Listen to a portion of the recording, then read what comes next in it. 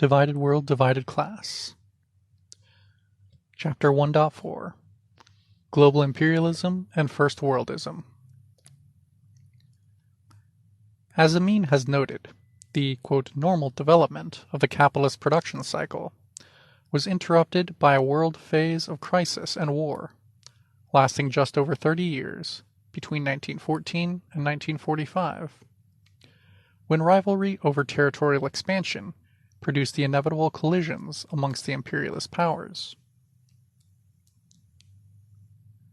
It was the conflict between Germany and Britain in the Ottoman provinces, and between Russia and Austria-Hungary over the Balkans, which led to the First World War, a war for colonial repartition of the world. Bailey writes, beginning of long quote, intensified rivalry between the great technologically armed European powers was a critical reason for the great leap forward of European empires after 1870. The, quote, great acceleration, the dramatic speeding up of global social, intellectual, and economic change after about 1890, set loose a series of conflicts across the world which quite suddenly, and not necessarily predictably, became unmanageable in 1913-14. This was undoubtedly a European Great War. Yet it was also a world war, and, in particular, a worldwide confrontation between Britain and Germany. As many contemporaries acknowledged, this was a war which had its roots in Mesopotamia and Algeria, Tanganyika, and the Caucasus, as well as on the Franco-German and German-Russian frontiers. In one sense, Lenin was right when he argued that the First World War was an, quote, imperialist war. Economic, political, and cultural rivalries in the Balkans, Asia, and Africa were central causes of a conflict which was international in character. End of long quote.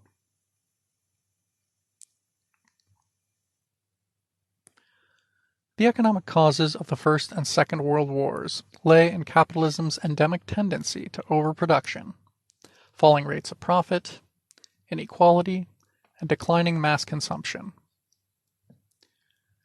These expressions of capitalist crisis led to, at first, the threat, and then the actuality of war over preferential trade agreements, tariff barriers, trade routes, protected markets for investments in manufacturers, and raw materials sources.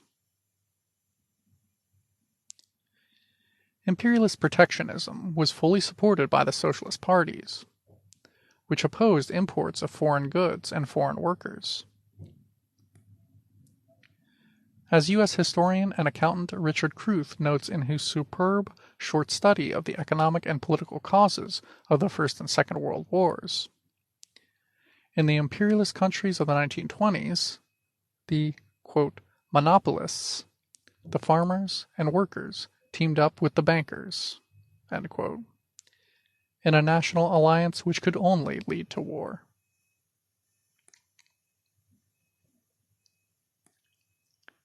During this period, the weakest links in the global capitalist chain broke, however, and produced the monumental upheavals of the Russian and Chinese revolutions, the enormous intensification of national liberation struggles worldwide, and the growth and defeat of fascism, a political movement aimed at rescuing an ailing capitalism, a capitalism without colonies, from the challenge of communism.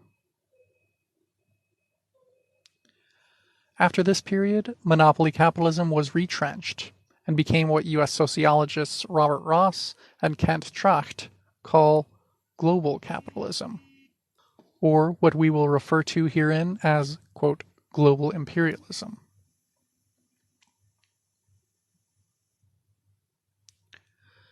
As it became globalized, imperialism changed its modus operandi. Although new settlement of conquered territories was fairly exceptional, the initial phase of imperialism nonetheless maintained colonialism, in the form of protected dependent markets for rival national corporations. Industry was restricted to the core nations, and the Third World was largely forced into primary goods production, in the form of raw materials and foodstuffs, destined for export to the imperialist countries. Colonialism enabled workers in imperialist countries to consume goods literally plundered from the dependent nations, while most surplus value was still produced in the industrialized regions of the world. Trade conflicts between national monopolies were fought both overtly and covertly, in both proxy and openly aggressive wars of intervention.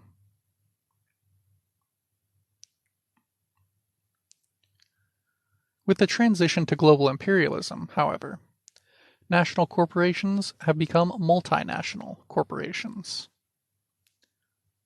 The global economy has become both much more regulated and, as the reconstructed post-war economies of Europe began to export their surplus, much more open, leading to an unprecedented surge in world trade, doubling every 10 years between 1948 and 1973, an investment.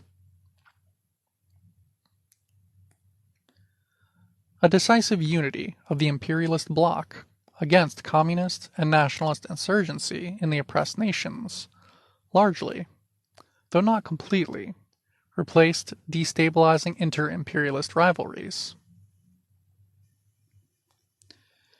U.S. monopoly capital had attained unalloyed economic predominance at the end of the Second World War, as a result of the wholesale destruction and mortgage of its competitors' productive bases.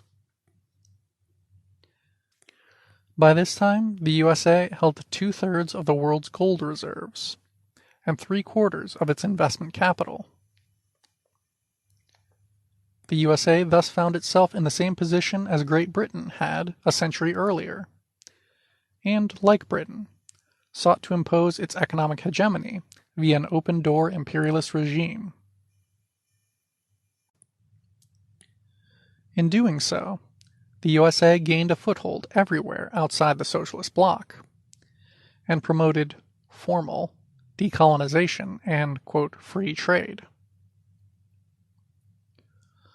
Other than in countries like Egypt, Iran, Kenya, Algeria, and Cuba, where revolutionary nationalism briefly challenged Western interests, and in Indochina, Mozambique, and Angola, where anti-imperialist communism did the same.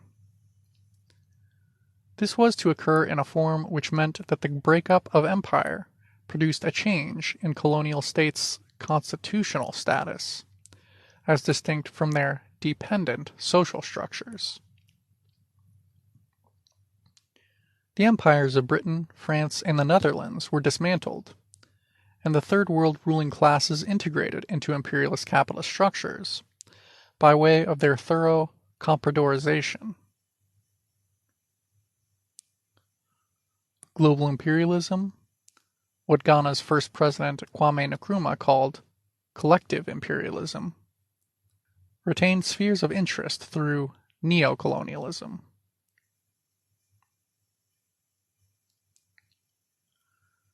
The theory of neocolonialism was developed by the socialist-inclined leaders of the newly independent, or, quote, post-colonial, nations following the breakup of the colonial empires. A comprehensive summary of the central features of neocolonialism was made in 1961 at the Third All-African Peoples Conference held in Cairo. Beginning of long quote. This conference considers that neocolonialism, which is the survival of the colonial system in spite of formal recognition of political independence in emerging countries, which become the victims of an indirect and subtle form of domination by political, economic, social, military, or technical forces, is the greatest threat to African countries that have newly won their independence, or those approaching this status. This conference denounces the following manifestations of neocolonialism in Africa. A. Puppet governments represented by stooges, and based on some chiefs, reactionary elements, anti-popular politicians, big bourgeois compradors, or corrupted civil or military functionaries. B. Regrouping of states, before or after independence, by an imperial power in federation or communities linked to that imperial power.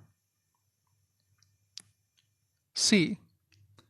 Balkanization, as a deliberate political fragmentation of states by creation of artificial entities, such as, for example, the case of Katanga, Mauritania, Buganda, etc. D.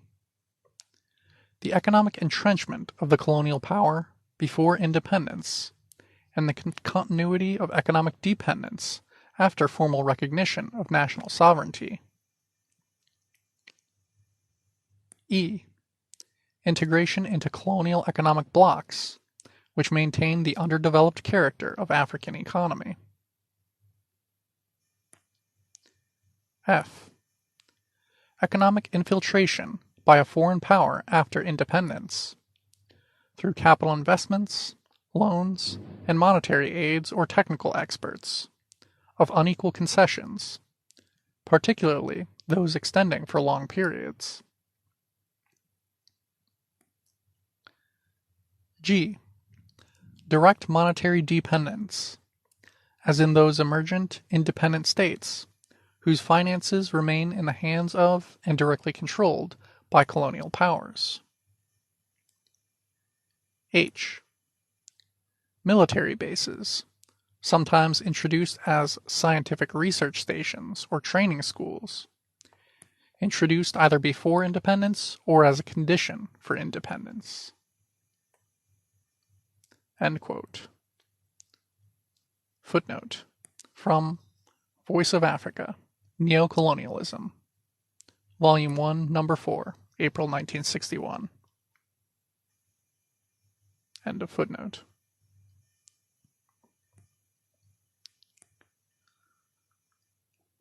A century before neocolonialism was defined, it was presaged in the free trade imperialist doctrine. See previous chapter. The latter, at its most consistent, and as expressed by a Whig MP speaking in Britain's House of Commons in 1846, was based upon the, quote, beneficent principle by which foreign nations would become valuable colonies to us, without imposing on us the responsibility of governing them. End quote. Quoted in Barrett Brown, 1974. Today, this principle continues to inspire opposition to war in the imperialist countries, where acts of aggression against third world countries are often judged according to their perceived costs to the taxpayer or soldiery, and not on whether the third world nation thus victimized, much less the international working class, is likely to benefit from them.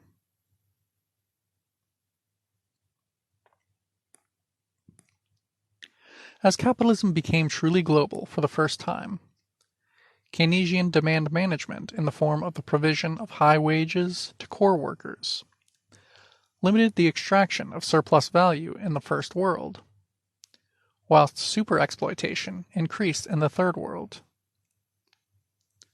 Thus, whereas per capita income in the US, Britain, France, and Germany was $150 to $300 US, with an average growth rate of 2.5% between 1840 and 1850.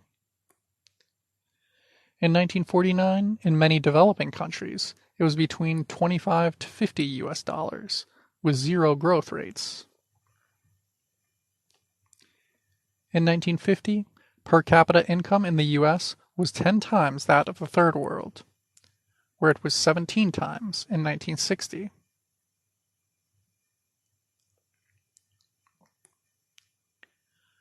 As production became more and more globalized following the rise of multinational corporations after World War II, the labor aristocracy effectively became, quote, nationalized. That is, practically the entire working class of the imperialist nations was subsumed into the petty bourgeoisie. Indeed, its members are substantially richer than the mid-19th century petty bourgeoisie. In the ensuing consumerist phase of imperialist capital accumulation, social chauvinism became transformed into First-Worldism, that is, the governing ideology of the rule of entirely parasitic nations over the whole of the dependent Third World. First-Worldism is the sense of entitlement to a standard of living predicated on superexploitation, as felt by the vast majority in the advanced industrial nations. End of section. Divided World, Divided Class. Section. The Economics of First-Worldism. After the Second World War, the core nations of the capitalist world system set aside their previous rivalries and combined to form a collective imperialist bloc under overall U.S. hegemony. Despite, at times, and arguably increasingly, resisting their subordinate position, Western Europe and Japan have complied and colluded with the United States so as to maintain their historic economic and political ascendancy over the Third World by means of debt servicing, unequal exchange, price fixing, transfer pricing, repatriation of profits by multinational corporations, and royalties from monopoly of intellectual property rights. Beginning of long quote from Amin. The solidarity among the dominant segments of transnationalized capital from all partners in the triad, the imperialist bloc of the European Union, North America, and Japan, is expressed through their rallying behind globalized neoliberalism. The U.S. is seen from this perspective as the defender, militarily if necessary, of, quote, common interests. Nonetheless, Washington does not intend to share equitably in profits derived from its leadership. The U.S. seeks, on the contrary, to reduce its allies to vassals, and is thus only ready to make minor concessions to the junior allies in the triad. Will this conflict of interest within dominant capital lead to the breakup of the Atlantic Alliance? Not impossible, but unlikely. End quote from Amin, 2006.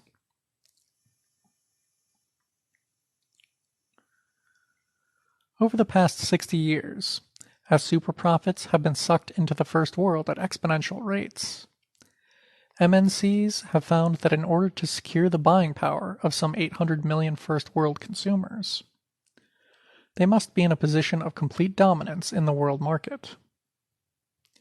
To that end, global oligopoly capital, bound up with the World Trade Organization, the World Bank, and the International Monetary Fund, finds itself financing the trade deficits of the U.S., quote, as a tribute paid for the management of the globalized system, rather than an investment with a good, guaranteed return. End quote. The term globalization arose in the 1980s to designate those policies and their effects which can more readily be understood under the rubric of neoliberalism. The latter is an ideology that stresses open markets and private enterprise as the principal engines of economic and political advancement internationally. Neither globalization nor neoliberalism, however, is to be confused either with world economy or with imperialism as such. Capitalism has always been a world economy, and Keynesian social democracy coexisted alongside neocolonialism and aggressive militarism. Thus, Keynesian welfare state imperialism waged colonialist wars in Vietnam, 1945 to 1960, Korea, 1949 to 54, Malaya, 45 to 55, Kenya, 52 to 58, Algeria, 52 to 62, Congo Zaire, 60 to 64, Nigeria Biafra, 67 to 70, Egypt, 56, 67, 73, Angola, Mozambique, and Guinea-Bissau, 62 to 74, and Eritrea, 1963 to 79.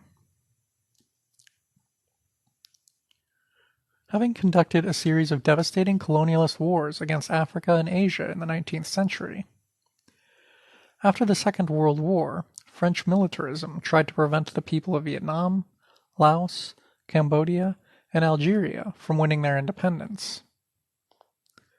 The major force behind the latter conflict, in which up to 1 million Algerians were killed, was the government of the French Socialist Party, just as the British Labour Party was responsible for implementing the racist War of Terror against the Mau Mau anti-colonialist peasant revolt in Kenya from 1952 to 58.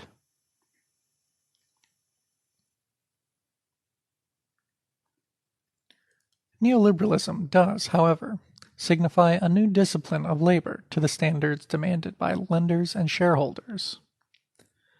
Diminished state responsibility for welfare and development, the qualitative growth of financial institutions and financial profits as a proportionate share of GDP, the thoroughgoing interpenetration of industry with finance, the further concentration of capital through mergers and acquisitions, and a renewed drive by the core nations of the First World to siphon off the wealth of the Third World.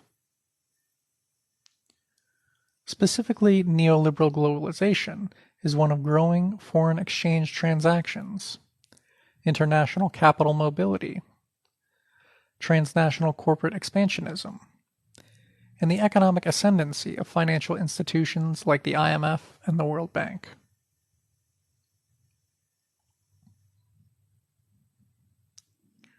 For 30 years after the Second World War, economic expansion financed by the U.S. State Department's Marshall and Dodge plans was principally driven by the reconstruction of the war-ravaged imperialist economies. While the mass consumption of the labor aristocracy was limited in comparison to that of the succeeding neoliberal phase of imperialism, through its stimulation via advertising, it nonetheless augmented the capital accumulation process. 2 world wars fought ostensibly for the furtherance of democracy, alongside the existence of the Soviet Union and the popular anti-colonial revolts occurring worldwide, provided a spur to the creation of the welfare state in the First World. Having suffered during these wars, the metropolitan working class demanded both economic and political provisions from a weakened and pressured ruling bourgeoisie, which was forced to concede a social democratic compromise.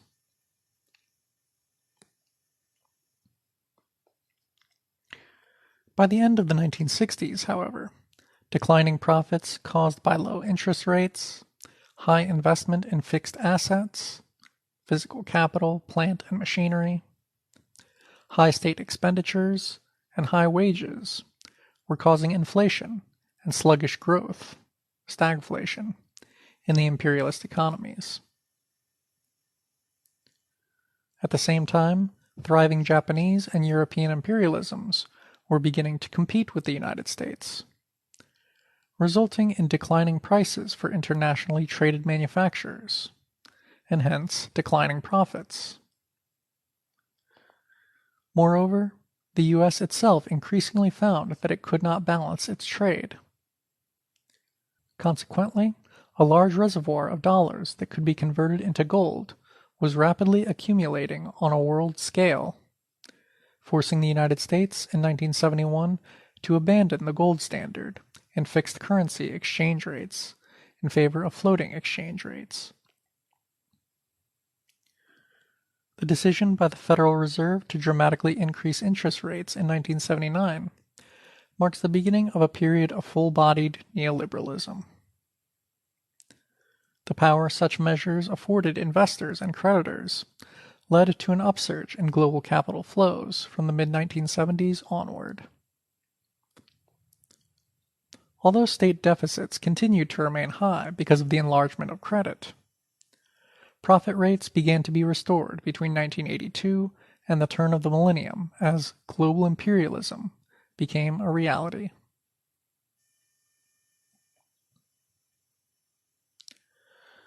As its most novel and defining feature, imperialism today entails the globalization of production processes relying on the super-exploitation of third-world labor.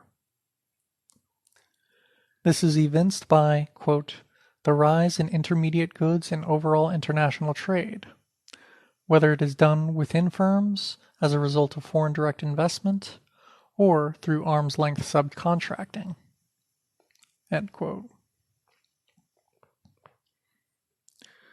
The formation of, quote, global commodity chains has led to a situation whereby, quote, the center of gravity of much of the world's industrial production has shifted from the north to the south of the global economy, end quote, where over 80% of the world's industrial workforce resides today.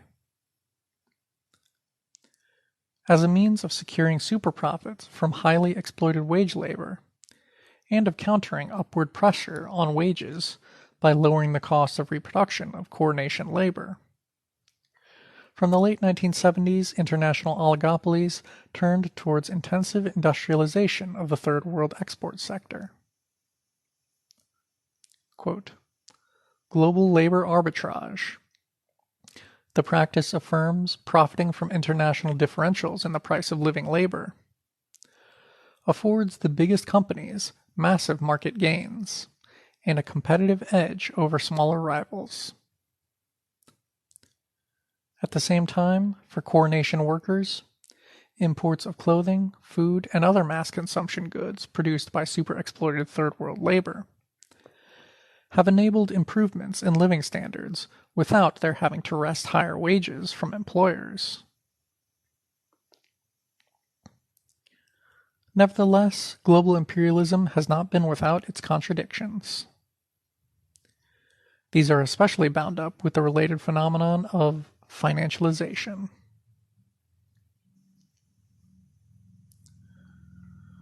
Financialization of the global economy is the product of the world's leading oligopoly industries having such plentiful supplies of inexpensive third-world labor to super-exploit, so that the money they save can be invested in myriad types of financial speculation. As this process gathered momentum from the 1980s onward, following the rapid integration of China and the soon-to-be former Soviet Union into the world capitalist market, leading oligopolies, industrial and financial capital being highly interpenetrated, discovered that they could reap more profits from financial activities than from investment in new productive capacity, that is, in new plant, machinery, and labor power.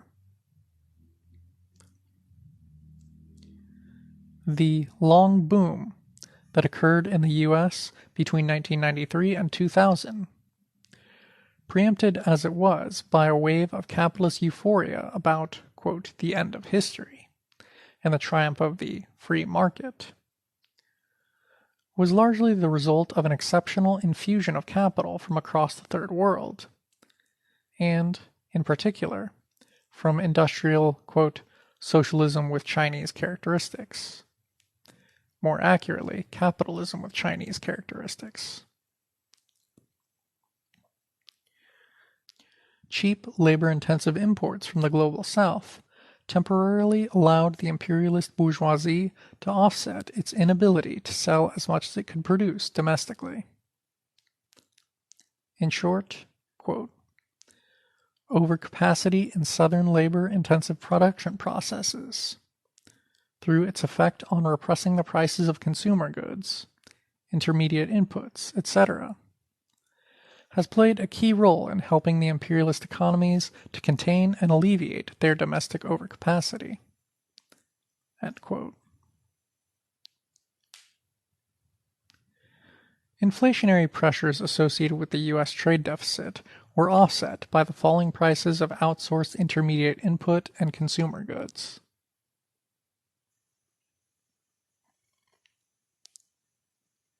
Concerned to prevent their currencies appreciating against the dollar, and thereby making their exports more expensive and scuppering export-led growth, China and other manufacturers exporting third-world countries returned surplus export earnings to the U.S. government, quote, as loans at zero or negative real rate of interest. Thus, in 2007, 11% of China's GDP was invested in U.S. Treasury bonds, an amount equivalent to 1/3 of its personal consumption. This ensured that, despite expanding trade deficits, interest rates in the U.S. stayed low, while volatility in the prices of financial assets was subdued. Outsourcing and global labor arbitrage thus provided, quote, the necessary conditions for continued GDP growth in the imperialist countries, for the excessive leverage and risk-taking now being widely blamed for the crisis, and for the explosive growth of financial derivatives over the past decade. End quote.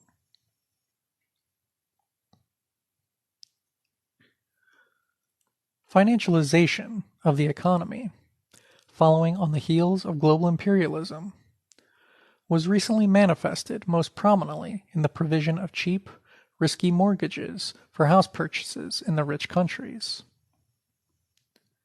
When in 2007 many of these loans turned bad and house prices peaked, homebuyers found themselves unable to pay their mortgages, and banks were forced to foreclose and sell quickly and cheaply.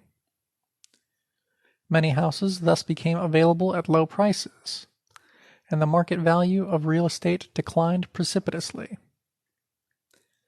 As a result, the biggest mortgage brokers went bankrupt, taking down with them a number of big banks that were heavily invested therein.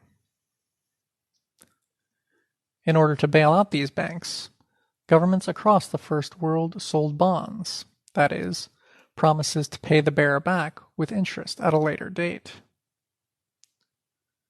Thus, saddled with huge debts, accrued to prevent the capitalist economy from going into meltdown, governments have instituted sweeping austerity measures, cuts to public sector jobs, salaries and services, their pace dictated by prospective investors' confidence in the ability or otherwise of governments to pay their debts.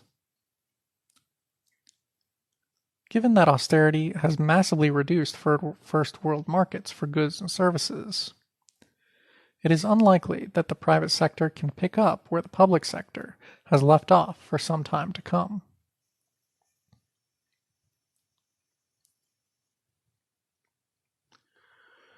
During this whole period, the ultra-rich have surely made out very well at the expense of the rest of the planet. Yet what is completely ignored in, quote, left analyses stressing the venality and avarice of the haute bourgeoisie, the top 1% of humanity, in the current crisis period is the extent to which first world consumption is a drain on third world labor. The metropolitan working class has itself a long way to go to pay off its mounting debt to the third world workers and farmers whose surplus labor is the absolute precondition for the maintenance of the entire capitalist system, and whose superexploitation leaves them in a permanent state of austerity.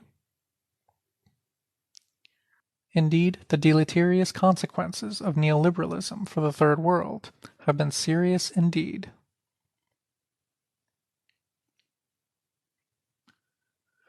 By the end of the 1970s, the depletion of the global periphery's rural labor force, part of the reserve army of labor in Marxist terms, augured the growing strength of its working class.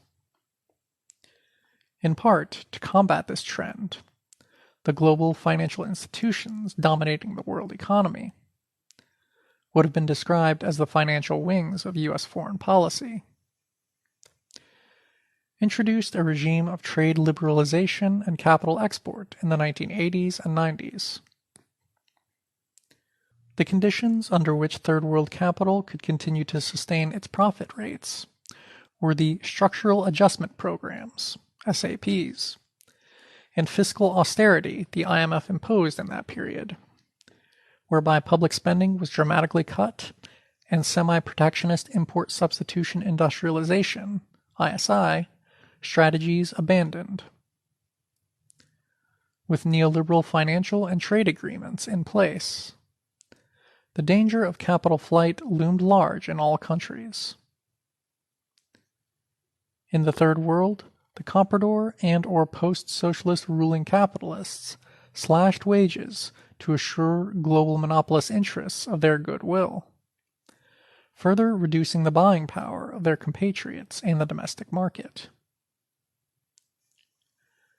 As the imperialist countries hiked interest rates in the 1970s, the countries of the Third World, who were loaned capital as, quote, aid in the 1960s as part of the West's struggle against communism, found that the value of their exports declined as amortization swallowed up trade surpluses.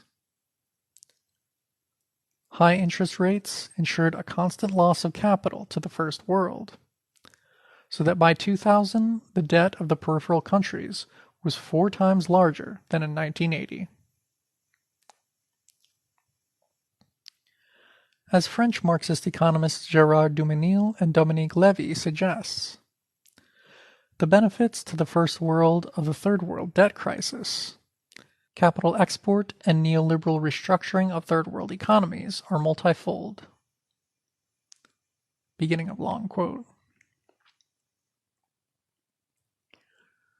The appropriation of natural resources, agriculture, mining, energy, at low and declining prices, the exploitation by transnational corporations of segments of the cheap labor force of these countries, who are subjected to often extreme working conditions, and the draining of the flows of interest resulting from the cumulative debt of these countries. To this, one must add the gradual appropriation of the major, potentially more profitable, segments of the economy, including the opportunities opened up by the privatization of public companies, which allows transnational corporations to buy entire industries, for example telecommunications, at low prices. End of quote.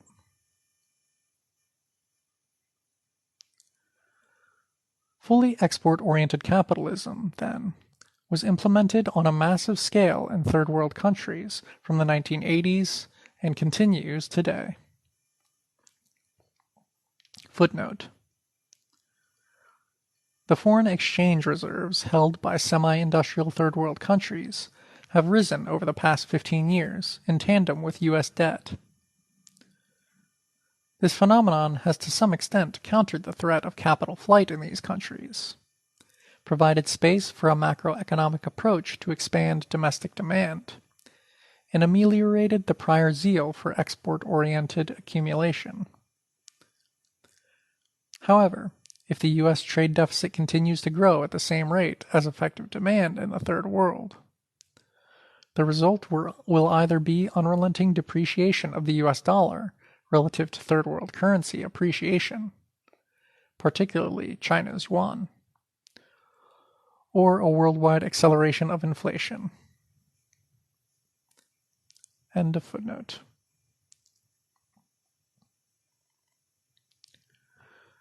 To ensure effective demand for Third World commodities, returns from superexploitation, and the health of the whole imperialist system, a huge current account deficit centered on the U.S., the world's borrower and consumer of the last resort, was essential.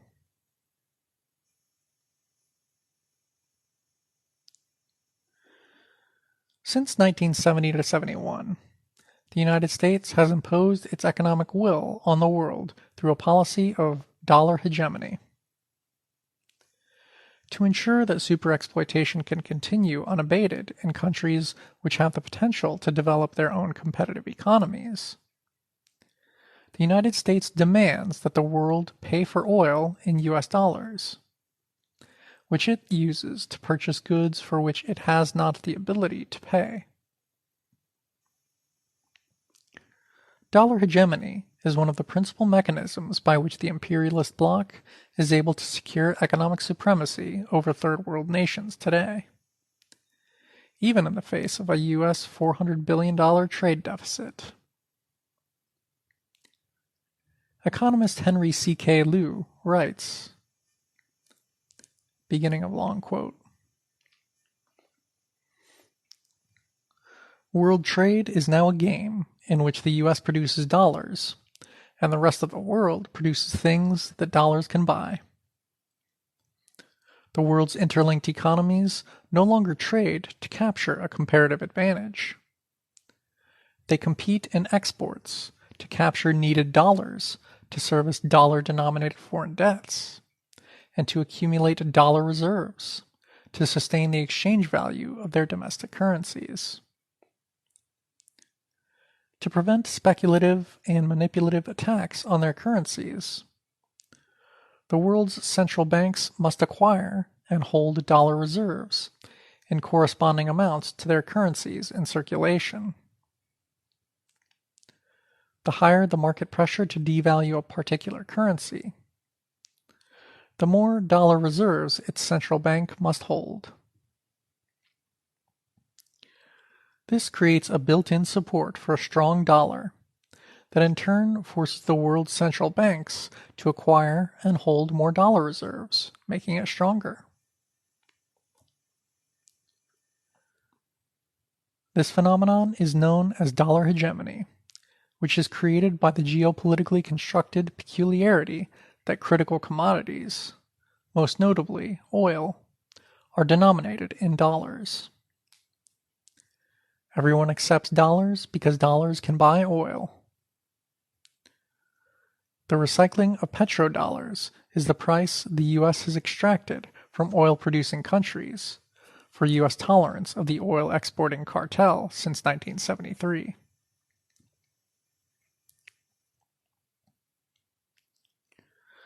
The adverse effect of this type of globalization on the U.S. economy is also becoming clear.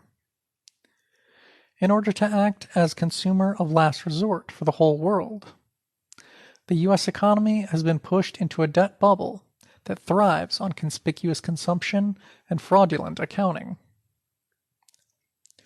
The unsustainable and irrational rise of U.S. equity prices, unsupported by revenue or profit, had merely been a devaluation of the dollar.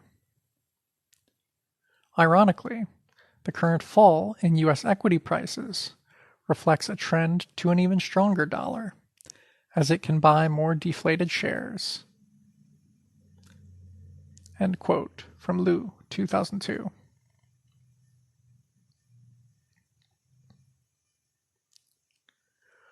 Through this negative account balance, though not only it, the U.S. working class is able to consume products which its labor has not paid for. Global neoliberal restructuring has thus maintained the privileged position of the core nation working class relative to the third world proletariat, albeit on terms less favorable to the former's independent political expression than during the long boom of the 1950s and 60s. The institution and maintenance of global monopoly capitalism ensures that there is effected a fully international division of labor. With rising wage levels now essential to the maintenance of political stability, markets, and technological progress in its home countries, monopoly capitalism has sought to counteract the negative consequences of overaccumulation and high wages therein by industrializing the neo-colonial nations in its own interests. Capitalist imperialism has created relatively advanced productive forces in the export sector of the peripheral capitalist economy, while ensuring that domestic industries there remain backwards. As such, low-skill mass production facilities are primarily situated in low-wage and non-unionized parts of the world, whereas the high-level, complex planning facilities of the production processes and outlets for merchant capital are mainly situated in the imperialist heartlands.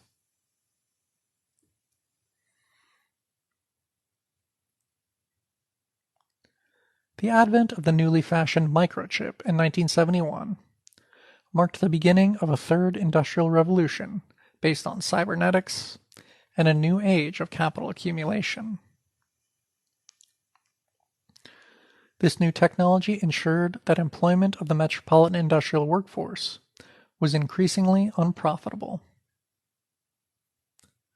Comparatively, labor-intensive employment was relocated to the Third World by the end of the 1970s, particularly since the marketization of China's socialist industry and the neoliberalization of dirigist Indian agriculture, while capital-intensive employment remained grounded in the First World. The economic conditions for the production of information technologies, computers, robots, electronic components of all kinds, and the wages of skilled intellectual workers, lie in the ongoing historical accumulation of surplus value extracted in the industrial peripheries of capitalism, where profiteering depends upon instituting the most exploitative working conditions possible. Beginning of long quote by Savarzadeh. To posit the source of wealth in post-all societies, that is, postmodern, post-industrial, post-structural, etc., as, quote, knowledge, rather than, quote, labor, and the source of reality as images, produced through new configurations of knowledges, cyber information, means that scattered hegemonies and post-class negotiations, not class struggle, are seen as the source of social change in these societies. Revolution is dead. Capitalism is emancipated from labor. However, Bell, Lyotard, and other theorists are able to put forth knowledge/information as the source of wealth, only by means of a violent idealism that represses the material conditions of the production of knowledge/information. They see the images on TVs and VCRs, listen to the music on the way to CDs, and conclude that the real is being transformed by mediated information. But they bracket the historical fact that these images are constructed and then transmitted by material means: TV sets, VCR players, CD players, cables, satellite dishes, produced by the labor of workers, the source of whose labor power has in turn been produced by labor. They take the theoretical knowledge constructed in laboratories, but bracket the material conditions of production of these knowledges. Not only are the very instruments of experimentation, which lead to theoretical formations, produced by labor, but the conditions of possibility of the experiment itself, as a science event, are provided by the labor of generations of workers. The buildings in which scientists undertake their work are constructed by labor. Their food, clothes, cars, telephones, computers are all produced by labor. End of quote.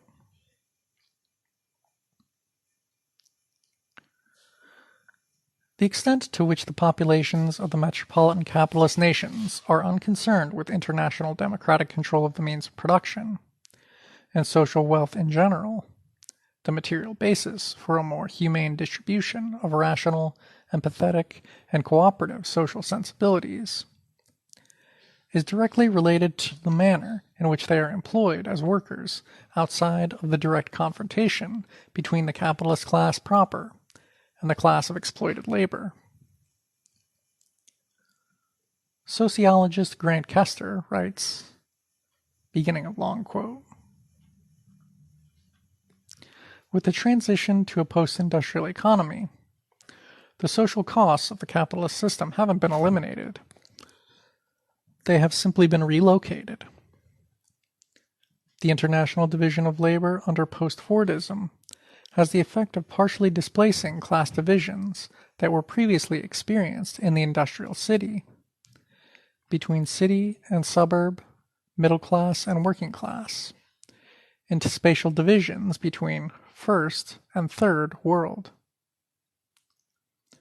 Violent clashes between capital and labor, between steel workers or electronics assemblers and factory owners, are now less likely to take place in downtown Detroit or Pittsburgh than in South Korea or Sri Lanka, countries with strong anti-union policies and close relations with American industry, countries in which the cost of reproducing and policing a labor force is far lower than in the United States. All the associated processes of, quote, organizational and technical restructuring and offshore sourcing of sanitized global cities and isolated Mexican maquiladoras work to insulate the beneficiaries of post-industrial capitalism from the social costs that this system inflicts on those countries that function as the labor pools for the post-Fordist economy." End of quote.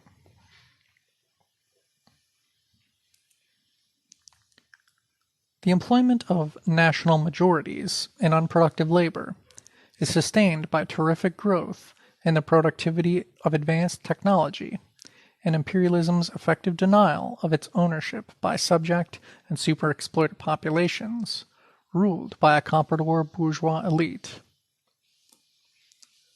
According to Marx, beginning of long quote,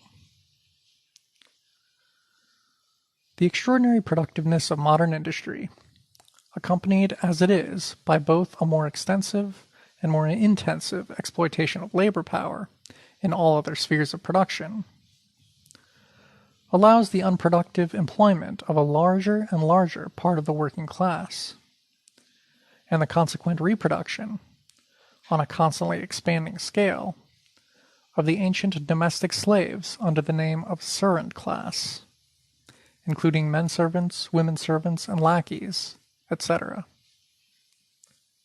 End of quote.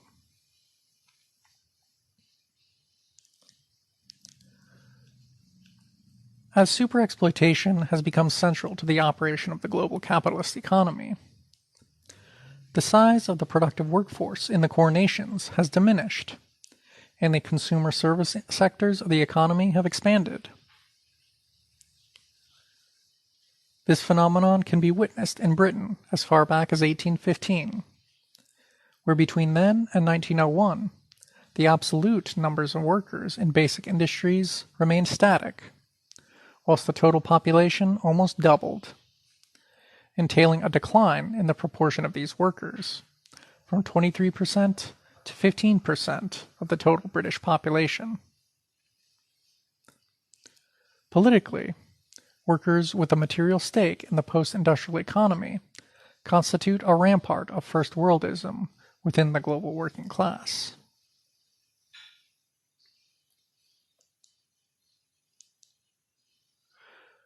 Superexploitation continues to afford the average laborer in first-world countries an income greater than the value of his labor.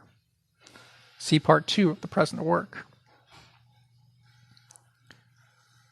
The combination of the level of unproductive labor in the first world with the sheer exorbitance of first-world superwages, not including transfer payments and job benefits accruing to large sections of the first-world working class, through such things as paid vacations, health care, insurance, and retirement benefits, or the social infrastructure, roads, safety regulations, emergency services, etc., which it can avail of, suggests that social chauvinism occasioned by the bribery of an organized labor movement endures in new, more insidious, but more spectacular forms. This is so even in the relative absence of a social democratic challenge to the unfettered domination of the haute bourgeoisie, a situation arising from the implementation of neoliberalism at the end of the 1970s that is now becoming more acute. End of section. Divided World, Divided Class. Section. The Labor Aristocracy, Racism, and Immigration. Racism provides the unspoken ideological rationale for global imperialism, within which white supremacy is informally institutionalized. Racial hierarchy persists today and correlates with global and national systems of stratification and inequality, disparities in labor conditions and wage rates, and differential access to democratic and communicative media and life opportunities. Racism and the division of the world's populace according to color continues to be a strategic organizing principle, both ideologically and unconsciously, of the new global order. People of European descent are increasingly the most favored beneficiaries of the dwindling resources of a capitalist economy founded upon global monopolies of production. This serves to confirm the perception that, quote, "You are rich because you are white, and you are white because you are rich," from Fanon. The empirical validity of which, as Fanon insists, is a pertinent measure of human alienation.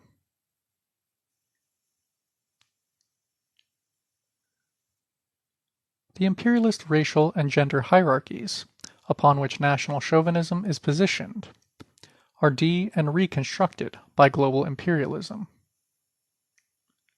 Beginning of long quote by Bhattacharya. Overall, several global developments have helped to reconfigure old patterns of ethnic relations and create new forms of racial privilege and politics. These include economic restructuring in the West, including the demise of heavy industries, the rise of the new technologies, and the expansion of old and new service industries, the growth and significance of transnational and multinational operations, the emergence of new global divisions of labor, and, finally, the rise of international agencies and global economic blocs, all of which have served to transform, quote, national production forms and processes and their corresponding social relations. These relations have been racialized in a number of ways. The role assigned to migrant labor in the new service economy, the shift of production sites from inner city areas, where migrant communities have traditionally resided, to greenfield, high technology sites, where they traditionally have not. And finally, internal patterns of migration within the Third World, and the use of female labor in the production of microchips and the manufacture of designer sportswear. End quote. Whilst, quote, racial awareness can potentially forestall the socialist development of the national liberation struggle by covering the opportunism of the oppressed national bourgeoisie with a radical veneer, it is deeply ingrained in the working class of the developed countries. The latter is far from merely a passive observer of its elevated social status. Social chauvinism extends into the heart of the metropolitan areas, insofar as the victims of imperialism come to reside therein. In these circumstances, naked racism and racist repression preserve social imperialism more effectively than does social democracy. Beginning of long quote from Edwards. Whenever there is a confrontation between a metropolitan labor aristocracy and those super-exploited by its ruling class, in more obvious terms, whenever colonial people live directly in the midst of their own super-exploiters, social democracy is replaced by open chauvinism, which, in this situation, becomes the form of class collaboration, ensuring the continuous influx of super-profits to the metropolis. This phenomenon is most clearly visible when the super-exploited are black, in which case, quote, chauvinism is expressed as outright color racism. The latter case embraces a large segment of world super-exploited and heavily influences the ideological approach toward the rest. End quote.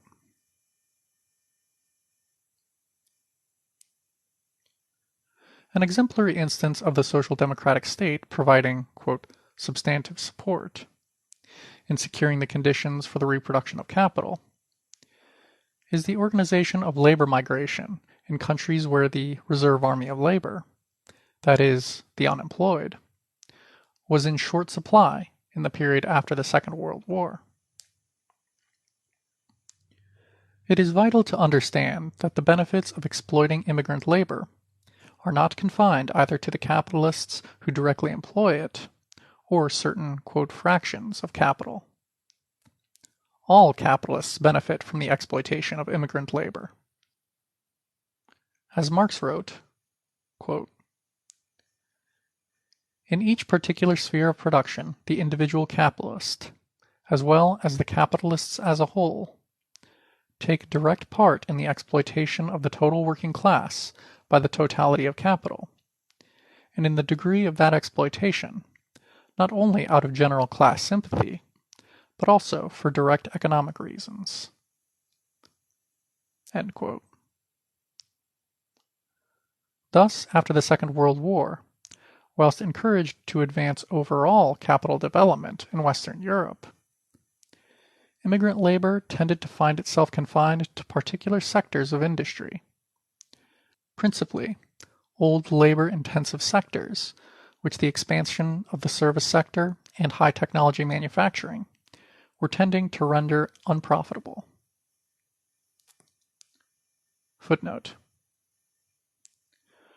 A process contemporaneous and analogous to this incorporation of immigrant labor within core states occurred at the same time at the global level, where a movement of monopoly capital to semi-peripheral areas was predicated upon their labor-intensive development of traditionally core industries with flagging profit rates. End of footnote. In some, quote, migrant workers were recruited mainly, but not exclusively, for semi- and unskilled manual work in sectors vacated by indigenous workers. End quote.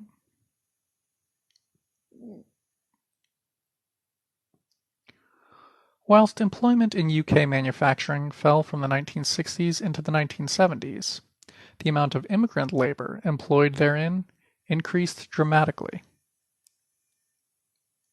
Footnote. Clough writes, quote, between 1961 and 71, whereas employment in manufacturing fell overall by 745,000. The number of people employed in this sector who had been born outside of the UK rose by no less than 272,000. End quote. As immigrant workers moved into positions in the manufacturing industry from the 1960s, white workers were climbing the social ladder into more skilled jobs and into the service sector. The British government's Unit for Manpower Studies reported, quote, analyses by the Department of Applied Economics at Cambridge indicate that though total employment in what they describe as the goods sector of British industry fell by 745,000 between 1961 and 71, the number of people employed in that sector who had been born outside the UK increased by 272,000. An increase of 317,000 in the number of people born outside the UK who were employed in the services sector accounted for rather less than a third of the total increase in employment in that sector of 1,065,000. End quote. From the Unit for Manpower Studies, 1976. Brown and Miles note, quote, a key part of the explanation for why Black and Asian immigrants tended to occupy low-wage and unskilled manual positions lies in the fact that these were vacant as a result of the movement of indigenous labor into new jobs, characterized by higher rates of pay and better conditions of work. End quote, and end of footnote.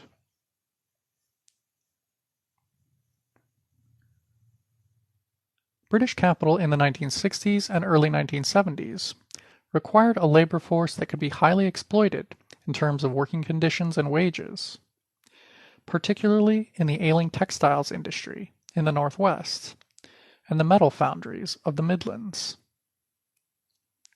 These employed Asian labor, and to a lesser extent West Indian labor, working round-the-clock shifts which native workers were less prepared to work. Trade unions were content with this trend since the best jobs on day shift were protected for their mainly white membership. Migrant labor tends to be recruited for jobs that white workers look askance at, and where particular sections of capital are unwilling to modernize their plant in favor of finding other ways of keeping it operating profitably.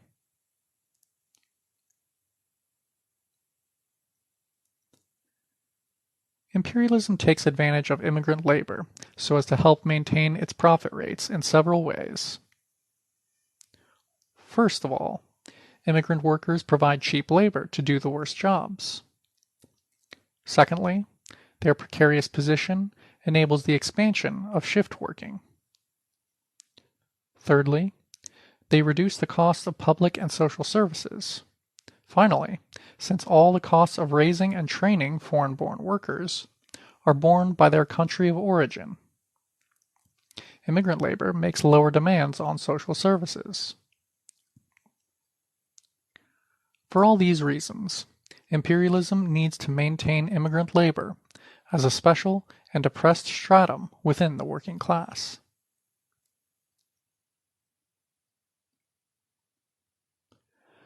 At present, immigrants and ethnic minorities are overwhelmingly recruited to the lowest paid service sector jobs, an enormous source of profits to their employers and to the government.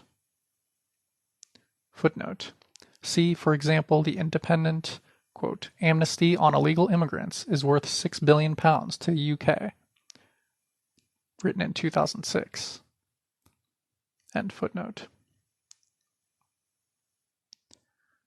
Racist discrimination by employers, policymakers, local councils, and privileged workers can be seen as providing a political prerequisite for the division of labor actuated in the capital accumulation process itself.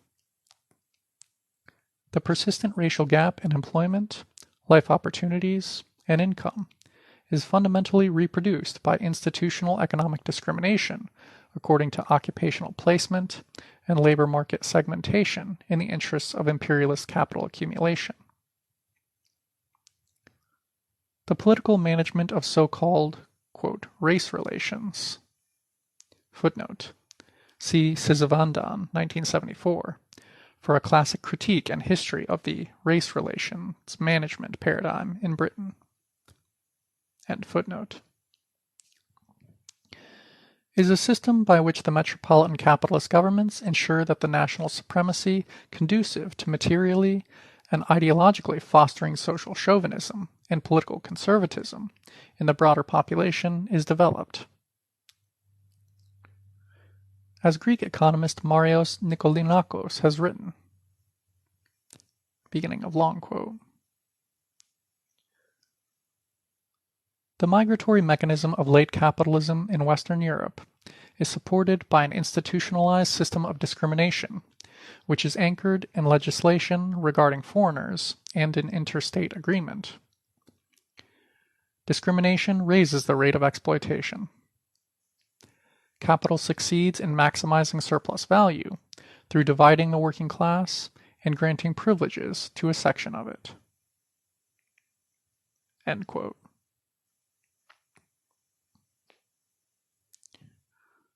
The metropolitan capitalist governments institute a whole range of legislation designed to constrain the non-native and non-white working class within the lowest and most oppressed sectors of society, in employment, housing, and the penal system.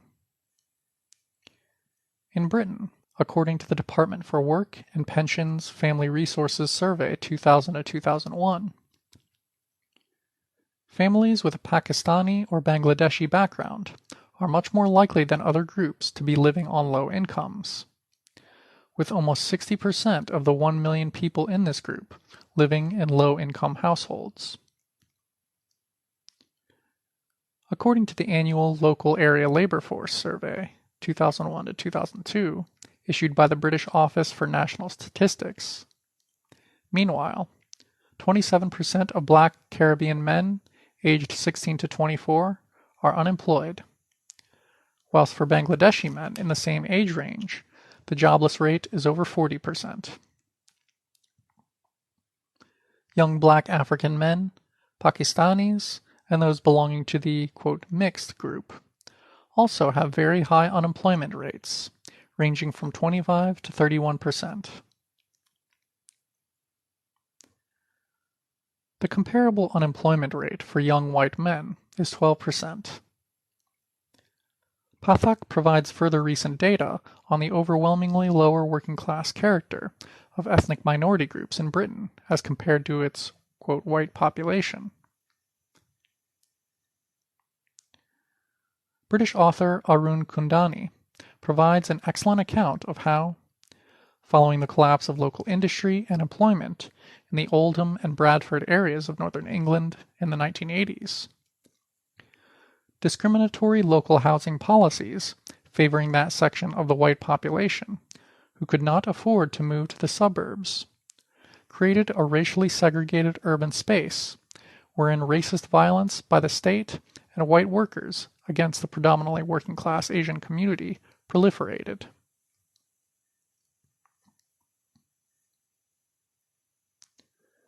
It is in this light that the most visible state racism today must be viewed. The implementation of draconian and inhuman laws applying to those increasingly large masses of the world's populace who find themselves victims of economic, military, and environmental devastation, namely immigrants, are measures aimed at shoring up global profit rates and the national unity of the imperialist countries. Footnote: amongst which include contract work schemes, food voucher systems, the categorization of immigrants according to the needs of capital at any given time, highly skilled, skilled, semi-skilled, and unskilled, detention centers, interstate accords for keeping, quote, useless immigrants out, increased police powers and control orders, and the denial of human rights guaranteed under the Geneva Convention of 1951. End footnote.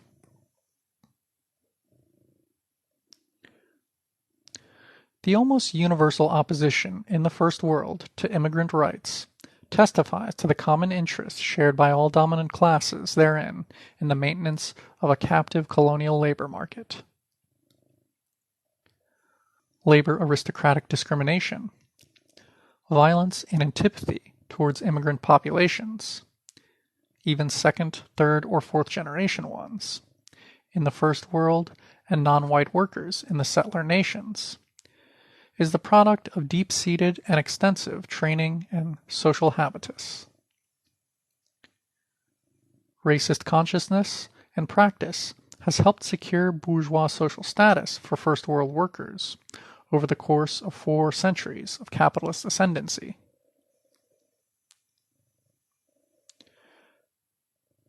Today, the attitudes of the populations of the First World toward the lives of people in the Third World range from relatively benign pity, ironic indifference, and willful ignorance, to negative stereotypy, a willingness to believe anything bad that is said about a particular third world people or their putative, quote, culture, and a refusal to relate privilege in the first world to oppression in the third world, through to contempt, disdain, and outright, outspoken, and violent hatred.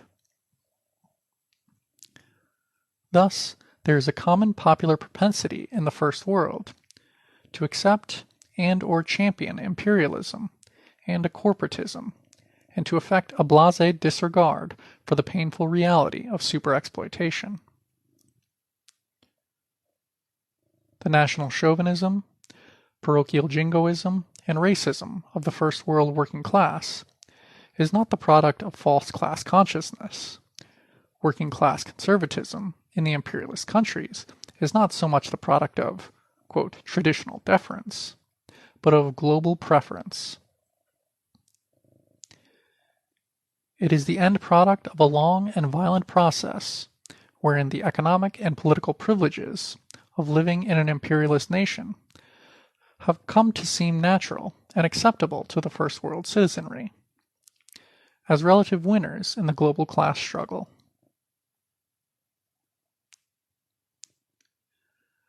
Having established that the global split in the working class is the product of imperialism, it is now necessary to measure the extent of that divide by means of empirical investigation and by operationalizing those concepts which reveal the mechanics of global value transfer. End of section. Divided World, Divided Class. Section 2. Global Value Transfer and Stratified Labor Today. Quote, to tell the workers in the handful of rich countries where life is easier, thanks to imperialist pillage, that they must be afraid of too great impoverishment, is counter-revolutionary. End quote from Lenin. This section attempts to measure the size and earnings of the labor aristocracy today on the basis of 3 different methods of calculating uncompensated value transfers from the third world to the first world. It estimates the surplus value that the workers of the first world consume beyond that which they create, and answers in the negative the question posed by Kurzweil, namely, is the labor question the same in the global south as it is in the north? The section tries to establish with some degree of precision whether or not domestic working class struggle over distribution of the economic surplus within the first world is a complementary vehicle for the advancement of workers' interests in the rest of the world. The latter thesis is widely assumed, rarely is there an attempt at proof, by almost the entire spectrum of left opinion.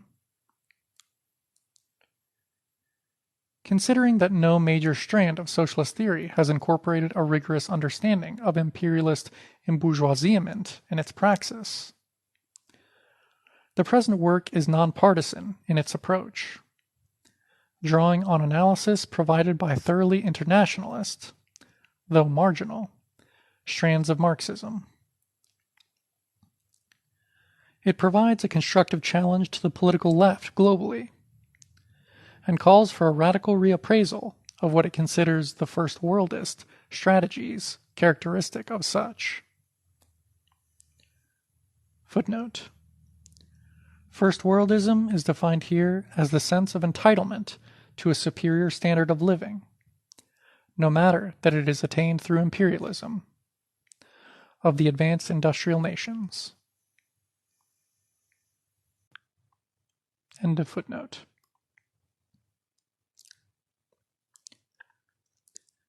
Abstracting from the reality of institutional discrimination against immigrant and minority ethnic populations, bolstering the wage levels and employment opportunities of white workers, the present work argues that in the context of the contemporary capitalist world system, and taking the OECD working class as a whole, no legal exploitation, that is, in accordance with national minimum wage standards, takes place within first world borders.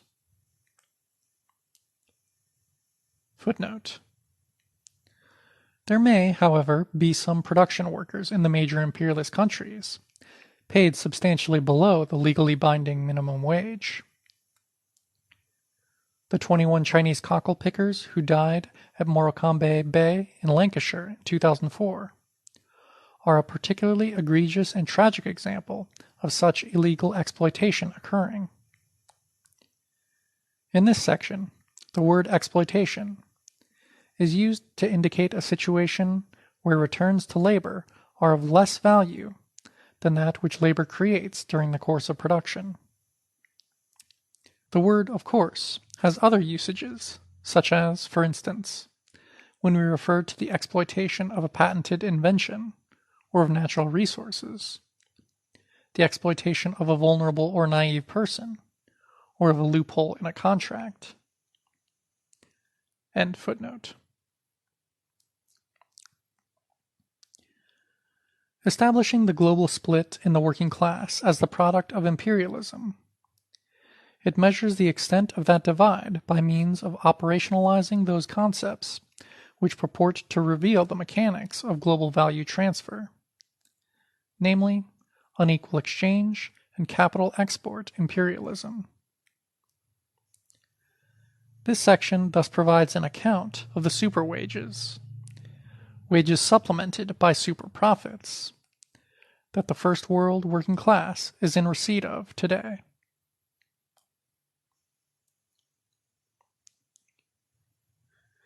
In this section, I have taken pains to make every necessary conservative assumption to the point of favoring the opposite conclusion to the one reached, namely, that there is an exploited working class residing in the imperialist countries. Even with these assumptions, however, we are forced to conclude that the first world working class is a labor aristocracy living off the backs of the world's masses.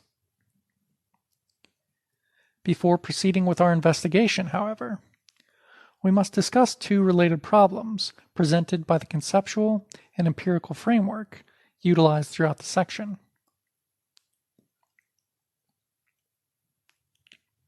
Firstly, of necessity, the present section utilizes statistical data that measure the results of transactions in marketplaces, not value generation in production processes. GDP, or value-added, figures are obtained by subcontracting the cost price of a firm, nation, or region's inputs from the proceeds of the sale of its outputs. This equation of value with price ensures that the process of production itself, and the surplus value arising from it, is rendered invisible, with value seemingly generated largely through the circulation of money. Just as crucially for our present purposes, GDP figures necessarily give the impression that value is added at the intranational or intra-regional level. However, as Smith argues, value added must be understood as representing not simply the value that a particular firm, nation, or world region has added, but rather its share of the total value created by all firms competing within the global economy as a whole. Value added, then, is not a valid measure of, quote, gross domestic product, since it may rise or decline completely independently of domestic labor's share of it. Moreover, as an economic measure, quote, value added is extraneous to the amount of actual domestic production it purports to quantify.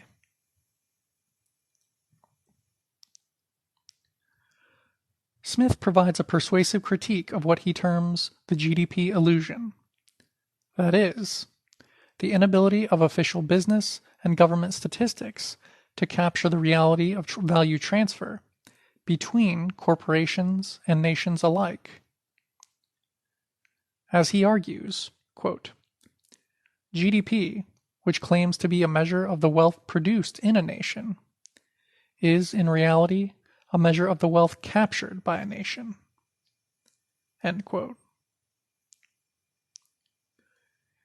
If GDP were an accurate measure of a nation's product, then the employees in Bermuda, an offshore tax haven boasting the world's highest per capita GDP and producing virtually nothing, are amongst the most productive workers in the world. Unlike much left political economy, then, which is content to repeat only those conclusions provided for in capitalist accounting terms, the present work aims to present economic processes within the context of class and class relations.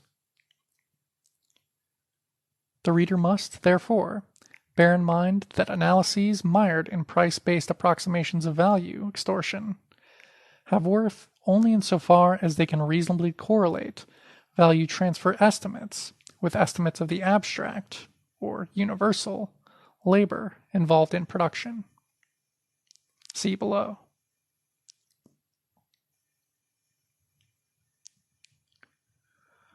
The second problem the analyst encounters whilst attempting to measure global labor stratification is the difficulty inherent in rigorously comparing, contrasting, and relating in-house, i.e. FDI, and arm's length relations between imperialist multinational corporations, MNCs, and Southern producers. Footnote. I have opted to use the term, quote, multinational corporation, MNC, here, rather than TNC, transnational corporation, to designate the fact that even the largest firms today are still bound decisively to one or other national economy and state. As Chang notes, most allegedly, quote, transnational companies remain national companies with international operations, conducting the bulk of their high-end research and strategizing domestically using home country nationals. Chang further notes that when these corporations have to shut down factories and cut jobs, they usually do so last at home, for various political and economic reasons. End of footnote.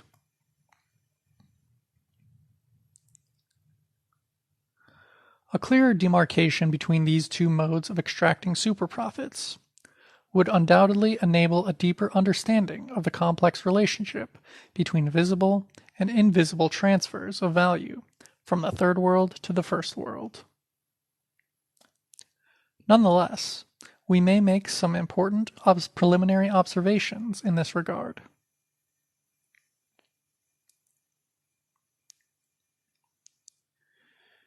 International subcontracting by MNCs, as opposed to intra-firm investment, has grown massively in recent years.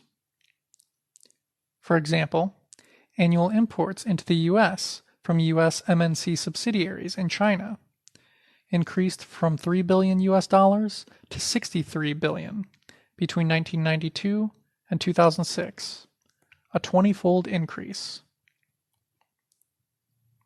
By comparison, intra-firm trade as a proportion of total U.S. imports from China increased from 11% in 1992 to 26% in 2005, a not much more than two-fold increase. However, by focusing only on data showing the FDI of northern-based MNCs, analysts seeking to measure south-to-north value transfers inevitably miss the entire invisible transfer of value via outsourcing. Value added at the MNC level, as at the level of imperialist countries and regions, is expanded by externalizing costs of production, especially of intermediate inputs and consumer goods, to low-wage nations. Commodities produced by low-wage workers in the labor-intensive export industries obtain correspondingly low prices internationally. Yet, as soon as these goods enter into imperialist country markets, their prices are multiplied several-fold, sometimes as much as 1,000%. As Chasudovsky comments, quote, value added is thus, quote, artificially created within the services economy of the rich countries without any material production taking place. End quote. In short, argues Smith, beginning of long quote, the repatriated profits from MNC subsidiaries and the, quote, rents captured by northern outsourcers are two different ways that northern capitalists profit from the superexploitation of southern labor. It also follows that the visible flow of profits from FDI is only a surface manifestation of a larger underlying phenomenon. In other words, that S to N, south to north value transfers affected by FDI are very much larger than repatriated profits. End of quote. Precisely disaggregating that portion of transferred non-OECD value derived from unequal exchange, and that derived from capital export imperialism, is not a straightforward matter. Empirically, FDI has grown several times faster than trade in recent years. Footnote. For example, between 1983 and 95, FDI by nationally based MNCs grew 5 times faster than trade and 10 times faster than world output. While it is certainly true that most FDI occurs within and between imperialist countries, whose large markets, occasioned by high wages and by a monopoly, naturally attract capital, the comparatively small share going to the Third World is by no means insignificant, and is in fact increasing. In any case, an underdeveloped country cannot hope to develop through large capital investment alone, which must become a mechanism for extracting surplus value, in the form of repatriated profits and debt amortization, for example, and increased dependence via a lopsided emphasis on exports to advanced economies. Whilst it is very wrong to oppose investment in underdeveloped countries, a position somewhat characteristic of the imperial protectionism and racism of the anti-corporate labor aristocracy, then FDI certainly does not provide a long-term means of development for the Third World. End footnote. Yet, as Kleiner demonstrates, FDI has helped pave the way for commodities trade.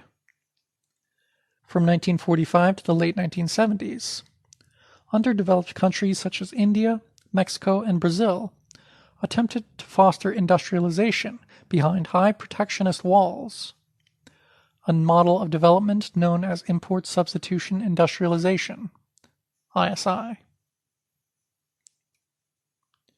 These countries' markets were then relatively closed to imports, and MNCs were obliged to build subsidiaries within those countries in order to gain access to domestic markets.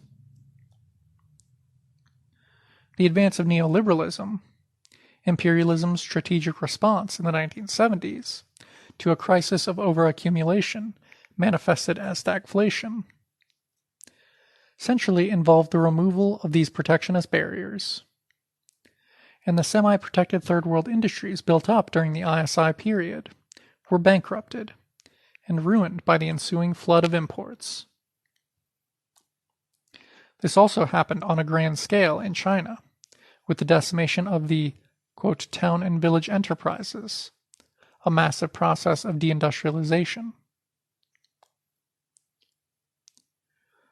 ISI was succeeded in the Third World by export-oriented industrialization, EOI.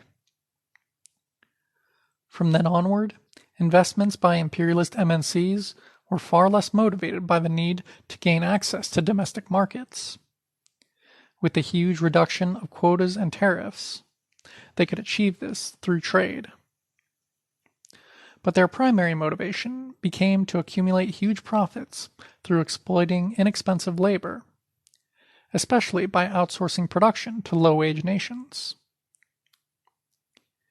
In doing so, the largest MNCs accumulated surplus capital that was to be used for non-productive speculative investment, mergers and acquisitions. The outsourcing of production to super-exploited wage labor was, therefore, a major factor in the financialization of the global economy. That is, the proliferation of, quote, securitized claims by capital upon future value creation.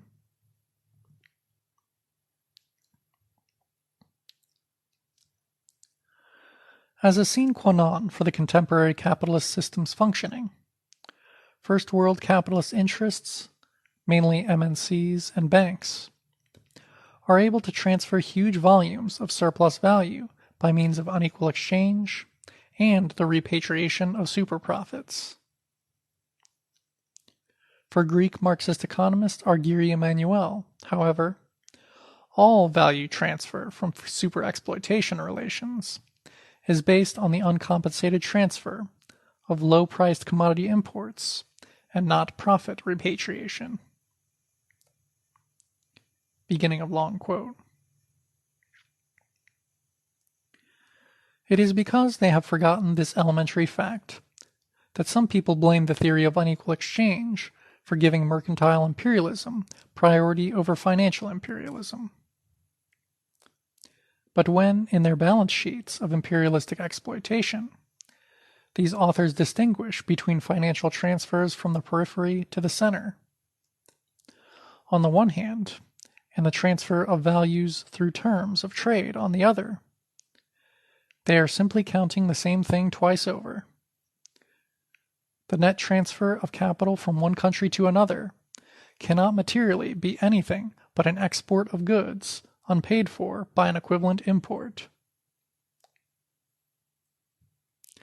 A transfer of this kind can therefore only be made through a trade balance surplus, whether a purely formal one, i.e., entered in the accounts as non-equivalent volumes in terms of current prices, or an informal one, i.e., concealed in the composition of these prices themselves, as the non-equivalence of their elements. End quote. Emmanuel is quite wrong to assert here that value transfer is simply the, quote, export of goods unpaid for by an equivalent import. Rather, unrecompensed value transfer may also take the form of accumulated claims exerted by foreign investment capital upon the assets of the host country, that is, on the accumulation of capital within that country. Emmanuel tends to evince a profound misunderstanding of imperialism, which he characteristically reduces to unequal terms of trade between nations. He depicts colonialism, for example, as a kind of, quote, accident of history, on the alleged basis that the colonial empires broke up, quote, without proportionate violence and without any marked impoverishment of the great imperial parent states, or any reduction in their capacity to exploit the rest of the world. End quote. Emmanuel is oblivious to the extent to which imperialist countries export capital to underdeveloped nations, not merely to earn interest and dividends, as he tries to show that the alleged fact of the returns on colonial capital being less than the original exports of such disproves the Leninist theory. As Nabudir affirms, colonies are not merely places for the export of capital, but places where an overabundance of cheap labor can be profitably exploited for the production of agricultural produce, raw materials, and latterly, manufactures, enabling the metropolitan countries to sustain a competitive advantage globally. Like many anti-imperialist Marxists, Emmanuel exhibits an unfortunate tendency to discuss imperialism on the basis of approaching it either from the perspective of capital export or that of unequal exchange theory. Against this idea, it must be argued that attempting to determine levels of global south-to-north value transfer purely on the basis of unequal exchange tends to miss the real significance of capital export. A major category mistake lies in assuming that unequal exchange takes place between two or more independent national capitals. As a matter of fact, those nations disadvantaged by unequal exchange lose out on the basis of their economies having already been de facto colonized by imperialist finance capital and its attendant, quote, free trade, structures. The thoroughgoing and near absolute domination of third world economies by oligopoly capital, OECD-based banks and multinational corporations, is the major cause of the wages and productivity differences that lead to a situation of unequal exchange in the first place.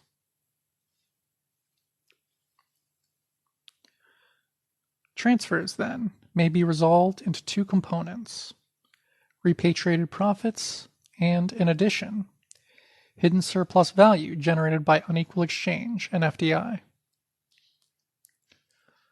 Repatriated profits represent only the visible portion of the value transfers generated by FDI, whilst unequal exchange and super profits represents the invisible portions.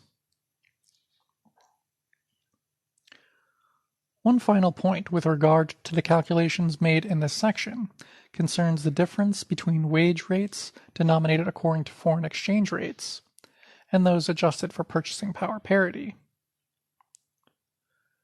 The concept of purchasing power parity suggests that third world currencies are undervalued, so that in real PPP terms, $1 US will regularly buy several times as many goods or services in a third world country as it would in the United States. PPP rates are established by determining the local price of a standard good or basket of goods. British journal The Economist, for instance, has come up with a PPP Consumer Price Index based on local prices of Big Mac hamburgers internationally, and dividing it by its price in the United States. The fact that some goods are typically cheaper in the third world countries is often presented as proof that the cost of living is lower in underdeveloped countries than in developed ones, and that, therefore, third world wages are not as low as they appear to be. The concept of purchasing power parity thus described is problematic, however.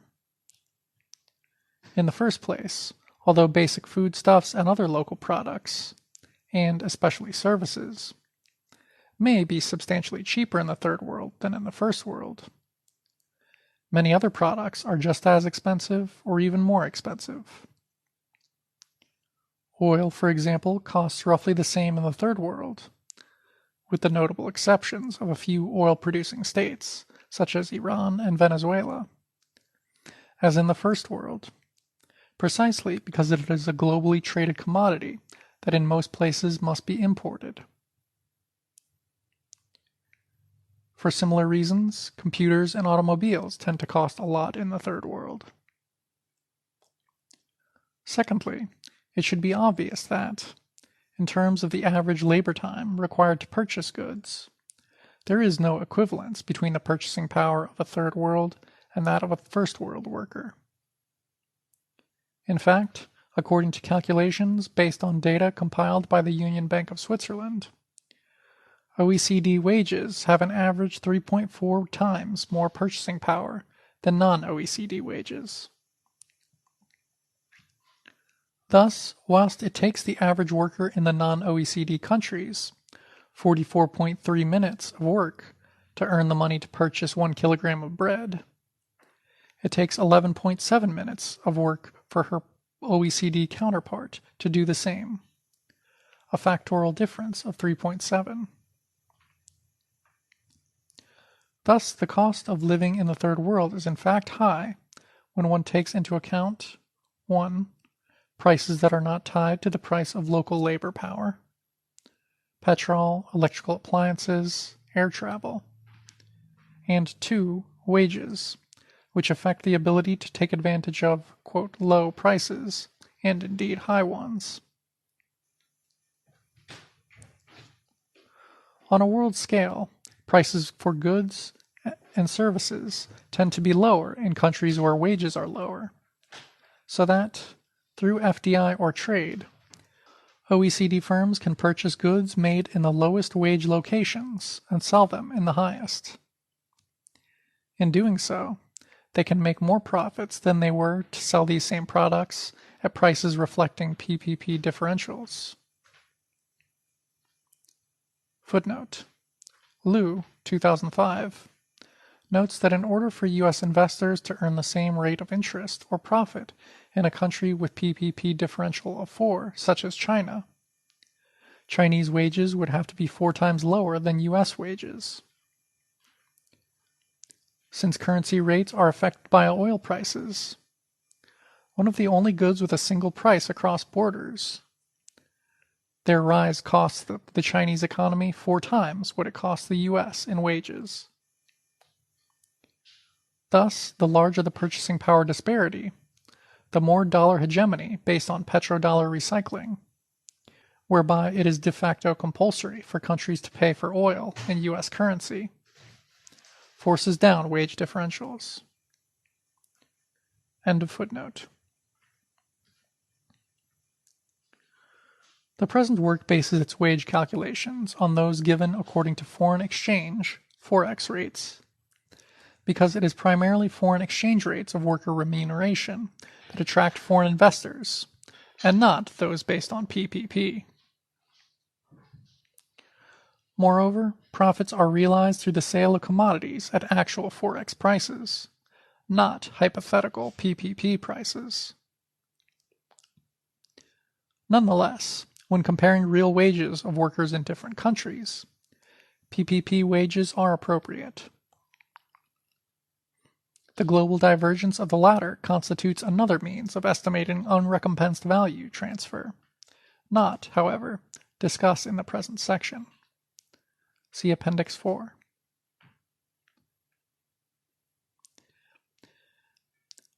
Having thus clarified some of the conceptual difficulties involved in calculating south to north value transfer and the super wages of the first world working class, before proceeding, we must outline our understanding of how capitalist imperialism functions. End of section. Divided world, divided class. Section. Understanding capitalism and imperialism.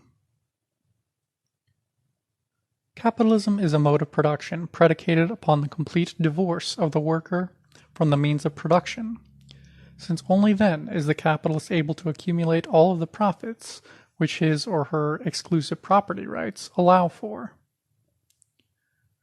Fundamentally, therefore, capitalism is based on the antagonistic contradiction between the class interests of the capitalists and those of the laborer. Beginning of long quote. Capital is not a thing, but rather a definite social production relation, belonging to a definite historical formation of society, which is manifested in a thing and lends this thing a specific social character. It is the means of production monopolized by a certain section of society, confronting living labor power as products and working conditions rendered independent of this very labor power, which are personified through this antithesis in capital. It is not merely the products of laborers turned into independent powers, products as rulers and buyers of their producers, but rather also the social forces and the form of this labor, which confronts the laborers as properties of their products. Here, then, we have a definite and, at first glance, very mystical social form of one of the factors in a historically produced social production process. End of long quote from Marx. Capital is any means of production, principally land and machinery, which entitle their owner to profits made in the course of their use. Although means of production exist in all forms of society, capitalist society is one wherein the production of capital dominates every other form of production. In a capitalist economy, the means of production constitute capital insofar as they are employed by individual or corporate capitalists, not principally to produce use values, but rather to produce commodities for the purpose of profitable exchange. The profit required to motivate capitalists to invest in production is ultimately generated by their class paying the working class less than the necessary costs, in wages, raw materials, and machinery, of producing a commodity.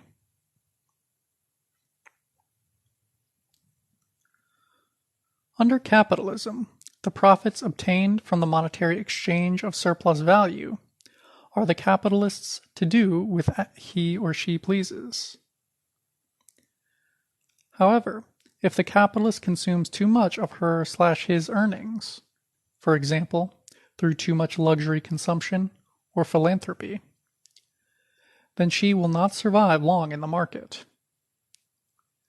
Since capital is held privately by many individual capitalist units, capitalists must invest profits in the expanded reproduction of their operation, because if any of their rivals do so, and they do not, they will not be able to compete effectively over the long term. Rather, after a while, quote, they will be undersold and driven from the market, losing all of the amenities that come one's way when one is a successful capitalist: prestige, high incomes, and political power. End quote from Yeats. Competition between capitals, therefore, quote, forces each capitalist, on pain of death in the marketplace, to make profits and grow, to, in a word, accumulate capital. End quote.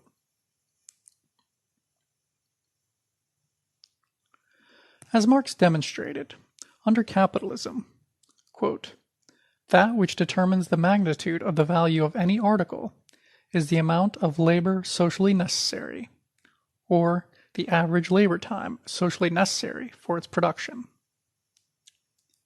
End quote. This definition, as we shall see, does not account for competition between capitals with different organic compositions, and the resultant transformation of values into prices of production. However, within the capitalist system as a whole, the aggregate of value in society is the average socially necessary labor time required for the production of all commodities. For the capitalist system to function, this aggregate value must exceed the amount of value expended on the cost of hiring productive labor power. That is, the production workforce must be exploited.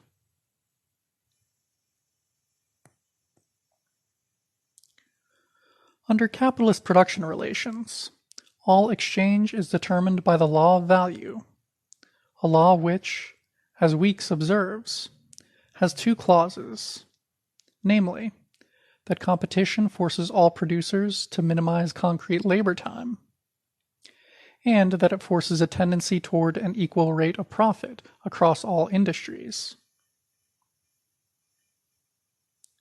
Crucially, Marx shows that the actual price of production of a commodity is not the same as its value, although the aggregate prices of production for all commodities is determined by the movement of their values.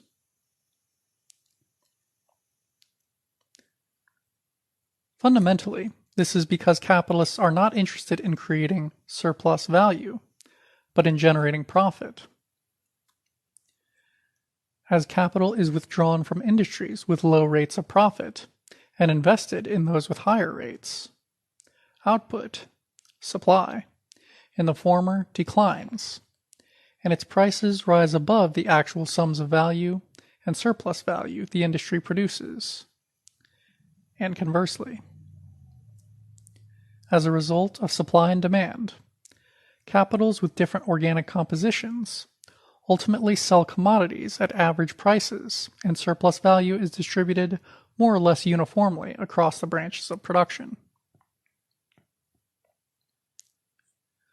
An average rate of profit is thus formed by competing capitals' continuous search for higher profits, and the flight of capital to and from those industrial sectors producing commodities in high or low demand. Overall, where one commodity sells for less than its value, there is a corresponding sale of another commodity for more than its value.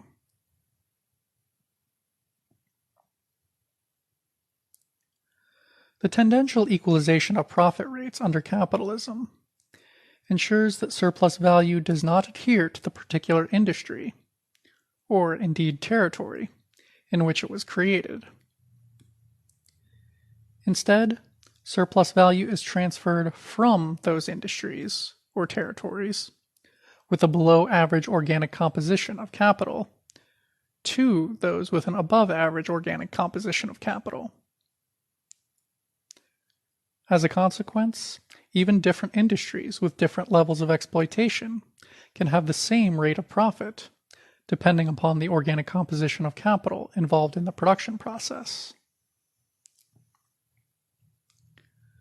Capitals equal in size yield profits equal in size, no matter where the investment is made or how large the divergences in factor endowments, that is, the share of the product going to capital and labor power, respectively. End of section.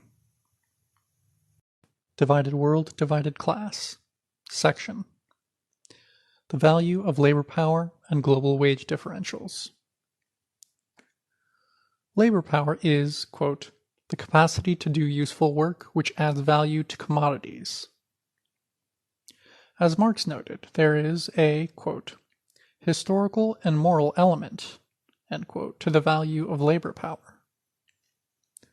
On the one hand, historically situated class struggle to retain a larger share in socially created wealth determines the divergent returns to capital and labor. On the other, there develops a dynamic between the rising wages sufficient to set in motion a higher organic composition of capital, and the superexploitation necessary to offset the same. For Amin, the dynamic equilibrium of the capitalist system requires that high investment in the most advanced fixed capital, Department 1, be accompanied by a proportional rise in wage levels, so that the surplus value realized in the consumer goods industries, Department 2, may be fully reinvested in the expanding phase of accumulation. Footnote. From Amin. In addition, quote, unproductive consumption of surplus value in the service industries, as well as in the state-funded armaments and public services economy, Department 3, may temporarily offset capitalism's tendency to stagnation. End footnote. Since, however, there is an inverse relation obtaining between rewards to capital and labor, respectively, rising wages are only possible where additional sources of profit have been captured and secured against competitors. A central dynamic of modern imperialism is, therefore, based on capital's attempt to resolve the contradiction between the necessity of rising wages to facilitate the valorization of oligopolistic capital, the productivity wage squeeze, and pari passu, its struggle to acquire fresh injections of surplus value through the exploitation of a low-wage workforce. By contrast to many left economists who persist in defining exploitation as the gap between workers' wages and output in any given country, the present investigation of exploitation has the global capitalist economy as the basic unit of analysis. Today, the prices of production, and the sum value of all commodities are determined on a global scale, insofar as capital has the ability to circulate across every country to secure the highest rate of return on investment. Footnote. Marx writes, quote, "The prices which obtain as the average of the various rates of profit in the different spheres of production, added to the cost prices of the different spheres of production, constitute the prices of production." End quote. End of footnote. The accumulation of capital takes place on a world scale to the extent to which there exist no legal or political impediments to the free movement of commodities and investments. Insofar as capitalist production relations advance, quote, "the value of labor power at the world level is linked to the world average level of development of the productive forces." End quote from Amin.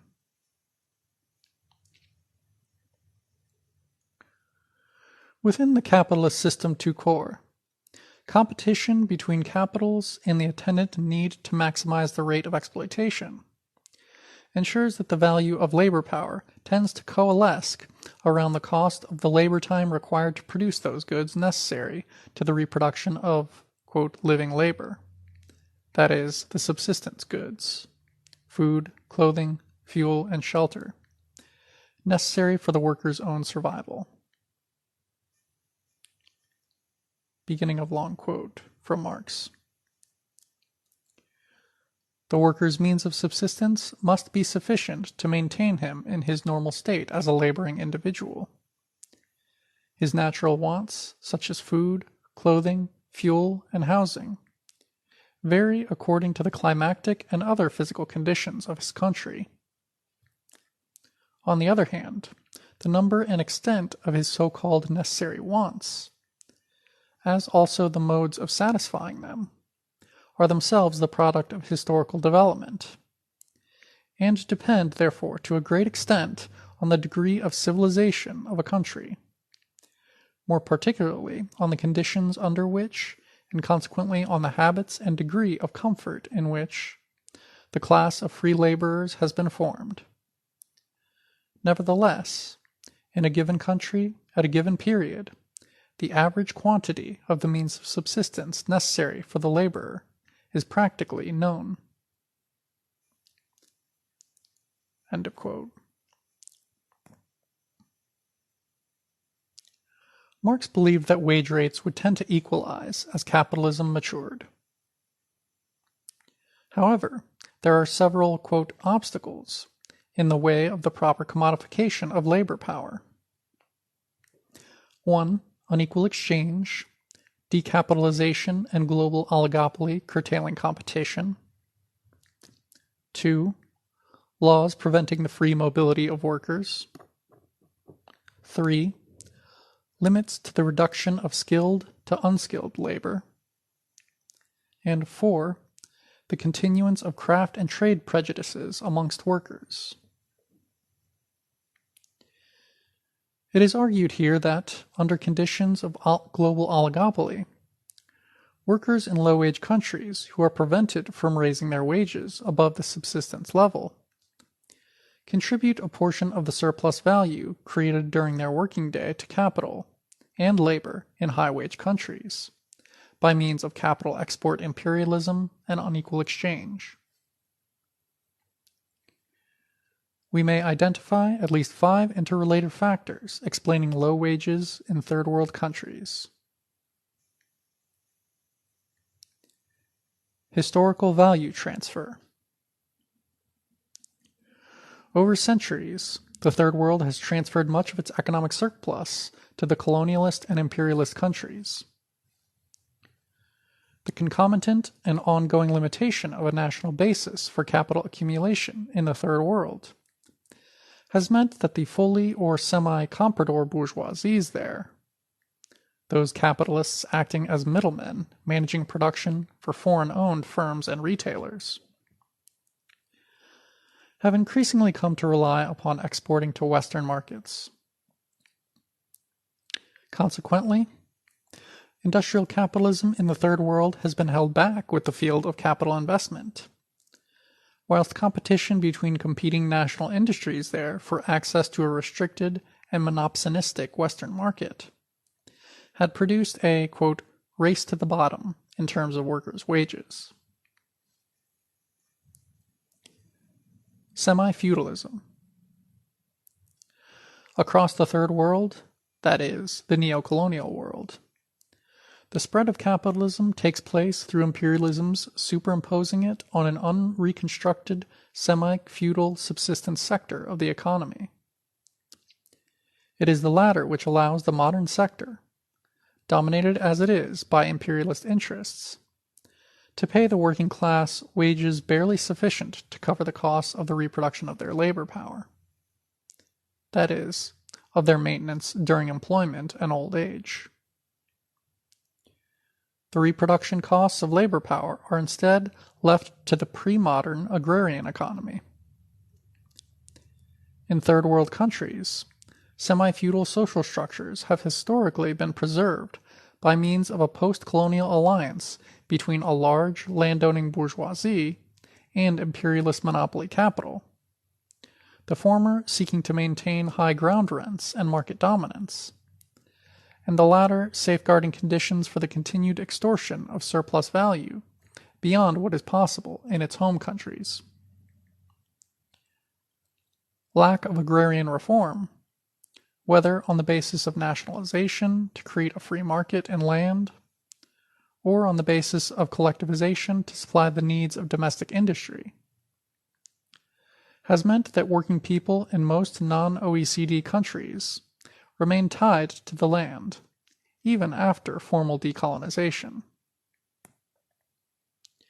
They must produce commodities on small plots so as to afford their subsistence and pay their rents and debts to landlords. Semi-feudal comprador capitalism has created a situation whereby a highly impoverished agrarian population must seek wage employment, since its livelihood is jeopardized by a market influx of heavily subsidized and expensive produce from the imperialist countries, and the dispossession of its land. The outflow of surplus labor from the countryside to urban labor markets, these restricted by the predominance of foreign oligopolies, creates a constant downward pressure on wages. Without a free market in land and labor, Third World workers often do not receive the true value of their labor power, namely, a living wage covering the costs of food, clothing, fuel, and shelter for their family. The superexploited proletariat in the non-OECD countries relies upon the unpaid, quote, domestic labor of their disproportionately female rural counterparts to make ends meet, since the starvation wages they are paid may not otherwise meet the costs of the reproduction of their labor power.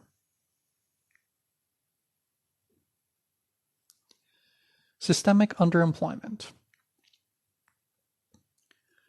The displacement of traditional producers, unable to compete in a new capitalist market dominated by industrial production and large-scale capitalist agriculture, creates a mass of unemployed and underemployed workers living in abject poverty.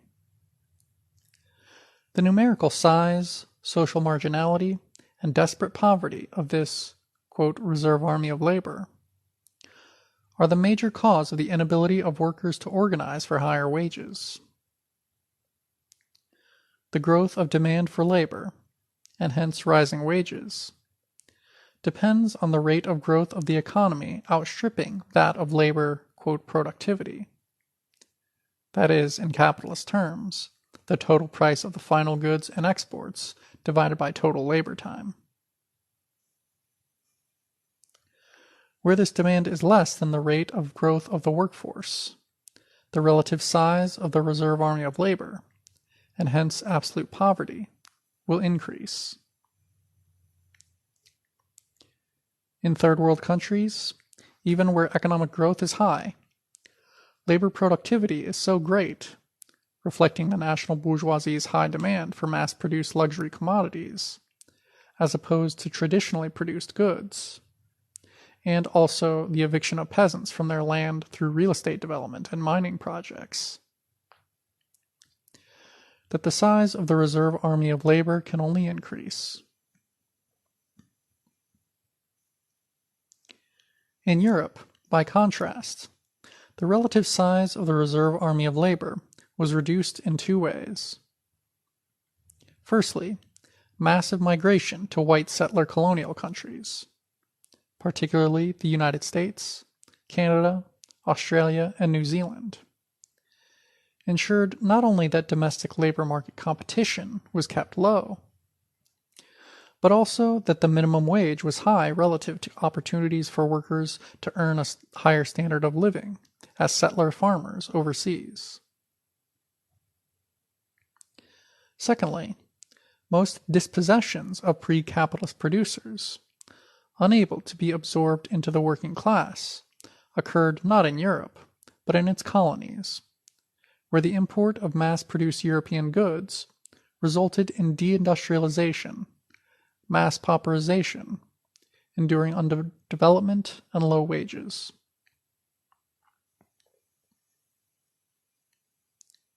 Militarized borders. The draconian restriction of migration of low-wage, third-world labor to high-wage countries, a highly popular policy undertaken by all first-world governments, upon pain of electoral defeat, if not outright political meltdown, prevents the equalization of returns to labor interzonally, and ensures the perpetuation of a global wage hierarchy. Military repression. Violent state repression of agrarian reform movements and trade unions in the Third World countries keeps the working class there from being able to raise its wages or enhance its bargaining power within the class structure.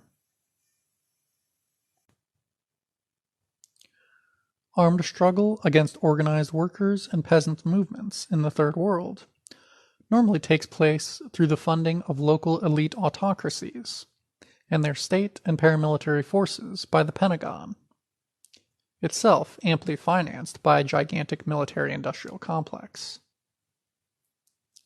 However, when Western interests are radically challenged either by a strong communist or nationalist movement, military means, ranging from unconventional or proxy warfare to outright aggression, occupation, and wholesale destruction, are employed, typically under U.S. auspices.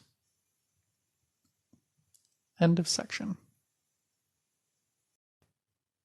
Divided World, Divided Class. Section. Wage labor and exploitation.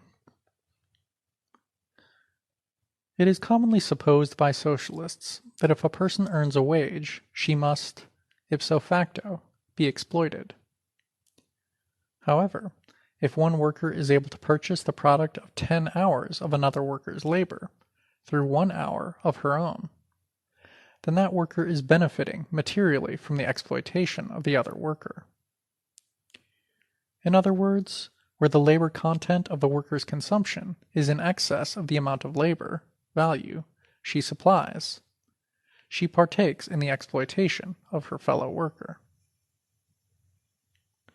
Quote, the level of exploitation depends on the actual ratio between the, quote, necessary labor, the wages, and the surplus labor, surplus value.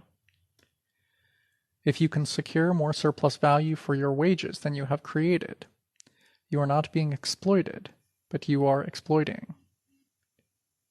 From the Communist Working Group. End quote.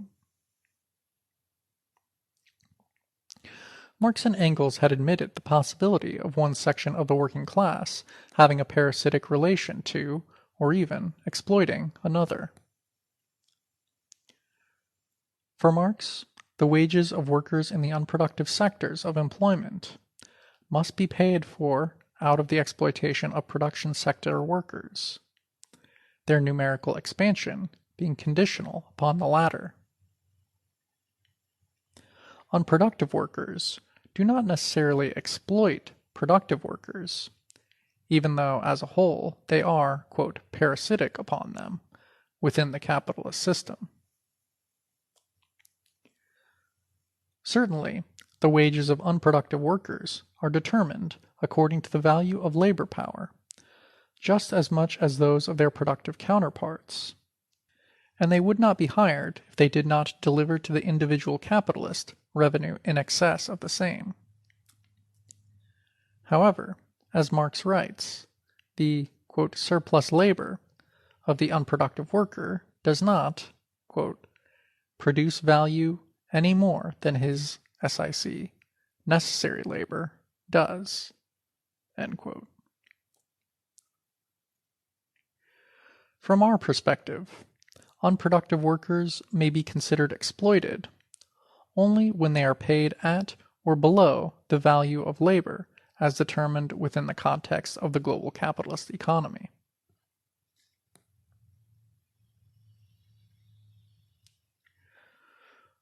Marx noted another possibility, namely, that a privileged section of the working class might be hired so as to directly exploit another, less privileged section. He wrote, beginning of long quote, "Since the quality and intensity of piecework are controlled by the form of wage itself, superintendence of labor becomes in great part superfluous. Piece wages, therefore, lay the foundation of the modern domestic labor, as well as a hierarchically organized system of exploitation and oppression. The latter has two fundamental forms. On the one hand, piece wages facilitate the interposition of parasites between the capitalist and the wage laborer, and the, quote, subletting of labor. The gain of these middlemen comes entirely from the difference between the labor price which the capitalist pays, and the part of that price which they actually allow to reach the laborer. In England, this system is characteristically called the, quote, sweating system. On the other hand, piece wage allows the capitalists to make a contract for so much per piece with the head laborer, in manufactures with the chief of some group, in mines with the extractor of the coal, in the factory with the actual machine worker, at a price for which the head laborer himself undertakes the enlisting and payment of his assistant workpeople. The exploitation of the laborer by capital is here effected through the exploitation of the laborer by the laborer." End of quote. Where workers seek to retain whatever bourgeois status their occupational income and conditions of work afford them through alliance with imperialist political forces, they can be said to actively exploit the proletariat. What Lenin called imperialist economism, the treatment of questions of income and inequality in the rich countries, without accounting for superprofits, typically ignores how, quote, state intervention has falsified the natural economic relations, end quote, between workers in different nations. The fact that Marx never lived to see the full flowering of division within the world working class, today ineluctably marked by global imperialism, and his erroneous belief that wage levels would tend to converge, explains the relative inattention he paid to the issue. Nonetheless, Marx did not express disagreement with the letter Engels sent him, in which he referred to England's cultivation of a, quote, bourgeois proletariat maintained by colonial superprofits. Moreover, Marx was acutely aware of the higher wages of the oppressor nation working class of England relative to its oppressed Irish counterparts. this being a principal cause of the lack of a unified British workers' movement. Marx recognized the possibility of a bourgeoisified working class, but he could not possibly foresee, in this regard, the consequences of capitalism's inevitable transformation into imperialism.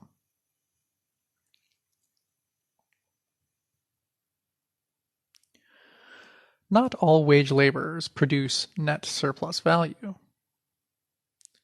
Moreover, not only may some wage laborers be in receipt of more surplus value than they create, some may not create any value whatsoever.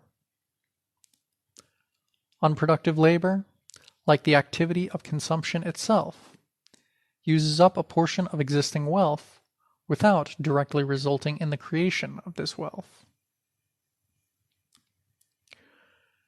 Whereas the rate of surplus value is given by the ratio between surplus, S, and wage labor, or variable capital, V. Part of surplus value is expended on non-production activities. Unproductive workers are, as Marx put it, parasites on the actual producers. Although they may be, quote, exploited, insofar as they are paid less than the value of labor as globally determined, like the majority of workers in the third world countries. Since the fundamental class antagonism in capitalism is between the producers of surplus value and the capitalists who receive it in the first instance, unproductive laborers receive what Resnick and Wolff call, quote, subsumed class income from the distribution of already appropriated surplus value. As imperialism comes to form the central core of the capitalist system, the physical toil needed to produce this surplus value is increasingly the sole preserve of superexploited third world labor.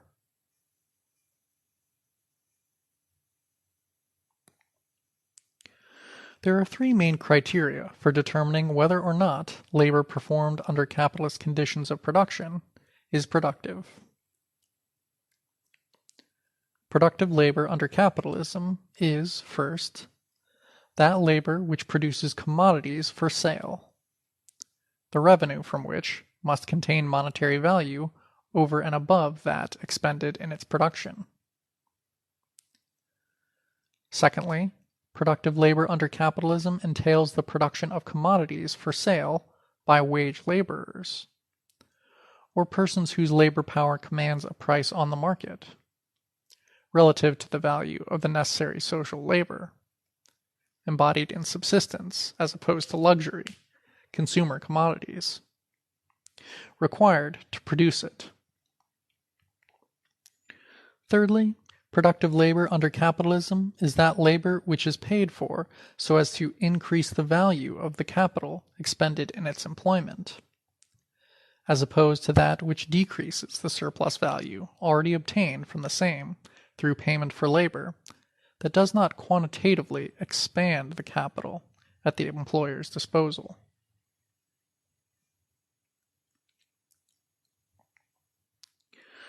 Thus, labor that occurs in the spheres of most economic sectors involved with the circulation and distribution of commodities, not including transportation of goods and components necessary to the production of commodities, is non-productive.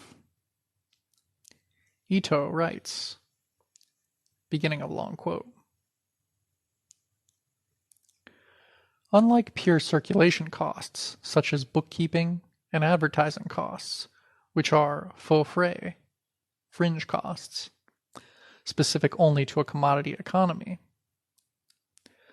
some portions of the costs of storage and transport belong substantially to production processes that are continued in the circulation sphere, and therefore add to the substance of value and surplus value, just as the production costs.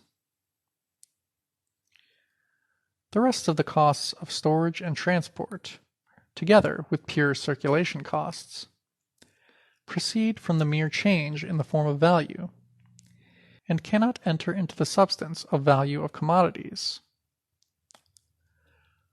Such circulation costs are faux frais, which must be maintained by a part of the surplus value. End quote.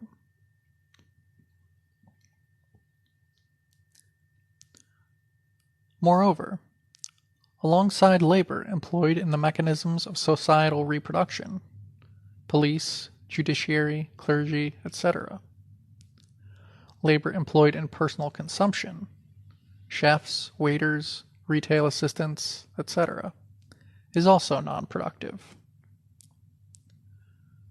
The labor of a chef whom I have paid to cook a meal for me, for example, is unproductive labor insofar as I am only buying her labor to enjoy her product, and not to enlarge my capital.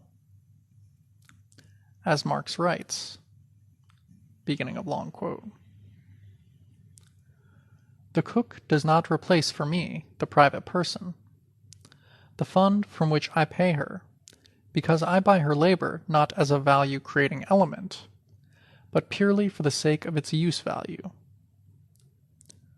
Her labor as little replaces for me the fund with which I pay for it, that is, her wages, as, for example, the dinner I eat in the hotel itself enables me to buy and eat the same dinner a second time."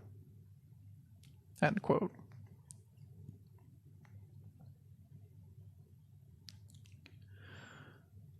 The retail sector can be economically classified under the rubric of, quote, merchant's capital, which is unproductive. Marx writes, quote, "Merchant's capital participates in leveling surplus value to average profit, although it does not take part in its production. Thus the general rate of profit contains a deduction from surplus value due to merchant's capital, hence a deduction from the profit of industrial capital." End quote. Elsewhere, Marx elaborates on retail work as unproductive labor. Beginning of long quote. In one respect, a retail worker is a wage worker like any other.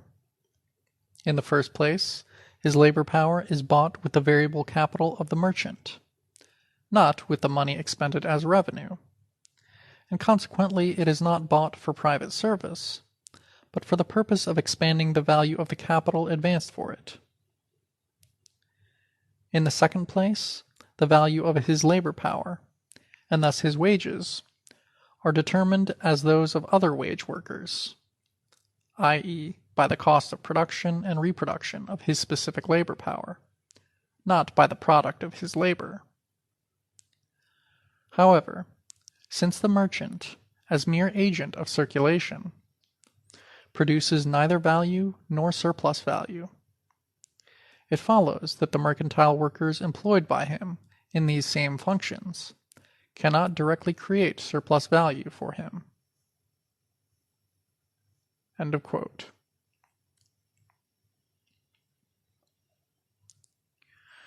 Marx considered that the development of capitalism as such would tend to make the distinction between productive and unproductive labor depend upon a distinction between labor that produces material commodities for sale and labor that is engaged in the sale of personal services.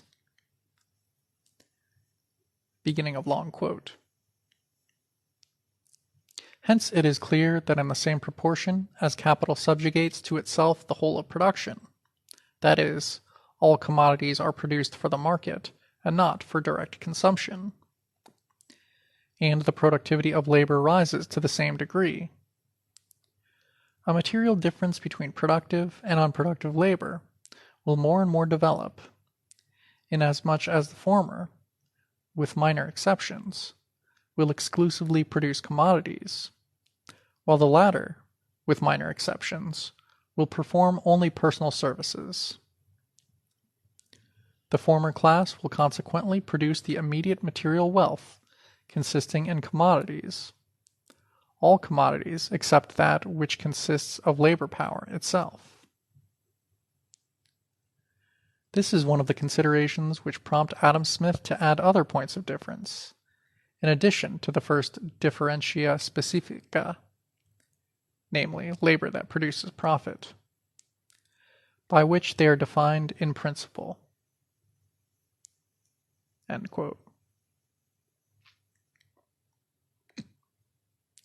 Marx explicitly states that capitalism tends to create a situation where productive labor coincides with labor which produces material commodities, so that a characteristic of productive workers is that their labor is, quote, realized in commodities, that is, in material wealth. As Amin writes, beginning of long quote, the sphere of productive activity provides society with material products in the places where they are to be consumed. It can be subdivided into two sectors. The primary, in which landed property has played, historically at least, the dominant role, agriculture, and the secondary, in which it is capital that plays this historical role, industries in the strict sense, together with mining and transport. In contrast to this, unproductive activity extracts nothing from nature, which does not mean that it is useless. Productive means productive of profit, which is functionally destined to accumulation, that is, to the widening and deepening of the field of the action of the capitalist mode of production. As Adam Smith observed, one becomes poorer by employing servants, but richer by employing workers. End quote.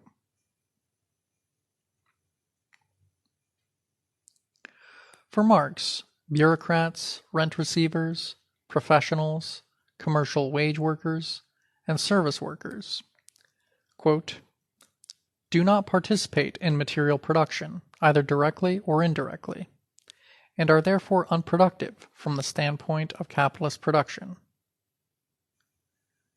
They do not enlarge the mass of actual products, but, on the contrary, reduce it by their consumption, even if they perform various valuable and necessary services by way of repayment. Insofar as the performers of these services consume commodities, they depend on those persons who participate in material production. From the standpoint of material production, their incomes are derivative. End of quote.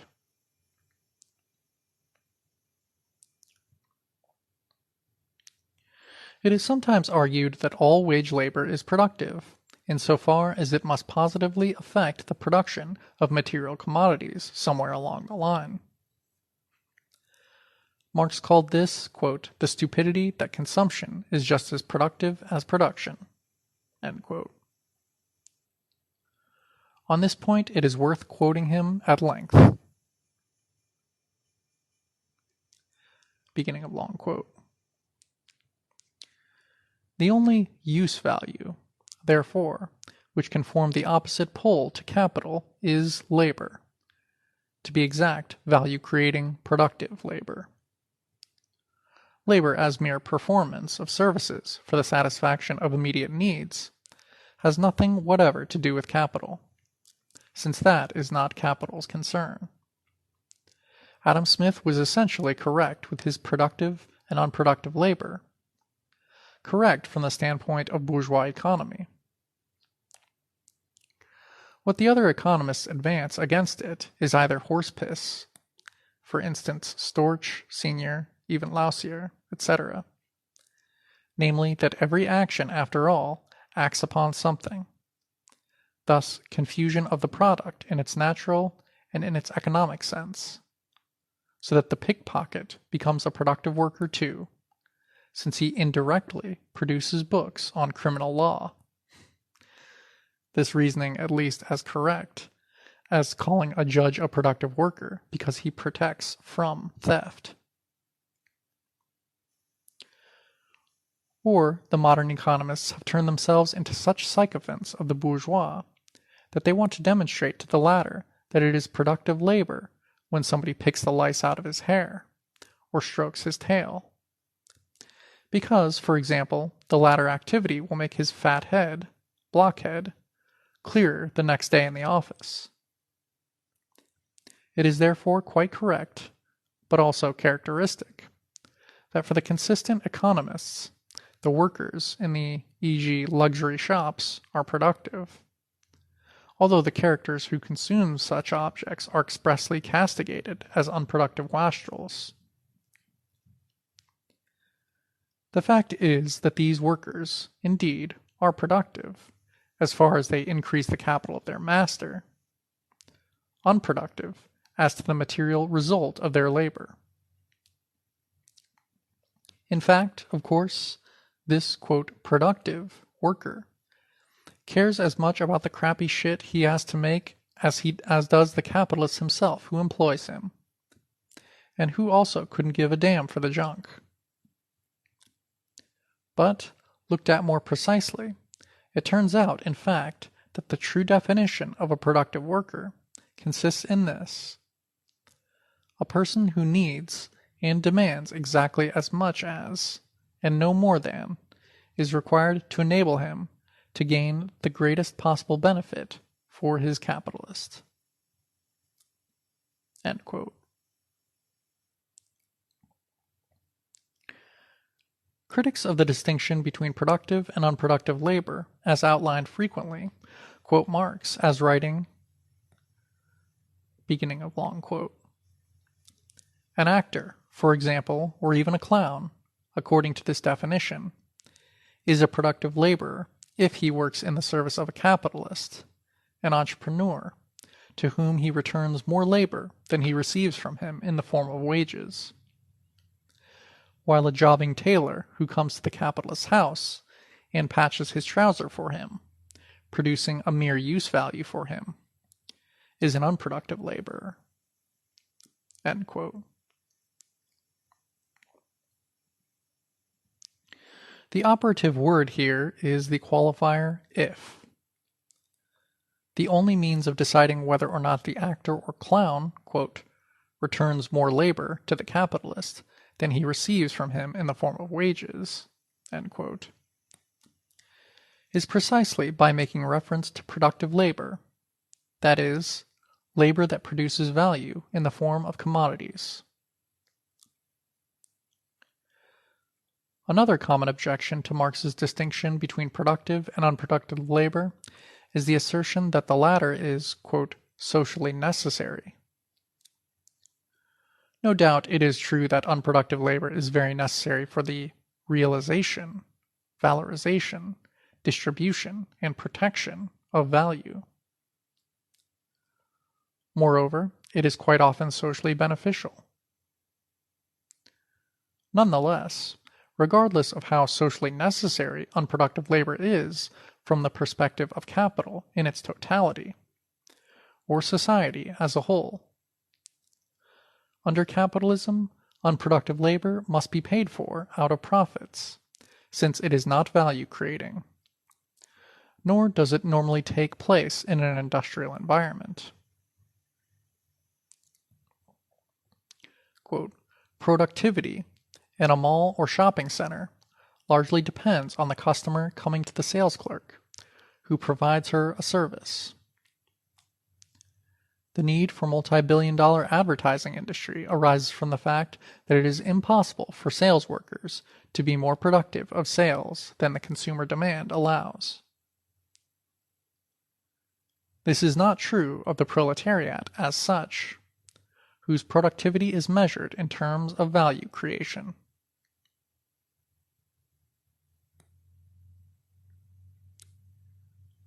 In this section, labor that occurs in the spheres of most economic sectors involved with the circulation and distribution of commodities, rent receivers, commercial wage workers, transport workers, not including those transporting goods and components necessary to the production of commodities, mechanisms of societal reproduction, police, judiciary, clergy, state bureaucracy, etc., and personal consumption, service workers, is classed non-productive labor.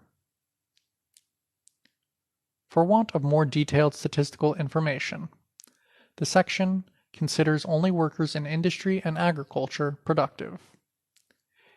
Even though there are services workers, e.g. some cleaners and some transport workers, who must be considered productive, and some workers in the production sectors who may not be. End of section. Divided world, divided class. Section. Exploitation and superexploitation. Exploitation occurs when wage laborers are paid wages with less value than that which their labor power creates.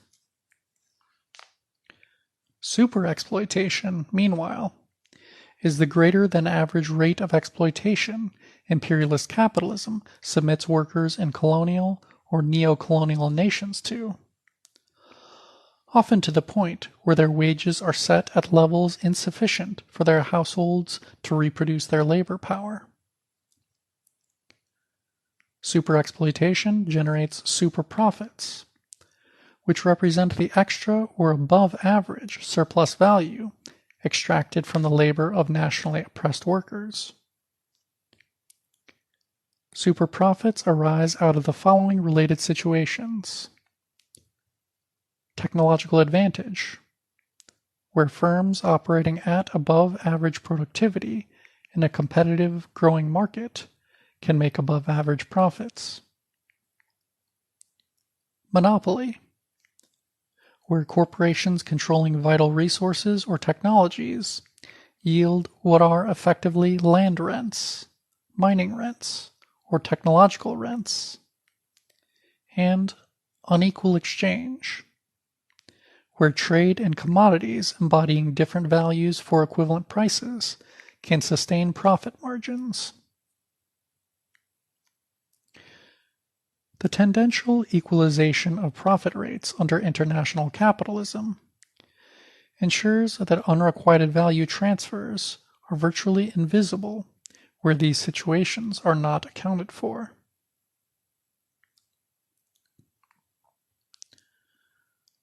Through imperialism, monopoly capitalists extort colonial and neo-colonial farmers of added value embodied in subsistence goods, but, crucially, never paid for in wages. There are at least 5 conditions under which superexploitation of, quote, marginal or semi-proletarian workers may occur. 1.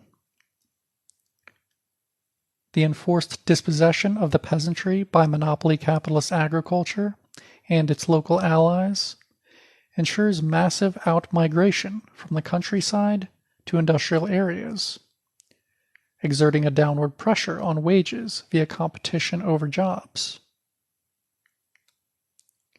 2.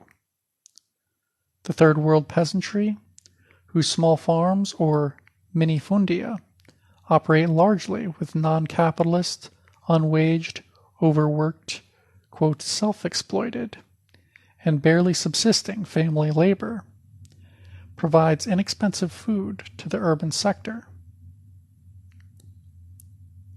3.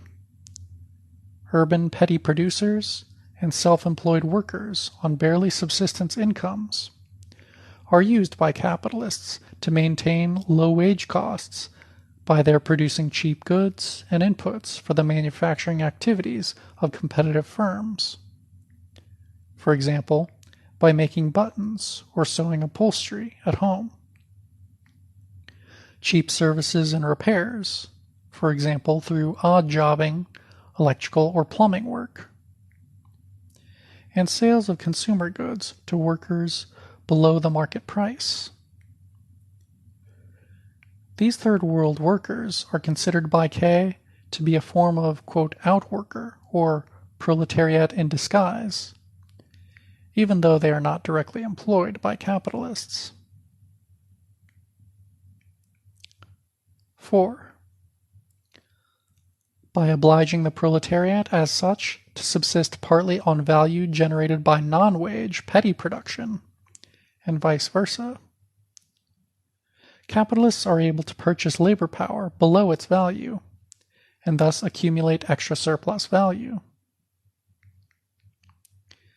The unpaid domestic production of women and children, alongside the sale of commodities below their value by the rural and urban non-capitalist subsistence economy, supplements the sub-subsistence wages paid to the proletariat proper.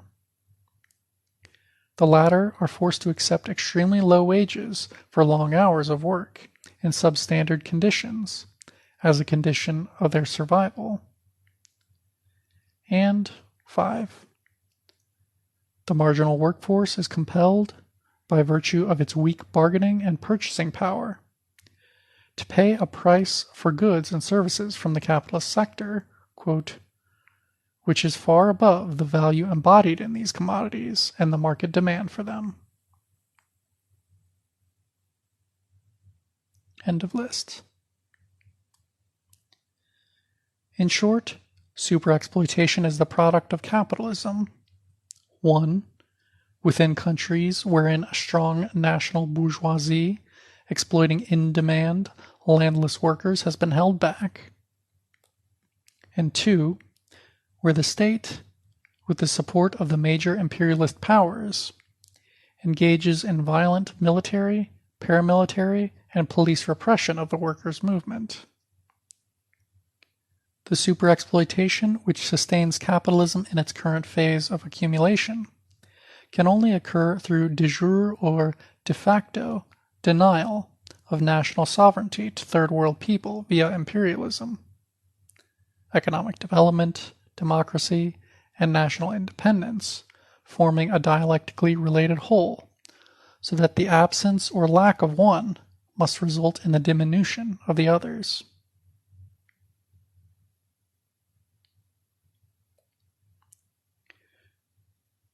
The enduring and systemic nature of superexploitation has led some analysts to argue that so-called, quote, primitive accumulation, characterized by Marx as the dispossession of the peasantry, slavery, genocidal slaughter of the Indians of America and the Caribbean, famines imposed by Britain upon India and Ireland, and other events marking the birth of capitalism in its pre-industrial stage, should not only be considered chronologically, providing, as it were, the, quote, historical origins of capital accumulation. Rather, Verhoeff has argued that, quote, original accumulation, through the depredation of peasant communities and women, housewifization, is an integral or permanent moment in the circuit of capital. Zaremka, however, argues convincingly that Marx's understanding of capital accumulation necessarily incorporates the fact of dispossession, and that the concept of, quote, primitive accumulation was indeed reserved by Marx for transition out of feudalism. In any case, the capitalist appropriation of non-waged producers' output, wageless commodity production, ensures that peasant and urban petty producers, superexploited workers, and domestic laborers producing material values effectively generate extra surplus value, that is, super profits, for the capitalists who purchase their goods below the value of the labor power required to produce them. Accumulation by dispossession is thus a form both of looting the peasantry and enslaving the super-exploited workforce. Indeed, the latter is often forced to live and work in conditions approximating prisons. Having thus established in broad outline what capitalist imperialism is, we may now advance our understanding of how it functions, and thus obtain an estimate of the value of uncompensated value transfer from the third world to the first world. End of section. Divided world, divided class. Section. Estimates of superprofits and superwages. Section: The argument from unequal exchange. For Marxist economists, value is not created through exchange, through buying cheap and selling dear. However, value is redistributed through exchange, and it is possible to make surplus profits by paying less for a commodity than it is worth. As Marx recognized, superprofits derived from foreign trade enter into the rate of profit as such. Beginning of long quote from Marx. Capitals invested in foreign trade can yield a higher rate of profit because, in the first place, there is competition with commodities produced in other countries with inferior production facilities, so that the more advanced country sells its goods above their value, even though cheaper, than the competing countries. Insofar as the labor of the more advanced country is here realized as labor of a higher specific weight, the rate of profit rises, because labor which has not been paid as being of a higher quality is sold as such. The same may obtain in relation to the country to which commodities are exported, and to that from which commodities are imported. Namely, the latter may offer more materialized labor in kind than it receives, and yet thereby receive commodities cheaper than it could produce them. Just as a manufacturer who employs a new invention before it becomes generally used undersells his competitors, and yet sells his commodity above its individual value, that is, realizes the specifically higher productiveness of the labor he employs as surplus labor. He thus secures a surplus profit. As concerns capital invested in colonies, etc., on the other hand, they may yield higher rates of profit for the simple reason that the rate of profit is higher there due to backward development, and likewise the exploitation of labor because of the use of slaves, coolies, etc. Why should not these higher rates of profit, realized by capitals invested in certain lines and sent home by them, enter into the equalization of the general rate of profit, and thus tend, pro tanto, to raise it, unless it is the monopolies that stand in the way? There is so much less reason for it, since these spheres of investment of capital are subject to the laws of free competition. End of quote from Marx. Here Marx understands superprofits as deriving from the difference between the value of goods within the world capitalist economy as a whole and the value contained within its national component parts, or what Bukharin, commenting on the above passage, refers to as the social value and the individual value of goods, respectively. The process whereby extra surplus value is transferred from one group of nations to another through trade is known as unequal exchange.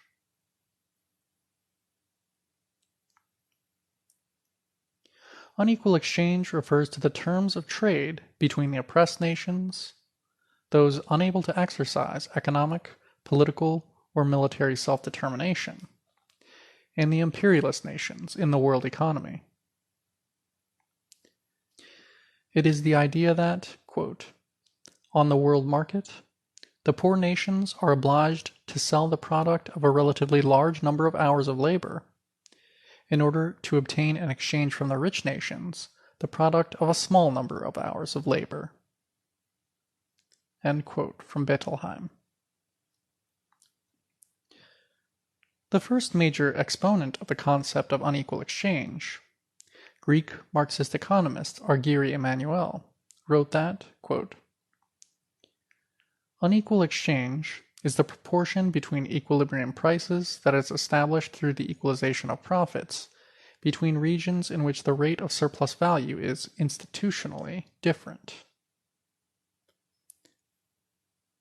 The differing national rates of surplus value are due to 1. Differences in labor conditions. Militarized borders preventing the free movement of labor, low levels of industrial development imposed by dependency and a correspondingly limited internal market, and the repression of trade unions and agrarian reform movements by comprador governments to keep wages, and hence prices, low in the underdeveloped countries. 2. Situations of technological monopsony. Often, the oligopolistic capitalist countries are the only seller to the Third World, especially of advanced electronic technology, the development of which is highly dependent on state-subsidized military spending, and the single major buyer of much of its produce. This allows them to charge high prices, disadvantageous to Third World capitalists. And 3. Unequal organic compositions of capital. The dominance of First World-based oligopolies in world markets means competitive production in the Third World is curtailed, and what Amin calls an, quote, imperialist rent is extracted. End of list. Insofar as capital is able to circulate the world to secure the highest rate of return on its investments, surplus value may be transferred sui gratis from the global south to the global north, and polarization between the rich and poor nations thereby extended and intensified. How does this occur? One of the major means by which oligopoly capitalism secures its high profits is precisely in the form of unequal exchange of commodities internationally. Marx writes, beginning of long quote, "From the fact that the profit may be less than the surplus value, it follows that not only individual capitalists, but nations too, may continuously exchange with one another, without gaining equally thereby. One nation may continuously appropriate part of the surplus labor of the other, and give nothing in exchange for it, except that here the measure is not as in the exchange between capitalist and worker." End quote.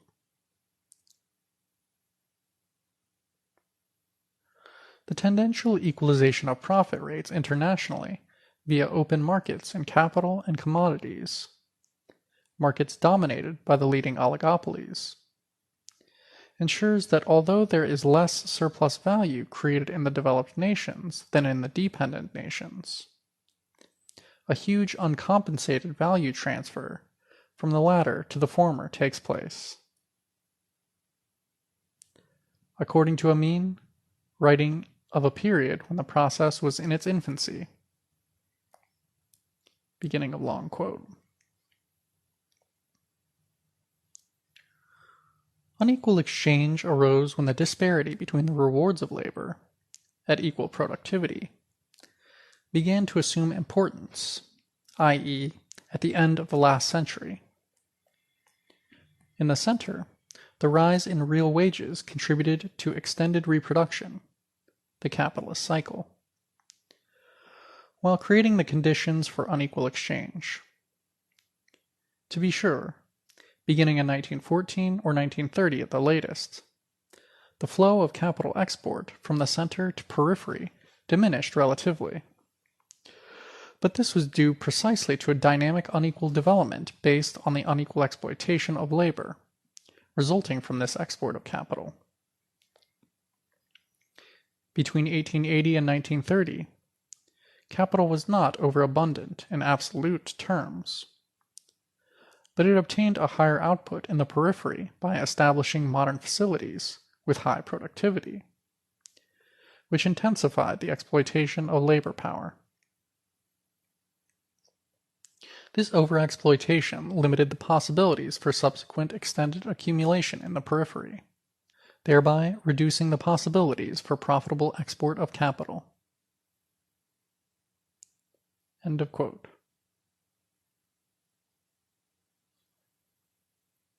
Although differences in wages are a fundamental determinant of unequal exchange, relative differences in national productivity are also a crucial factor. Contrary to writers such as Emmanuel, who stress that wages are the, quote, independent variable, determining levels of unequal exchange, unequal rates of profit, he says, being a perfectly normal aspect of the capitalist circulation process. And those who ascribe global wage differentials to the tremendous, quote, productivity, defined in price terms, of first world workers. There is, in fact, a dialectical relationship between the two. The low wages of non-OECD workers are necessarily embodied in commodities with low prices. The historical accumulation of transferred surplus value in the advanced industrial countries ensures that retailers there can take advantage of a much larger market for their wares than exists in the Third World. As such, employers can afford to pay core nation workers higher wages, thus contributing to the high value added, high productivity, to their product in the subsequent phase of expanded capitalist production. As Dussel explains, a cycle, or positive feedback loop, of superexploitation is thus involved in the process of unequal exchange. Beginning a long quote. The essence, or foundation of dependency, as Marx would say, is the transfer of surplus value from a less developed total national capital to the one that is more developed. It is necessary to compensate for this loss by extracting more surplus value from living labor in the periphery. Dependent capital hence drives the value of the wage below the value necessary to reproduce the capacity to work, with all the known consequences. At the same time, it intensifies the use of this labor by reducing the time necessary to reproduce the value of the wage, relatively and in new ways. End of quote.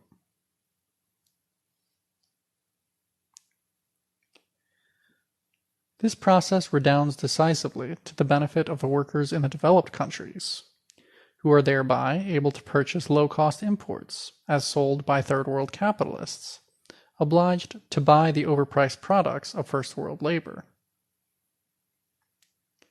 It also explains the more than doubling of inequality between the core nations and the dependent countries of the world economy during the recent era of global free trade neoliberalism. Footnote. The income gap between the fifth of the world's people living in the richest countries and the fifth in the poorest was 74 to 1 in 1997, up from 60 to 1 in 1990, and 30 to 1 in 1960. From the United Nations Report, 1999.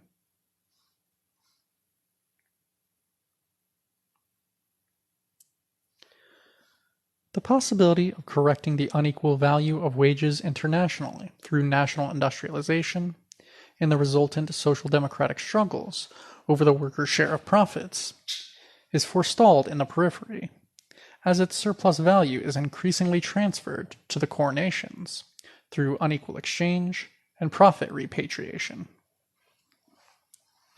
With production being carried out by cheap, superexploited labor in the dependent nations, value is, quote, added in the OECD by, quote, putting commodities through the wholesale and retail processes, giving consumers in the global north the necessary power through their high wages to consume the products and realize the values.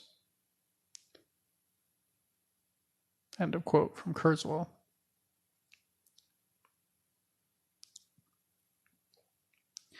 Discussing the superexploitation of nations by imperialism, Marxist economist Henrik Grossman considered unequal exchange, purely according to the divergent technological basis of international production. Beginning of long quote. In international trade, there is not an exchange of equivalents, because, just as in the domestic market, there is a tendency toward equalization of profit rates. Therefore, the commodities of the highly developed capitalist country, that is, of a country with a higher organic composition of capital, are sold at prices of production which are always greater than their values. On the other hand, the commodities of countries with a lower organic composition of capital are sold under free competition at prices of production that as a general rule must be less than their values. In this manner, transfers of the surplus value produced in the less developed country take place within the sphere of circulation in the world market, since the distribution of the surplus value is not according to the number of workers employed, but according to the magnitude of the capital involved. End quote. For Dussel, in the world market, composed of total national capitals, there is a, quote, total world capital, within which international competition levels and distributes the total world surplus value. Beginning of long quote. In the case of a product produced in Mexico and in Detroit, within competition, because monopoly situations are built, albeit negatively, from competition, it is necessary to distinguish between the national value of the product, the national price in Mexico and in the United States, that is, the cost of its consumption relative to wages in the country consumed, and the average international price. The determination of average world profit should operate in the same way as the determination of an average national profit among different branches of production. In the same manner, the value of national labor capacity in Mexico or in the United States, or its national prices, its wages, would allow the conclusion that one is above and the other is below a hypothetical world average. Paloix argues that unequal exchange as a result of different organic composition determines the different rate of surplus value, or the different value of the wage in underdeveloped and developed countries. End quote.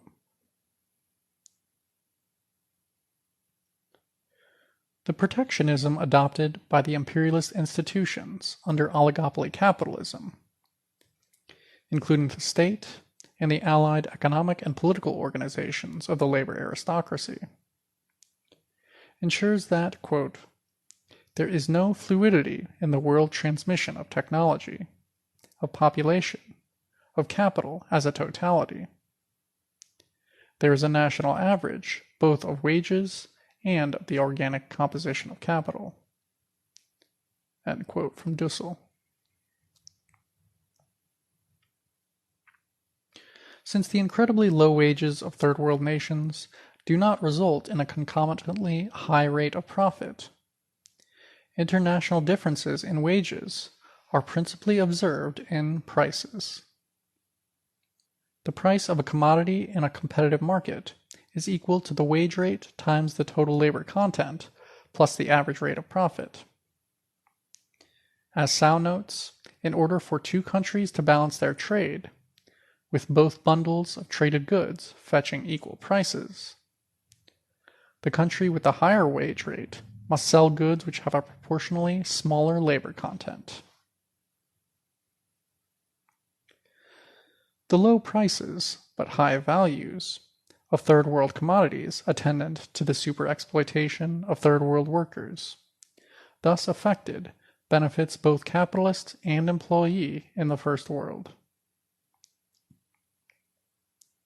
The following are two distinct methods of estimating the value of unequal exchange, according to 1. Equal productivity, and 2. Equal wages. End of section. Divided world, divided class. Section. Unequal exchange through international productivity equivalence.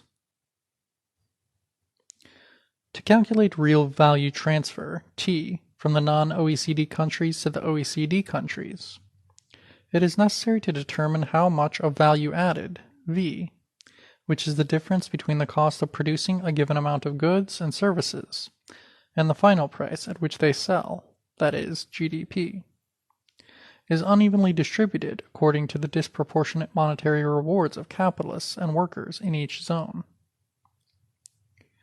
To attempt to quantify south to north value transfer through unequal exchange of commodities, embodying different labor values but with equivalent cost prices, we may take the steps outlined below. 1. Determine the monetary value of non-OECD goods exported to the OECD. In 2010, nominal world GDP was US $62.2 trillion, and world trade was 61% of global GDP, or $37.8 trillion US dollars. See Figure 2. The OECD accounted for 67%, $25 trillion, of global exports in the same year. Asia, Africa, Latin America, Eastern Europe, and the Middle East accounted for 33% of world exports, $13 trillion. 59.2%, $7.7 trillion, of total non-OECD exports went to the OECD, and 40.8%, $5.3 trillion, of total non-OECD exports went to non-OECD countries. 71%, $17.8 trillion, of total OECD exports went to OECD countries, and 29% of OECD exports went to non-OECD countries. 15% of developing country exports are services. Assuming that half of all non-OECD service sector exports are to the OECD, non-OECD goods exports to the OECD are approximately worth a nominal $7 trillion US dollars. Data calculated from the World Bank 2012 and Regional International Trade. Figure 2. International Trade in 2010. Showing various percentages of countries. 2. Determine the percentage of non-OECD export sector goods prices that is value added domestically, and the weighted average of OECD goods producing labor productivity, that is, value added divided by hourly wages in domestic industry and agriculture, and non-OECD to OECD goods export sector productivity. To determine value added domestically in the non-OECD export sector, we must determine what percentage of export sector prices is composed of capital goods and intermediate goods imported from the OECD. Intermediate goods are goods such as raw materials, parts, and fuel used in conjunction with capital goods, machinery and equipment, and labor in the production of final goods. Intermediate goods were an average 37% of total manufacturing imports in the OECD countries in 2012, whilst the share of intermediates imports from non-OECD countries to the OECD was 25% of the total in 2004. End quote. In 1980, capital goods imports into developing countries from developed countries comprised 43% of total developing country imports from developed countries, whilst capital goods exports from developing countries constituted only 4% of total exports to developed countries. However, over the period of 1985 to 97, capital goods as a percentage of total imports for developing countries averaged approximately 24%. Footnote: Alfaro and Hamill, 2007. But it must be noted, however, that of the 79 countries sampled in this study, Greece, Mexico, Portugal, Israel, and New Zealand are OECD countries. End footnote. Thus, if intermediate goods were around 37% of total OECD to non-OECD goods exports, and capital goods around 25% of the same total, and presupposing that all intermediate and capital goods exports from the OECD to the non-OECD are destined for final re-export to final goods to the OECD, a generous assumption favoring arguments about a lack of non-OECD, quote, productivity, we may conservatively estimate that only 35% of the price of non-OECD exports is value added domestically.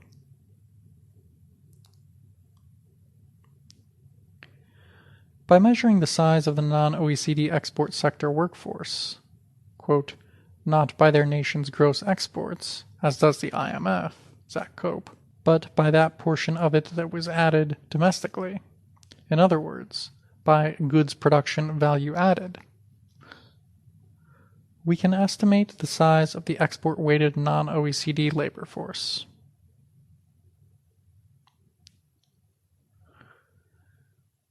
OECD employees work an average 1,724 hours annually, according to the International Labour Organization, ILO. 22% of the global workforce works more than 48 hours per week, or 2,496 hours per year.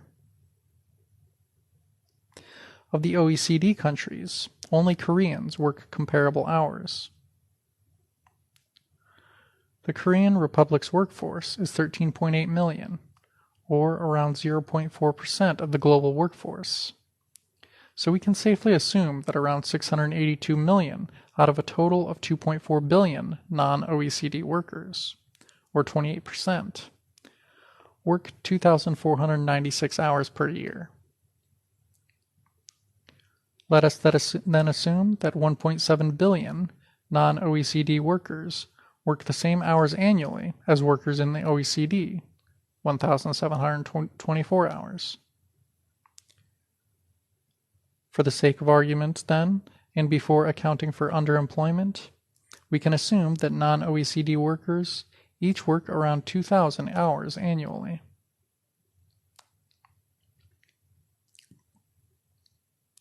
To calculate the total hours worked in the OECD and non-OECD countries, we will first assume that underemployment equates to part-time employment, which we will take to be half of the OECD average, or 862 hours per year. Since all developing countries belong in the bottom 4 quintiles, we will take the average underemployment figure for the non-OECD workforce as 53%. 53% of the non-OECD workers, 1.3 billion, working a total of 862 hours per year, amounts to a total of 1.1 trillion hours annually. Add that to the approximately 2,000 hours that full-time non-OECD workers work annually, 2.4 trillion, and we can estimate that the non-OECD workforce works around 3.5 trillion hours annually, of which goods production labor time is approximately 80%, or 2.8 trillion hours. That means that the average non-OECD worker works around 1,400 hours per year. We have estimated that the percentage of non-OECD goods export prices, US $7 trillion, that is domestic value added in goods production is 35%. Non-OECD goods exports to the OECD are nominally worth 40% of non-OECD GDP, which by IMF calculations means that 1 billion non-OECD workers must be involved in the goods exports to the OECD sector of the non-OECD economy. If we then weigh that number by our domestic value added estimate, 35%, we find that approximately 350 million non-OECD workers are involved in producing goods for the OECD market. If each works around 1,400 hours per year, that is a total of 490 billion hours annually. It must be borne in mind that this calculation of the total quantity of living labor expended in the production of non-OECD exports to the OECD assumes that the productivity of the non-OECD exports sector is the same as for the non-OECD economies as a whole.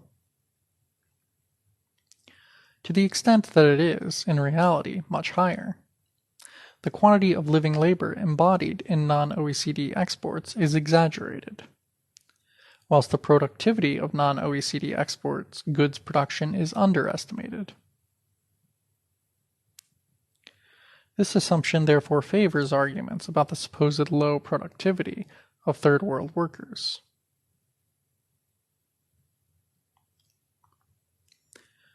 Meanwhile, if 17% of OECD workers, 102 million who are underemployed, each work 862 hours per year, that is a total of 88 billion hours annually. If the rest of the OECD workforce, 498 million people, works 1,724 hours annually, 859 billion hours, then the OECD workforce works around 947 billion hours per year, with the average OECD worker working around 1,578 hours annually. Goods production workers are 27% of the OECD workforce, or 162 million workers. If each works 1,578 hours annually, then the OECD goods production workforce works 256 billion hours per year.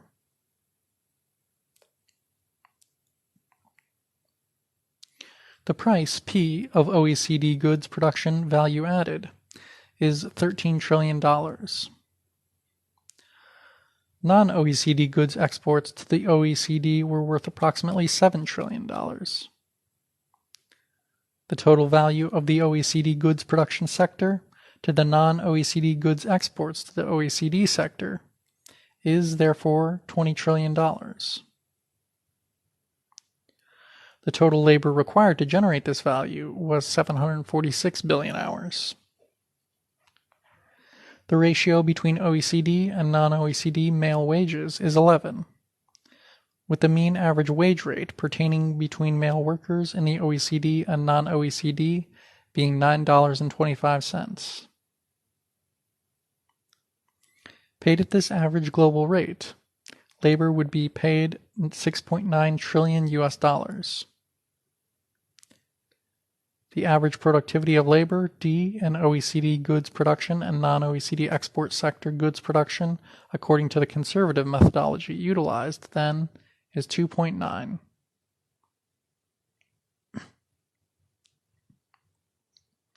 Three. Divide the price of non-OECD exports to the OECD at the weighted mean productivity by their actual price. If we divide the price of non-OECD exports to the OECD at the weighted mean, quote, productivity by their actual price, we should be able to determine the approximate, quote, real value of non-OECD imports to the OECD. If we then subtract the actual price from this real price, under hypothetical equal exchange, we should have a reasonable estimate of value of unequal exchange to the OECD. We can present our formula for determining real value transfer to the OECD from the non-OECD country goods imports thus: T equals negative VP plus VDP plus P plus EVD plus P plus EVD,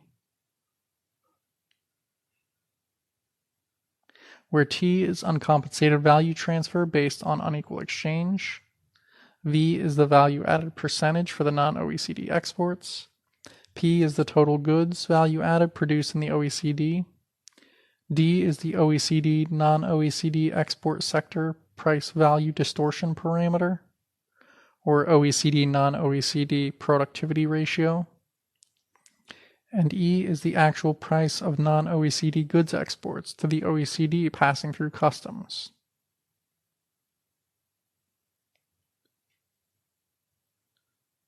Doing so gives a figure of 1.4, which represents a coefficient for the real value of goods exports to the OECD from the non-OECD countries under conditions of equal exchange, equal international distribution of value added, and where the overall price stays the same. The calculation shows that there is a net value transfer to the OECD of $2.8 trillion US dollars annually through low-price non-OECD goods imports alone.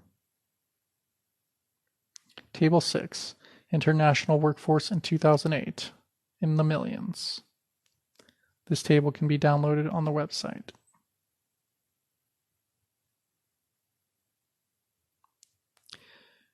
Table 8, Global Value Added in 2010, in trillions of US dollars.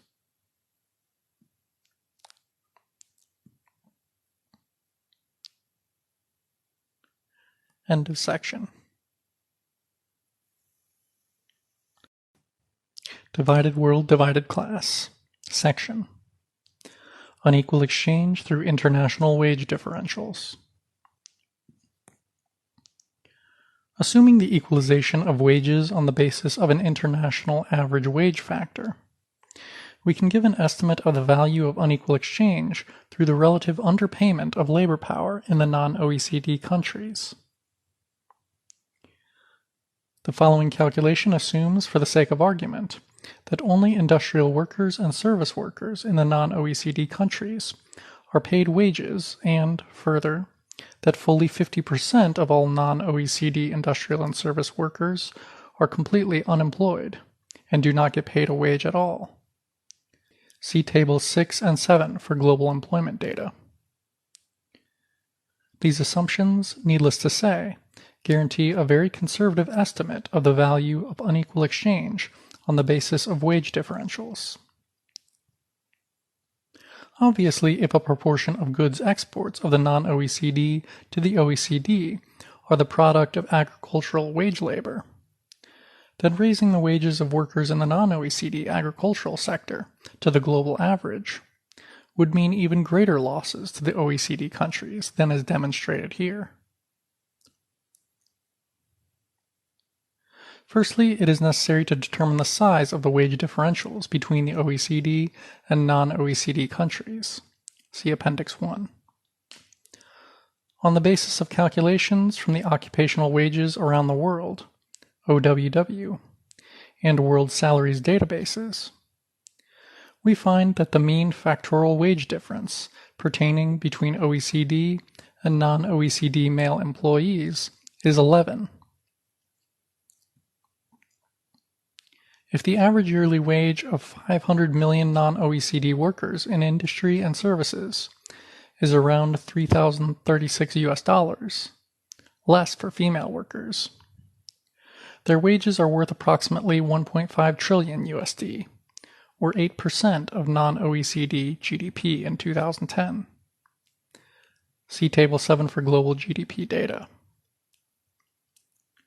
Assuming that the average yearly wage of 600 million OECD workers is 28,536 US dollars, their wages are worth approximately $17 trillion, or 38% of OECD GDP in the same year. Therefore, the wage share of non-OECD export sector product prices to the OECD is worth 616 billion US dollars. 8% of the 7.7 trillion. And the wage share of OECD export sector product prices to the non-OECD countries is worth around 2.8 trillion US dollars, 38% of US $7.3 trillion.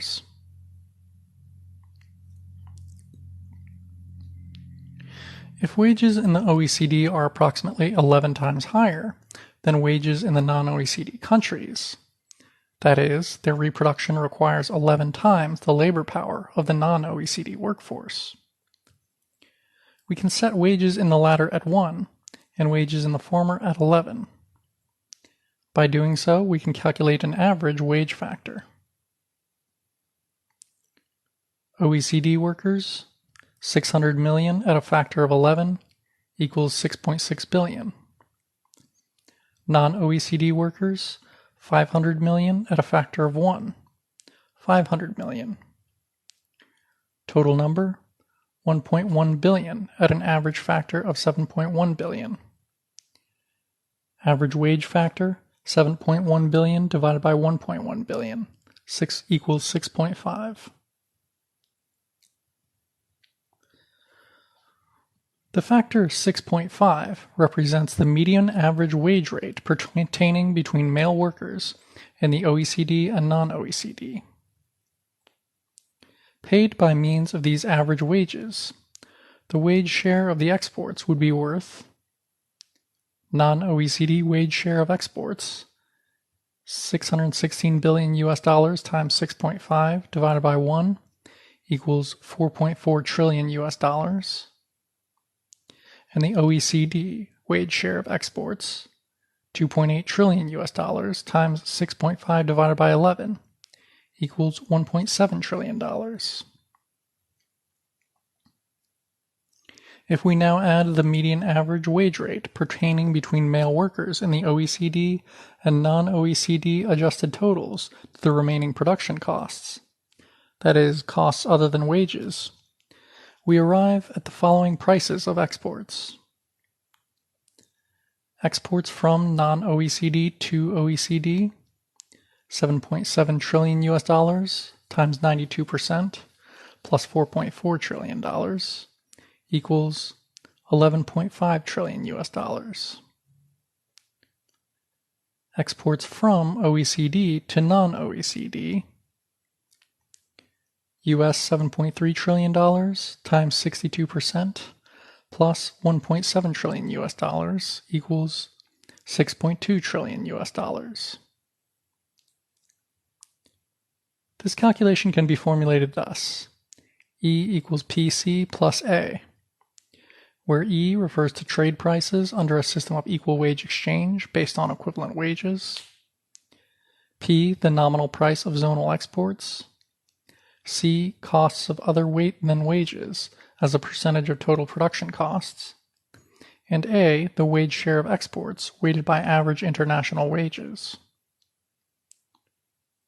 Therefore, compared to trade prices under a system of equal exchange based on equal wage rates, the monetary gain of the OECD through unequal exchange with the non-OECD countries amounts to, from low import prices, $11.5 trillion minus $7.7 trillion equals $3.8 trillion.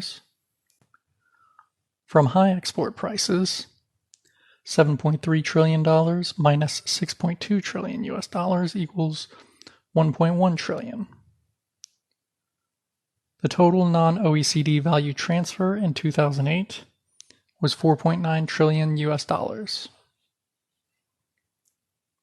End of section. Divided world, divided class. Section. OECD profits as compared with uncompensated value transfer. Estimated OECD profits in 2009, $8 trillion.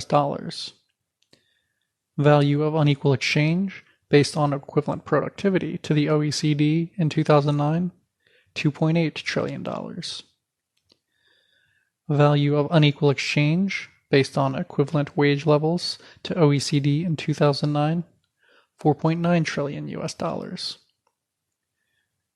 Average value of unequal exchange to the OECD in 2009, $3.9 trillion.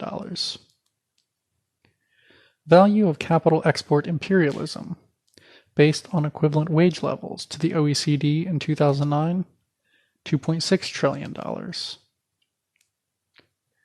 Value of unequal exchange plus capital export imperialism to the OECD in 2009, $6.5 trillion.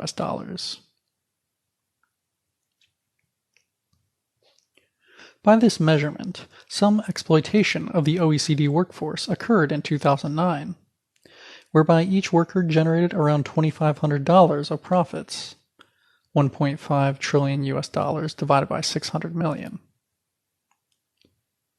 Meanwhile, in the same year, by our conservative estimate, see first unequal exchange calculation above, around 350 million goods production workers in the non-OECD to OECD export sector, each generated around $18,571 or 6.5 trillion divided by 350 million of transferred super profits. To get a better idea of what these monetary figures mean in terms of value transfer, we can compare them to the GDP of the non-OECD countries weighed against the workforce required to create that product. End of section. Divided world, divided class. Section.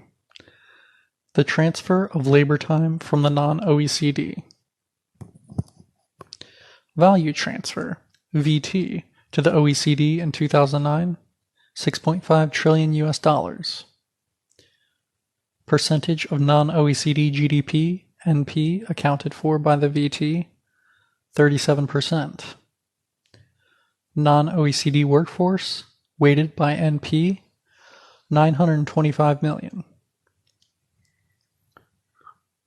Since the OECD workforce is 600 million strong, this measurement suggests that for every one OECD worker employed, 1.5 non-OECD producers, 925 million divided by 600 million, are working unseen and for free alongside him.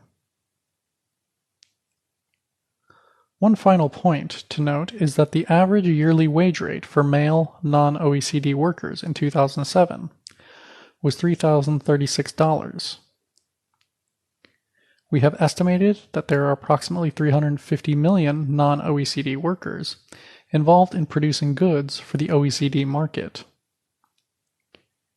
If the entirety of OECD profits, around $8 trillion in 2009, were redistributed to only these workers, their average yearly wage would be around $22,857.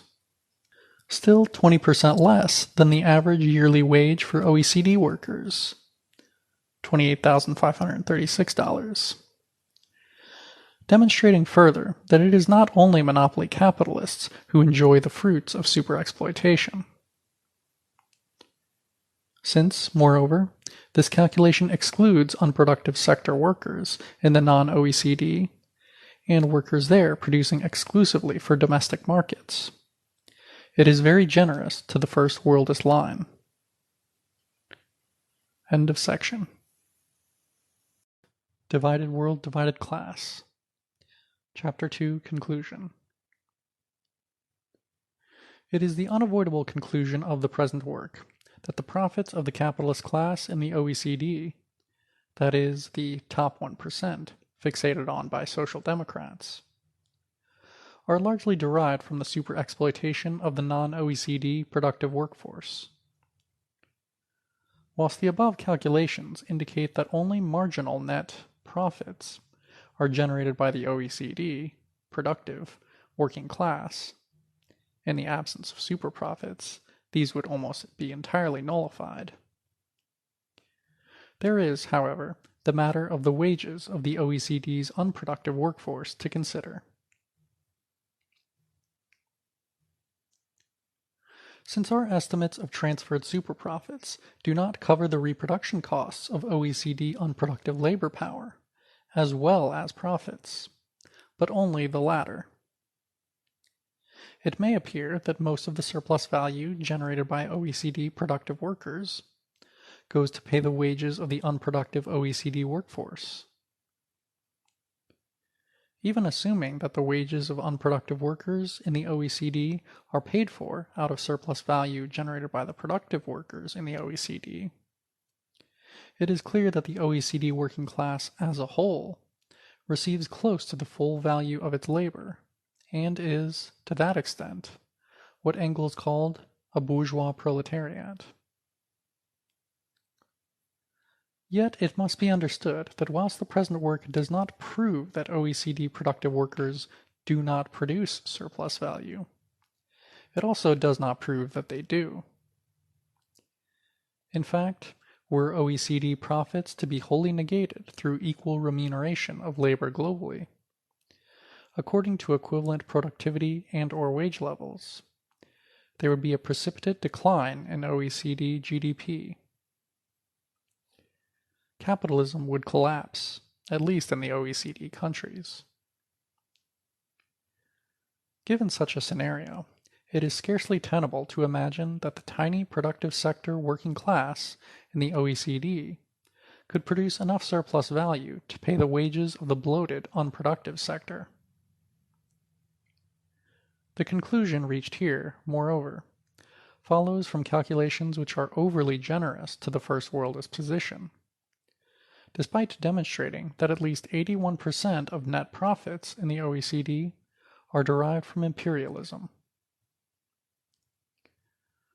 A more reasonable account would surmise that if around 80% of the world's productive labor is performed in the Third World by workers earning less than 10% of the wages of First World workers, that provides not only the net profits of the haute bourgeoisie in the OECD, but also the economic foundation for the massive expansion of retail, administration, and security services therein.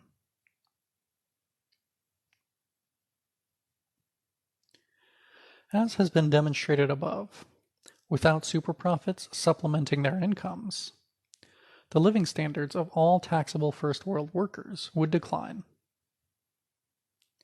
However, the stratification of labor brought about by imperialism is not absent from class relations within the imperialist countries, despite the clear tendency for colonized minorities therein to also become bourgeoisified, albeit within the oppressive and dehumanizing context of white nationalism. While Euro-socialists often assert that the unity of white and ethnic minority working-class populations in the First World would bring much greater material benefits to the white working class than white skin privilege, this may not be the case. The cost of paying internally oppressed national colonial minority workers at the same current rate as their, quote, white counterparts would seriously restrict U.S. profits, for example. According to the U.S. Census Bureau, in 2008, average annual earnings for year-round full-time Black and Hispanic, the latter mostly Mexican-American, and both together constituting 12.3 and 12.5% of the U.S. population, respectively. Workers aged 15 and older in the U.S. were $31,900 US, or 76% that of average white workers' earnings, at US $41,700. In 2008, the U.S. had 145.3 million workers, with blacks and Hispanics making up 25%, or 36 million. In the same year, the unemployment rate for whites was 4.1%, for blacks 7.9%, and for Hispanics 6.1%. While the average unemployment rate was thus 6%, the average unemployment rate for Black and Hispanic workers in 2008 was 7%, giving us approximately 33.5 million Black and Hispanic employees. Since higher Black and Hispanic unemployment rates are the result of national oppression and discrimination, the wages of 1%, or 360,000 Black and Hispanic workers, must be paid at the white rate in a hypothetical situation of zero internal colonialism. U.S. capitalists would, therefore, have had to pay an additional $333.2 billion, or 9,800 times 34 million, if Black and Hispanic employees were paid at the average white wage rate in 2008. In that year, U.S. GDP was $14.2 trillion, with profits around 14% of that, around $2 trillion. Without internal colonialism, the U.S. rate of profit would, therefore, drop to 11.7%.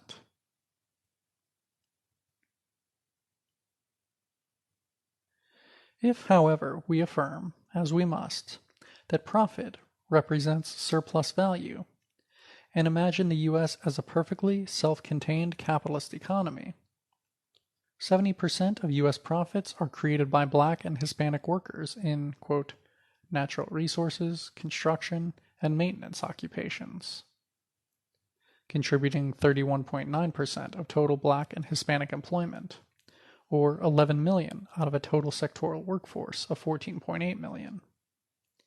And, quote, production, transportation, and material occupations, contributing 34.9% of total Black and Hispanic employment, or 12 million out of a total sectoral workforce of 17.8 million.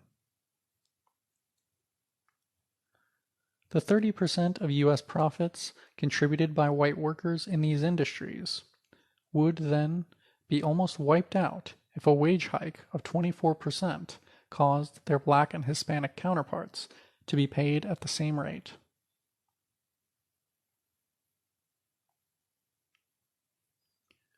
By the foregoing measures, there is absolutely no reason to suppose that the average OECD worker has any material stake in anti-imperialism. As Emanuel astutely remarked, beginning of long quote, if by some miracle a socialist and fraternal system, regardless of its type or model, were introduced tomorrow morning the world over, and if it wanted to integrate, to homogenize mankind by equalizing living standards, then to do this it would not only have to expropriate the capitalists of the entire world, but also dispossess large sections of the working class of the industrialized countries, of the amount of surplus value these sections appropriate today. It seems this is reason enough for these working classes not to desire this, quote, socialist and fraternal system, and to express their opposition by either openly integrating into the existing system, as in the United States of America or the Federal Republic of Germany, or by advocating national paths to socialism, as in France or Italy. End quote. Indeed, the metropolitan working class has long struggled to preserve its affluence politically within the imperialist state structure, and has adopted concomitant ideologies of national, racial, and cultural supremacy. As capitalist oligopolies come to dominate global production, workers in the dominant nations are able to secure better life prospects through their monopoly of jobs paying super wages. As such, in the core countries of the global economy, a profound basis for national solidarity is created between workers and their employers, albeit one conditional upon the imperialist state's policy of safeguarding, quote, national industry, national labor, and so forth. In threatening the profits of large businesses, banks, and corporations, revolutionary class struggle has been successfully contained in the First World through the imperialist ruling class's strategy of closing ranks with its domestic workforce against the resistance of a highly exploited and semi-colonized part of the global workforce, today its major part. By increasing the social mobility of the relatively less or even non-exploited part of the global workforce, distinguished as such by its capacity to politically enforce institutional discrimination against, quote, non-nationals, oligopoly capitalism is assured of the latter's active support and or tacit quiescence while it goes about extracting optimal surplus value from third world workers.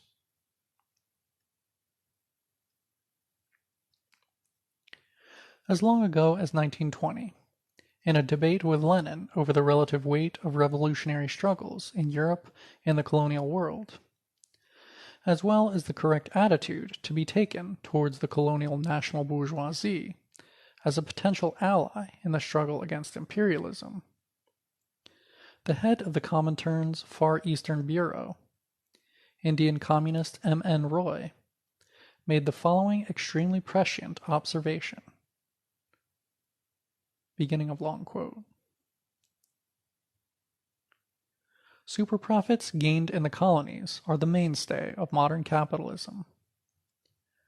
By exploiting the masses in the colonies, European imperialism is in a position to make concession after concession to the labor aristocracy at home.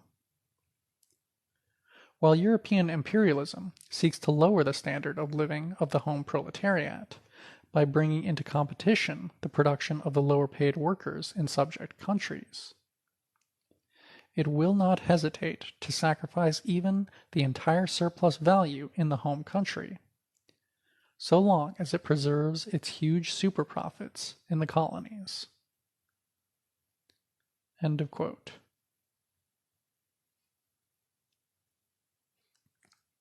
During economic crises, the corporatist fusion of state and capitalist interests invariably reveals a blatantly haute bourgeoisie class aspect to imperialism, and the elite's perceived disloyalty to the nation may become a bone of contention for metropolitan labor. As such, the latter typically aims to restrict capital export, immigration, and competitive foreign goods, whilst maintaining national hegemony over the countries of the Third World, militarily when necessary. Today, through struggling to mitigate the effects of the recession on its constituents, the First World labor movement is inclined to play down the reality of imperialism. As has been demonstrated by Smith and others, the current crisis of capitalism has deep roots in the cheap inputs in consumer goods leveraged from export-oriented, semi-industrialized Third World states from the early 1980s. It was these, alongside huge trade deficits, sustained by interest-free, loans from said states, issued so as to offset the appreciation of their currencies against the dollar, thereby making their exports more expensive and scuppering export-led growth, which allowed monopoly capital to postpone crisis resulting from its earlier inability to sell as much as it could produce, ensured low interest rates, and facilitated the turn towards financial speculation as a profit-making enterprise. To combat austerity measures demanded by imperialist governments indebted to shareholders after bailing out large banks, measures which clearly damage the living conditions of First World labor, the protectionism advocated by social democrats is certain to ensure retrenchment of the same imperialist structures which have produced the crisis in the first place. Metropolitan social democracy is geared towards boosting state investment to grow the domestic economy, as predicated on an increase of 1. Borrowing, and 2. Effective domestic demand. This strategy supposes, in the first place, that economic growth can outpace the growth of interest rates. In order for this to occur, this strategy will require the maintenance of the trade deficit of the U.S. as the world's, consumer of last resort. Though if the U.S. trade deficit continues to grow at the same rate as effective demand in the Third World, the result will either be unrelenting depreciation of the U.S. dollar relative to Third World currency appreciation, particularly China's yuan, or a worldwide acceleration of inflation. The U.S. has been pressuring China to increase the value of its currency so that U.S. firms are better able to compete both domestically and globally, thus easing its trade deficit. currently swallowing fully 80% of all global savings in the form of foreign purchases of U.S. municipal, state, and government bonds. However, although a deflated dollar might improve the position of U.S. exports on the world market, an inflated yuan could harm both U.S. consumers having to pay higher prices for goods made in China, and hence big U.S. retailers, and U.S. firms dependent on importing Chinese parts and labor, potentially resulting in massive U.S. job losses. Although the yuan's appreciation relative to the dollar would diminish the value of China's dollar holdings, worth $889 billion in 2009, according to the U.S. Treasury Department. In the event of a downturn in exports to the U.S., China will not have the surplus dollars necessary to buy the government bonds needed to keep the dollar afloat, leading to further devaluation and lagging U.S. profits.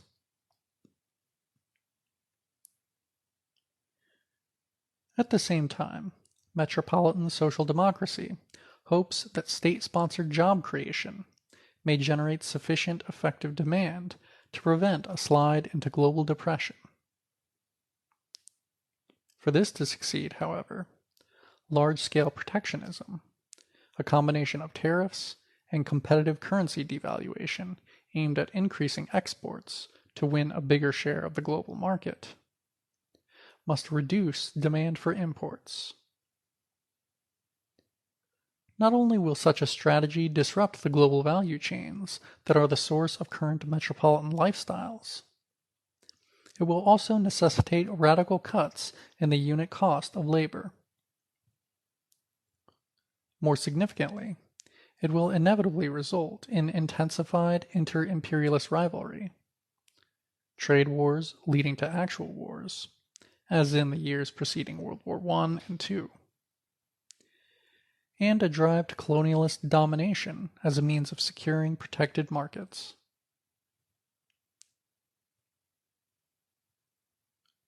The present work affirms that only when global labor stratification is effectively challenged, that is, when agrarian reform and industrial protectionism on the part of the exploited nations has ensured a significant decline in superprofits, will workers in the West once again come to have a material stake in socialism.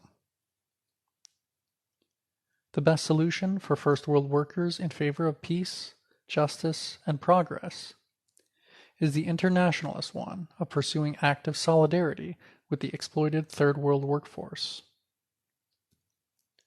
As such, metropolitan labor should join its Third World counterpart in the effort to enforce a global living wage, doing so in the certain knowledge that this will require a downgrading of its own living standards. If such reproletarianization as might result from the present recession is not, meanwhile, to be accompanied by 1. Successful ruling class revanchism against all forms of social security provision, disproportionately harming the lowest paid and most oppressed workers in the First World, and 2. An increasingly virulent culture of national chauvinist sentiment against, quote, foreign or ethnic minority workers, then First World socialists must anticipate a serious ideological and political confrontation with the increasingly militaristic and fractious imperialist class.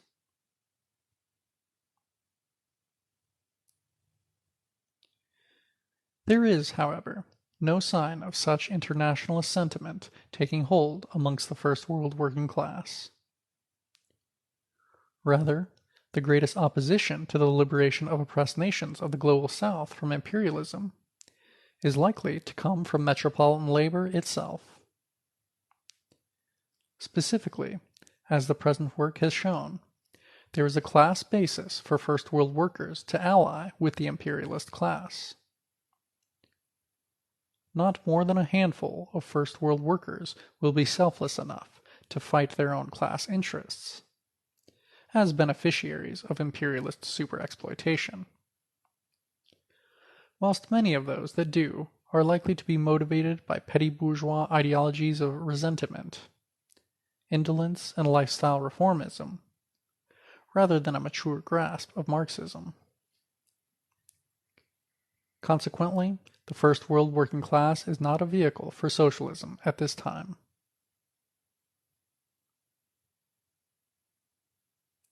In the Third World, the absolute sine qua non for development and progress in all social spheres is the construction of a united front, bringing together all classes who can be brought together to combat imperialism.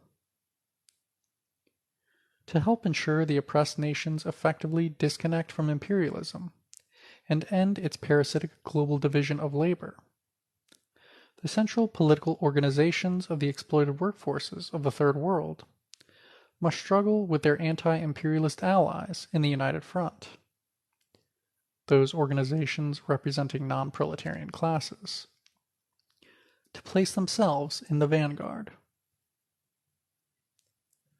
The alliance of workers and peasants against imperialism and for national sovereignty and proletarian internationalism remains a central focal point for national liberation strategy in the Third World, particularly insofar as it lays the political groundwork for the socialist development of industry in the countryside.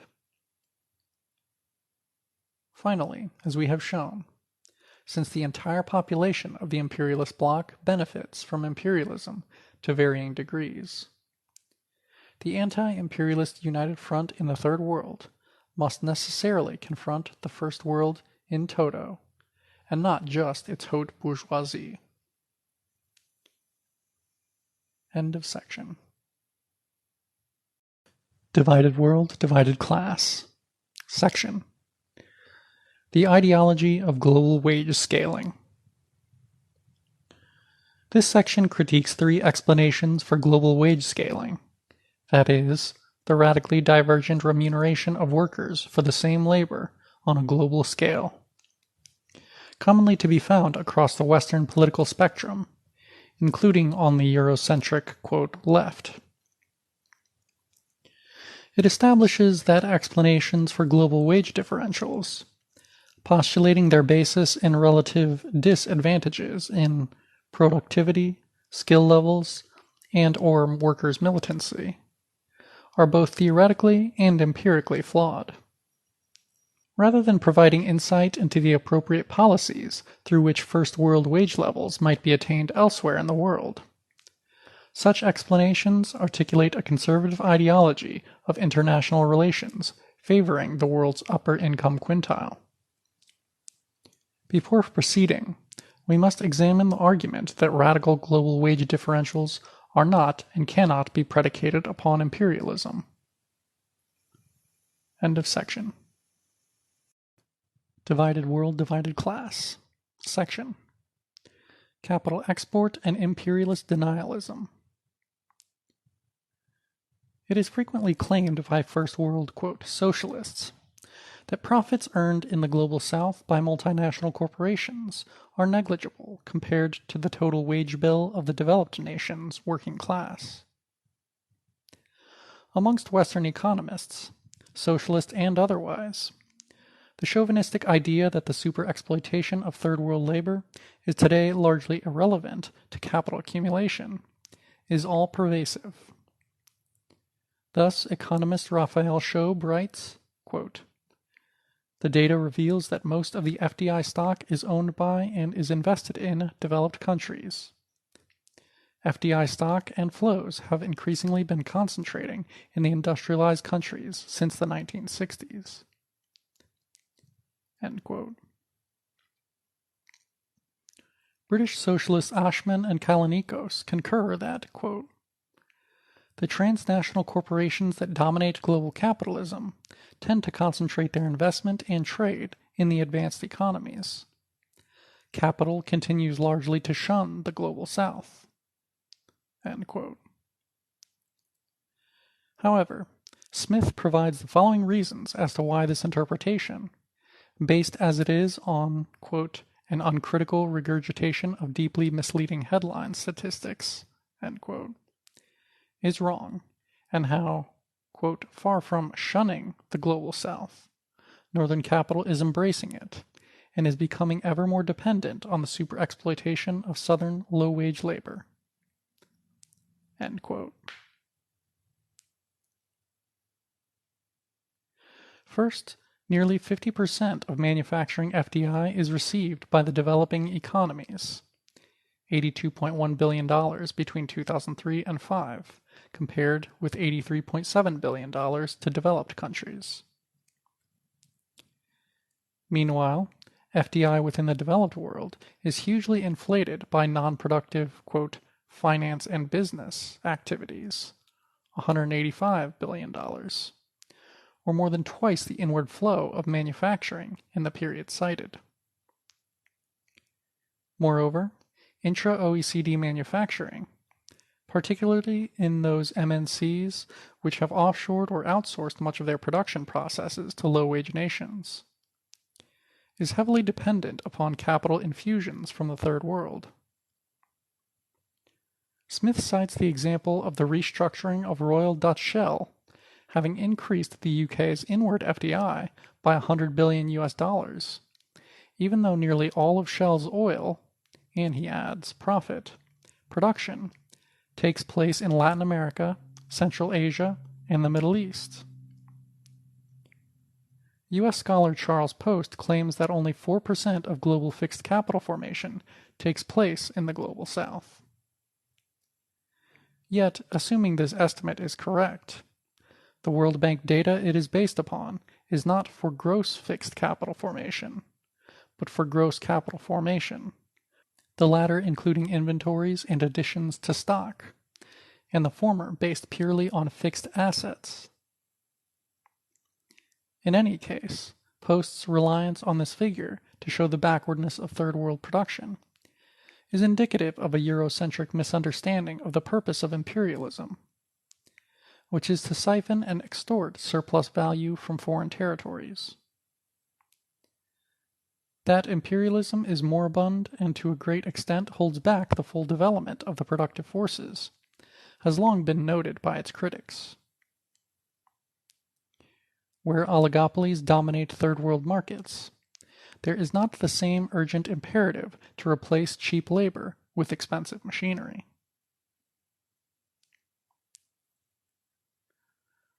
Secondly, whilst the US, Europe, and Japan, the global core's, quote, triad, invest in each other at roughly equivalent rates, there is no investment flow from the Third World to the developed world to match investment from the latter to the former. Whereas, quote, repatriated profits flow in both directions between the US, Europe, and Japan. Between these triad nations and the global south, the flow is one way, end quote. So much is this the case that profit repatriation from south to north now regularly exceeds new north to south FDI flows. French Marxist economist Pierre Jallet has previously described this process of, quote, decapitalizing the Third World. Beginning of long quote. There are many well-meaning people, both in the imperialist countries and the Third World, who still have illusions as to the usefulness of private investment in the underdeveloped countries. It is simple to make the following calculation. A foreign private enterprise sets up in a Third World country, where it makes a regular yearly profit of 10% on its investment. If the whole of these profits are transferred abroad, at the end of the 10th year an amount equal to the original investment will have been exported. From the 11th year onwards, the receiving country will be exporting currency which it has not received. In 20 years, it will have exported twice as much, etc. If the rate of profit is 20% instead of 10%, the outflow will begin twice as early. If only half the profits are exported, the process will be only half as rapid. This example is a somewhat oversimplified hypothesis, but reflects reality. There is no end to the loss of the Third World capital through such outflows, except nationalization or socialization of the enterprises." End quote. Smith also makes the point that much supposed, quote, south-to-south FDI is in fact north-to-south FDI. Not only is it the case that US and UK MNCs, using profits earned in one third world country to finance investments in another, show the FDI as originating in the former, but 10% of southern FDI originates from the British Virgin Islands, the Cayman Islands, and other offshore tax havens, and hence likely originates from imperialist sources.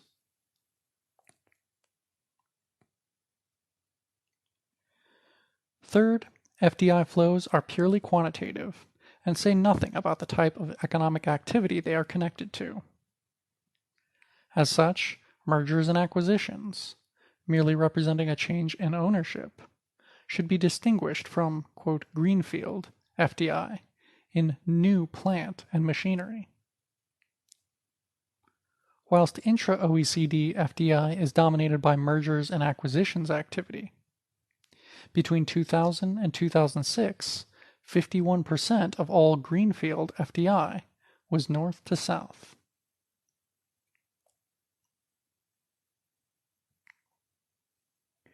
Fourth, and perhaps most significantly for the present purposes, undue fixation on FDI flows as a means of calculating the value of imperialist superexploitation to the capitalist system and to the wealth of the developed nations ensures that obscured from view are the tens of thousands of third world-owned factories whose hundreds of millions of workers supply inexpensive intermediate inputs and cheap consumer goods to the imperialist countries via the vertical integration of production. Rather than FDI being the major means of securing this supply, outsourcing and subcontracting by MNCs has become a prevailing mode of monopolistic capital accumulation in recent decades. Fifth, data on FDI stocks and flows are given in dollars converted from national currencies at current exchange rates. However, a dollar invested in a third world country typically buys much more resources than a dollar invested in the first world. See Appendix 4. Measuring the value of Southern FDI in PPP dollars, we find that UNC TAD totals must be multiplied by a factor of 2.6, the weighted average PPP coefficient between the OECD and non-OECD countries. Moreover, as Marxian economists David Harvey and Massimo De Angelis point out, whereas in the US, $20 commands 1 hour of labor time, in India, the same $20 is sufficient to put 10 people to work, each for 10 hours.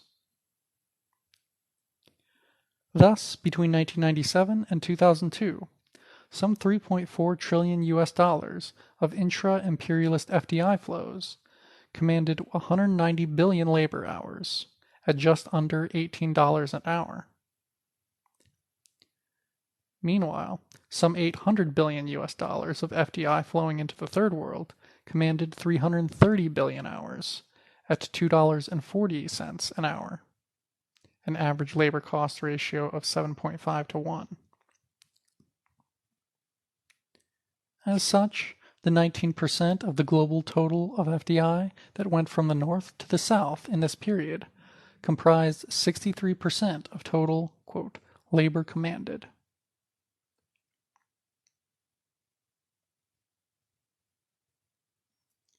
Finally, it is vital to understand that criticisms of the capital export theory of imperialism ignore the fact that investment in core nations is predicated upon the domination of global industry by a few giant firms or oligopolies. Amin cites 5 major sources of oligopoly superprofits, through which competitive production in the third world is curtailed. Value is transferred sui gratis from the global south to the north, and polarization between the rich and poor nations is extended and intensified. 1.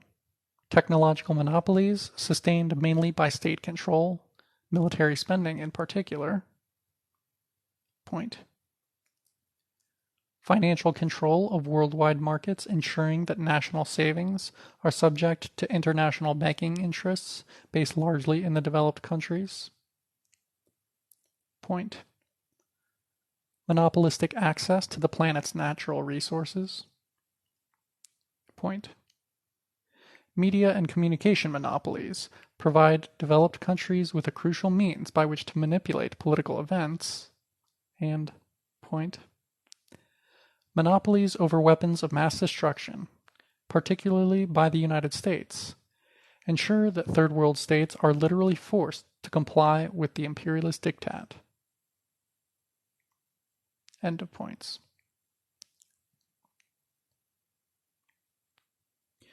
The acceptance of capitalist accounting figures at face value, that is, without critiquing their real-world significance, can only lead to the absurd position that the world's largest capitals have practically no interest in the third world, and that the most exploited workers in the world, that is, those whose higher productivity supposedly generates the biggest profits, are also the world's richest.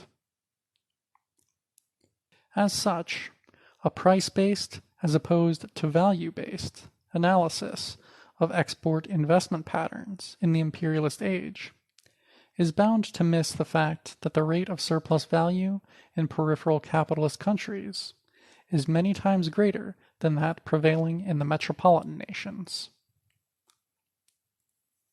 End of section. Divided world, divided class. Section. Workers' militancy and global wage differentials. As an explanation for global wage differentials, the relative intensity of class struggle internationally cannot be dismissed out of hand. Page notes that class conflict in advanced capitalist societies typically centers on the distribution of income from property, as opposed to ownership of property. This involves a well-organized and class-conscious working class confronting an economically powerful elite able to bargain and make concessions over wages. The ability of industrial capitalists to do so, however, is constrained by lagging profit rates caused by overaccumulation and overcapacity, loosening control over international trade, political instability accompanying systemic militarism, and repression and/or dependence on servile or semi-proletarian labor.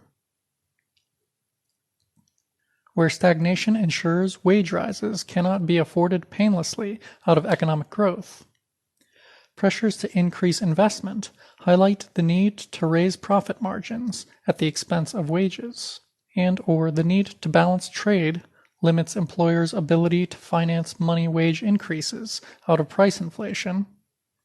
There is a potential for successful socialist struggle. Otherwise, the likely outcome of such conflict is, quote, a reformist social movement focused on limited economic questions, end quote. However, ultimately, it is successful class struggle waged by capitalists globally, which makes it possible for struggles over public ownership and workers' control of property, specifically the means of production, to be relatively muted and convivial in the imperialist countries. The historical accumulation of transferred surplus value in the advanced industrial countries ensures that retailers there can expect to receive a much higher price for their wares than in the Third World.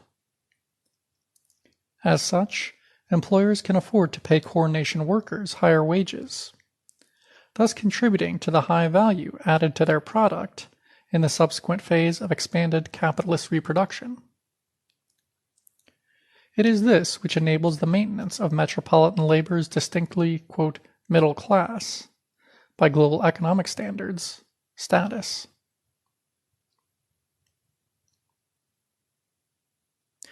According to the United Nations, in 2006, Britain had the world's third highest average wealth of 126,000 US dollars, or 64,000 pounds, per adult, after the United States and Japan. The income gap between a rich country like Britain and the poorest fifth of countries grew from around 54 to 1 in 1980 to 75 to 1 in 1999, or 28%. Yet this growing gap between British and Third World incomes cannot have been the product of more militant class struggle by the British working class, since the number of stoppages due to strikes in the UK economy fell by an average 4.5% a year during the same period, from 2,100 in 1979 to 200 in 1999. By contrast, since the second half of the 20th century, U.S. imperialism has frequently had to intervene militarily to stabilize dependent capitalist oligarchies against democratic forces across the Third World. World systems theorist and professor of political science Arno Tausch, and historian and critic of U.S. foreign policy William Bloom, have each provided comprehensive surveys demonstrating the extent of U.S. military and CIA interventions designed to do away with the actuality or potentiality of socialist advance, especially in its Third World storm centers. These include: Point: 134 small and big, global and domestic, U.S. interventions in the 111 years from 1890 to 2001, with an average of 1.15 interventions per year before the end of World War II, and an average of 1.29 after that. In the period after the end of the Cold War, there are 22 interventions, i.e. an average of 2 per year.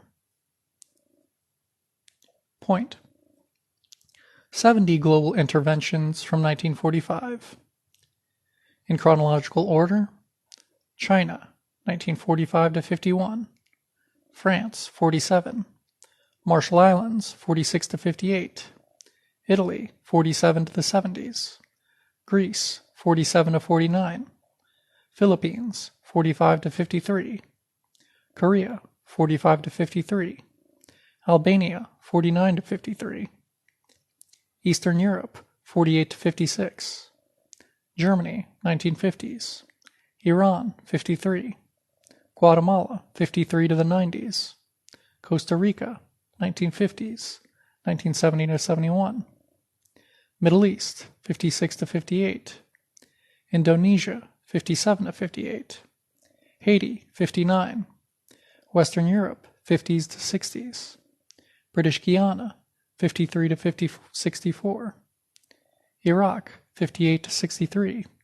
Soviet Union, 40s to 60s, Vietnam, 45 to 73, Cambodia, 55 to 73, Laos, 57 to 73, Thailand, 65 to 73, Ecuador, 60 to 63, Congo Zaire, 77 to 78, Algeria, 1960s, Brazil, 61 to 63, Peru, 65, Dominican Republic, 63 to 65, Cuba, 59 to present, Indonesia, 65, Ghana, 66, Uruguay, 69 to 72, Chile, 64 to 73, Greece, 67 to 74, South Africa, 60s to 80s, Bolivia, 64 to 75, Australia, 72 to 75, Iraq, 72 to 75, Portugal, 74 to 76, East Timor, 75 to 99, Angola, 75 to 80s, Jamaica, 76, Honduras, 80s, Nicaragua, 1978 to 90s, Philippines, 70s, Seychelles, 79 to 81, South Yemen, 79 to 84, South Korea, 80, Chad 81 to 82, Grenada 79 to 83, Suriname 82 to 84, Libya 81 to 89, Fiji 87, Panama 89, Afghanistan 79 to 92, El Salvador 80 to 92, Haiti 87 to 94, Bulgaria 90 to 91, Albania 91 to 92, Somalia 93, Iraq 1990s, Peru 1990s, Mexico 1990s, Colombia 1990s, Yugoslavia 95 to 99, Afghanistan 2001 to present, Iraq 2003 to present, Libya 2011. Point. Bombings in 29 cases. China 45 to 6, Korea/China 50 to 53, Guatemala 54, Indonesia 58, Cuba 60 to 61, Guatemala 60, Vietnam 61 to 73, Congo 1964, Peru 65, Laos 64 to 73, Cambodia 69 to 70, Guatemala 67 to 69, Grenada 83, Lebanon and Syria 83 to 84, Libya 86, El Salvador 80s, Nicaragua 80s, Iran 87, Panama 89, Iraq 91 to present, Kuwait 91, Somalia 93, Sudan 98, Afghanistan 98, Yugoslavia 1999, Afghanistan 2001 to present, Iraq 2003 to present, Libya 2011. Point. Assassinations, attempted or successful, of leaders, including heads of state, were tried in 35 cases, and assistance in torture was given in 11 countries. Actions against leaders who once worked with the USA. Pol Pot, Manuel Noriega, Saddam Hussein, Mohammed Aidid, and Osama bin Laden. Point.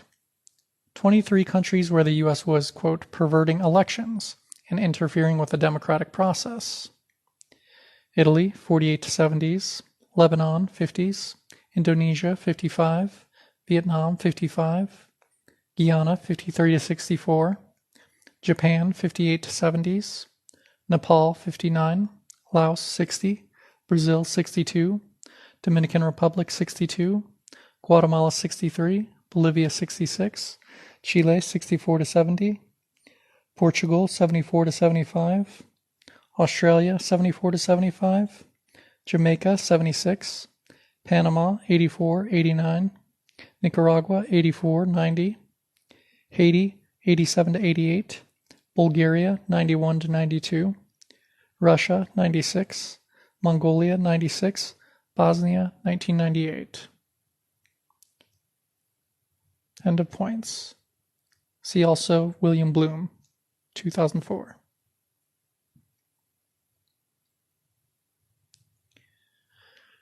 In order to maintain control of the world economy, its financial markets, and its human and natural, primary and energy resources, the U.S. military is currently deployed to more locations than ever before, with 156 countries hosting 255,065 U.S. troops, and 63 having U.S. bases and troops.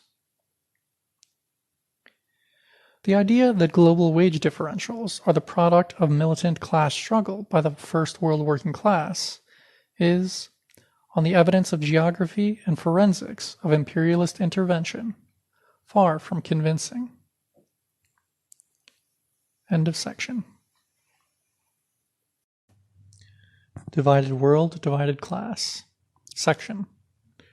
Productivity and global wage differentials.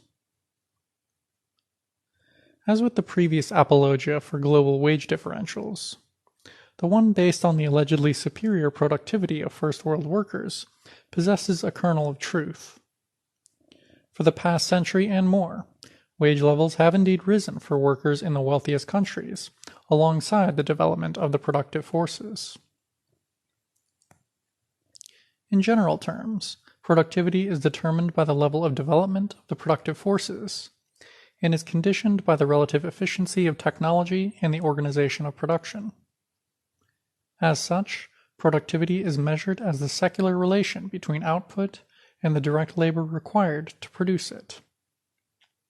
In standard capitalist accounting, however, productivity, on a national or regional level, is defined as the total price of final goods and exports, minus the total price of intermediate and capital goods imports, divided by either total labor time or by the unit cost of labor.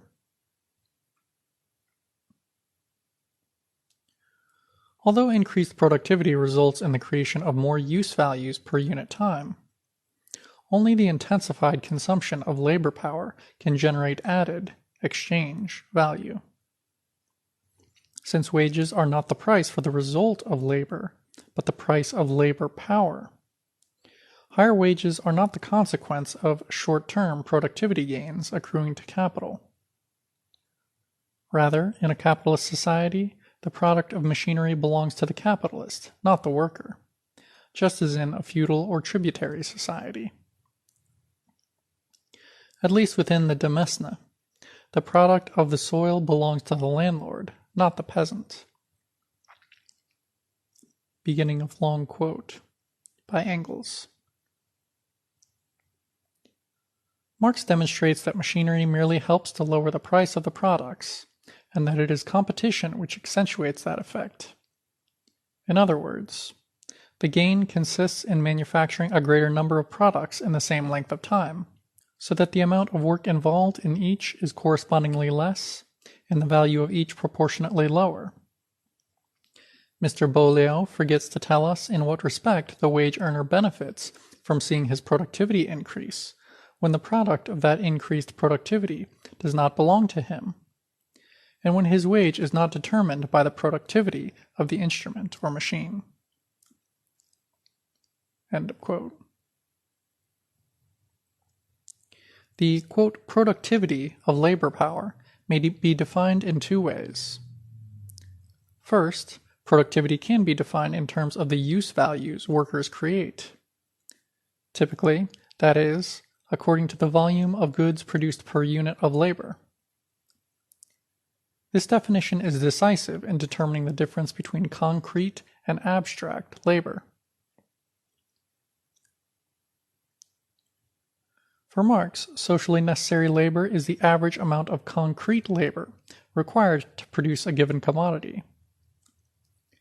In commodity society, however, socially necessary labor must appear in the form of an exchange value, whose content is undifferentiated human labor, that is, labor abstracted from its concreteness, or abstract labor. Equalization of the very different concrete labors required to produce different commodities, for instance, the product of a miner's, or a tailor's, or a factory worker's labor, requires the homogenization of different concrete labors, that is, abstraction from their specific concrete form. Marxist economist Isaac Rubin put this clearly. Beginning of long quote. As opposed to a patriarchal family or a feudal estate, where labor in its concrete form had a directly social character. In commodity society, the only social relation among independent, private economic units is realized through a many-sided exchange and equalization of the products of the most varied concrete forms of labor, i.e., through abstraction from their concrete properties, through the transformation of concrete into abstract labor. End of quote. From this it follows that the magnitude of exchange value is given not by the quantity of concrete labor required to produce any particular commodity or commodities, but by the average socially necessary human labor, abstract labor, required to produce the sum value of all commodities.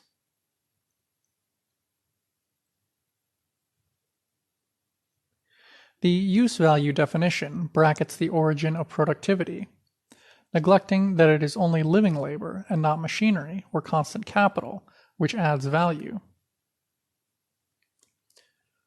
According to Marx, an hour of average socially necessary labor always yields an equal amount of value independently of variations in physical productivity. Hence the tendency for labor-saving technology change to depress the rate of profit. Constant capital, identified with the means of production, is that portion of capital that does not expand its value during the course of production. Beginning of long quote. The means of production transfer value to the new product so far only as during the labor process they lose value in the shape of their old use value. The maximum loss of value that they can suffer in the process is plainly limited by the amount of the original value with which they came into the process, or in other words, by the labor time necessary for their production. Therefore, the means of production can never add more value to the product than they themselves possess independently of the process in which they assist.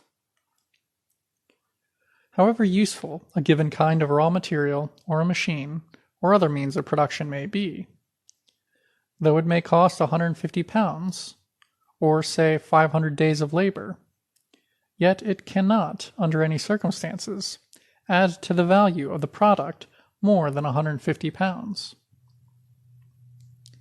Its value is determined not by the labor process into which it enters as a means of production, but by that out of which it has issued as a product.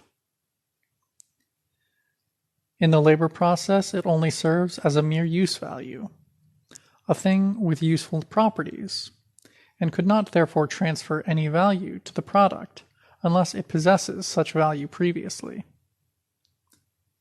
End of quote.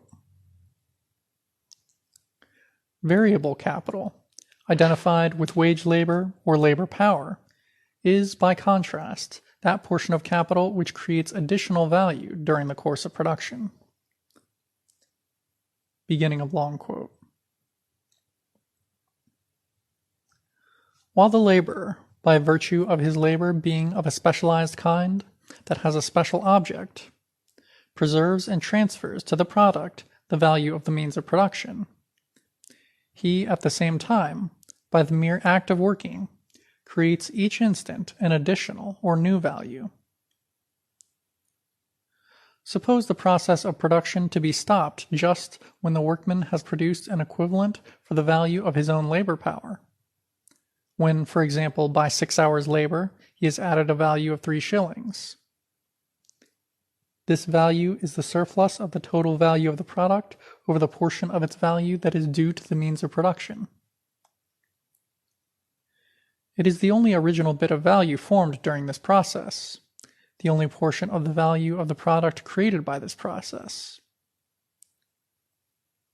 Of course, we do not forget that this new value only replaces the money advanced by the capitalist in the purchase of the labor power and spent by the laborer on the necessities of life. With regard to the money spent, the new value is merely a reproduction. But nevertheless, it is an actual and not, as in the case of the means of production, only an apparent reproduction. The substitution of one value for another is here effected by the creation of new value. End quote. According to Marx, then, an hour of average socially necessary labor always yields an equal amount of value independently of variations in physical productivity. However, Marx qualifies this in 2 ways. Firstly, by considering differences in labor intensity. This may be left to one side for present purposes, although labor performed in the Third World is likely much more intense than that performed in the First World. Secondly, Marx recognizes a distinction between skilled or complex labor and simple labor, and the actual social process of reduction of the former to the latter. Marx, of course, regarded this as a transient problem, destined to fade into insignificance, as capitalism de-skilled living labor through mechanization, which he assumed would result in the eventual elimination of inequalities between different groups of workers. Yet capitalism-imperialism has produced the very opposite result: a global proletariat stratified and segmented into a national and, quote, racial hierarchy. The theoretical question this development poses is, how do these actual conditions of imperialist capitalism affect the reduction of concrete into abstract labor? We affirm here that the law of value continues to operate under imperialism. In the first place, although competition is attenuated under monopoly capitalism, insofar as the largest firms are able to optimize profits by controlling output and maintaining high monopoly prices. At the same time, rival firms are compelled to apply advanced techniques to production, albeit using very low-wage labor. More than this, however, it is apparent that the contradiction identified above between concrete and abstract labor parallels Marx's conceptual contrast between the forces and relations of production, in this case, those of advanced capitalist society. It is this contradiction, one which ensures that the popular masses are unable to utilize the most advanced production techniques available to society for their own benefit, which led Lenin to describe imperialism as moribund, decadent, and parasitic. Yet short of their revolutionary termination, the economic effects of these attributes of monopoly capitalism must be considered part and parcel of the average socially necessary labor time required for commodity production. Clearly, from a social perspective, it is foolish to have the bulk of global production done in Asia, Africa, and Central and South America, so that the world's golden billion can engage in much less grueling and poorly paid work. Shipping commodities across the ocean when they could perfectly well be made near the place of consumption is obviously wasteful. That this can be justified from the profit-centered perspective of imperialism does not, however, mean that what Baran and Sweezy refer to as an economic surplus is distinct from surplus value. Rather, the latter is simply a component of surplus value, though certainly not a small one. It is, unfortunately, socially necessary, under present conditions, to waste colossal amounts of resources on distribution, advertising, war, and other manifestations of imperialist decadence. From a capitalist perspective, these must be considered as much a part of production costs as other aspects of commodity production, socially beneficial or otherwise.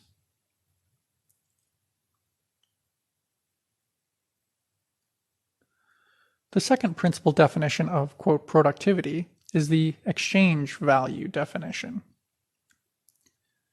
This measures productivity in terms of the market value generated by each unit of labor, whether in terms of labor time or cost. Whilst most left theorists have for a long time fallen into the habit of confusing productivity and exploitation, gauging both on a nationalist basis, and purportedly proving that the most exploited workers in the world are those of the developed nations, in the context of global imperialism, value creation and distribution must instead be examined as an international process. As Jedlicki argues, quote, value-added data already incorporates those wage and capital differentials which Western, quote, socialists justify in the name of superior first world, quote, productivity. In doing so, quote, a demonstration is carried out by using as proof what constitutes precisely the object of demonstration. End quote.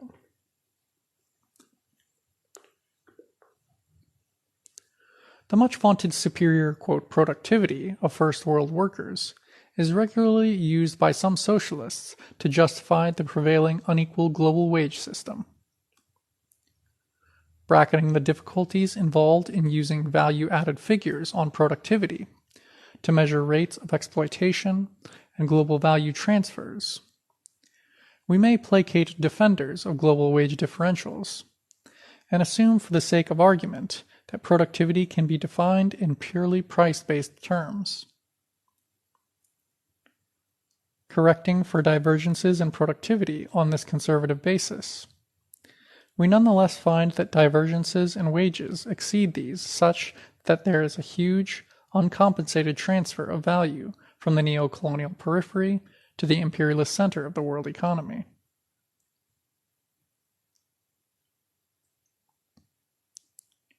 In Table IX, quote, effective producers, including peasants and self-employed farmers, are defined as the full-time equivalent workforce employed in goods production, divided, in the case of the non-OECD, by a global productivity factor, with, quote, productivity, defined as the total market value of the output divided by the total labor hours in material production.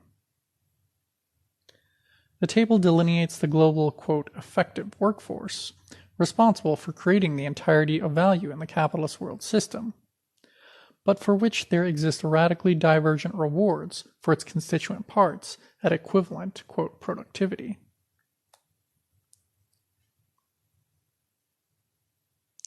It should be noted that the non-OECD agricultural workforce has been compared here with the total OECD workforce, and no special account has been made of the semi-feudal aspect of Third World agriculture.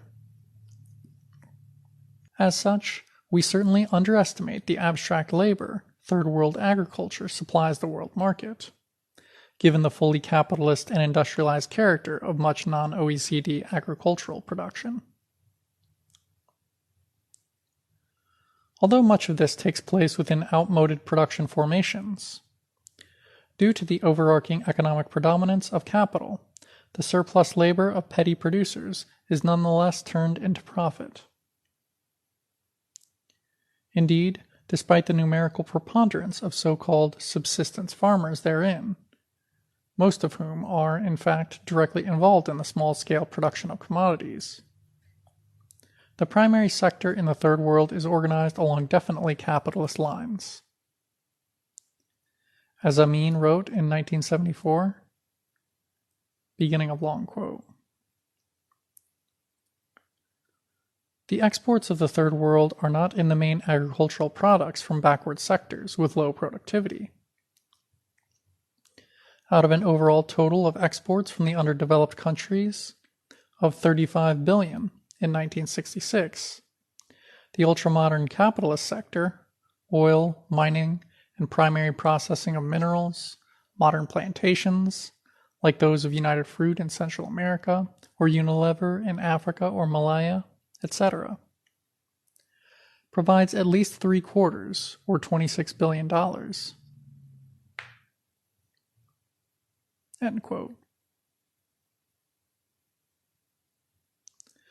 To clarify, quote, effective workers in Table IX below are only those, quote, value producers, that is, workers in agriculture and industry, that are employed as full-time equivalents. See Tables 6 and 7 for data on the average working hours globally. In the case of the OECD, the, quote, effective workforce does not include those 17% of the total, quote, value producers, whom the ILO terms, quote, underemployed.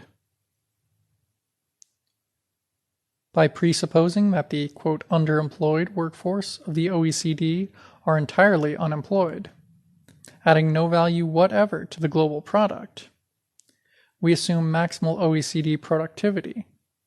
That is, we assume that less labor is required to produce total OECD value added than may actually be the case. By subtracting the, quote, underemployed portion of OECD, quote, value producers, 160 million in total, we are left with an, quote, effective OECD production workforce of 133 million.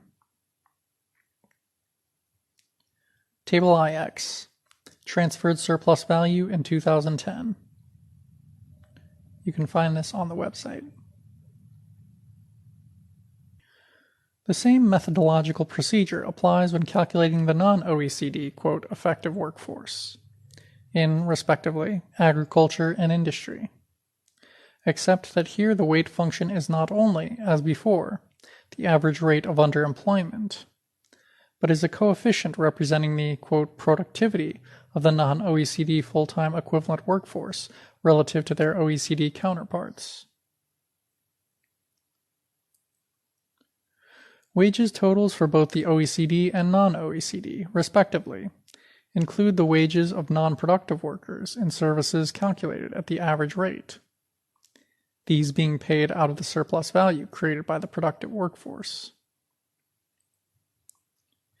In the case of the non-OECD area, assuming the same non-OECD unemployment rate as in industry of 50%, there are approximately 261 million full-time equivalent service workers, earning an average $3,036 annually, a yearly wage total of nearly $800 billion. This is added in the table to the wages total for non-OECD industry and agriculture, to arrive at a non-OECD wages total of $1.9 trillion.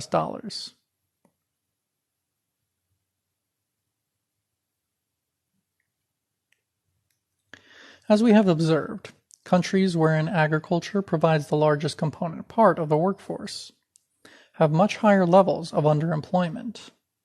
See Table 7, footnote. On this basis, we may give a rough estimate for the non-OECD agricultural unemployment as 55%. If 55% of its agricultural workforce is unemployed, 675 million full-time equivalent agricultural workers in the non-OECD area create a value of $2,100 billion, $3,111 per worker annually. Since 133 million full-time equivalent OECD production workers create a value of $13,000 billion, or $97,000 per worker. The productivity factor for non-OECD primary producers is 0.03. If 50% of a non-OECD industrial workforce of 496 million is unemployed, then the remaining 248 million full-time equivalent non-OECD industrial workers create a market value of $5,000 billion, or $20,161 per worker. The productivity factor for non-OECD industrial workers is, therefore, 0.21.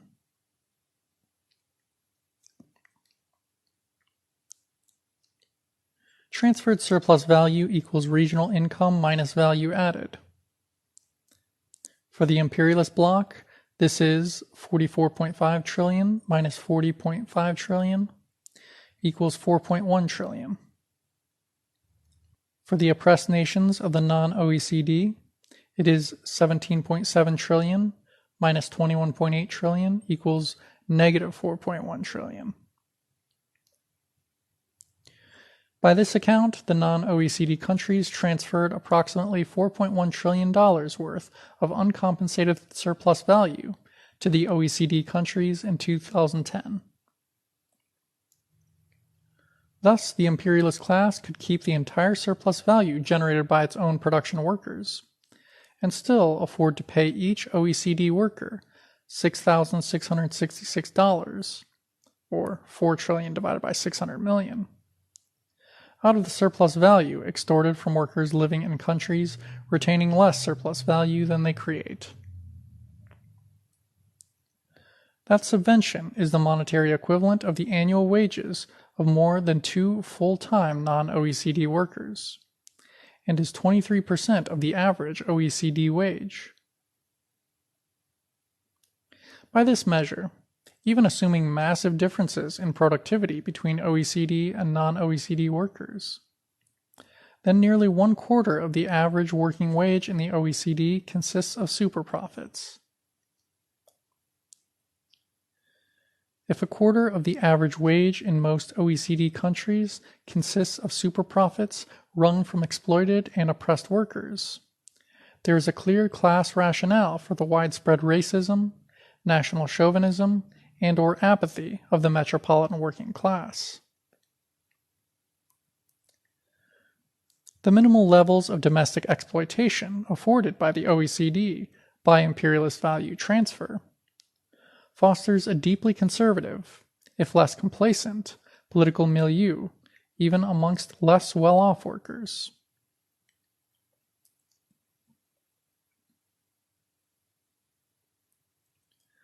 Leaving aside the triad's use of high technology, largely denied to dependent third world capital, we may nonetheless prove that low third world wages and prices do not either correspond to superior physical productivity of OECD industry. By accounting for differences in physical productivity, we can more precisely determine the amount of unpaid value transferred from the global south to the north.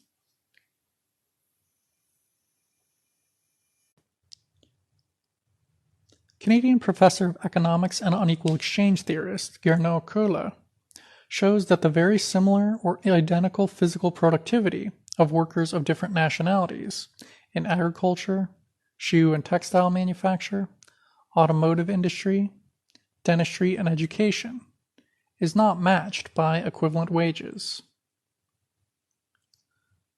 For example, using the statistics compiled by the ILO, the comparable or identical physical productivity of casual agricultural laborers in Japan, Mauritius, and the Philippines translates in real PPP terms to wages that are respectively 3 and 6 times higher in Japan.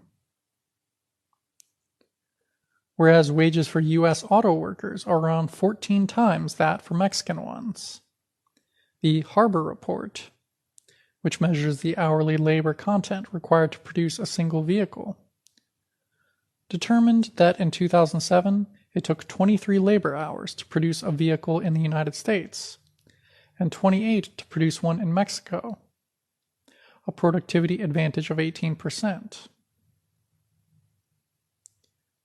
According to the Harbor Report in 2008, excluding plants producing less than 30,000 units annually, it takes more than 35 and less than 70 labor hours for U.S. and European car manufacturers to produce a vehicle in North America, Europe, China, Mexico, and South America alike.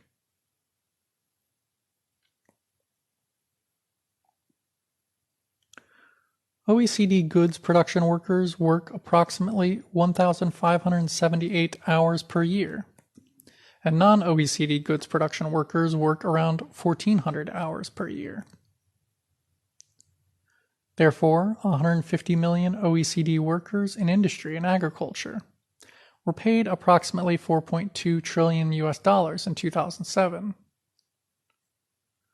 1,578 times 150 million times $17, or $28,000 per worker, to generate a production GDP of $12 trillion, or $80,000 per worker.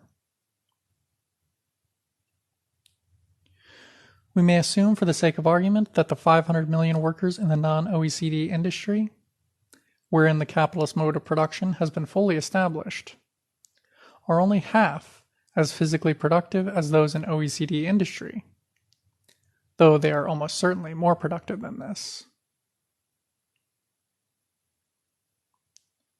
The value produced by them at the average rate of exploitation in the core zone would be worth 0.5 times 500 million times $80,000, or $20 trillion.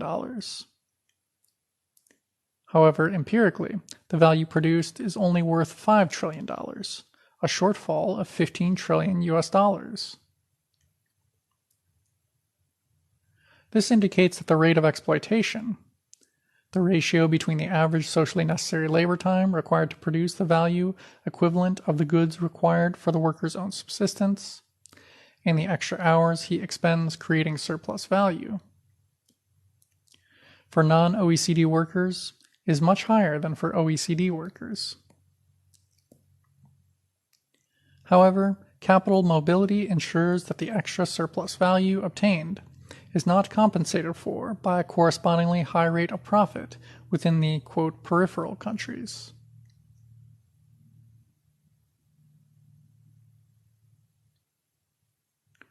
In 2007, the world outside the European Union, the United States, Canada, and Australia produced 1.9 billion tons of crops, including wheat, rice, coarse grains, rapeseed, soybean, sunflower seed, palm oil, and sugar.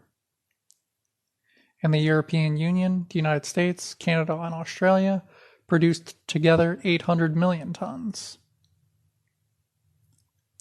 There are 1.5 billion agricultural workers outside the OECD, and 50 million OECD agricultural workers. Therefore, abstracting from the reality of different modes of production of food and cash crops, and the relative preponderance of wage labor, sharecropping, and subsistence farming in each zone, each non-OECD agricultural worker generated an average of 1.27 tons, and each OECD agricultural worker 16 tons of crops in 2008. OECD agricultural workers then are approximately 12.6 times more productive than their non-OECD counterparts. If farmers in the non-OECD countries were exploited at the same rate as those in the OECD countries, then their income would be 0.08 times 28,000 US dollars, or around 2,240, whereas in fact it is only around $2,100 or less, a shortfall of at least 140 US dollars.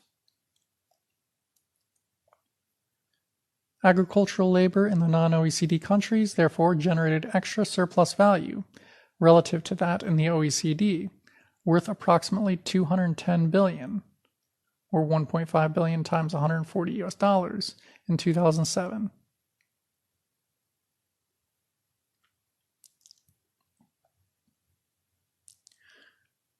According to calculations based on relative physical productivity, then, extra, unpaid, surplus value, extorted from the producers of the periphery due to more intensive exploitation, was on the order of 15.2 trillion US dollars in 2009. In the same year, non-OECD exports to the OECD were worth approximately 7.7 trillion US dollars, or 44% of the GDP of the non-OECD countries.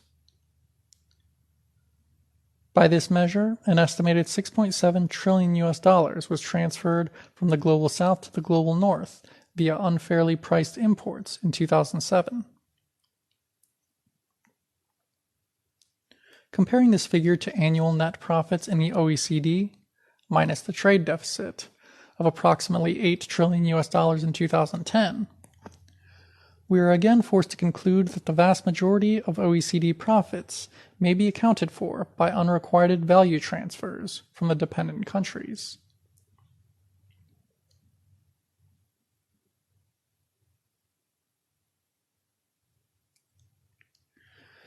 The surest means of measuring productivity is according to an international productivity standard which accounts for wage differentials and the effects of capitalist oligopoly based on the principle that capital can and does traverse the planet, seeking to employ labor at the lowest possible wage and at the highest possible rate of return. According to this standard, all workers employed by capital are similarly productive for capital given a similar intensity of labor. The present work shows that even where physical and value productivity differences may exist between labor in the Third World and the First World, these are not sufficient to make up the divergence in its remuneration. This, of course, is to be expected. Why else would global labor arbitrage, i.e. outsourcing, be so economically significant today? Oligopoly capitalists do not employ third world workers in order to lose money in uncompetitive enterprises. The present study demonstrates that while profit rates are roughly equal internationally, net profits in the OECD are produced exclusively through the superexploitation of third world workers. The superprofits they generate are used to augment the investment potential in terms of turnover rates and fixed capital of oligopolistic industries based in the First World.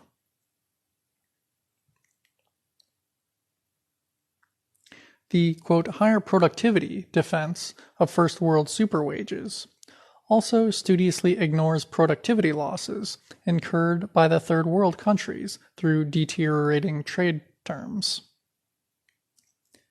As Argentine economist and dependency theorist Raul Prebisch, as well as Emmanuel and others have argued, the assumption that trading countries gain by specializing in the production and export of the commodities in which they have a, quote, comparative advantage, a relative abundance of capital or labor, does not explain the diminishing marginal productivity or the peculiarly complete specialization of the underdeveloped countries.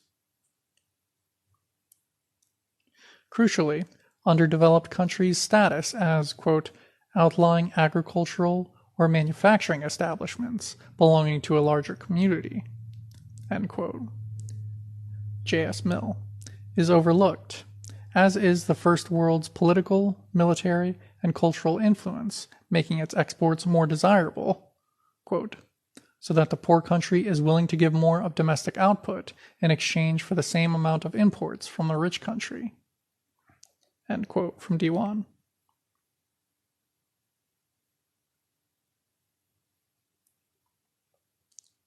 According to classical economic theory, industrial goods income elasticity, how much demand for a good or service responds to a change in the incomes of the people demanding it, is greater than one due to their satisfying complex demands, their diversity, the mobility of the productive factors, the longer time period in which firms may adjust production levels, and the complementarity and higher social prestige involved in their consumption.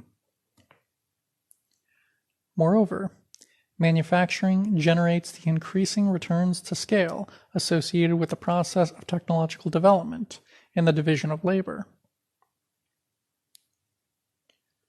According to the Dutch economist Petrus Johannes Verndorn, greater output generates greater productivity and, consequently, higher levels of employment. Meanwhile, the primary goods and raw materials which the more agrarian Third World exports have an income elasticity of demand which is less than 1. Food crops satisfy basic demands, and neither their demand level nor that of raw materials rises proportionally to rising income in the rich countries. In the Third World, because of the income inelasticity of demand of the primary goods sector, and the tendency for productivity growth therein to correlate negatively with employment growth, there is a shift towards the import of consumption goods for the elite and capital goods with which to substitute labor. By increasing the export of industrial goods to other high-income countries and to the poorer countries, therefore, there is an increase, over and above domestic demand, in the production of industrial goods by the developed countries. On this assumption, the First World enjoys growth and productivity gains from exporting industrial goods to the Third World. As a result, the increasing output of the agricultural and extractive industries of the Third World discourages growth, and the export of its products transfers productivity gains to the rich countries.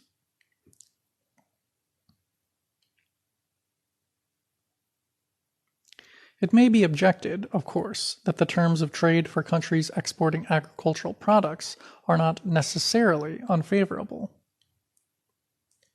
Specifically, between 1896 and 1913, the price indices for goods produced in the developed world improved by 16 points, whereas they improved by 46 points in the underdeveloped world.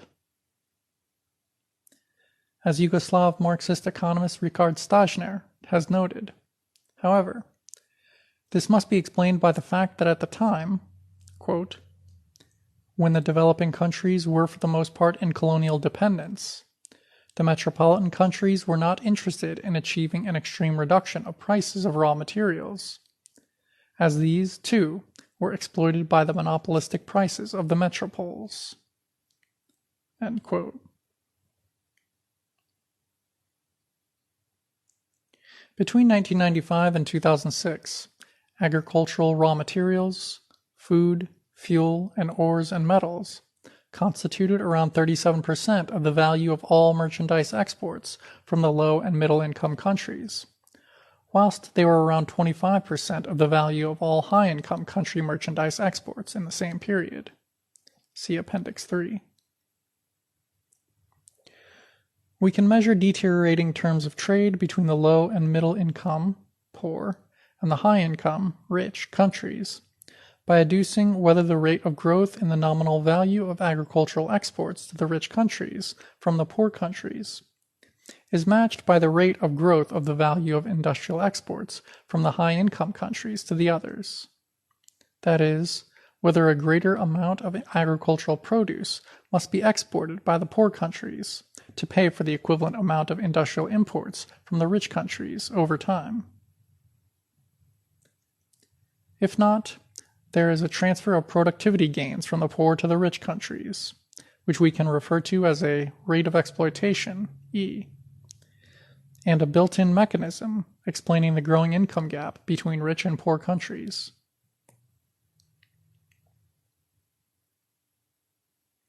According to Indian economist Ramesh Diwan, we can determine the rate of exploitation of poor countries by rich countries in this manner by dividing 1. The sum of the division of the growth rate of exports of agricultural and raw materials goods from poor to rich countries by the productivity growth of rich country manufacturing, and 2. The sum of the division of the growth rate of the value of manufactured exports from the rich to the poor countries by the growth rate of poor country agricultural productivity. In doing so, we find that the growth rate of exports from the poor countries greatly outstrips the growth in productivity of the rich country export sector, and, therefore, that a transfer of productivity from the former to the latter has occurred. To quantify this transfer, we may estimate that around 6 times the increase in productivity in the export sector of the poor countries was transferred to the rich countries through deteriorating trade terms between 1995 and 2006.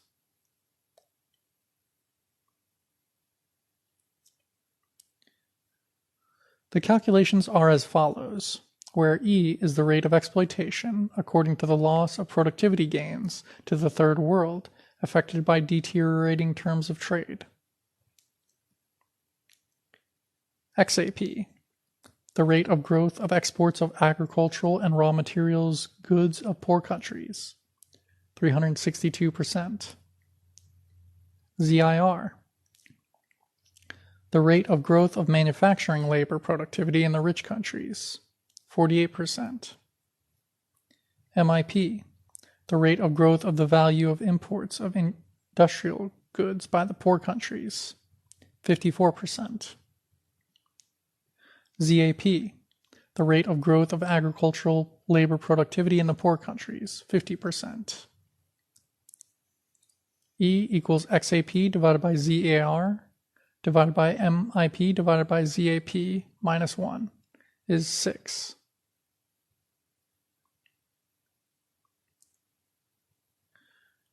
Since the value of merchandise exports from the poor countries to the rich countries rose by $2.5 trillion between 1995 and 2006, we can estimate that approximately $15 trillion $1.4 trillion annually, was lost to the Third World through productivity transfers caused by deteriorating terms of trade alone. End of section. Divided World, Divided Class. Section. Skills and Global Wage Differentials. The argument is often made that workers in the First World are paid higher wages than those in the Third World because of the quality of their labor, in particular, the level of skill and training inherent in it. Leaving aside the fact that the period of training and education of skilled workers typically requires production of their consumption needs by unskilled ones, we must note, first of all, that a lack of employment opportunities in the Third World, particularly in the health, education, military, and science sectors, which in the First World are heavily state-subsidized, has led to a, quote, brain drain of skilled mental labor migrating from there to the imperialist nations. This has embellished the overall skill level of the First World workforce, and depleted the general skill level in the Third World, Asia in particular. Secondly, there is no evidence to suggest that increased employment of white-collar workers reduces levels of fixed capital investment by increasing labor efficiency. The late British professor of economics and quantitative macroeconomic historian Angus Maddison has shown that the proportional increase of white-collar employment exceeded the growth rate of gross non-residential fixed capital stock to GDP in the leading capitalist countries between 1950 and 1989. That is to say, the unproductive sector in the imperialist countries has not led to higher rates of profit there, and its employees cannot be said to have therefore, quote, earned their higher wages from a capitalist point of view. Thirdly, similar levels of skill do not translate into similar remuneration for workers at the global level. English economist and professor of international development Adrian Wood concluded that, quote, if skill-intensive manufactures were produced in the South, their price would apparently be about 1/2 of what it costs to import them from the North. End quote. Demonstrating that racial discrimination is the fundamental basis of income inequality in Canada, a study by sociologists Jason Leon and David Matthews found that non-white Canadians received substantially lower wages than their similarly educated white counterparts. Meanwhile, blacks in the U.S. who graduate from college suffer from joblessness at twice the rate of their white peers. At the global level, both the skills required and the outcomes obtained by teachers in elementary schools are very similar. Nonetheless, Kohler finds that wages for employees in the education sector of non-OECD countries in 1995 were a mere 19% of those in the OECD, the average wage in the latter, incidentally, being severely deflated by the inclusion of the Czech Republic, Poland, Mexico, and Hungary. There is little difference in the skill required to drive a bus in Mumbai and in Manhattan. However, according to New Zealand-born professor of political economy and development Robert Hunter Wade, citing ILO statistics, the best paid bus drivers in the world get 30 times the real wage of the worst paid, while the best paid computer programmers receive, quote, only 10 times the salary of the lowest paid.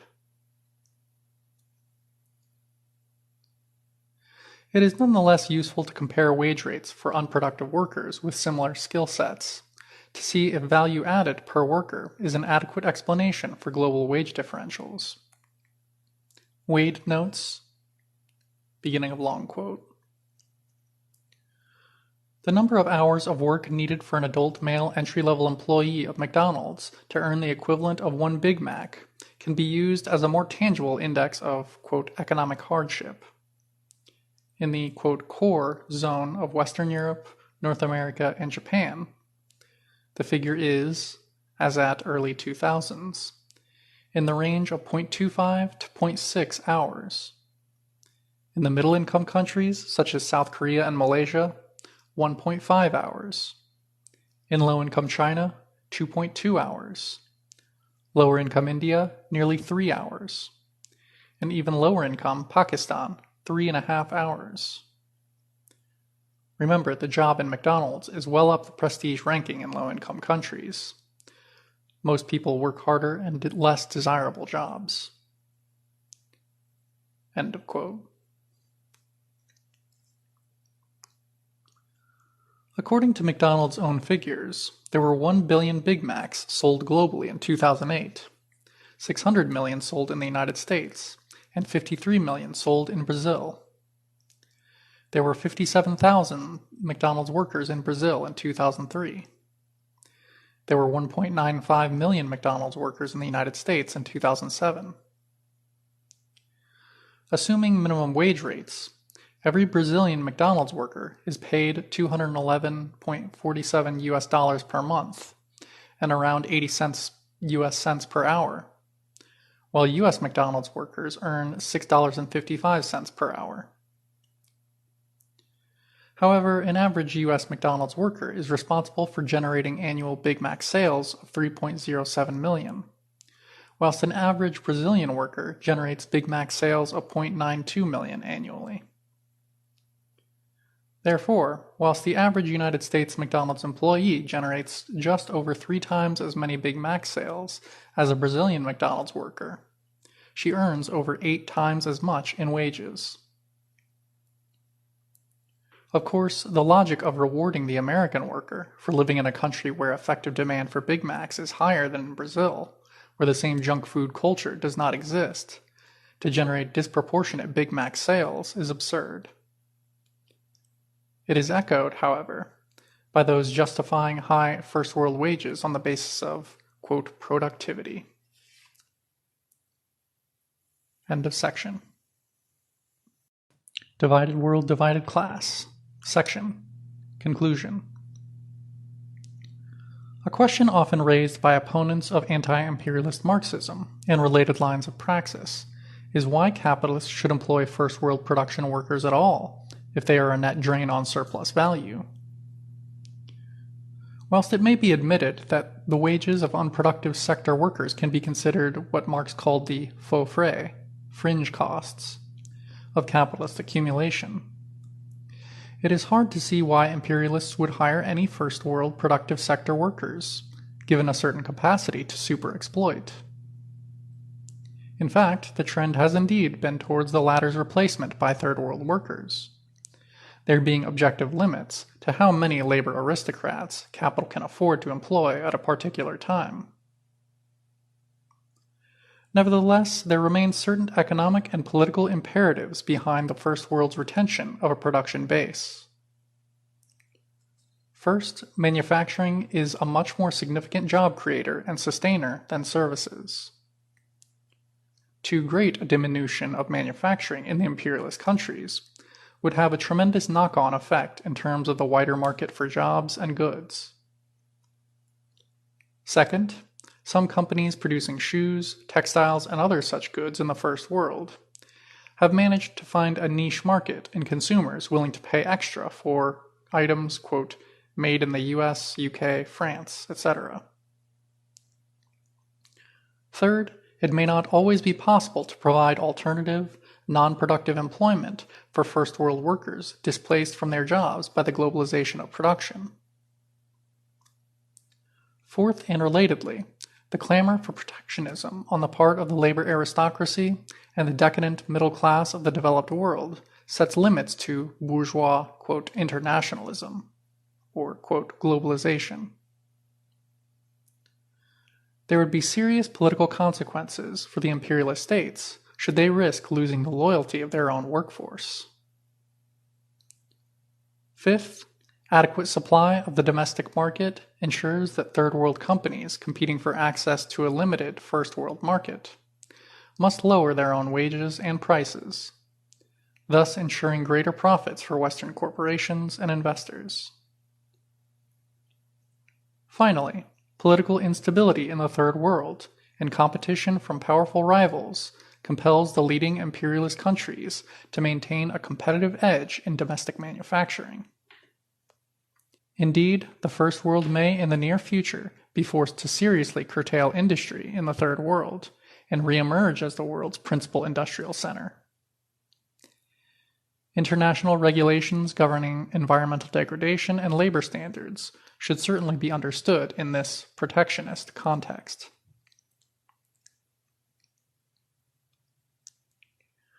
Simply put, the OECD's high-wage manufacturing cannot be driven out of the market by low-wage third-world manufacture, because the latter is not in competition with the former.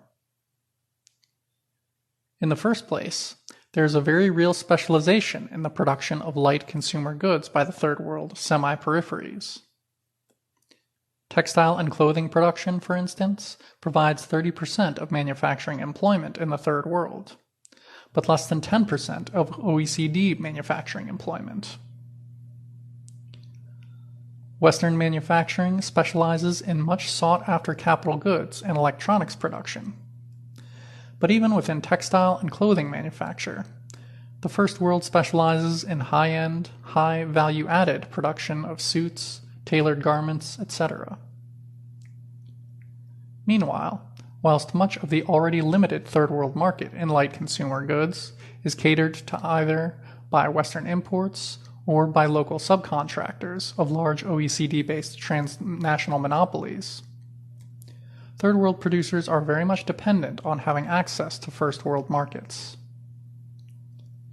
It is intra-Third World competition for such access, and not competition with First World manufacturers, which ensures relatively low free on-board prices.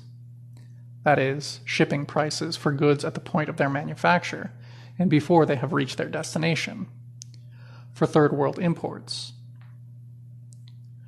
Underpriced Third World inputs and consumer goods allow for high, quote, value added to accrue to the products of Western industry at the global average rate of profit. This in turn enables the West to remain the most lucrative market for goods and investments.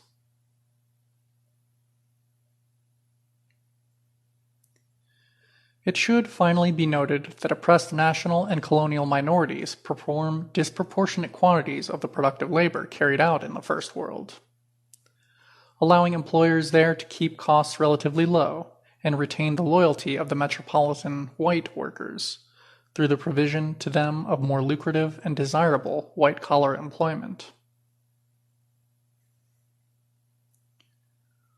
Whether done for reasons of institutional self-preservation, well-intentioned false cosmopolitanism, or avowedly conservative proclivities, by presenting the bifurcation of the world workforce into rich and poor as the natural and inevitable outcome of national differences in economic efficiency, educational attainment, and cultural norms, the Western left effectively promulgates a mollifying but self-serving ideology that obscures the imperialist structures underlying international political economy. End of section, and end of part 3. Divided World, Divided Class. Part 4. Marxism or Euro-Marxism. Beginning of quote by James Connolly. And finally, let us say that we are sick of the canting talk of those who tell us that we must not blame the British people for the crimes of their rulers against Ireland. We do blame them, insofar as they support the system of society which makes it profitable for one nation to connive at the subjection of another nation. They are responsible for every crime committed to maintain that subjection. End quote. The inescapable conclusion of the present work is that the core nation working class is not exploited, but subsists in no small measure upon surplus value created by workers in the oppressed nations. It is to that extent what Engels called a, quote, bourgeois working class, that is, a labor aristocracy. Surplus value is the lifeblood of capitalism. And so long as workers in the core nation countries were creating it, their objective class interests lay in the socialist promise of an end to exploitation. The 19th century workers at the core of the world economy provided the bulk of that cheaper and more profuse relative surplus value fundamental to capitalist accumulation, even as their wages were supplemented by values pillaged from the peasants and the workers of the economically backward colonial periphery. Yet, as the industries of the core nations developed into world-conquering imperialist oligopolies, the repatriation of surplus value from foreign direct investments and unequal exchange became pivotal. Although initially guaranteeing prestigious jobs for a privileged upper stratum of workers, super-exploited workers in the extroverted capitalist industries of the dependent economies would increasingly have to foot the bill for the rising wages of the First World workforce, a sine qua non for the expansion of the advanced capitalist production cycle. When in recent decades the amount of superprofits in the world economy exceeded the surplus value produced by First World workers as a whole, the class interests of the latter could no longer be said to align with the socialist project.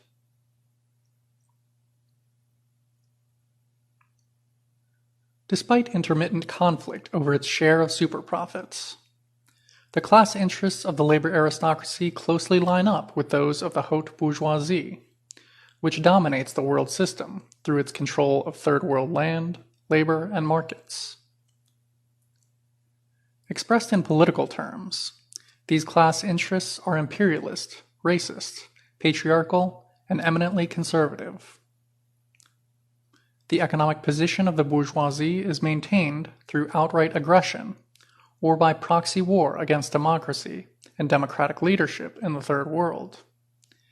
And it is this which largely accounts for the enormous disparity in living conditions between the core and the peripheral nations.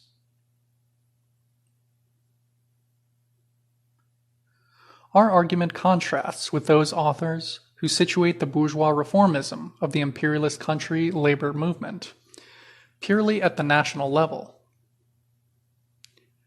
Greek Marxist sociologist Nikos Poulantzas, for example, argues that the labor movements in Britain, France, and Germany have historically been hampered, 1. by the acceptance of political ideologies inherited from their respective bourgeoisies' transition to power, and 2. by their respective states' hegemonic strategies of political co-optation. Thus, in Britain, the fact that the bourgeoisie came to power via the ascendancy of a fraction of the nobility has produced a distinctly apolitical trade unionist consciousness, which has neglected to concentrate on the state as the site of struggle over class dominion. In Germany, what Poulantzas referred to as Lassallism, that is, the belief that the state is a class-neutral body that can be converted to proletarian ends with due pressure, has been influential as a reflection of the centrality of state regulation to the emerging capitalist economy there. Finally, we might add, in the United States, white nationalism may be said to have infiltrated the working class as a politico-ideological reflex of the racist structures of capitalism as it has existed in that society. At the same time, Poulantzas argues convincingly that state guarantees of working-class living standards and political influence help consolidate and maintain existing structures of bourgeois hegemony.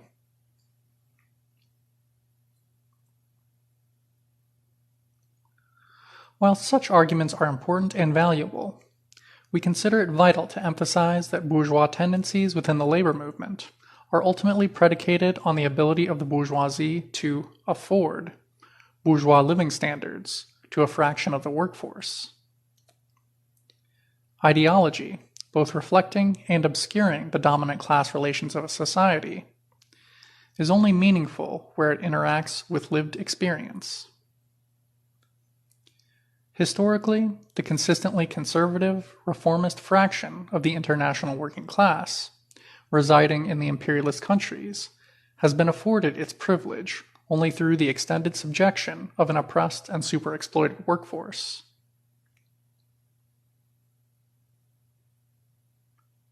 With these points made, we may now offer a brief overview of the pro-imperialist trajectory of the labor aristocracy in Britain, the USA, and Germany. We are forced to conclude that a pro-imperialist working class may be both unable and unwilling to forestall the growth of fascism. End of introduction.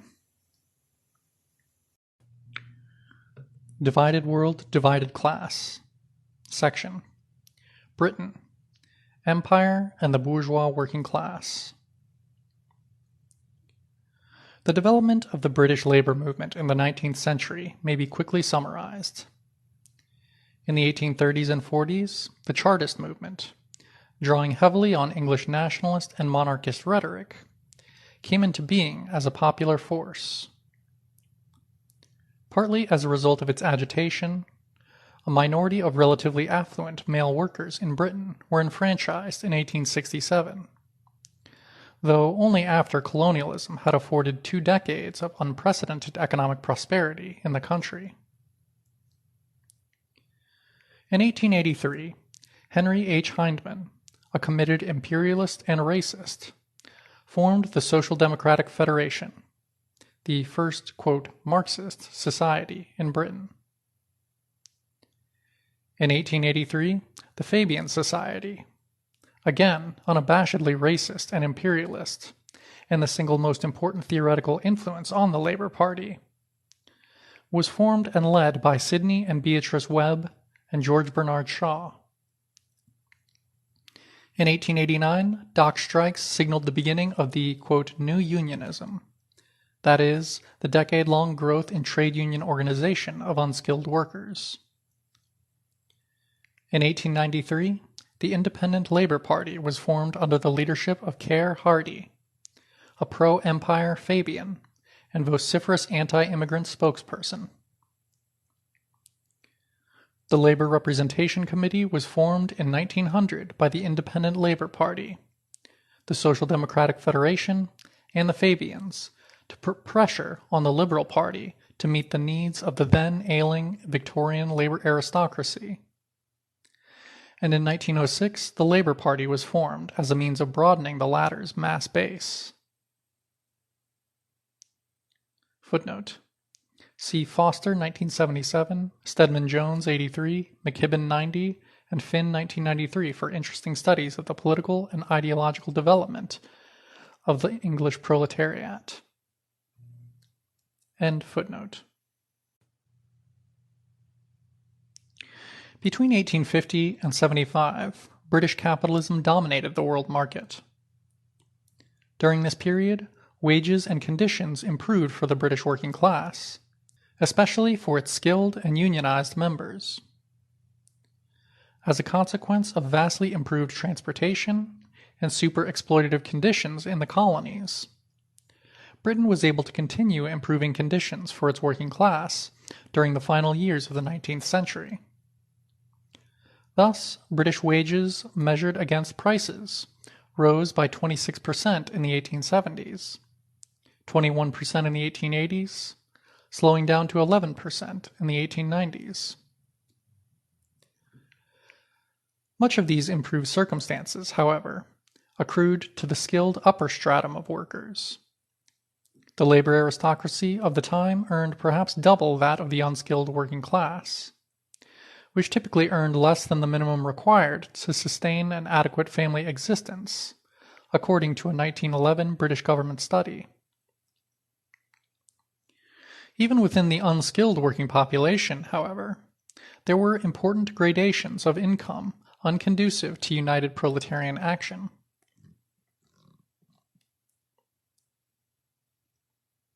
In the late 19th century, the English labor aristocracy, as defined by Engels, were the leaders of the English labor movement and the section of the working class they represented, namely the engineering, carpenter, joiner, and bricklaying trades, better able as they were to resist the introduction of cheap female and child labor in machinery.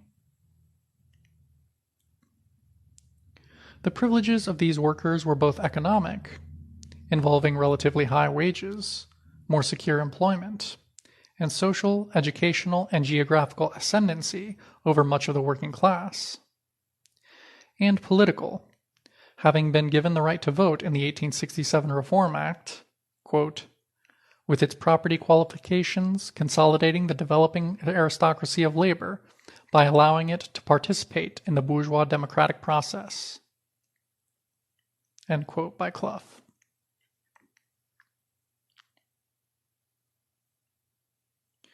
The English trade union movement, in fact, was always strongest in those trades wherein workers were most independent, most in demand, and best paid.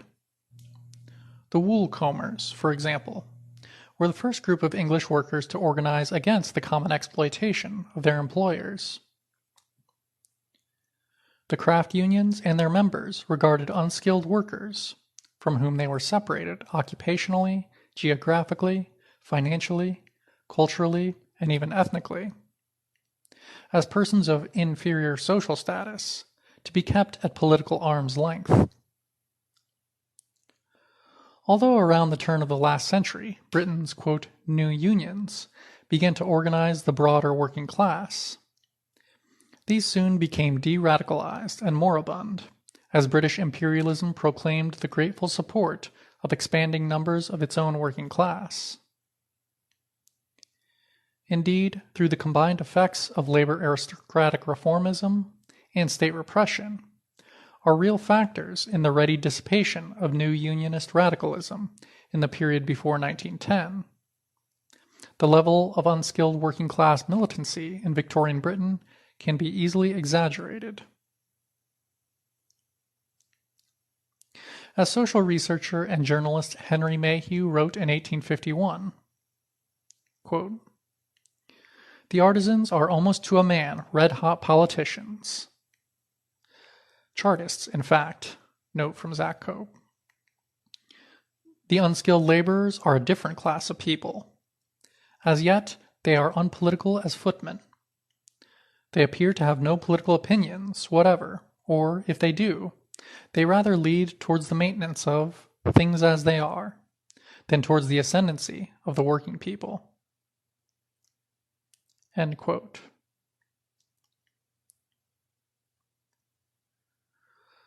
Liberal French historian Elie Halévy highlighted how, as imperialism advanced, the benefits of colonialism came to be no longer restricted to a small section of the British workforce. Discussing the fall in prices that had resulted from British monopoly capital's colonial trade, he noted that this, beginning of long quote, had enabled a very large body to come into existence among the British proletariat, able to keep up a standard of living almost identical with that of the middle class. The self-respecting workman in the north of England wanted to own his own cottage and garden, in Lancashire, his piano. His life was insured. If he shared the common English failing and was a gambler, prone to bet too highly on horses, the rapid growth of savings banks proved that he was nevertheless learning the prudence of the middle class. End quote.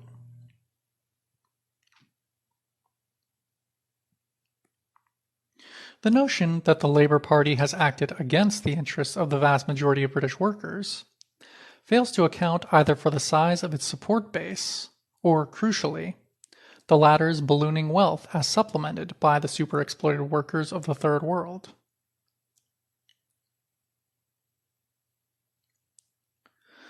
The Labour Party was and is supported not only by the majority of non-conservative voting workers in the UK, but by practically the entire gamut of smaller, quote, left groups in the country, the rest fulminating against Labour's inability to deliver greater prosperity to its constituency.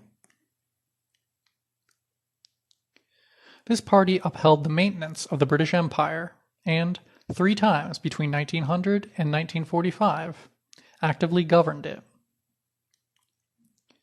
The empire itself supplied Britain's industry with cheap food and labor from Ireland, rubber from Malaya, cocoa and palm oil from West and much of East Africa, diamonds and gold and other precious metals from South Africa, sugar from the West Indies, land and commerce in the settler dominions of Canada, Australia, and New Zealand.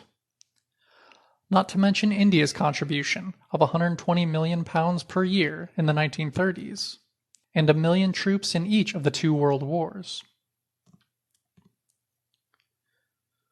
Prior to the First World War, its informal influence dictated economic conditions in most of Latin America, Egypt and Palestine, and oil-rich Persia, today's Iran, and Iraq. After 1918, the British Empire also consisted of colonies wrested from German imperialism. Soon after, the Independent Labour Party had criticized the influence of the supposedly unproductive, but increasingly industrial invested, financial elite's role in its creation. The Labour Party wholeheartedly endorsed Britain's, quote, progressive empire of, quote, enlightened despotism. In doing so, it sanctioned the disenfranchisement, impoverishment, and starvation of a large majority of the empire's 500 million inhabitants.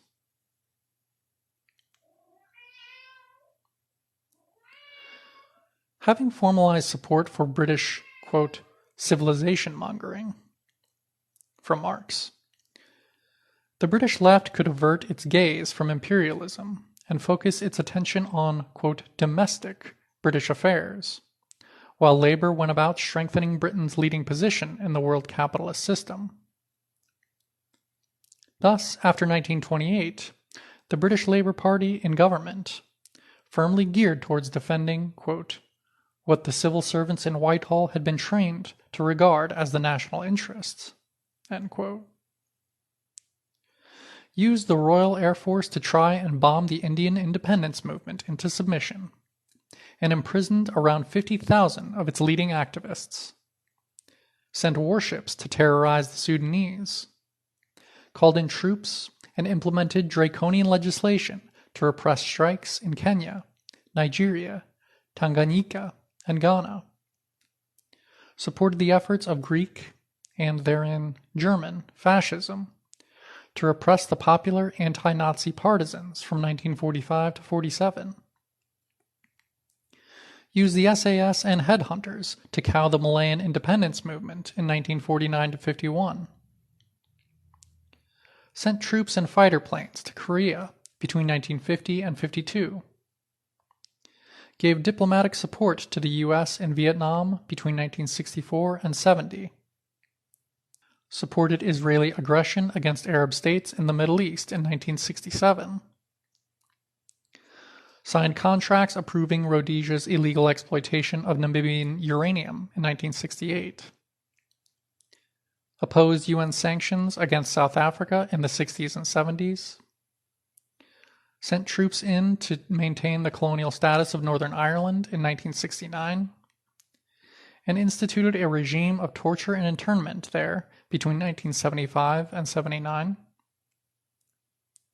supported the Shah of Iran until the last days of his regime, sold Hawk fighter jets to Indonesia's Comprador fascist dictator Suharto, and invaded and occupied Afghanistan and Iraq in the first years of the current millennium. Footnote. See Curtis, 2003-4, for substantial documentation of Britain's post-war imperialist ventures and their effects. End footnote.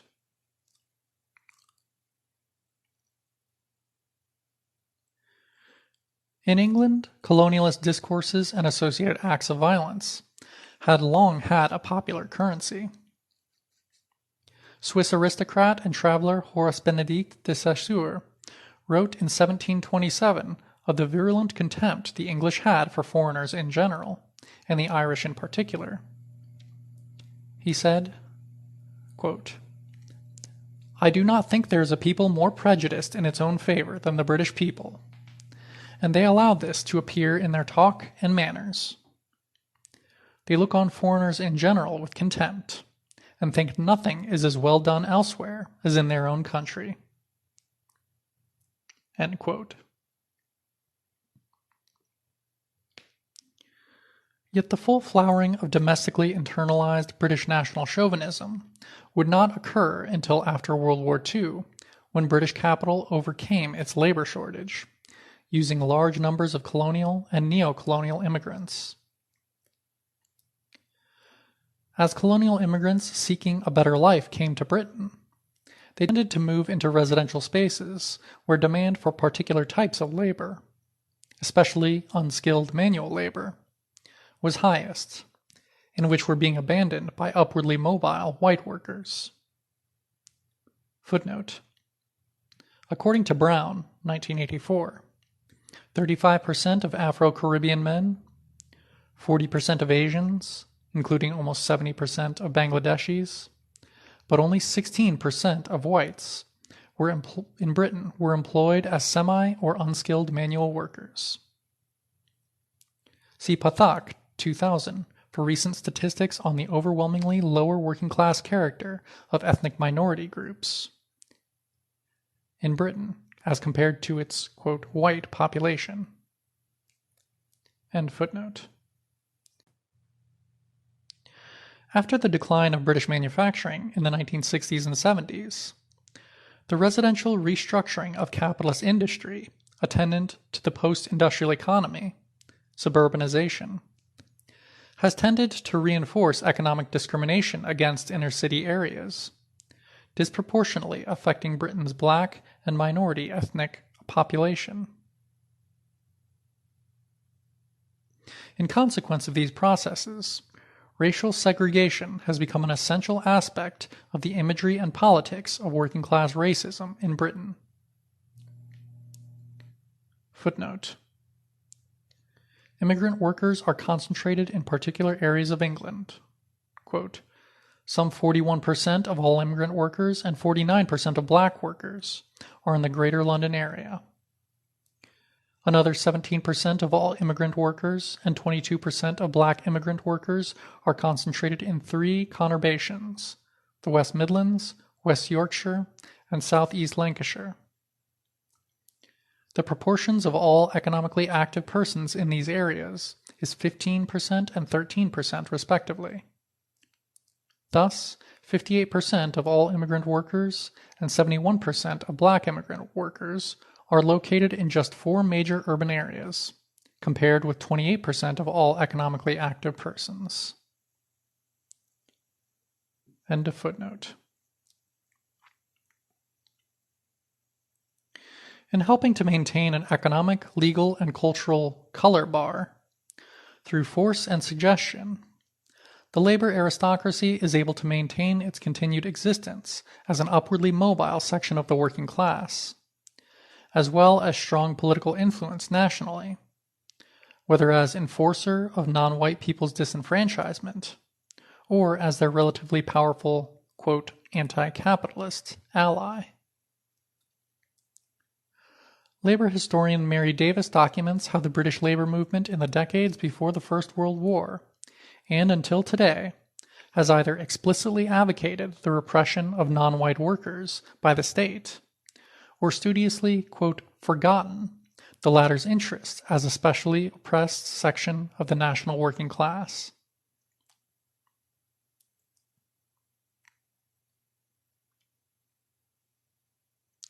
For historian Perry Anderson, the British working class is fundamentally corporate and seeks alliance with the dominant and ascendant bourgeoisie in expectation that its own economic betterment can thereby be achieved. He suggests that the corporatization of the British class structure, occurring soon after the decline of Chartism, is connected to British global supremacy, having, quote, created a powerful national framework which in normal periods insensibly mitigated social contradictions, and at moments of crisis transcended them altogether. End quote. In supporting the maintenance of imperialism, the British working class has become both advocate and practitioner of national and, quote, racial oppression. End section. Divided World, Divided Class. Section. United States, Settlerism and the white working class. The U.S. proletariat, as such, was formed at the end of the 19th century, when U.S. steel mills began to produce twice England's tonnage of pig iron, thus allowing the country to become the world's leading industrial producer. Today, China is the world's #1 producer of steel, accounting for 47% of world steel production in 2009. To facilitate this productivity, United States imperialism required importing around 15 million immigrant workers from Southern and Eastern Europe: Poles, Italians, Slovaks, Serbs, Hungarians, Finns, Jews, and Russians. This nationally distinct, disenfranchised, and unskilled proletariat was forced into the most grueling and low-paid manual labor positions, facilitating the upward mobility of, quote, native white workers, largely of Anglo-Saxon, German, and Irish descent. Originally, it was subject to vilification by the bourgeois establishment. The Euro-American petty bourgeoisie and the labor aristocracy organized within the thoroughly racist and social chauvinist American Federation of Labor, the AFL. At first denying them a, quote, white identity, the capitalist ruling class was anxious about the spread of revolutionary socialist ideology amongst the new immigrant workforce. To combat this trend, government and corporate representatives soon began to set up committees like the Interracial Council and the American Association of Foreign Language Newspapers to, quote, Americanize this lowest stratum of the U.S. working class, raising the prospect of its integration into white society.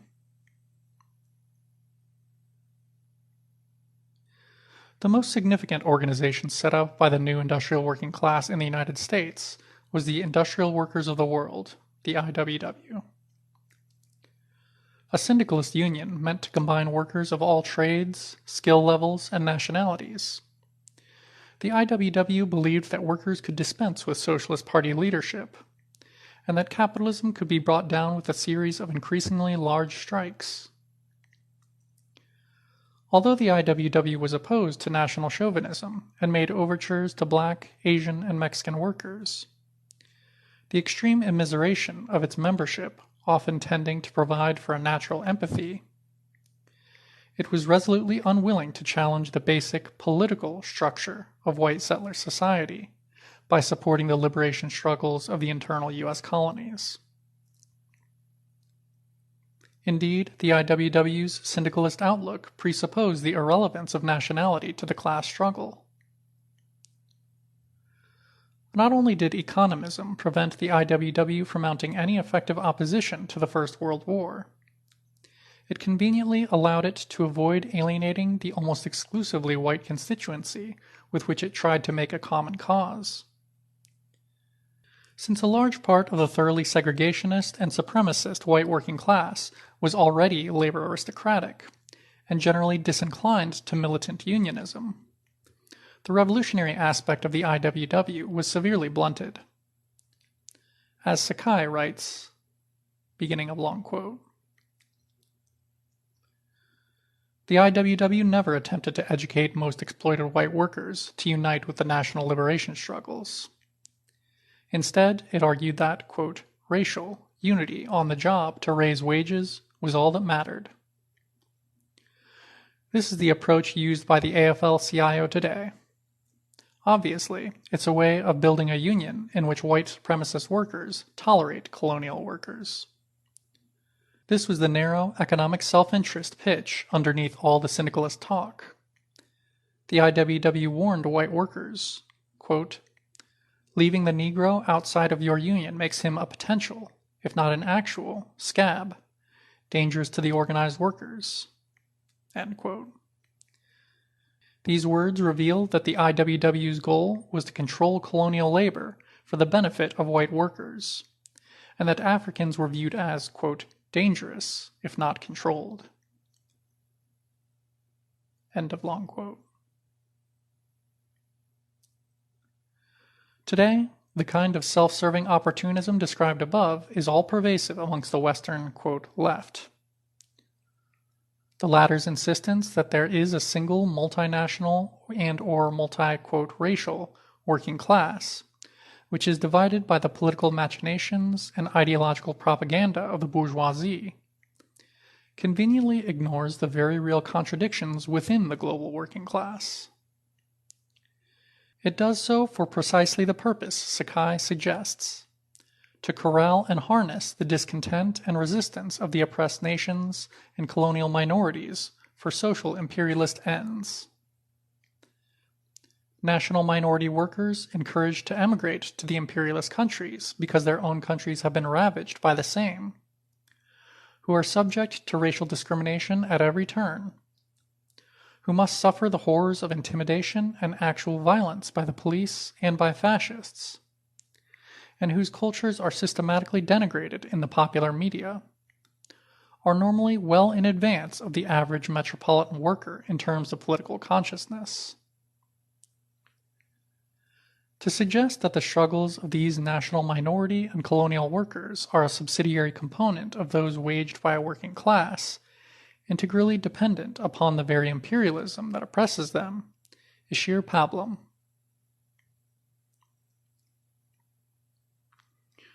The dynamic process of working class embourgeoisement also followed a deeply white supremacist path in the post-Reconstruction U.S. South of the late 19th century.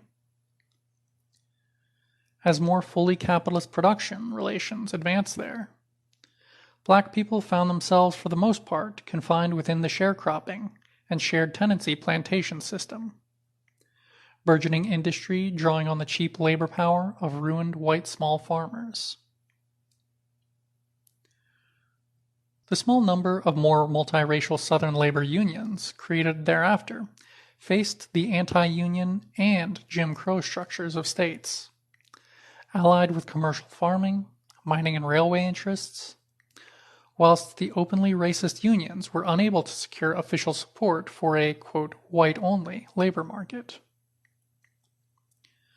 Although, in large measure by force of necessity, organizations like the United Mine Workers in Birmingham, Alabama, and the Brotherhood of Timber Workers in Louisiana and Mississippi were at times successful in organizing equally unskilled and equally numerous white and black workers. Mass racist strikes, riots, and the enforcement of Jim Crow by white workers and their unions in the textiles, steel, and rubber industries of the South played an active role in barring blacks from its emerging labor market and factories. In consequence, whilst the trade unions of the last century were perhaps the only Southern organization in any way capable and desirous of producing, quote, multiracial unity, their base in the white labor aristocracy ensured either an apolitical and economistic, or an explicitly racist and class collaborationist approach to struggle.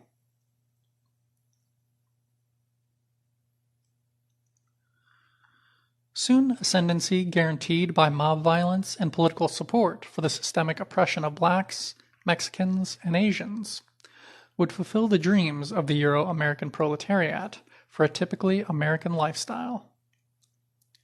For it was the presence of huge super-exploited populations in the United States which allowed that country to resolve the social crisis of the 1930s, without the fascism introduced in minor or non-colonial capitalist countries like Italy, Germany, Spain, Finland, and Romania. At the close of that decade, after a series of fierce strikes, a white industrial proletariat had won huge increases in wages and working conditions.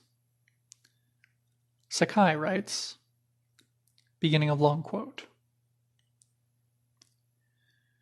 "The Eastern and Southern European immigrant national minorities won the, quote, better life that Americanization promised them. They became full citizens of the U.S. empire, and, with the rest of the white industrial proletariat, won rights and privileges both inside and outside the factories.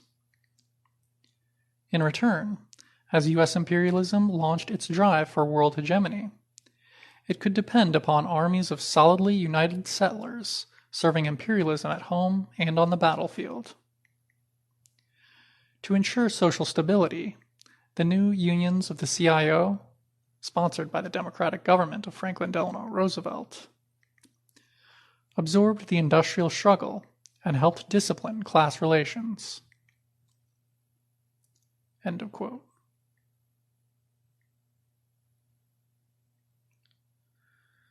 A further wave of strikes at the end of the Second World War, consequent to the Truman government's beleaguered attempts to transfer the costs of the USA's burgeoning and economically stimulating military-industrial complex to its workers by means of wage freezes, taxation, and inflation, briefly threatened these, quote, disciplined class relations.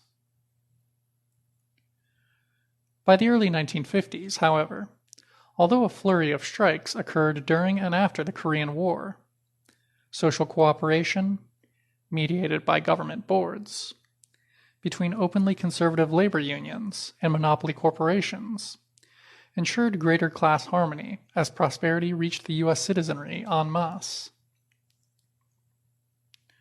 Those working-class whites who were not so fortunate and remained in the inner-city districts tried to maintain their mainstream working-class position against the influx of marginalized black labor by means of the usual mass racist violence, while the suburban middle class of Anglo-Saxon and German descent, quote, used restrictive covenants and other devices to limit the flow of other ethnic groups into their communities. End quote. Since then, although neoliberalism has somewhat eroded the formal political aspects of the imperialist social democratic contract, the provision of super wages, afforded by an unprecedented influx of super profits accompanying its rise to being the world's leading financial and military hegemon, has tended to negate the strength of organized labor militancy in the U.S.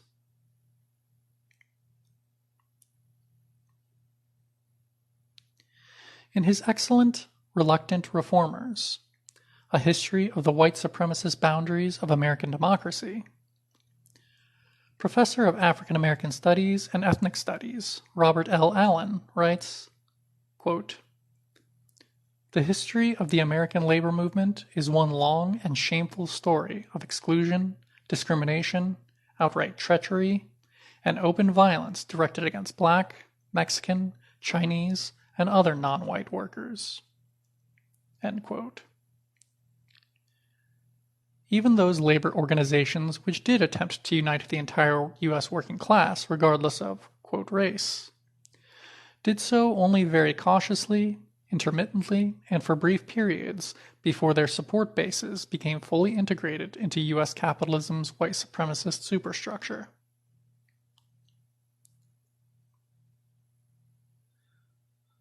Limited efforts at inter-racial proletarian unity by the National Labor Union and the Knights of Labor in the years after the Civil War, fatally compromised by evasiveness and hostility towards the question of social and political equality for non-white workers, ended with those organizations' disintegration and merger with the labor aristocratic AFL in 1890.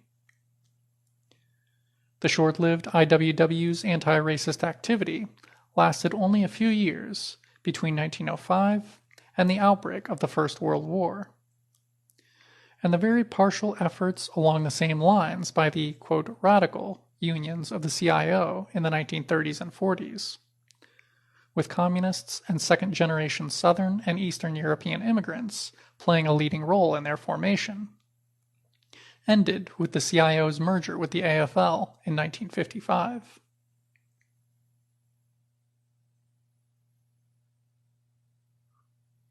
Working-class advancement in the U.S. has historically been tied to the maintenance of white entitlement to rights, jobs, housing, education, and income levels denied to black people. Whereas in the 1930s and earlier, this advancement was achieved through white workers openly barring black workers from factory employment. After the Second World War, whites secured white-collar and skilled jobs through the manipulation of job ceilings and seniority rules.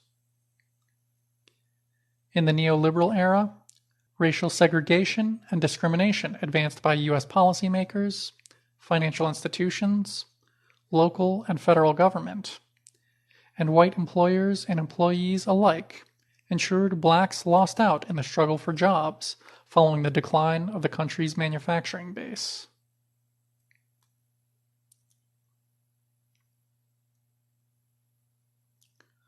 Although it is a specious argument for the leading progressive role of the black petty bourgeoisie in business and the professions, the following observations by W.E.B. Du Bois on white labor are a perfectly accurate portrayal of the inherent difficulty of bringing it out on the side of national liberation.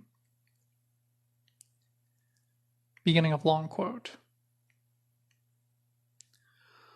While Negro labor in America suffers because of the fundamental inequities of the whole capitalistic system, the lowest and most fatal degree of its suffering comes not from the capitalists, but from fellow white laborers.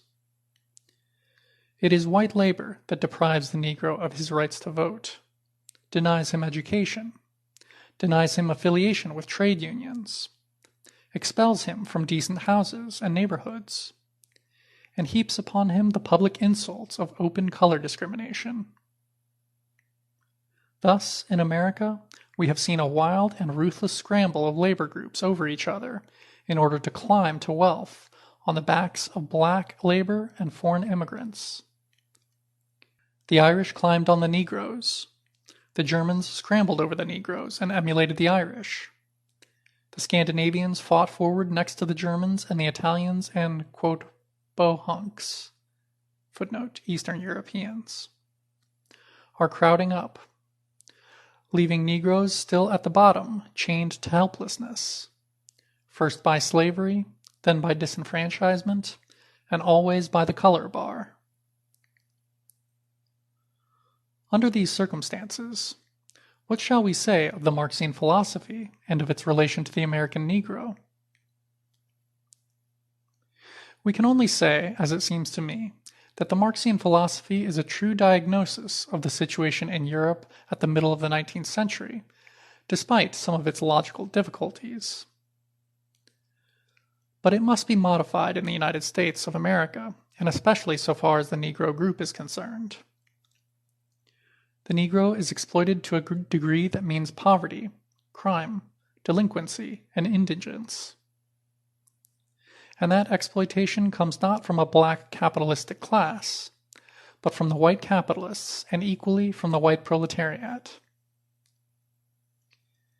His only defense is such internal organization as will protect him from both parties, and such practical economic insight as will prevent inside the race group any large development of capitalistic exploitation. End of long quote.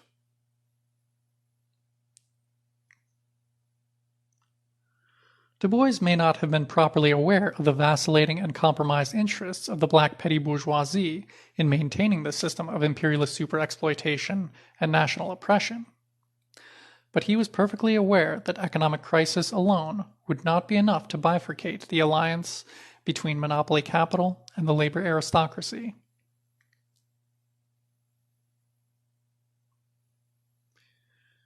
In the U.S., the major political vehicle for social imperialism has historically not been a social democratic party on the European model, but the Democratic Party, formed after 1812, with its roots in the class struggle of the Southern slavocracy and later plantocracy. The social ascent of the Irish-American working class, for example, is connected to its adoption of a white colonialist identity.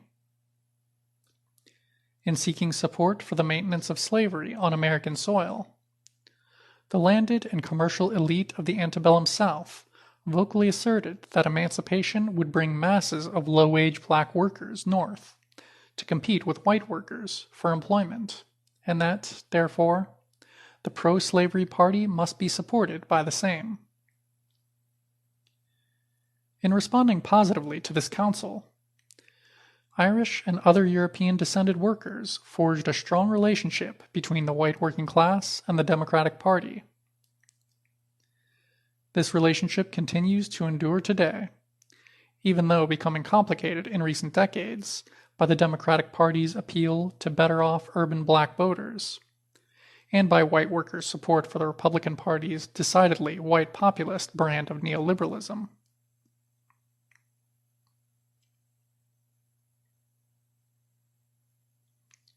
Supported by the majority of working-class people in the U.S., the historical record of the Democratic Party with regard to national oppression and imperialist exploitation is indicative of where the former's loyalties lie. Within the United States itself, the Democratic Party has upheld the most violent laws and practices directed against black people. Democrats were behind the formation of the Ku Klux Klan after the 1861-65 Civil War that abolished slavery in the U.S., terrorized entire communities comprising thousands of blacks, and assassinated numerous elected politicians in the course of regaining control of reconstructed southern state governments from the progressive black middle class, thwarted the promise of land redistribution in the post-Reconstruction period, and enforced Jim Crow laws by means of Klan terror, so as to retain black people in the position of a super-exploited workforce, opposed the congressional passage of the 13th, 14th, and 15th Amendments to the U.S. Constitution, respectively abolishing slavery and giving citizenship and the right to vote to all U.S.-born blacks, resolutely opposed the Civil Rights Act 1866, the Reconstruction Act of 1867, the Freedmen Bureau Extension Act of 1866, the Enforcement Act of 1870, the Force Act of 1871, the Ku Klux Klan Act of 1871, the Civil Rights Act of 1875, the Civil Rights Act of 1957, and the Civil Rights Act of 1960, and mostly opposed the 1964 Civil Rights Act, the 1965 Voting Rights Act, and the 1972 Equal Employment Opportunity Act. In 1900, Southern Democrats placed thousands of blacks, a quarter of whom were children aged between 6 and 18, found guilty of minor offenses, in prison labor camps, where conditions were similar or worse than those under slavery. More recently, under Democratic President Bill Clinton, while the U.S. population grew by 9%, the U.S. prison population, disproportionately black, grew by 700,000 between 1993 and 2001, a 70% increase.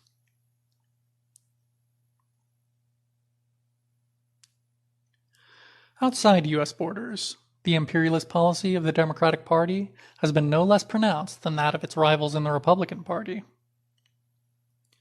Thus, after the Second World War, President Truman's Democratic Party recruited Nazi war criminals, people like Hitler's intelligence chief in East Europe, Reinhard Gehlen, SS Hauptsturmführer and Butcher of Lyons, Klaus Barbie, SS Obersturmbannführer Otto Skorzeny, and leading Nazi intelligence agent Baron Otto von Bolschwing, to help consolidate U.S. control over the polities of West Germany and Latin America, provided overt and covert support for French colonial militarism in Vietnam, secretly funded fascists and former Nazi collaborators to combat the left in Western Europe, and invaded Greece to keep the Nazi collaborationist ruling elite in power in the face of popular insurgency. The Truman government's intervention in the Korean Civil War, forcibly installing a brutal military dictatorship in the south of the country aimed at quelling popular democratic aspirations and comprised of landed elites who had collaborated with the Japanese imperialists during the Second World War, contributed to the deaths of 3 million people.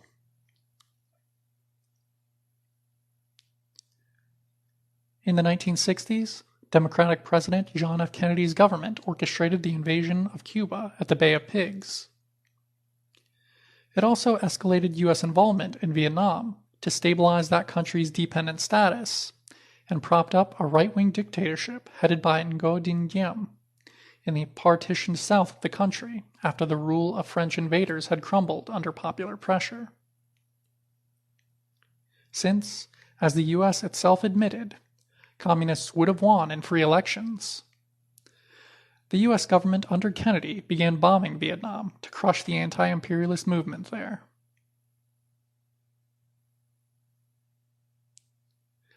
After the failure of this strategy and Kennedy's assassination, Johnson's Democratic administration launched a full-scale ground invasion of the South, constructing massive concentration camps, quote, strategic hamlets, to herd the Vietnamese peasantry into, began scorched earth napalm carpet bombing of the north of Vietnam, and used mass terror in the form of rape, mutilation, torture, dismemberment, random shooting, and the wholesale destruction of villages. Under Johnson, the U.S. government launched a secret war to defeat the leftist Pathet Lao and Khmer Rouge in Laos and Cambodia, respectively. In doing so, it made Cambodia the most bombed country in history, dropping upon it 2.8 million tons of bombs, 800,000 tons more than was dropped by all powers during the Second World War, up to and including the atomic bombings of Hiroshima and Nagasaki. After a popular rebellion destabilized the administration of U.S.-backed dictator Rafael Trujillo, the Johnson government authorized the invasion of the Dominican Republic in order to keep a U.S. puppet regime in power. In 1964, Johnson's administration helped organize a general's coup aimed at overturning the popular national developmentism of the reigning Brazilian government, and backed another against the non-aligned reformist government of Sukarno, Indonesia's first president, in the process of which 1 million communist, quote, subversives were killed.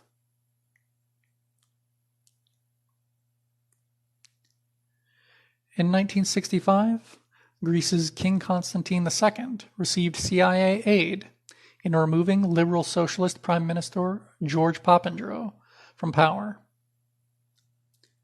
In 1967, when the Greek government was forced to finally hold elections again, CIA asset and former Nazi collaborator, Colonel Georgios Papadopoulos, prevented the probable election of Papandreou by means of a military coup.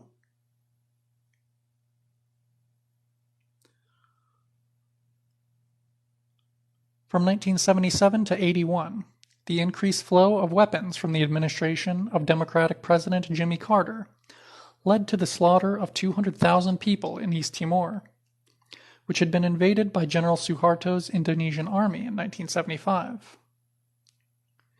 The Carter administration also lent financial, diplomatic, and military support to the brutal comprador capitalist dictatorships of Ferdinand Marcos in the Philippines, the Shah in Iran, and Anastasio Somoza and Contra paramilitary forces in Nicaragua, as well as others from East Africa to Latin America.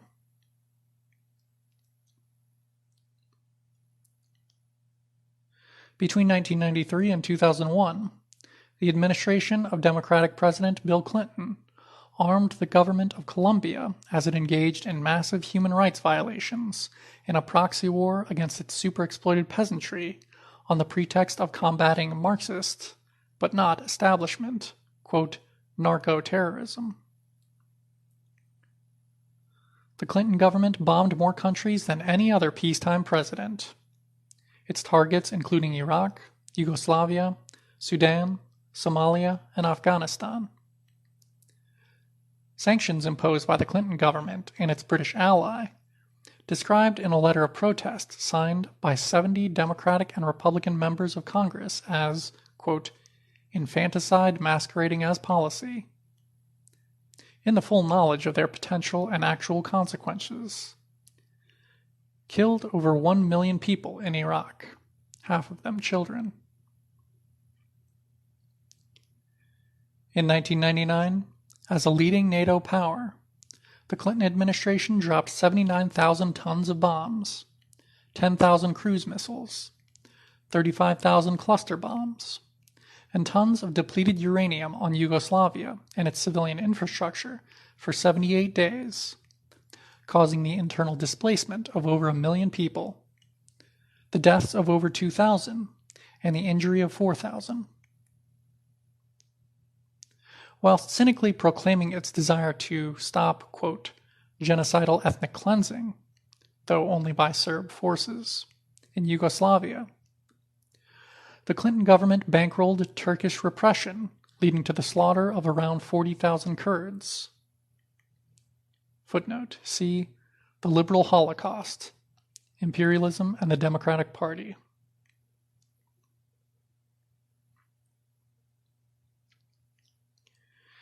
In 2008, with 45% of its white vote, 66% of its Hispanic vote, and 96% of its black vote, with an unprecedented 65% of voting-age blacks turning out to vote, the U.S. elected its first president of African descent, Democrat Barack Obama. Whilst this was undoubtedly a historic achievement, and was experienced as a moment of great pride for many black people, there can have been no illusions that Barack Obama was not as committed and imperialist as were his predecessors. Indeed, before his election, Obama promised to expand the USA's colonialist wars of aggression to Pakistan and proposed preventative military action in concert with Israel to negate the possibility of Iran attaining nuclear military capability. Since being elected as president, Obama has made his more bellicose rhetoric a living reality, or nightmare, for the people of several Muslim countries in the Third World, namely Iraq, Afghanistan, Pakistan, Somalia, Yemen, Libya, and Syria. According to the conservative Foreign Policy magazine in the U.S., Obama, quote, has become George W. Bush on steroids by, for example, ordering no less than 268 remote-control drone strikes, killing more than 3,000 people, including around 1,000 civilians.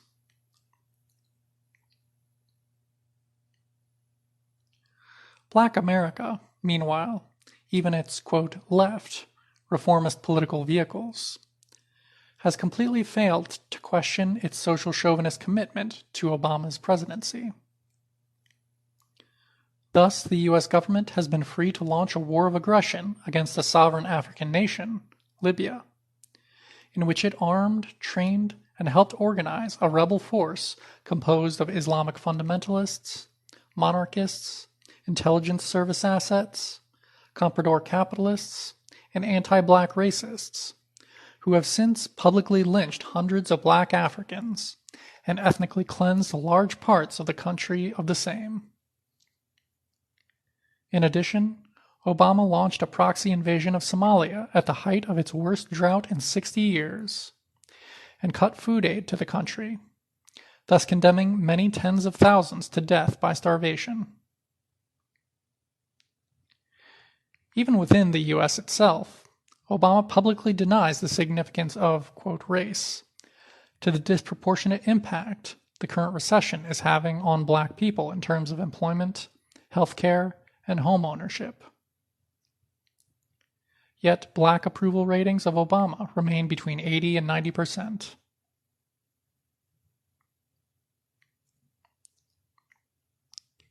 As Black Agenda Report writer Glenn Ford has noted, quote, Obama, who arrogates to himself the right to kill designated enemies at will, is permitted by Black America to commit crimes against peace with political impunity, and has paid no domestic political price for his cruel barbarities against Africa's most helpless people, because Black America exacted none.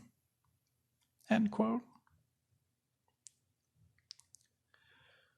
This is a symptom not simply of political confusion and misleadership, as Ford suggests, but of the absence of a militant black proletariat seeking an end to its exploitation and the overthrow of the capitalist state. End of section. Divided World, Divided Class. Section: Germany, from social imperialism to social fascism. As an area geographically marginal to the conquest of the New World and the subsequent slave trade upon which, quote, primitive capital accumulation was accomplished, by the mid-19th century, Germany was in European terms a comparatively backward feudal economy. Rubinson describes how Germany could move towards core nation status only because the geographic expansion of capitalism that took place between 1800 and 1870, from 1800 to 1830, total international trade had increased 30%, whereas from 1840 to 70 it increased 500%, had opened up enormous opportunities, within the British Empire especially, for investments in the construction of the world's railroads and in cash crop agriculture. Britain's unparalleled industrial productivity facilitated its adoption of laissez-faire policy, and thus allowed for the unrestricted flow of technology and skilled labor to the fledgling industries of Europe and North America. Meanwhile, its shift towards capital goods production ensured the relative prosperity of German and Italian textile production. The ascent of Germany to the core of the world economy during the course of the 19th century related directly, therefore, to colonialism's enlargement of the peripheralized Third World. Beginning of long quote. The expansion of the size of the peripheral areas of the system allows for the expansion of the size of core areas for two basic reasons. First, increased peripheralization means an increase in the amount of labor in the system, and this increase allows more areas to capture a larger share of value produced by this labor. Second, with such an increase, more areas can shift their position in the division of labor to specialize in core activities and benefit from the structure of unequal exchange between core and periphery. End quote from Hobsbawm. Germany's Industrial Revolution occurred between 1850 and 73 and was undertaken by, quote, semi-authoritarian, pre-industrial elites pursuing, quote, defensive modernization, partially to counter the threat of liberal and socialist movements taking the French Revolution as their model. A late starter on the road to industrialization, Germany moved from being a predominantly agrarian society to an industrial one, in terms both of the composition of the national product and of patterns of employment, only in the 1880s. The world economic crisis of 1873 and the ensuing quarter-century of depression, caused to a large extent by massive colonial and American agricultural overproduction, saw in Germany the formation of monopoly syndicates and cartels to control production, divide territorial markets, and set prices. Further, the need to expand production demanded credit which only powerful banks could provide, leading to a merger of industrial with banking capital in Germany. Germany's Junker-landed aristocracy, which had shifted from a prior position of dependence upon free trade with Britain, and its new monopoly capitalists, came to advocate naval armament and a militaristic colonial foreign policy as a solution to the problems of raw material shortage, low grain tariffs, closed markets, dwindling opportunities for domestic investment, and, in the case of the Junker elite, opportunities for office insofar as their diminished economic sway created anxiety about the durability of their political hegemony. Footnote. Quote from Wehler. Both the interventionist state and organized capitalism saw a pragmatic, anti-cyclical economic policy as an important means of stabilization. Therefore, both attached decisive importance to the promotion of an export offensive and to the winning of foreign markets, either through the methods of informal empire or through direct colonial rule. End quote and end of footnote. By 1894, serious disputes had developed between Britain and Germany over interests in North Africa, the Sudan, in the Portuguese colonies, and in the Transvaal, where German capital owned 20% of all foreign investments. With such conflicts over protective tariffs amongst the imperialist powers, German industry began to express full support for populist colonialist propaganda groups, such as the German Colonial Association, Deutscher Kolonialverein, 1882, and the Society for German Colonization, Gesellschaft für Deutsche Kolonisation, 1884.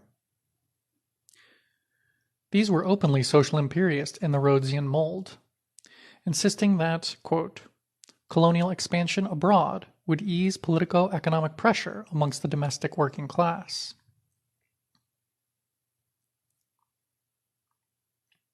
In the decades following the succession to power of Kaiser Wilhelm II in 1890, Germany created a small fleet in the China Sea and sought a coaling station and harbors on the China coast, intervened in North African politics, and threatened Britain's influence in Turkey, Latin America, China, and the Middle East.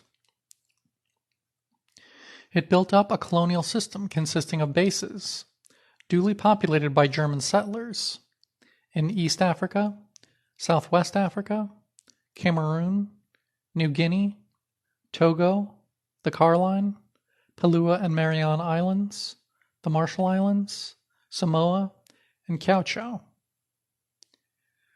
By the eve of the First World War, the German colonial empire had a landmass of 1,140,200 square miles, an area roughly the size of India today, the world's seventh largest country, at 1.2 million miles.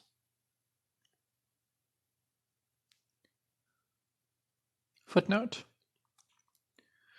The total German population in Germany's African and Pacific colonies, excluding Kiao Chau, in 1911, was 16,947. The total white population was 21,667. End footnote. This colonial expansion stimulated German capitalism's avaricious demand for rich raw materials and markets closer to home, from the heavy metals of eastern France to the granaries of the Slavic steppes. Colonial conflicts were at the root of the First World War. Germany's general aims in the First World War were twofold. First, it sought the elimination of France as a great military, economic, and financial power, thus hoping to create a, quote, Mitteleuropa economic system, embracing Austria-Hungary, a Poland severed from Russia, and possibly other neighboring states, including Romania. Added by Zak Cope. Quote continued. Dominated by German interests. End quote. Secondly, Germany aimed to drive Russia eastwards and to militarily subjugate the Tsarist Empire's non-Russian Western population. After the war ended in Germany's defeat, however, German capitalism could only be rebuilt to the specifications of American financiers like J.P. Morgan and Rockefeller, who at that time controlled world exchanges and global commerce. Simultaneously, the Nazi foreign policy aim of colonizing Eastern and Southeastern Europe was anticipated and partially realized by the Weimar government's pursuit of informal economic hegemony in what was referred to in the 1914-18, quote, war aims debate as the Erste Reich, the eastern part of the Greater German Empire. Footnote. Weimar in central Germany was the seat of the National Assembly formed in January 1919, initially by Berlin workers' and soldiers' councils, to replace the Imperial Reich government, and effectively abolished by the Nazi Enabling Act of March 1933. End footnote. Thus, politicians and senior diplomats in the Weimar period conceived of and advanced German trade policy as a means to set up a, quote, penetrating system of financial investment, quote, in the weak and impressionable economies of the newly liberated eastern states. End quote.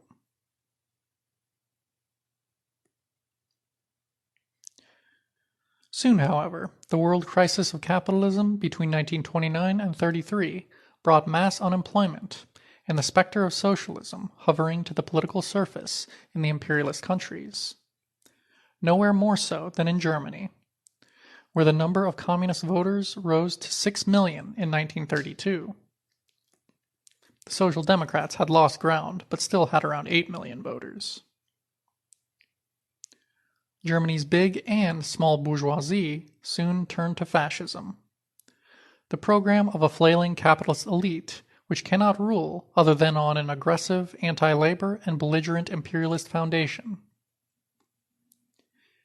It is, quote, the armed Siegfried line behind which capitalism entrenches itself when economic conditions lead to a serious threat from socialism, and from behind which it does not hesitate to fire first, taking a ruthless offensive against its adversaries.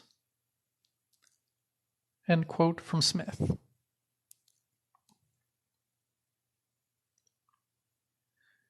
It is or should be common knowledge that the German big bourgeoisie was instrumental in bringing the Nazi Party to power. On January 27, 1932, steel magnate Fritz Thyssen, a firm champion of the National Socialist line, who had begun making large contributions to NSDAP funds around the time of Hitler's 1929 National Committee campaign against the provisions of the Young Plan, arranged for Hitler to make a speech to the Dusseldorf Industry Club in the exclusive Park Hotel. Footnote. In 1929, the Young Plan replaced the Dawes Plan, offering Germany a less onerous burden of debt. The Dawes Plan was instituted after the First World War as an agreement between the German government and the Allied powers, Britain, France, and the United States, codifying the nature and extent of German war reparations payments. Between 1924 and 29, under the Dawes Plan, Germany received loans from the United States and Britain of nearly 21 billion Reichsmarks. By 1935, this figure had reached 27 billion Reichsmarks, 70% of which was provided by the U.S. End footnote. This meeting brought the NSDAP increased support from industrialists such as Vogler of the United Steel Works and Springorum of Hoche, who desired, by the summer of 1932, to include the NSDAP in the government.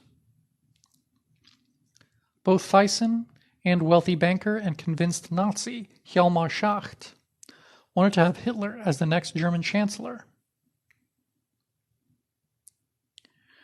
In spring 1932, a circle of prominent Nazis and industrialists was formed by the chemical engineer and corporate executive Wilhelm Kepler to flesh out the details of a Nazi promise that the party would fulfill and safeguard the, quote, wishes and interests of big industrialists.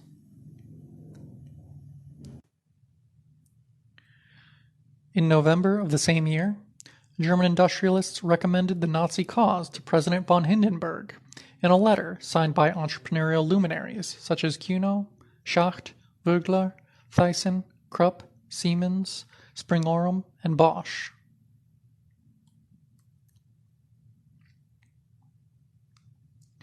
To maneuver its way out of the world depression and maintain the position of its capitalist elites, Germany was eventually compelled to capture colonial territories which could provide it with food and land in the absence of sufficient export markets to pay for them.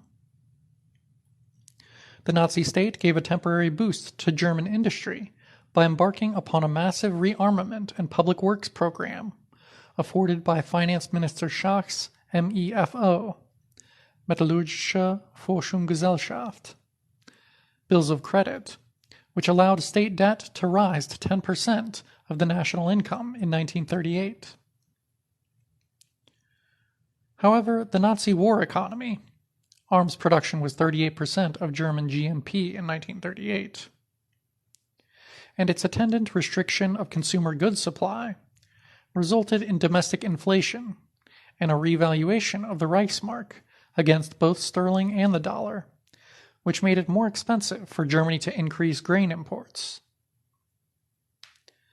The Nazi government had two possible ways to prevent such internal revolt arising as during and after the First World War: renege on its foreign debts or begin the drive to war. If the regime were to default on its foreign debts to increase its foreign exchange, this would alienate Germany's foremost trading partner and creditor, the United States. Footnote: in Nazi Germany, U.S. corporate investments rose while declining in the rest of continental Europe, accelerating rapidly by 48.5% between 1929 and 1940. Many U.S. corporations, General Motors and Ford for example, had factories in Germany which used slave labor and produced war materials for German use.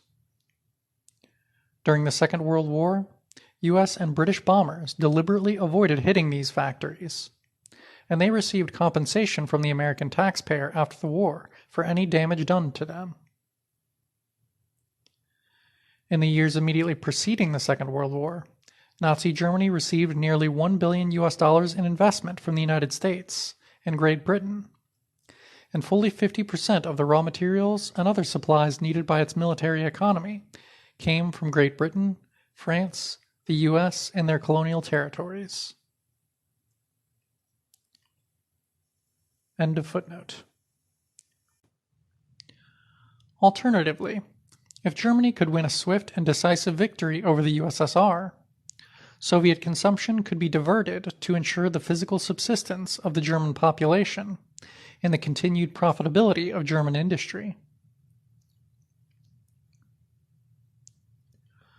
Thus was planned the physical annihilation of tens, if not hundreds, of millions of, quote, subhuman, Untermensch, Slavs, Jews, and communists. Nazi policy was effectively to starve most of the Czech, Polish, and Ukrainian populations to death by seizing their harvests and preventing flight from their urban centers. The Nazi government aimed to resolve the contradictions of Germany's capitalist economy between production and consumption, profits and wages, capital and labor. According to a plan for settler colonial conquest based on the vision of the forging of the American Empire, Hitler's American Dream.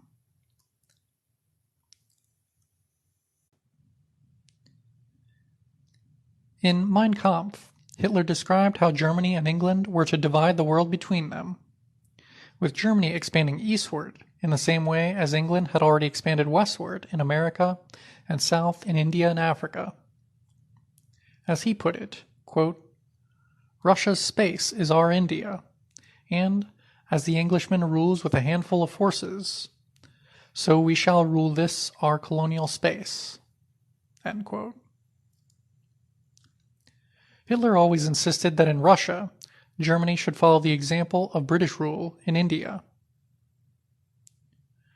During the first period of war on the Eastern Front in 1941 to 42, in his, quote, table talks with Martin Bormann, head of the NSDAP Chancellery and the Führer's private secretary, Hitler made frequent reference to East Germany's future as an, quote, empire for the Germans, comparable with what Asia, Africa, and the Far West had been for the British, French, and U.S.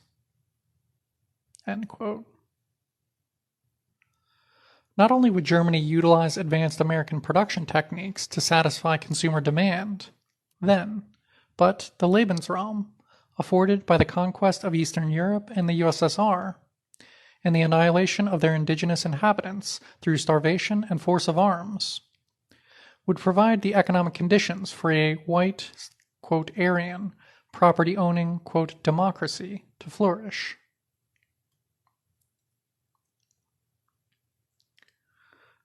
The Nazi regime was one in which the respective bourgeois elites of Germany maintained their prior social positions through integration within a hierarchically organized and all-powerful party structure, wherein each fraction could build up its own power base through the occupation of important posts in the institutions of state, and by forming informal ties with Nazi politicians. The latter, in turn, utilized their political power to amass huge personal wealth. The Third Reich was a capitalist state with an unusually high degree of affiliation between the haute bourgeoisie and the holders of political office, so that Italian fascist leader Benito Mussolini could observe that, quote, fascism should more properly be called corporatism, because it is the merger of state and corporate power, end quote. The German working class in general responded to the rise of imperialism with alacrity. In Wilhelmine Germany, the complaints of an increasingly powerful German labor movement were ameliorated via wage and welfare concessions, tax reforms, and recognition of the legal and political irreducibility of the franchise and mass society generally.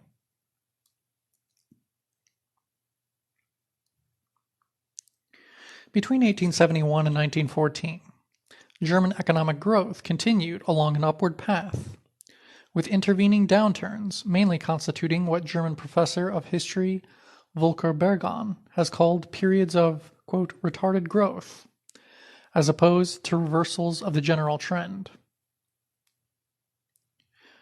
During this period, there was a population explosion in Germany, and most were absorbed into the burgeoning labor market, even whilst the majority saw some improvement in their living standards.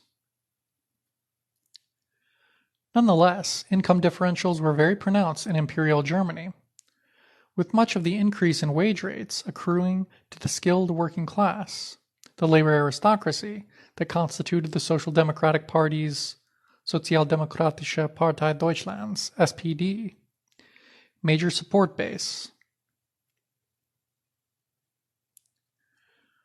However, on top of these unevenly distributed wage earnings must be counted the system of social insurance instituted by Bismarck, which considerably enhanced the material and legal position of the entire German working class. Germany's social insurance system was built up in 3 stages.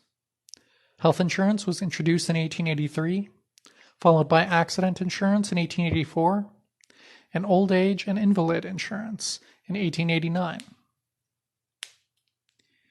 Each new law covered cumulatively larger sections of the working class. Over the same period, the Reich introduced pensions, national medical provision, and the right to education. State insurance for ill or disabled workers was coupled with stringent efforts to control and repress communist agitation. Moreover, in the decade before 1914, 2 out of 3 industrial disputes in Germany ended in compromise, reflecting employers' grudging acceptance of trade unionism as much as the latter's strength.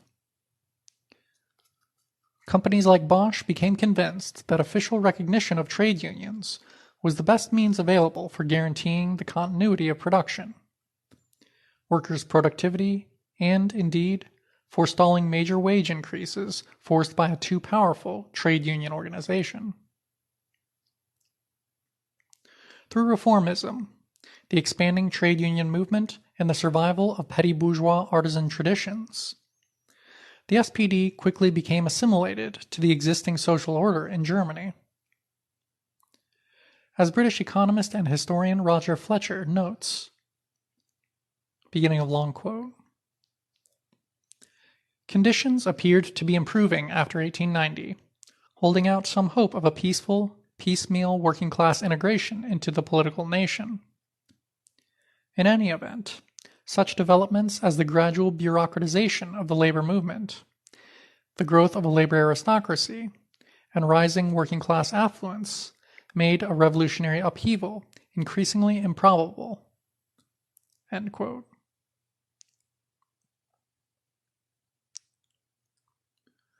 Whereas in the pre-World War I period, the German working class was generally antipathetic to colonialism and allied neither with conservative Junker nor, quote, liberal capitalist classes. It tended to go along with the program of the new state, particularly in the period after 1890, when Bismarck's anti-socialist laws were revoked and a period of great economic prosperity set in.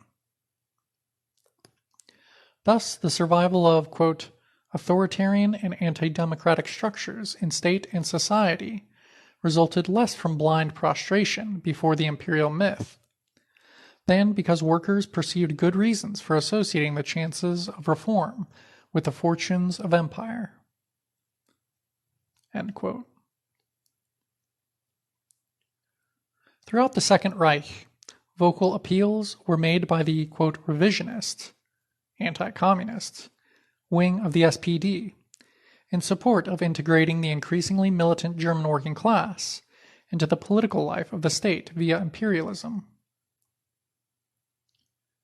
Contributors to the Socialiste Monatshefte, Socialist Monthly, actually released on a weekly and fortnightly basis, edited by Joseph Bloch, and the most prominent revisionist journal in the country. Such as the imperialist militarists Max Schippel, Karl Leutner, Richard Kalwer, and Gerhard Hildebrandt, were united around the principle that colonialist expansion and living space, Lebensraum, was in the class interest of the German proletariat. As prominent SPD politician Edouard David wrote in 1909, quote, "The revisionist tendency is a not inconsiderable segment of the party, and if the impression is created that all or even many revisionists share those social imperialist views, then the latter acquire an importance beyond their due as the eccentricities of particular individuals." End quote. Thus, at the 1907 Stuttgart Congress, 3 years after Germany's massacre of 60 to 80,000 Herero tribes people in southwest Africa, modern-day Namibia, Eduard Bernstein quoted Ferdinand Lassalle, founder of the General German Workers' Association in 1863, the SPD's precursor, approvingly, quote, "People who do not develop may be justifiably subjugated by people who have achieved civilization." End quote. In November 1918, the SPD was brought to power through an Allied-backed alliance between the labor aristocracy, represented by the SPD, German monopoly capital, and the Reichswehr, the German armed forces. In June of that year, David wrote in the SPD journal, Vorwärts, that, quote, "We would have no objections if our colonial possessions were rounded off and enlarged by way of compensation and agreement," end quote, under the terms of a peace treaty.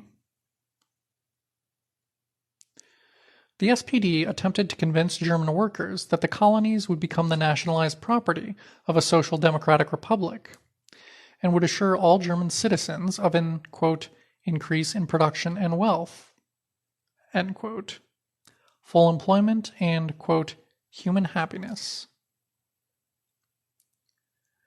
At the Socialist International's conference held in Bern in February 1919, the SPD openly protested the fact that the Versailles Treaty had divested Germany of its colonies and called for their restitution.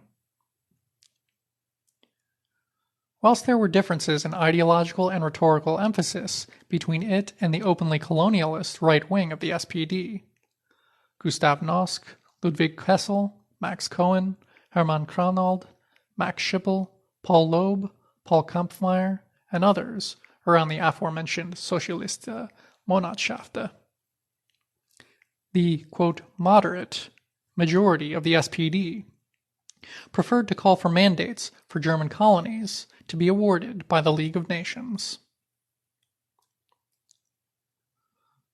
On May 8, 1925, the SPD involved itself in the formation of a colonialist lobby in the Reichstag, with deputies from the Catholic German Center Party, Deutsche Zentrum Party, the German Democratic Party, Deutsche Demokratische Partei, DDP, and the German People's Party, Deutsche Volkspartei, DVP, whose leader, Foreign Minister Gustav von Stresemann, had recently resurrected the First World War colonial official Hans Grimm's, the German Kipling, slogan of Volk ohne Raum, people without space, to further popularize the colonial mission.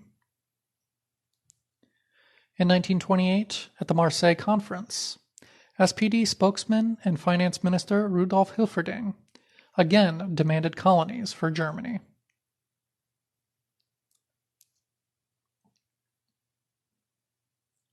It cannot be seriously maintained that the reformist imperialist line advanced by the SPD did not go some way in meeting the aspirations of its voters.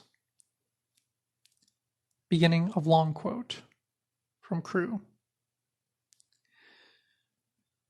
By 1914, diligent and capable party practitioners like Friedrich Ebert and Gustav Nosk emerged as the legitimate spokesmen of the whole party because they sprang from the people, maintained close contact with the grassroots, and instinctively shared their attitudes and outlook.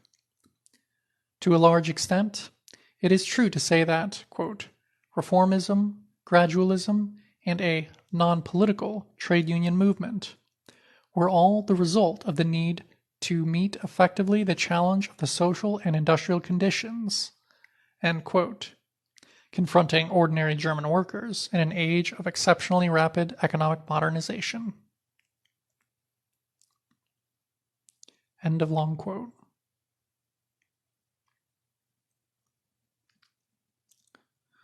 Although it is almost an article of faith among historians of the Weimar Republic that the German Communist Party, Kommunistische Partei Deutschlands, KPD, position that social democracy paved the way for fascism was wrong and necessitated a tragically mistaken political strategy, the label of, quote, social fascist, socialist in words, fascist in deeds, had a very real reference at the time of its coinage. The SPD consistently preferred monopoly capitalism and reactionary Prussian aristocrat militarism over unity with communist candidates of the working class. Although historian Arthur Rosenberg, one-time member of the USPD and the KPD, accuses the latter of offering nothing to the still employed workers of Great Depression-era Weimar Germany, he admits that the Social Democrat German working class, quote, refused to consider the possibility of revolution and wanted nothing to do with communism. Footnote. The Independent Social Democratic Party, Unabhängige Sozialdemokratische Partei Deutschlands, USPD, was a loose-knit coalition formed in 1917 of anti-war party defectors from the SPD. End of footnote.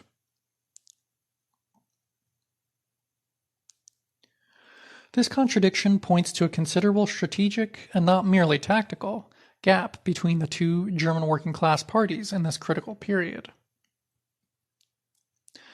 Whether this could have been bridged had the KPD possessed a clearer, more comprehensive, and realistic policy than it did appears doubtful, given the pro-capitalist tendency of the organized German workforce. The fact that the SPD opposed the expropriation of the ruling capitalist class and the removal from power of its major political props, the former aristocracy, the landed oligarchy, and officials of the Ancien regime, which constituted the imperial army as the de facto executive in a Reichstag composed in the main of bourgeois deputies.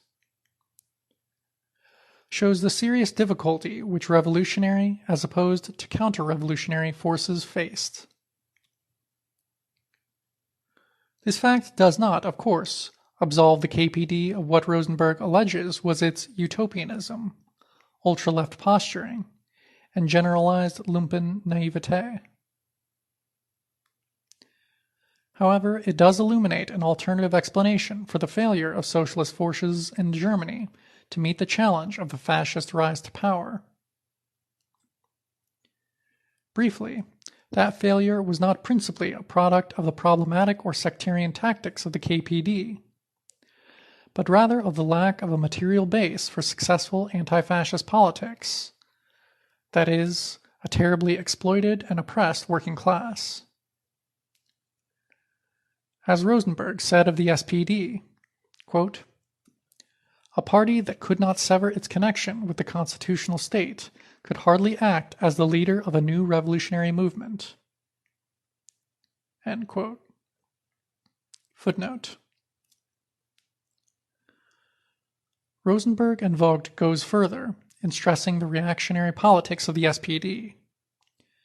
He suggests that a right-wing trend within Weimar social democracy, which he terms the Junge Recht, actually incorporated Volkisch, quote, National Socialist traditions, akin to those of the NSDAP.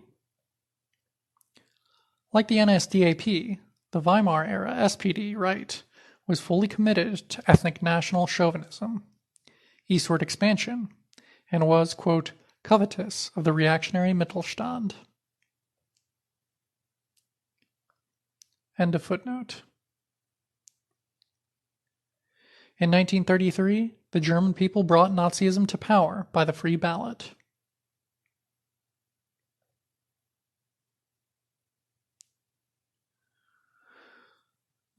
German working-class support for increasingly fascist imperialism had a real material basis. U.S. historian and professor of law David Abraham has shown how organized labor made dramatic material gains in real wages and working hours, political gains in representation, and legislative gains in the extension of trade union rights, legally binding collective wage agreements, and a system of compulsory arbitration in the Weimar period. These were made possible because the superprofits accumulated by ascendant dynamic and export capitalists, mainly in the chemical and electrical industries, allowed them to afford welfare taxation and wage rises on the basis of a relatively open market economy buoyed by imperialist loans. Since these fractions of Germany monopoly capital made superprofits through international trade, in which they were highly competitive and had a high organic composition of capital, low labor costs, they could afford an electoral alliance with the ADGB, Allgemeiner Deutscher Gewerkschaftsbund, the SPD-affiliated Free Trade Unions of Germany, and the SPD, thus delivering social policies, Sozialpolitik, that improved the lives of most, if not all, German workers.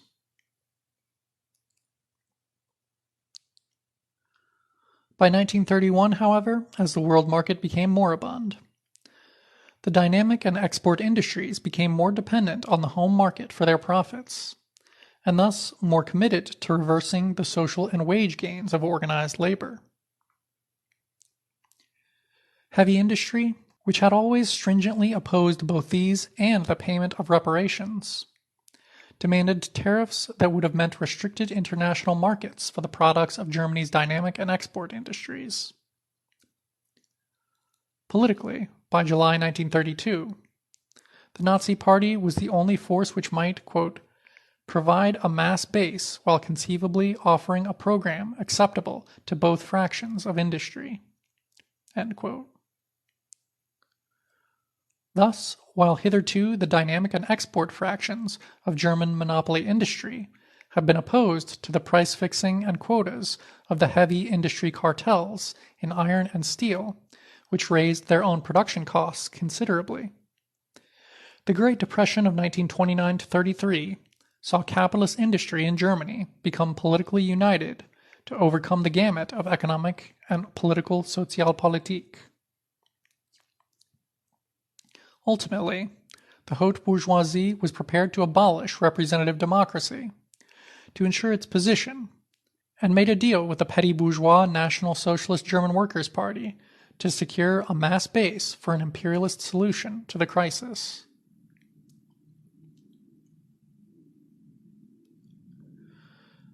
Nazism arose as a radical reaction to politico-economic crisis by small property owners, peasants, shopkeepers, white-collar workers, and skilled blue-collar workers, that is, the petty bourgeoisie, against the rise of industrial capitalism, organized within a political framework geared towards meeting the short-term economic interests of the working class.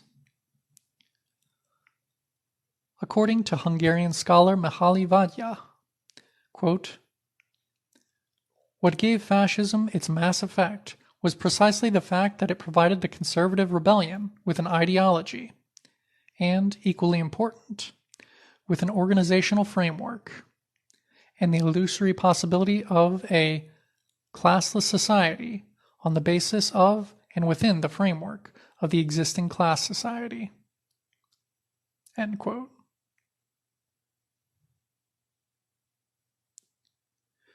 In short, traditional class relations were to be maintained through the brutal and complete repression of those dynamic social forces which threatened to push ahead the transition to a new type of socialist society. Summarizing the findings of Larson et al., Professor of Contemporary History Jeff L.A. confirms that the social composition of the fascist movement was disproportionately petty bourgeois, that is, small-scale owners and producers, together with the new strata of salaried employees, including lower-grade civil servants, junior managerial and technical personnel and teachers, clerical workers, and parts of the professions. Nonetheless, the fascist organizations did acquire considerable working-class support.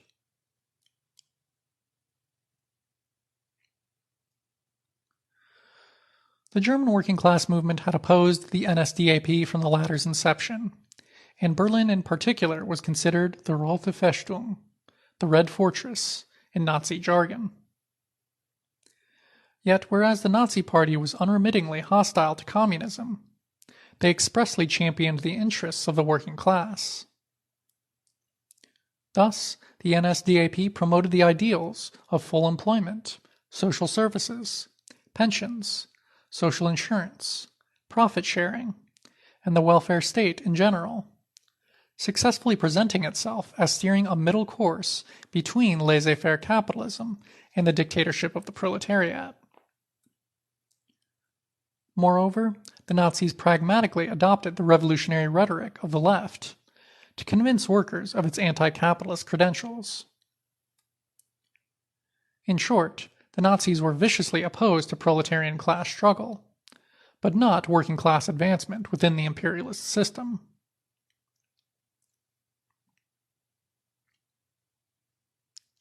Although workers were relatively scarce in the NSDAP, there were 750,000 of them enrolled by 1933, and these numbers increased in the first years of the Second World War as the nexus of nationalism and embourgeoisement became further entrenched.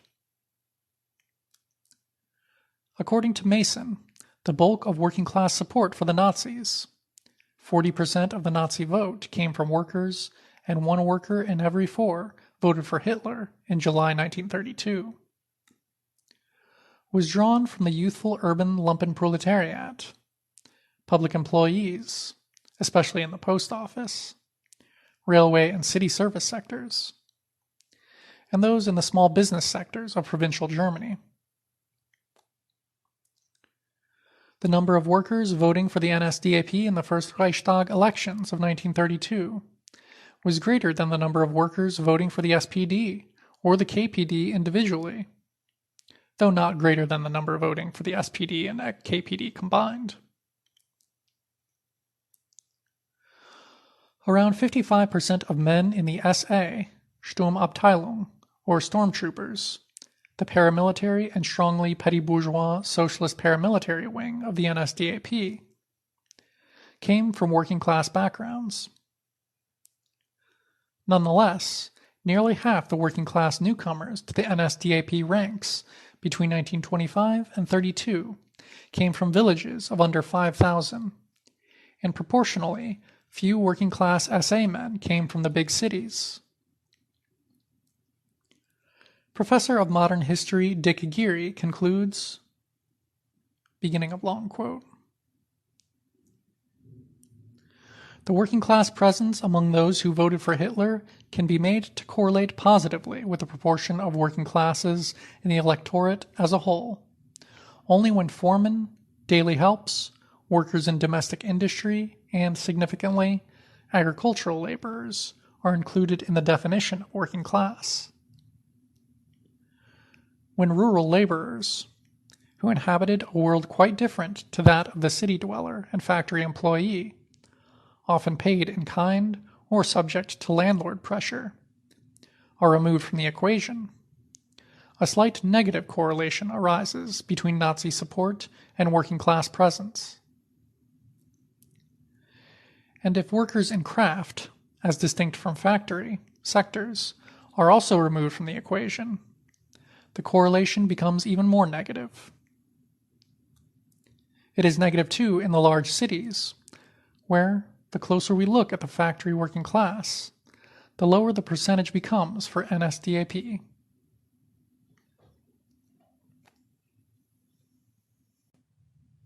End of long quote.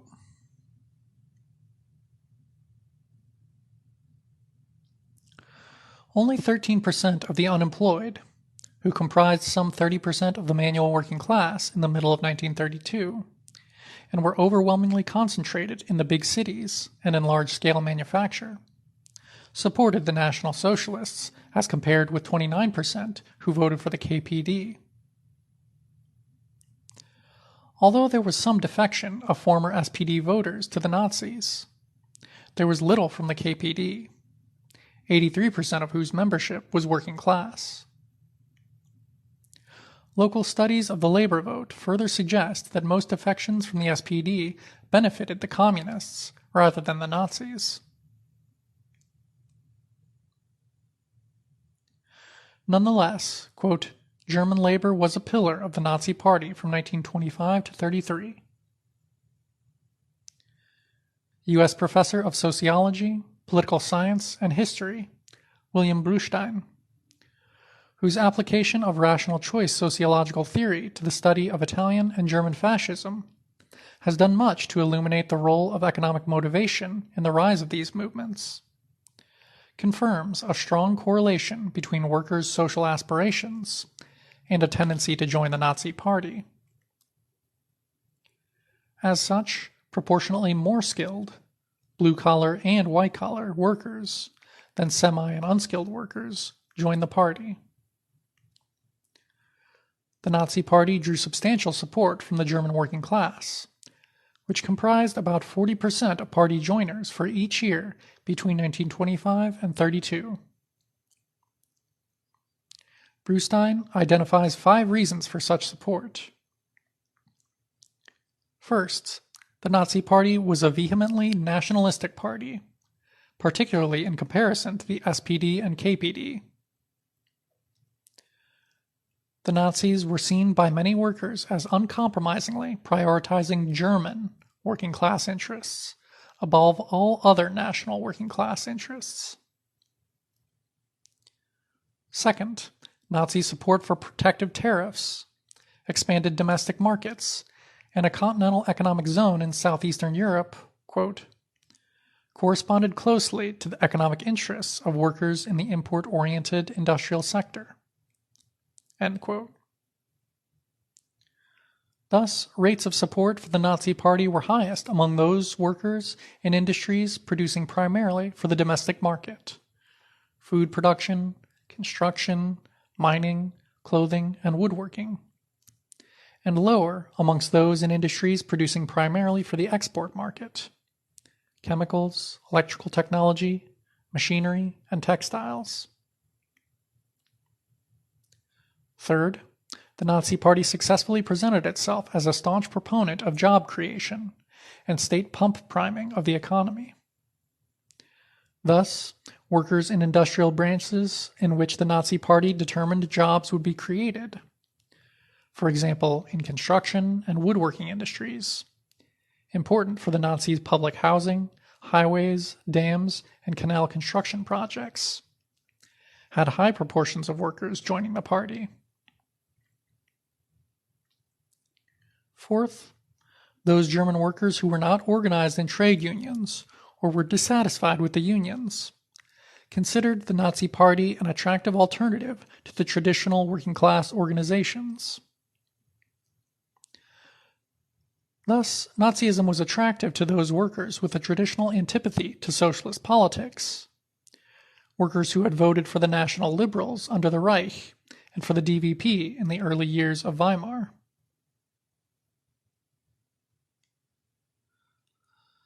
These workers included the employees of Krupp in Essen, who lived in company housing and benefited from employer patronage, as well as those workers recruited from Stahlhelm labor exchanges in the Ruhr, textile workers in Franconia, and yellow unions composed of workers with anti-socialist credentials. Generally, in non-unionized industrial branches like clothing, leather, food production, woodworking, and musical instruments, particularly in those with lower ratios of employees to businessmen, the proportion of Nazi Party joiners amongst workers was higher than in highly unionized branches of industry, like mining, metal production, utilities, rubber, and chemicals. Fifth, and most significantly, those workers who aspired to own homes, become salaried employees, or start their own businesses, that is, those workers who were convinced of the beneficence of private property and the profit motive, supported the Nazi Party because they perceived it as a working-class party favoring upward social mobility. The Nazi Party sought to achieve social equality through a process of upward leveling and explicitly advocated the abolition of the proletariat through embourgeoisement.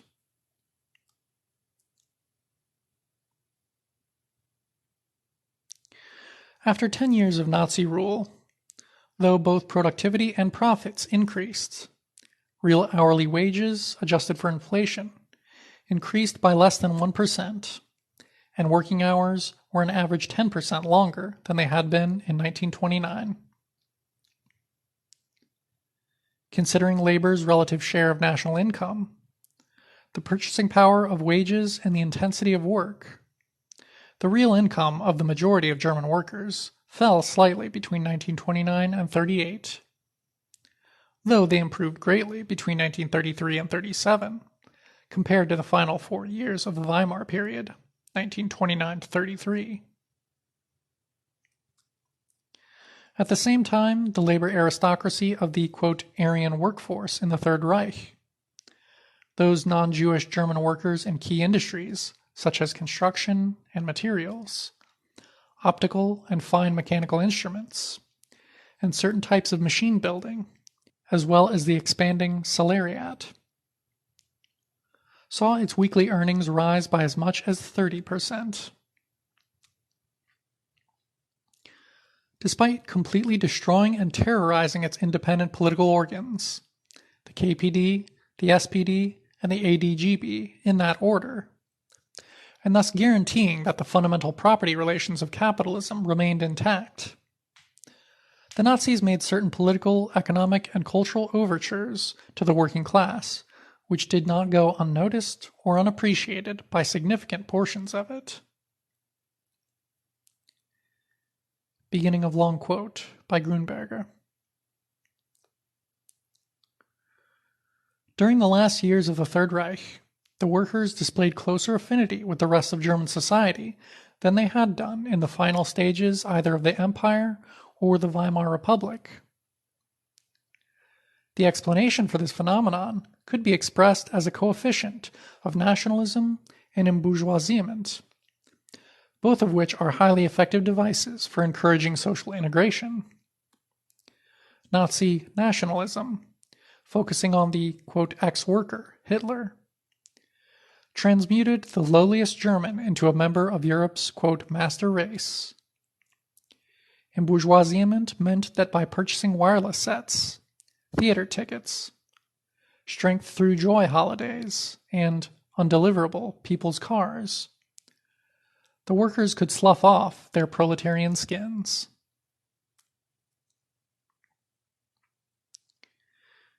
Indeed, manifestations of working-class discontent under Nazism, for example, routine complaints and bickering in factories, were probably more indicative of a desire for ever better wages than politicized class resentment of Nazism. The few strikes that occurred in the Third Reich did so after 1935, when most of the formerly unemployed had returned to the workforce, and many were started by highly qualified and well-paid skilled workers seeking higher pay. Nazi authorities between 1933 and 1939 periodically reported support for the regime traceable to renewed employment, ideological pro-labor propaganda, and the material assistance offered them by social welfare agencies such as Winter Aid, Winterhilfswerk, WHW, and People's Aid, NS Volkswohlfahrt, NSV, amongst the majority of workers. The absence of Marxist leadership, the increase in economic stability and support for Adolf Hitler personally as a leader, ensured that the bond between them and the Nazi system became stronger as war became reality.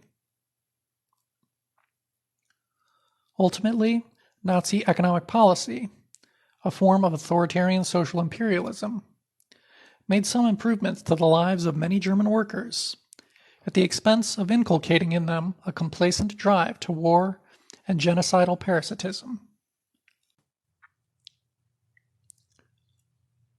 German historian Götz Ali argues that the Nazi regime in Germany retained power during the Second World War and managed some sort of a stable consensus around it, through its being, quote, a dictatorship in the service of the people.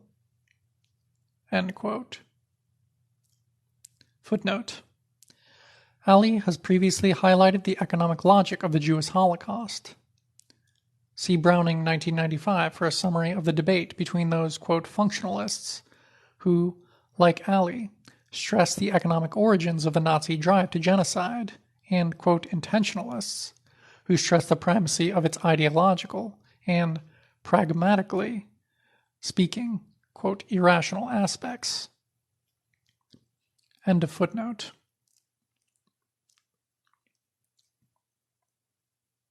The economy under Nazism assured its haute bourgeois leaders of the sometimes passive, but often enthusiastic support of Germans for its imperialist project. The welfare state measures of Hitler's regime were all designed to bribe the German people. Ali contends that from 1941 to 44, these were primarily funded from the proceeds obtained by the Nazi regime from conquering, plundering, and super-exploiting the labor and resources of occupied Central and Eastern Europe and the Soviet Union. The unshakable alliance between the Nazi state and the German people was not primarily the result of cleverly conceived party propaganda, but was created by means of theft, with the spoils being redistributed according to egalitarian principles among the members of the ethnically defined folk. Constant Nazi rhetoric about the necessity of space and colonies, enhancing Germany's global position and expanding eastward, and, quote, de-Jewification, expressed the aim of hastening a rise in the German standard of living, which the domestic economy alone could never have achieved. Paid holidays for workers were doubled under the Third Reich compared with the Weimar Republic, from 3 to 8 days, and between 1932 and 38, the volume of tourism also doubled. In 1938, 10 million Germans participated in Strength Through Joy, Kraft durch Freude, vacation trips of all types. Nazi pump priming of the economy resulted in a halving of unemployment from 6 to 3 million workers by 1935, with the initial 50% expansion of the peacetime labor force, from 13.5 to 20 million, elevating thousands to supervisory positions. By 1939, quote, effective demand for labor exceeded supply by 500,000, end quote. This shortage ensured that skilled workers, especially in the metal and building industries, where the workforce had, respectively, increased by 2.5 and 3 times between 1933 and 37, enjoyed the benefits of a seller's market. The renowned late British Marxist historian of Nazi Germany, Timothy Mason, argued cogently that this led to a fateful pattern emerging. Beginning of long quote. The Nazi regime needed the political approval of the working classes and their full cooperation in the armaments drive. But the fewer unemployed there were, the less necessary it became for the working classes to give their full cooperation. And this political weakness of the regime for a long time inhibited measures which could have remedied the economic weakness. Hitler constantly asserted the primacy of politics over economics. By March 1942, this meant the primacy of terror. What it was politically impossible, but economically essential to demand of the German working classes, could be demanded without scruple of subhuman slave labor, transported in cattle trucks into the Reich from Eastern Europe. End of quote.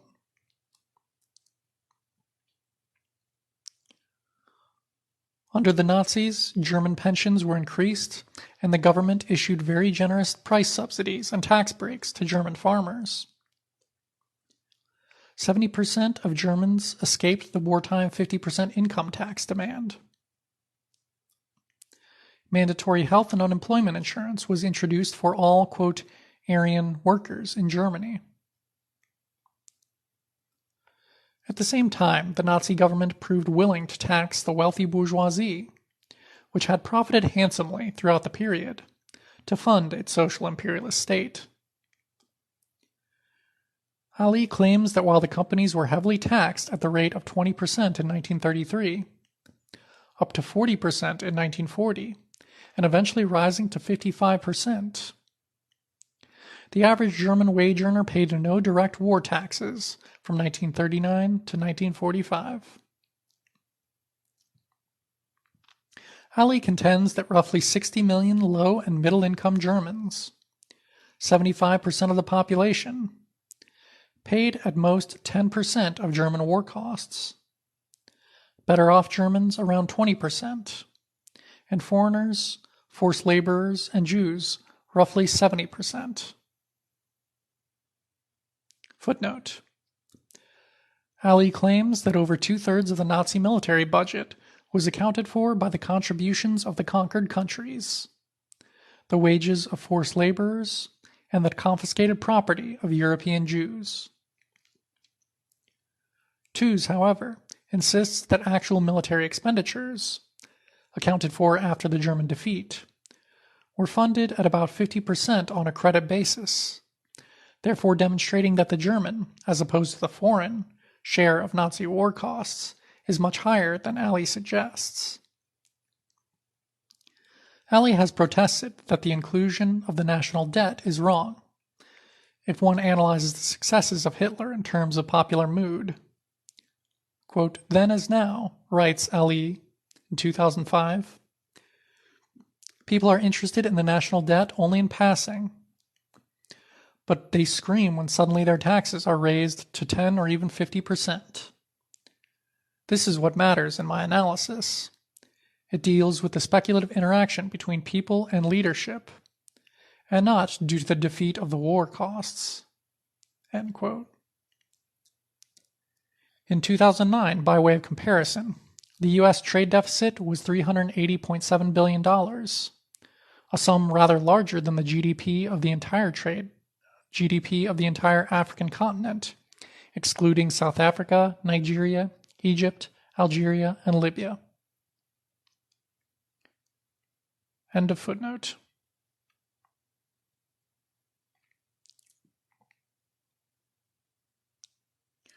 The Reich redistributed both the revenues extorted from militarily enforced wage labor, as well as the actual possessions of the Eastern European peoples it oppressed. To the German people through generous ethnicized welfare schemes, funded by the destruction of real national currencies in Western Europe, the superexploitation of Eastern European labor within Germany, the massive expropriation and redistribution of Jewish property, and the pillage of resources and superexploitation of labor in the occupied Soviet territories. Not only did the Nazis' imperialist bribery allow for comfortable stability in working-class German living standards, it ensured that the costs of war and the occupation were not primarily borne by the aggressor nation population, but by its victims.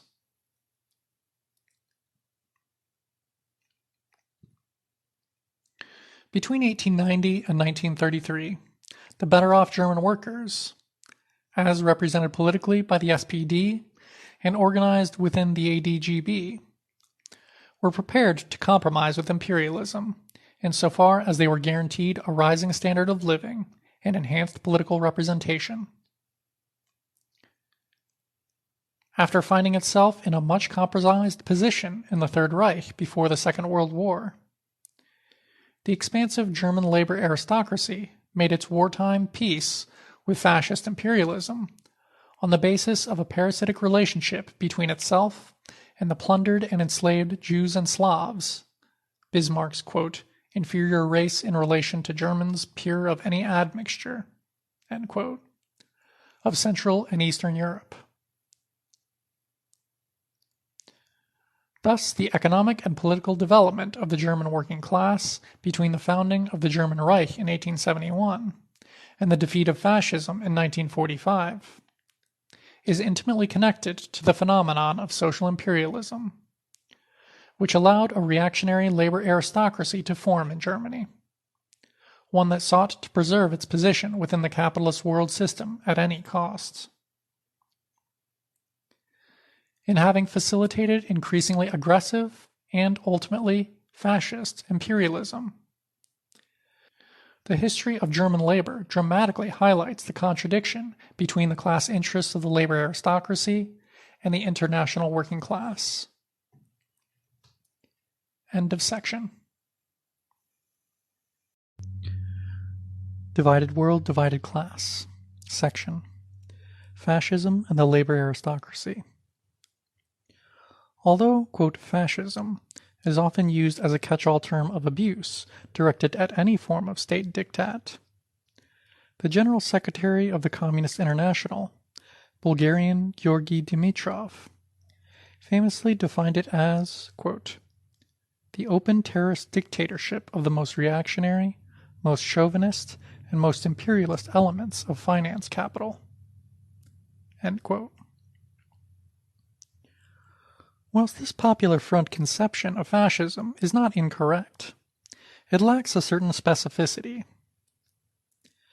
Fascism is the attempt by the imperialist bourgeoisie to solidify its rule on the basis of popular middle-class support for counter-revolutionary dictatorship.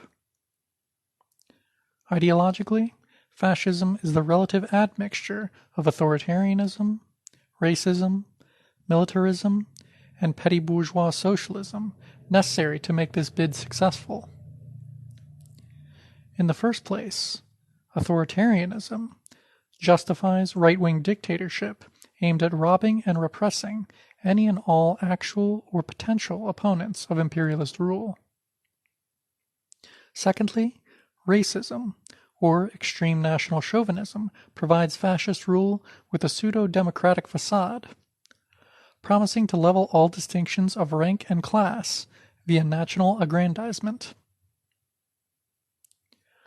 Thirdly, militarism allows the fascist movement both to recruit de classe, ex-military, and paramilitary elements to its cause, and to prepare the popular conscience for an inevitable aggressive war. Finally, social fascism offers higher wages and living standards to the national workforce at the expense of foreign and colonized workers. As such, denunciations of, quote, unproductive and, quote, usurers' capital of, quote, bourgeois nations, that is, the dominant imperialist nations, and of the workers' betrayal by reformist, quote, socialism, are part and parcel of the fascist appeal. As the program of the Communist International stated in 1929, quote, the combination of social democracy, corruption, and active white terror, in conjunction with extreme imperialist aggression in the sphere of foreign politics, are the characteristic features of fascism. End quote from the Communist Party of Britain.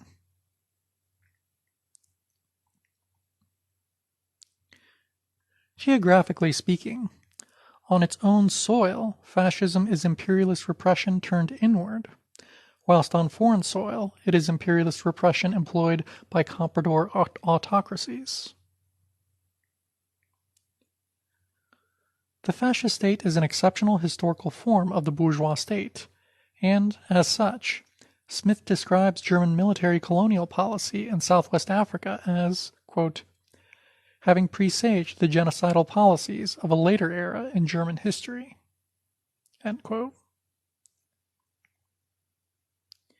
India's first Prime Minister, Jawaharlal Nehru, declared that fascism and imperialism are, quote, blood brothers, and that, quote, fascism they had in India had known for long under the name of imperialism. End quote. In a study of the connection between fascist ideology and European colonialism in the Third World, Schmidt-Egner has concluded that all the decisive elements of the later fascist ideologies were perfected in colonial ideology. Associate Professor of History Vinay Lal writes, beginning of long quote, from the standpoint of numerous Asian and Third World scholars, the Holocaust visited upon the peoples of Europe the violence that colonial powers had routinely inflicted on the, quote, natives all over the world for nearly 500 years. Insofar as Germany dared to do within the borders of Europe what no other colonial power had previously contemplated, it is the exceptionality of the Holocaust that strikes the student of European colonialism. End quote. The fundamental distinction to be made between the British, US, French, and German responses to the world economic crisis of the early 1930s, and the inter-imperialist rivalry for markets which went with it, is not a relative cultural propensity to democracy or differing degrees of working-class militancy. Rather, it is that whilst the US, Britain, and France could use the super-profits obtained from their colonial, neo-colonial, and internal colonial spheres of influence to purchase social peace. In the interwar period, nearly half of Britain's trade was with its dominions and colonies, while France sent 1/3 of its exports to its colonies. In the absence of such, German monopoly capital could only aim towards the conquest of a new empire. In 1933, German socialist Richard Löwenthal excellently summarized the conditions for fascist ascendancy, conditions which apply as much to 1920s Italy as to 1930s Germany. Beginning of long quote. Fascism comes to power that much more easily in a country, the deeper its economic crisis, and the smaller the reserves it has to alleviate it. It also comes to power that much more easily the fewer areas of imperialist influence, colonies, etc., the country has in relation to the needs of its capitalist class. It comes to power more easily in a country dependent on imported capital and with international debts than in a capital exporting country which can live off its revenues. It comes to power more easily in a country with a large number of economic deadweights, which reduce its international competitiveness, than in a country enjoying rapidly increasing production in an expanding world market. It is therefore an essential characteristic of fascism that it has to make the most vigorous assertion of its imperialist claims, precisely because the basis for such claims is relatively weak. Fascism exemplifies the imperialism of those who have arrived late at the partition of the world. Behind this imperialism lies a huge need for expansionary opportunities, but none of the traditional weapons for realizing them. It is a form of imperialism which cannot operate by means of loans, since it is so much in debt, nor on the basis of technical superiority, since it is so uncompetitive in so many areas. It is something novel in history, an imperialism of paupers and bankrupts. End quote.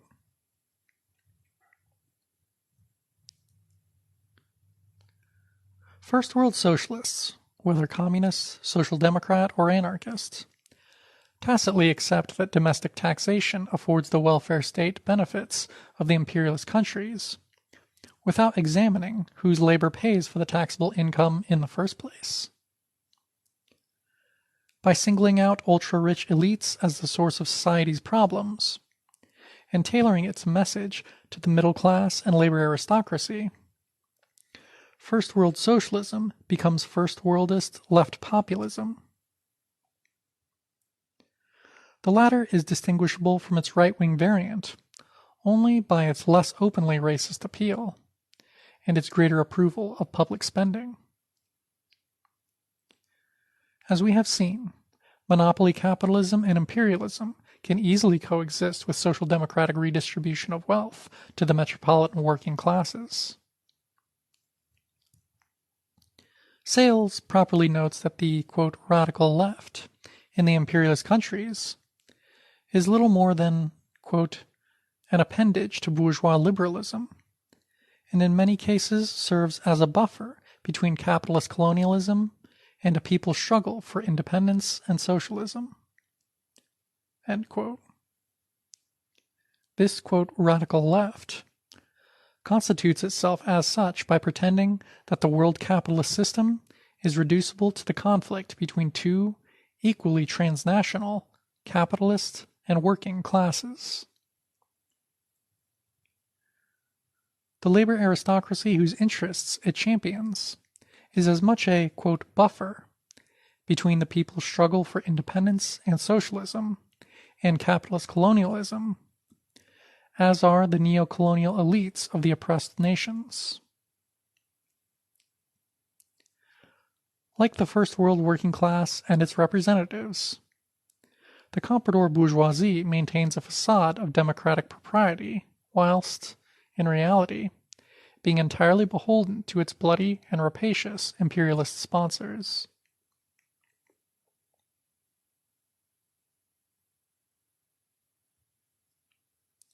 As capitalism makes a transition from a social democratic welfare state to a corporate security state, it finds itself confronted with the need to dispense with the formal laws and political processes of bourgeois democracy.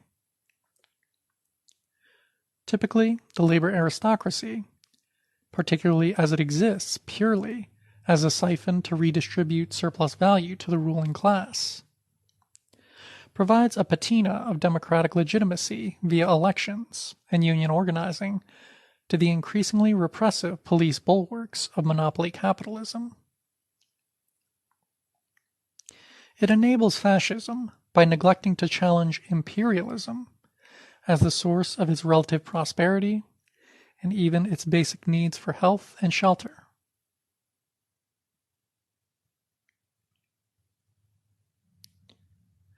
It is not uncommon for brazenly national chauvinist parties to gain support from groups of persons considering themselves politically left-wing, with 20% of its members considering themselves, quote, left. Jean-Marie Le Pen's fascist Front National, for example, did well in the 1995 French elections with the slogan, quote, neither right nor left, but French, garnering 30% of the working class vote and 25% of the unemployed vote. More recently, a 2011 poll found that while 48% of Britons would vote for a far-right anti-immigration party committed to opposing so-called, quote, Islamist extremism with, quote, non-violent means, 52% agreed that with the proposition that, quote, Muslims create problems in the UK. In the US, the Tea Party has constructed a popular base through appeals to extreme racism against persons of Muslim background and widely held anti-immigrant sentiment.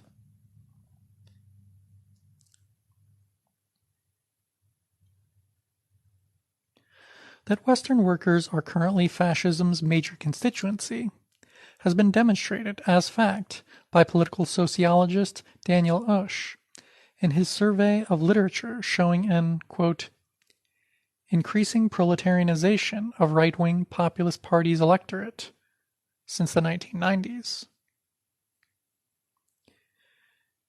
In particular, studies show that workers have become the core electoral base of the Austrian Freedom Party, the Belgian Flemish Bloc, the French Front National, the Danish People's Party, and the Norwegian Progress Party. At the same time, working-class votes for the Swiss People's Party and the Italian Lega Nord are only barely surpassed by those of small business owners, shopkeepers, artisans, and independents. Thus, it seems reasonable to suggest that, during the 1990s, right-wing populist parties constituted a new type of working-class party. Oesch queries why persons, quote, strongly exposed to labor market risks and possessing few socioeconomic resources, located at the bottom of the occupational hierarchy, end quote, might vote for right-wing populist parties, and finds the answer in popular cultural protectionism and deep-seated discontent within the functioning of the, quote, democratic system as opposed to economic grievances per se, end quote. In fact, it is a mistake to postulate any rigid dichotomy between the racist authoritarian nationalism of metropolitan labor and its socioeconomic position.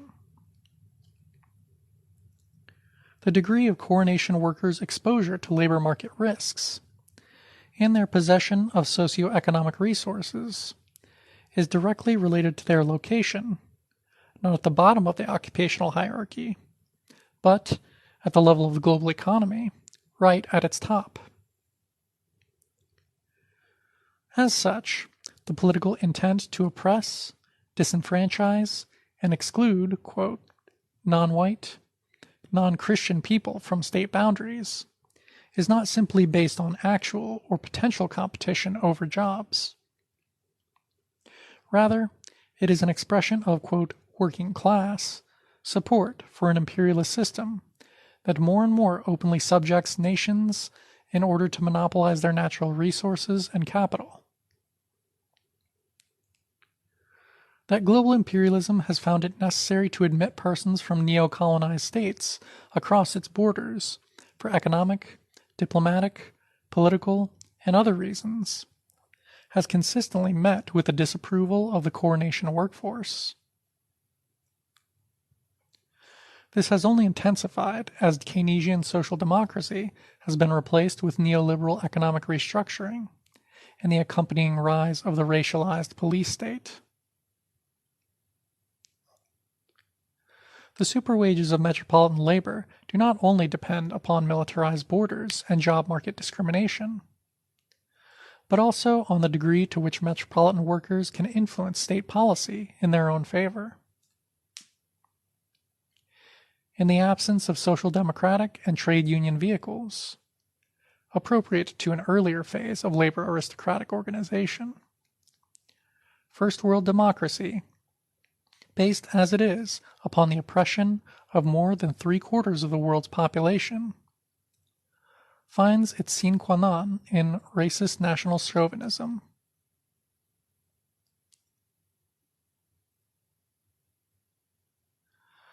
By putting the distinctly fascist tendency of metropolitan labor down to false class consciousness, or political naivete, Western socialists pander to a reactionary constituency. Indeed, not only does Euro-socialism fail to oppose imperialism, it regularly espouses pro-imperialist and racist sentiments in its efforts to actively recruit the labor aristocracy to its cause.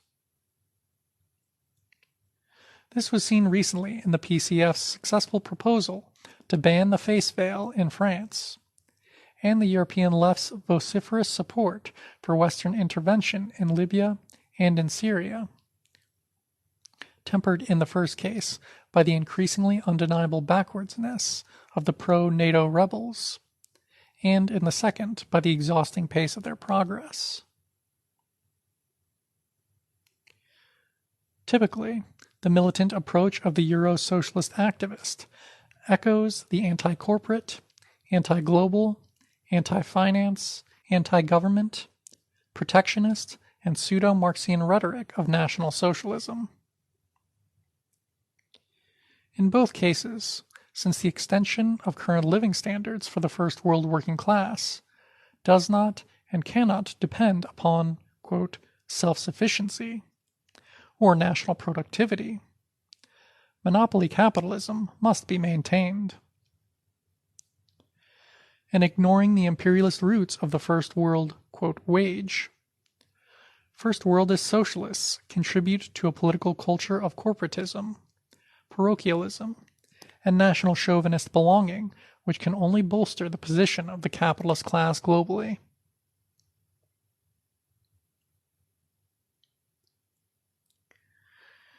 In neglecting the reality of superexploitation, imperialist country parties and organizations calling themselves, quote, socialist, are socialist only in the sense that Goebbels and the Strasser brothers were. That is, in advocating a larger share of super profits, whether in relative or absolute terms, for their own nation's workers.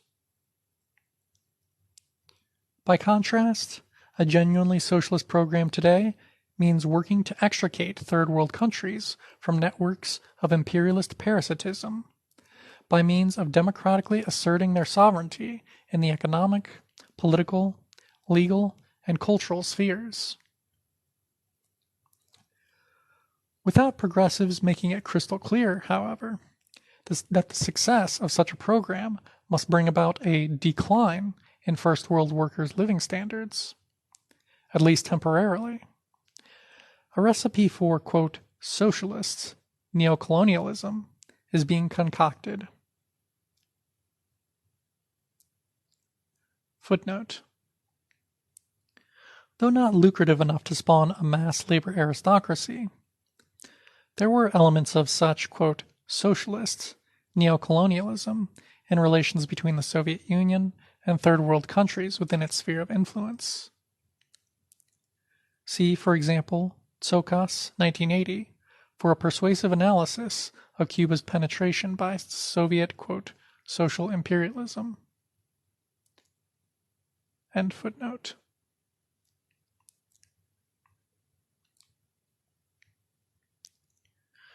Today, the hugely popular mass media, in both its, quote, yellow, tabloid, and, quote, serious forms, consistently champions the imperialist worldview. At the same time, core nation workers remain impassive in the face of imperialism's expanding corporatism, aggressive wars of occupation in Afghanistan, Iraq, and elsewhere, and repression of civil liberties for black and ethnic minorities. Metropolitan labor has responded to these developments, where at all, with super-patriotism and the further scapegoating of Muslims, Asians, blacks, and other ethnic minorities, often in combination with populist criticism of a narrow stratum of elites. Western workers have persistently voted and agitated for imperialism. Independent parties of the working class, distinct from the 2 or 3 main imperialist parties, have had practically zero electoral significance for more than a century. End of section. Divided World, Divided Class. Section. Nation, Race, and the Global Split in the Working Class.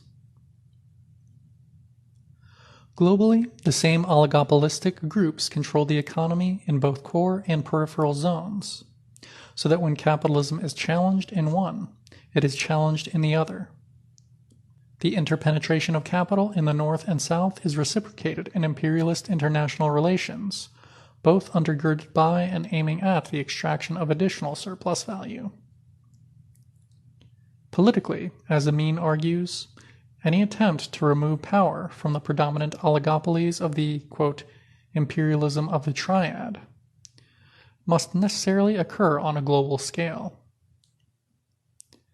Economic reforms that threaten to democratize the social product and dislodge the hegemony of the global oligopolies on a purely intra-core level inevitably leave their base intact, as, indeed, does the obverse but equally insular strategy of challenging only the, quote, national bourgeoisies of the periphery. The false cosmopolitanism of Euro-Marxism, a purely rhetorical internationalism divested of its anti-imperialist essence, is not conducive to a balanced evaluation of the national question in the Third World. Amin points to the necessity of maintaining a genuinely international outlook when striving to advance democratic reform and popular control of the productive apparatus in the rich countries. The question is whether international coordination of socialist aims, solidarity, between working people on a scale sufficient to challenge the ruling elite of the world economy is possible at all, given the dependence of the labor aristocracy on its imperialist sponsor, and its expression in Western workers' historic rightward drift.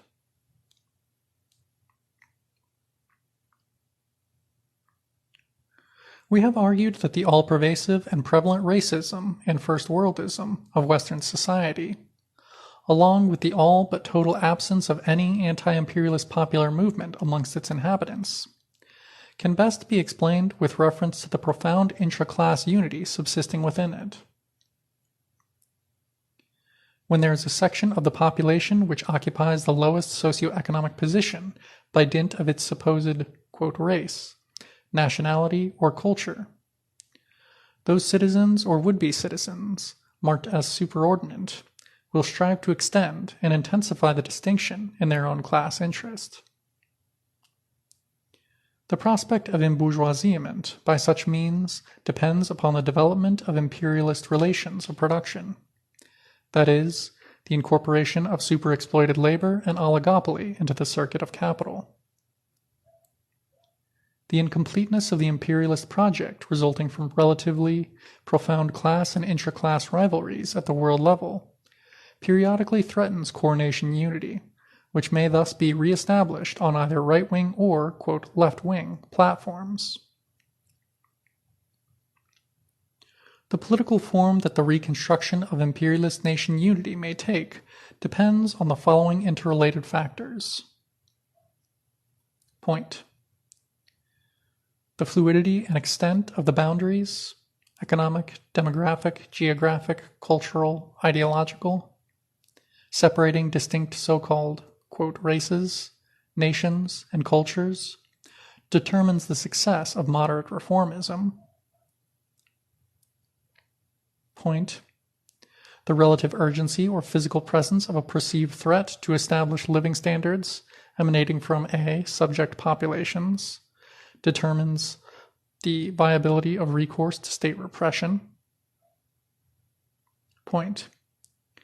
The strength, understood both in terms of self-organization and relative economic bargaining power, of the currently oppressed population and its political and economic prospects, determines the limits of co-optation, assimilation, federation, or their opposites. Point. The kind and degree of mass mobilization required to launch a war of conquest or repression against a, quote, foreign people necessitates specific and coordinated expressions of ruling class populism. Point. The level of coordination labor militancy, and most importantly, point.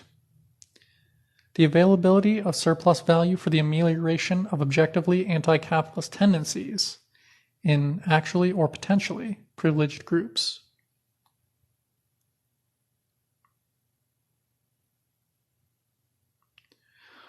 The scale and structure of the international system has developed historically through some nations having successfully subjected others to further their own economic development. These nations moved into a relatively autonomous core position in the world system, in and through war and conquest. And in relation to the demands of the uneven development of capitalism generated through this process. By expanding the capitalist structure on a world scale, global imperialism raises the prospect of huge realignments against the core capitalists, and thus demands broader and more profound alliance between all core nations and dominant social groups therein. To better achieve this necessary unity, and consolidate the political stability upon which it depends, a strategy of internal colonialism and redistribution of extra profits drawn from discrimination against oppressed minorities has facilitated conservatism taking root amongst the ethnic majority. Although racist and culturalist oppression within the imperialist countries threatens political instability for the ruling classes there, its alternative, an oppressor nation backlash against a state seen to be encouraging thoroughgoing anti-racist integration, presents greater difficulties. At any rate, imposed acquiescence to segregationism, internal neocolonialism, fierce police repression, and, above all, the provision of superwages, however small by comparison to the oppressor nations, has managed to keep the lid on any international sentiment amongst its victims.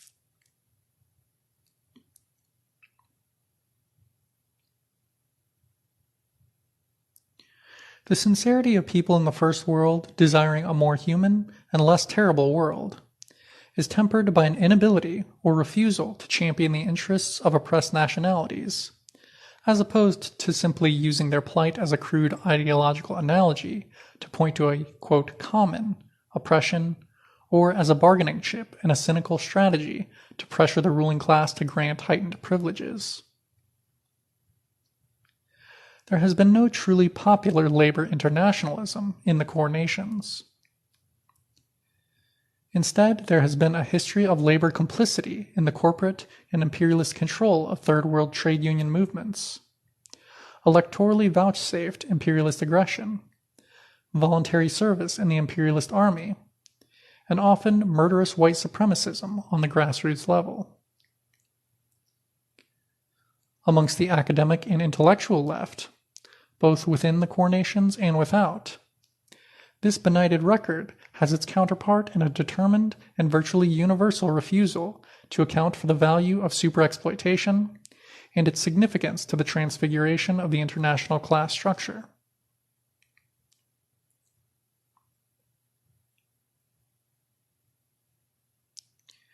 In highlighting as we have the radically divergent remuneration of wages for the same labor on a global scale, we are effectively aiming to reorient Marxian and socialist praxis towards popular movements for democratic sovereignty in the global south as the locus in quo of working class ascendancy. In addition, we affirm that political demands for full and equal citizenship have become central to the labor movement, where the monopoly capitalist class is able to continue appropriating surplus value only by systematically oppressing subject populations.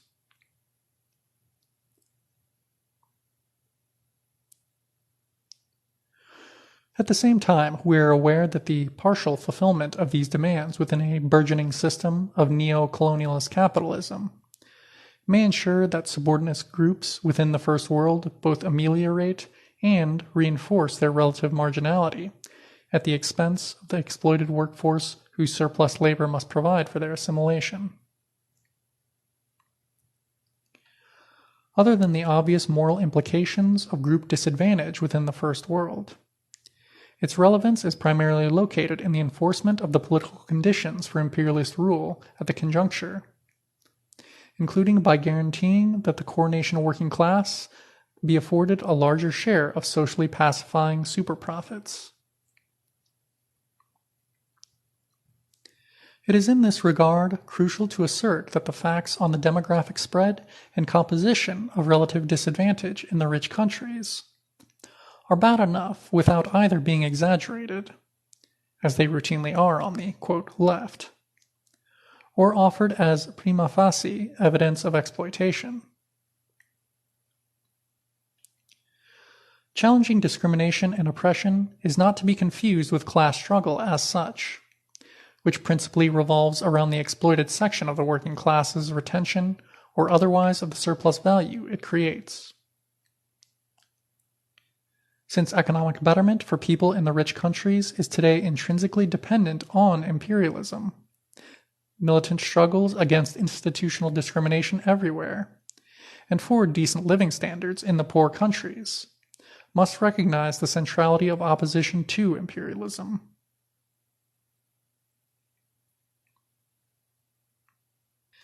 In the Third World, the labor movement and its representatives must become fully conscious of the bourgeois class interests of First World workers and their organizations.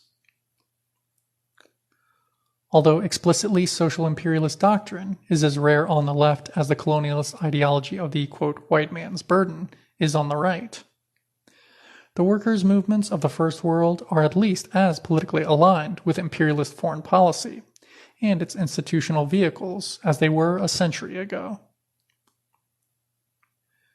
Third World labor organizations, for their part, have long been aware of where the loyalties of Western unions lie.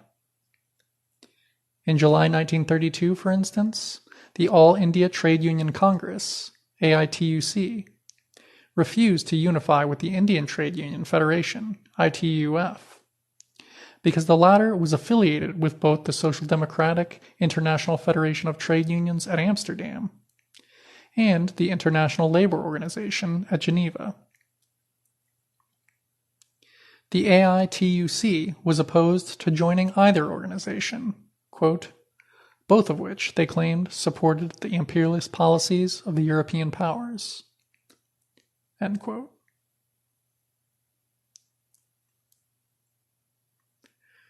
Labor historians Don Thompson and Rodney Larson have presented a thoroughgoing account of the pernicious effects of Western, quote, trade union imperialism in the Third World. The AFL-CIO's Asian American Free Labor Institute, its Africa American Labor Center, and its American Institute for Free Labor Development in Latin America have lavished trade unionist leaders in these regions with funds provided by multinational corporations and the U.S. government, the latter allegedly emanating in no small measure from the CIA.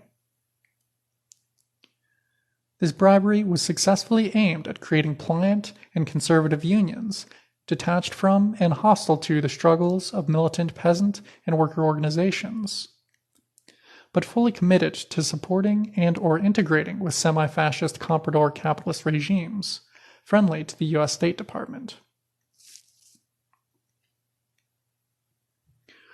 The British-dominated International Confederation of Free Trade Unions, set up in 1949 in opposition to the communist-dominated World Federation of Trade Unions, and having the AFL-CIO as an affiliated organization until 1969, when the latter withdrew, protesting the ICFTU's lack of anti-communist resolve.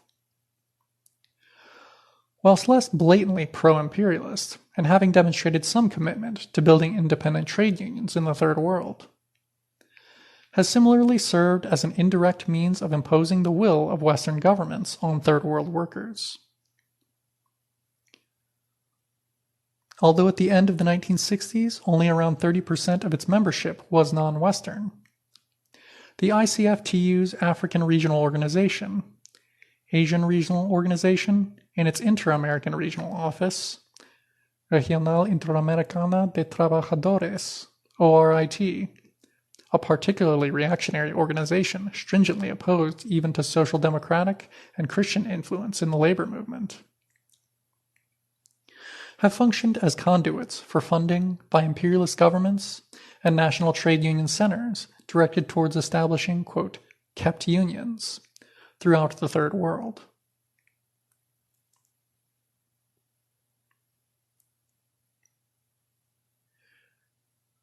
According to Thompson and Larson, the recipients of ICFTU funding demonstrate, quote, an increasingly visible identity of interest between the international work of Western trade union centers and the foreign policies of their governments. End quote. Thus, for over half a century, the ICFTU has committed itself to maintaining the imperialist status quo. From the 1950s, when the ICFTU supported U.S. aggression against Korea, to more recently, when, alongside the International Labor Organization and the AFL-CIO and through ORIT, it facilitated a destabilization campaign against the elected Haitian government, and, subsequent to the latter's overthrow, ignored massive persecution against public sector workers between 2004 and 2006.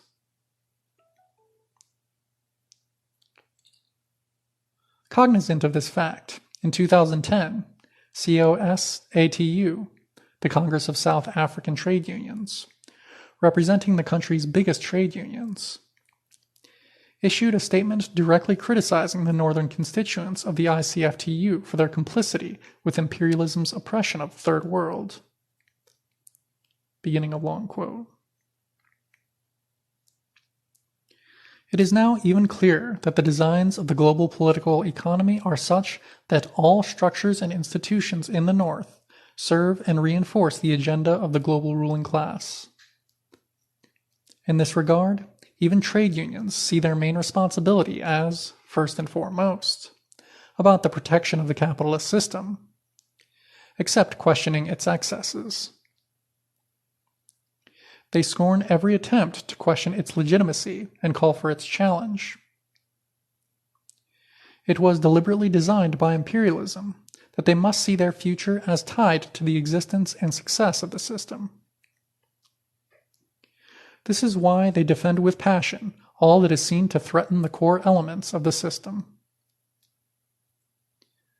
The defense of the global markets and trade system that furthers our underdevelopment, the interests of their ruling classes in the Middle East, and their unfettered control over the international trade union movement and its related systems, all help to sustain the dominant system and protect it from those who are its victims and would want to see it removed.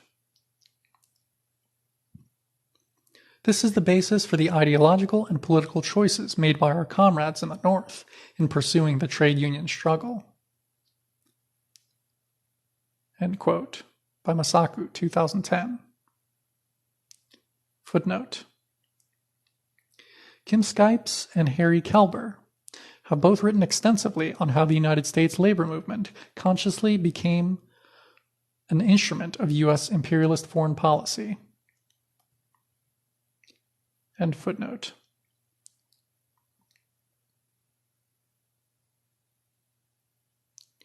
The corporatist, quote, business unionism and, quote, social partnership pursued by the imperialist countries' trade union movement, is entirely sustained at the expense of workers in the Third World, who must struggle daily to overcome superexploitation and its repressive underpinnings. Yet whilst the Western, quote, left may have had bad things to say about the bourgeoisies of the Third World, they are silent on the complicity and conservatism of their working-class compatriots. The sainted Western, quote, proletariat of Euro-Marxist lore has, in fact, wholly accepted and participated in the political structures of capitalist imperialism for the better part of a century without challenge, that was not quickly stymied by minor economic reforms.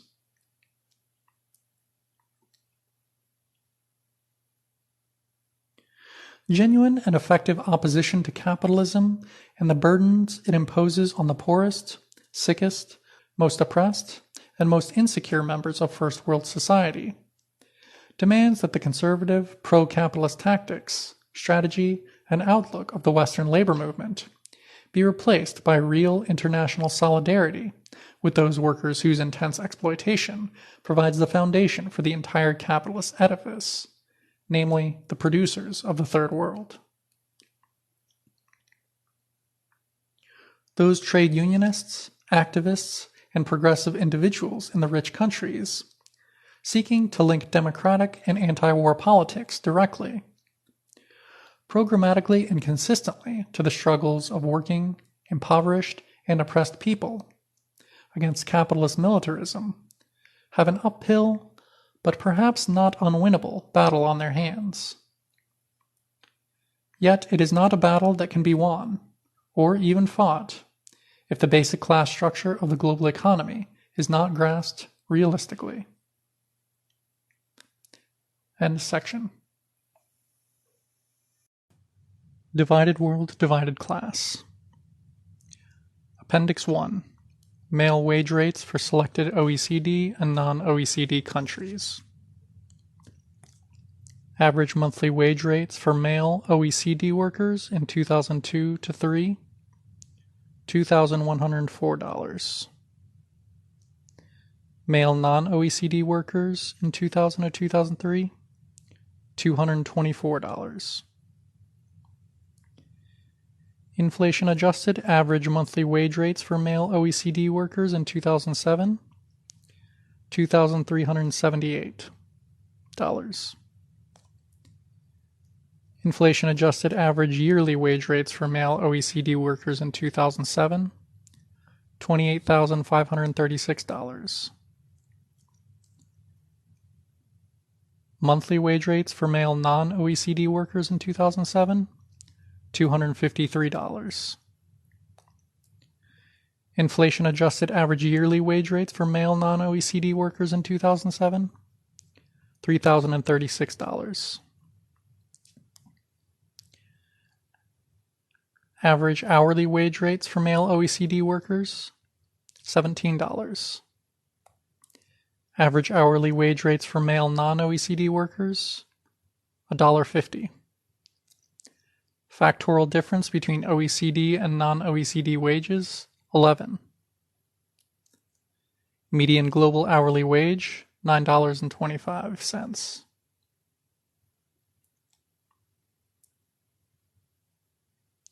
The ILO's 2012 global median monthly wage estimate of PPP $1,480 for all workers is somewhat lower than our mean monthly average wage rate between the OECD and non-OECD of $1,295 in Forex and based on a 35-hour working week.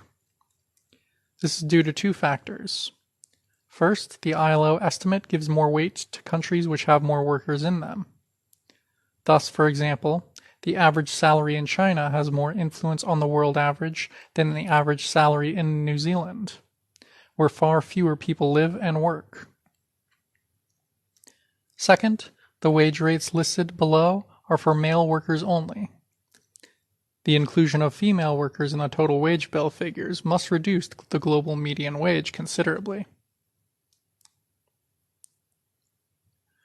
The exact list of countries and wage totals upon which the above data is compiled is as follows.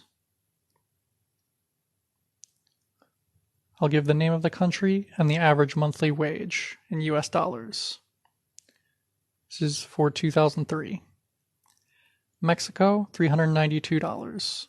Poland, $480. Czech Republic, $503. South Korea, $1,016.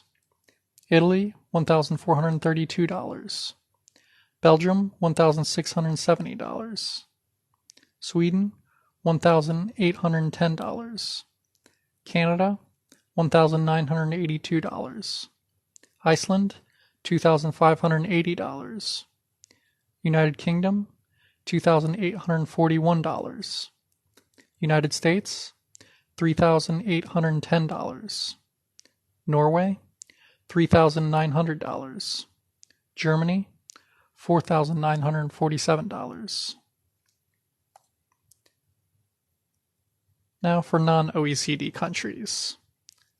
For the year 2003, I'll give the name of the country and the average monthly wage in US dollars. Kyrgyzstan, $31. Bangladesh, $40. Indonesia, $46. Cambodia, $61. Moldova, $62. Malawi, $64. Sri Lanka, $90. Ghana, $100. Belize, $126. China, $153. Kazakhstan, $185. Nicaragua, $227. South Africa, $230. Russian Federation, $237. Lithuania, $335. Venezuela, $347. Argentina, $423.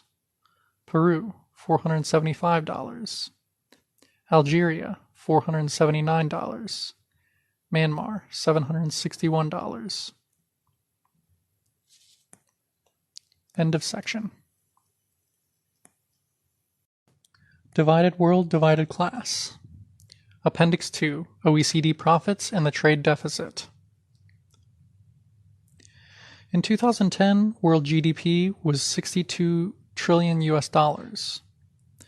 OECD GDP was 44.5 trillion, and non-OECD GDP was $17.7 trillion.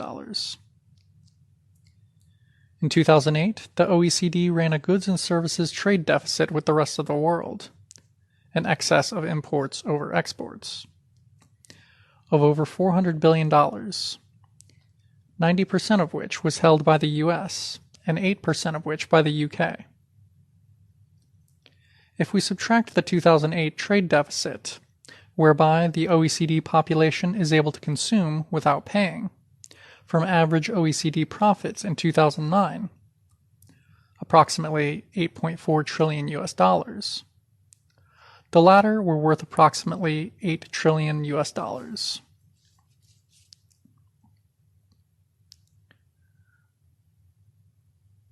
This is a chart of the profits as percentage of GDP for major OECD countries in 2005. The US, 14%, Canada, 10%, Japan, 8%, Italy, 34%, Germany, 23%, UK, 24%, France, 20%, OECD approximate average, 19%. End of section. Divided World, Divided Class. Appendix 3. Structure of World Merchandise Trade, 1990 to 2006. Current US dollars in millions. The value of world merchandise exports in current US dollars. 1995, 5 million millions. 2006, 12 million millions. Merchandise exports to high-income economies as percent of total merchandise exports. Low and middle-income countries, 1995 average, 66%. Low and middle-income countries, 2006 average, 59%. High-income countries, 1995, 70%. High-income countries 2006 average, 78%. Merchandise exports to low and middle-income economies as percent of total merchandise exports. Low and middle-income countries 1995 average, 34%. 2006 average, 41%. High-income countries 1995 average, 30%. 2006 average, 22%.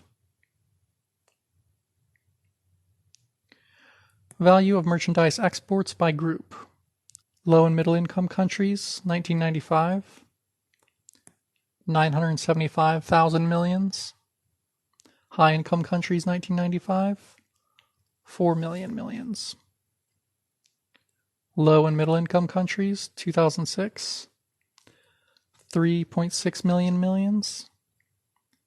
High income countries, 2006, 8.4 million millions. Approximate value of low and middle income country merchandise exports to high income countries. 1995, 640,000 millions. 2006, 2.1 million millions. Approximate value of high income country merchandise exports to low and middle income countries. 1995, 1.2 million millions. 2006, 1.9 million millions.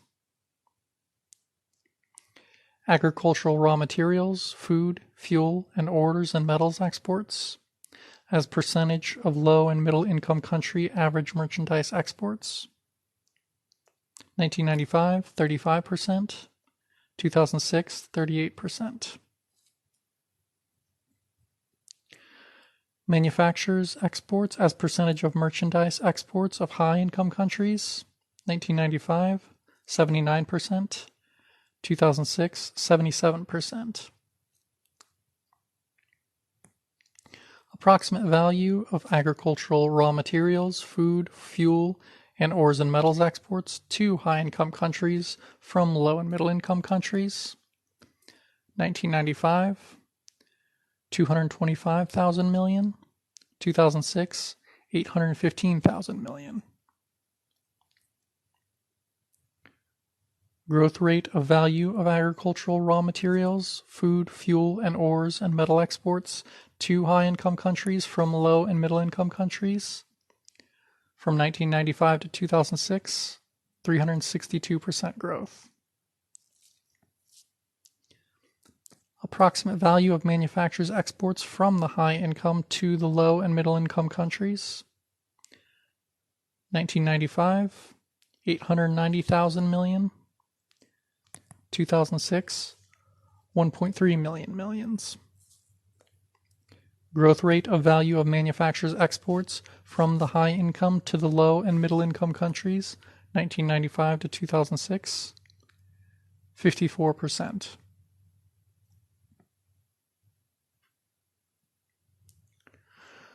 Rate of growth of productivity in high-income countries manufacturing, 1990 to 2007. USA, 44%. Australia, 26%. Belgium, negative 25%. Canada, negative 78%. Denmark, 30%. France, negative 23%. Germany, 6%. Italy, negative 88%. Japan, 11%. Netherlands, 5%. Spain, negative 5%. Sweden, 0%. United Kingdom, 41%.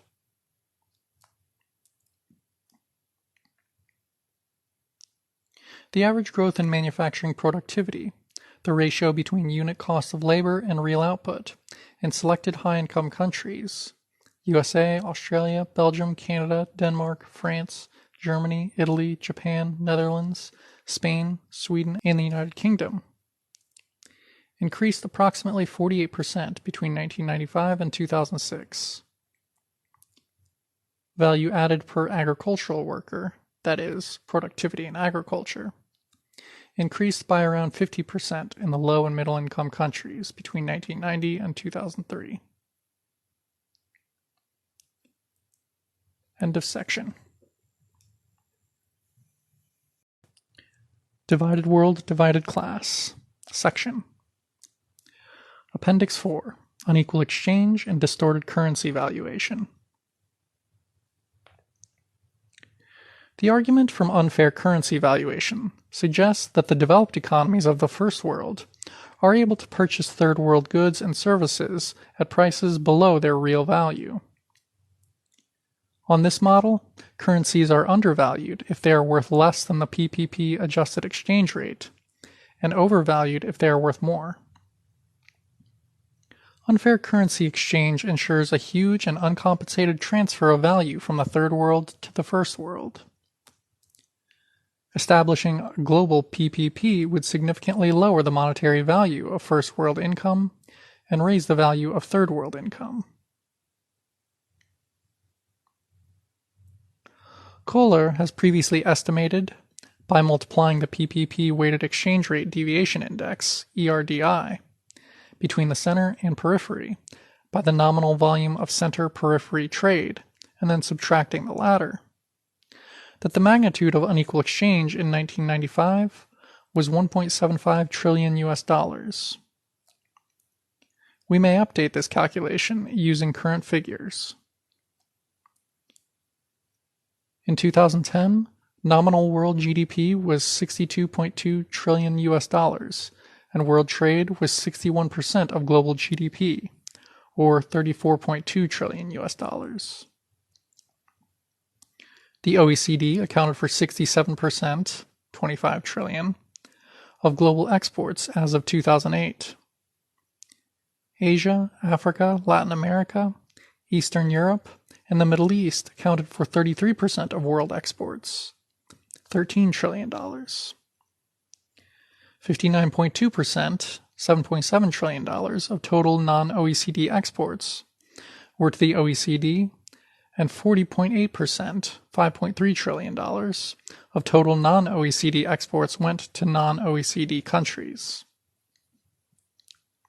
71%, $17.8 trillion, of total OECD exports went to OECD countries, and 29%, $7.3 trillion US dollars of OECD exports to non-OECD countries. In the same year, PPP adjusted world GDP was US $69.5 trillion. PPP adjusted OECD GDP, 40 trillion. PPP adjusted non-OECD, 30 trillion. Nominal world GDP was $62.2 trillion. Nominal OECD GDP, 44.5. Nominal non-OECD GDP, 17.7 trillion. The PPP weighted exchange rate deviation parameter for non-OECD exports to the OECD was then 1.8, and the PPP weighted exchange rate deviation parameter for the OECD exports to non-OECD countries was 1.1.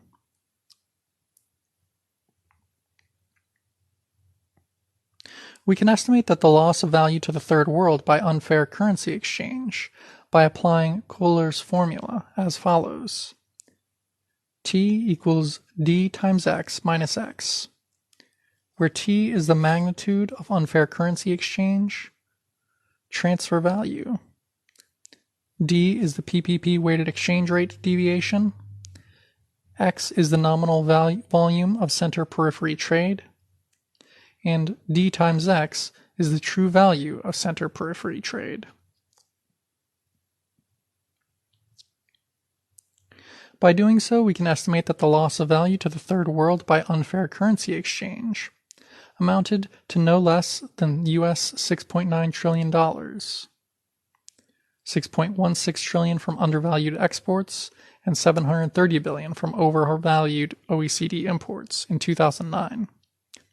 That is, the equivalent of 39% of total production in the non-OECD countries, and 16% of total production in the OECD that year. End of section. Divided World, Divided Class. Appendix 5. Egalitarianism and the Labor Aristocracy. Egalitarianism is the belief that relations between persons and nations should tend towards equality of income and political power.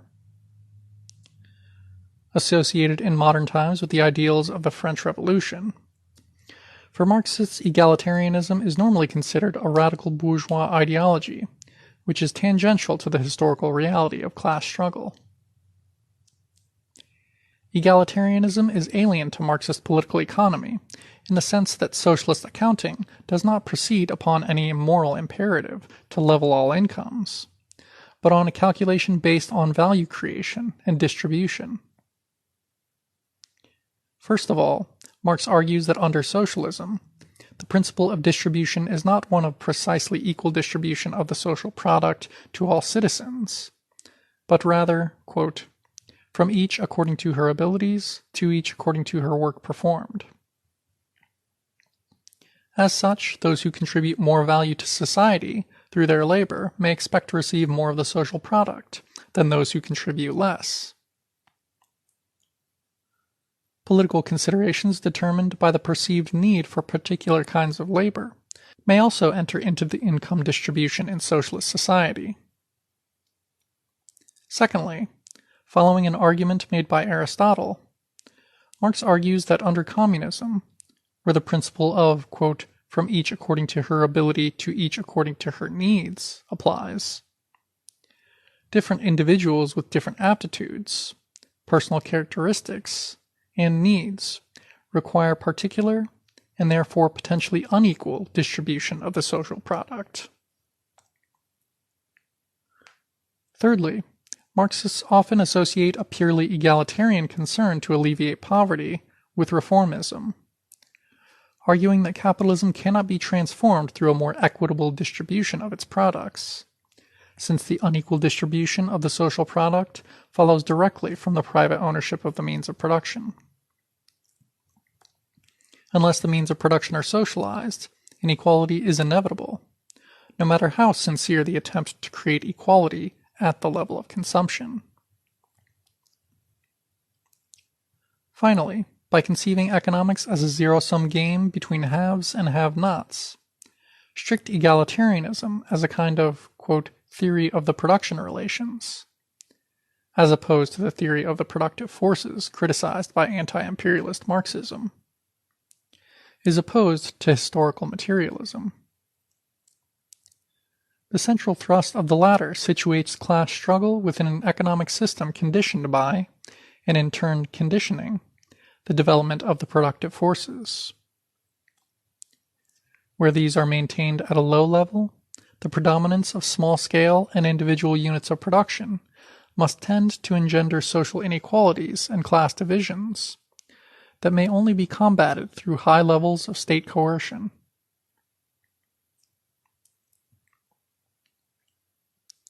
Nonetheless, socialism undoubtedly aims towards conditions of international equality. Indeed, enduring inequality between peoples has been correctly and forcefully denounced by socialist theoreticians and politicians as a sure sign of national oppression and national exploitation, just as enduring inequality within socialist nations has been understood as signaling a material basis for the restoration of capitalism. As such, examining global income distribution on an egalitarian basis is by no means anathema to the socialist project.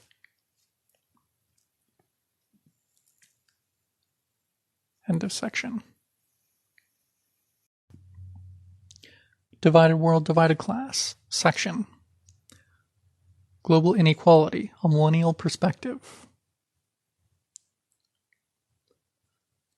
The development of capitalism set the stage for Western Europe's transformation from a peripheral area of the world economy, marginal to the Mediterranean region and the Islamic and Central Asian empires, to its core region.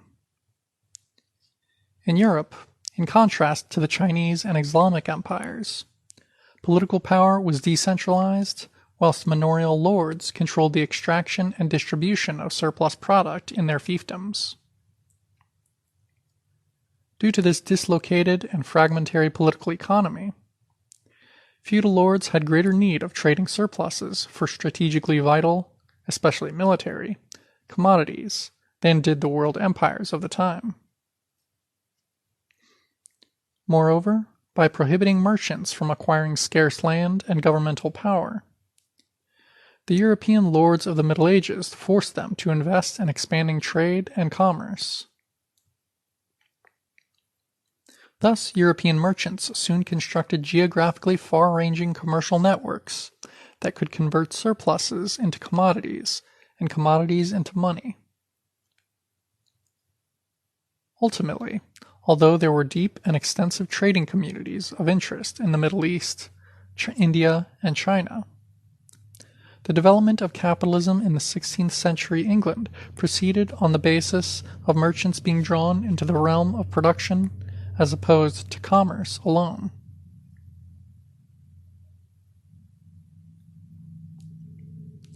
In the year 1000, per capita GDP in Western Europe, $427 in 1990 international Giri Kami dollars, was 6% greater than per capita GDP in Latin America, $400 1990 international Giri Kami dollars, about the same as per capita GDP in Africa, $425 in 1990 international Giri Kami dollars, and 9% less than per capita GDP in Asia,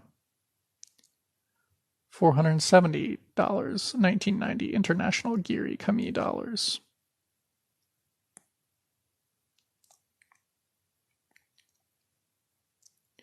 The merchant bourgeoisie originally grew out of the degeneration of landed property relations, partly under the combined impact in medieval Europe of famine, pestilence, death, and war, alongside the class struggles of the English peasantry, and the expansion of world trade involving from the acquisition of informal empires and trading in the needs and wants of warrior castes formed through, quote, crusading ventures. By 1500, after 2 centuries of bloody crusades had succeeded in making the Italian city-states the focal point of Mediterranean, Byzantine, and Middle Eastern trade, a century of Portuguese colonization of the Americas, extensive collaboration between Genoese business elites and the Spanish state, and the historical rise of French, British, and Dutch commerce, and the implementation of expansive checks on feudal property relations benefiting the nascent bourgeoisie, Europe had begun its historical takeoff. In 1500, per capita GDP in Western Europe, $771, 1990 international Giri Kami dollars, was 86% higher than African and Latin America per capita GDP, $414, 1990 international Giri Kami, and 36% higher than per capita Asian GDP, $568, 1990 international Giri Kami dollars. However, as Lee notes, quote, in terms of overall territorial size, aggregate wealth and surplus, and the mobilizing capacity of the state, the Chinese Empire was by far unmatched by a single European state and probably any other contemporary political structure. End quote. Yet with capitalist colonialism, slavery, imperialism, and neocolonialism propelling Europe's rise to the center of the world economy, its ascendancy would proceed until the present day. In 1990, Western per capita GDP, $2,885 1990 international Giri Kami dollars, was 72% less than the per capita GDP of its settler colonial offshoots in Australia, New Zealand, Canada, and the United States, $4,015 1990 international Giri Kami dollars. 259% greater than Latin America's per capita GDP, $1,113,1990.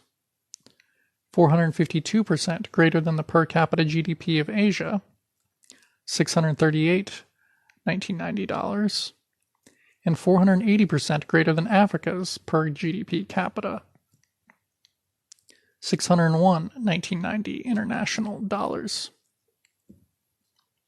End of section. Divided world, divided class. Section. Global poverty today. These are some of the facts on global poverty today.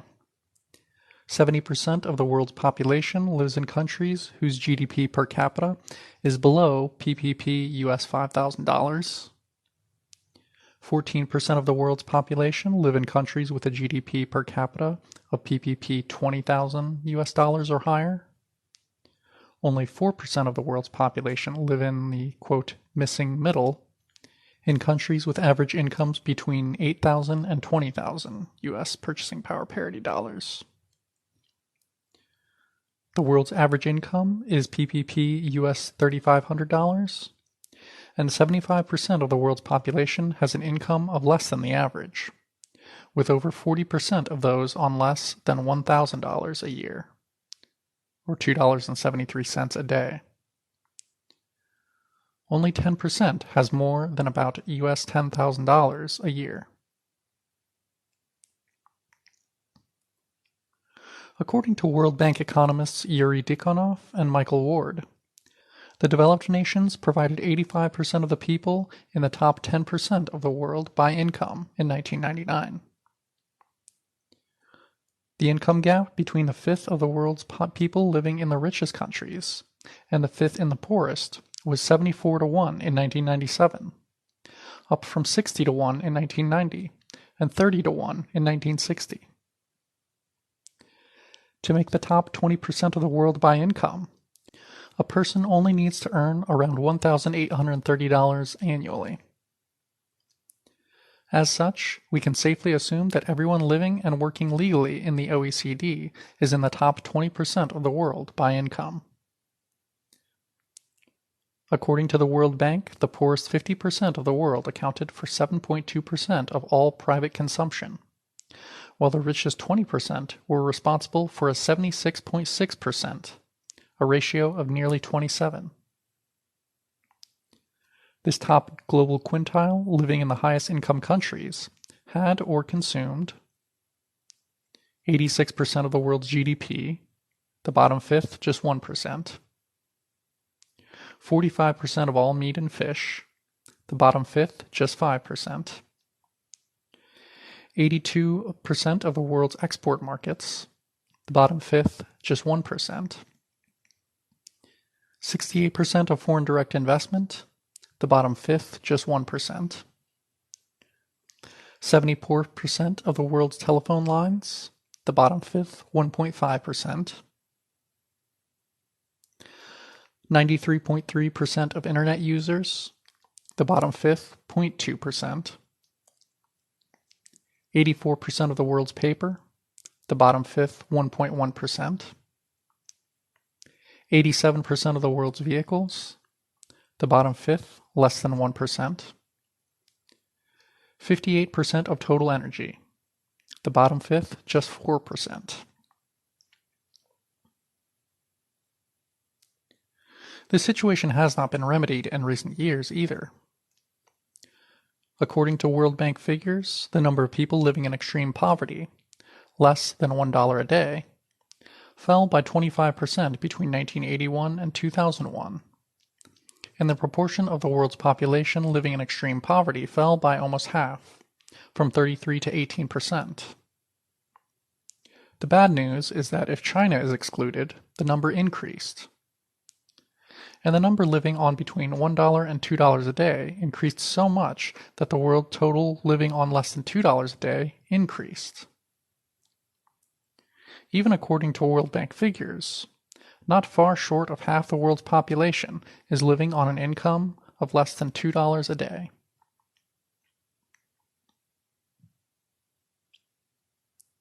Moreover, World Bank poverty figures have an inherent downward bias, considering that the use of PPP conversion factors based more closely on real costs of basic needs, defined in terms of income needed to buy enough calories and other necessities in order to not be poor, would make the number of impoverished people globally appear perhaps 25 to 40% higher.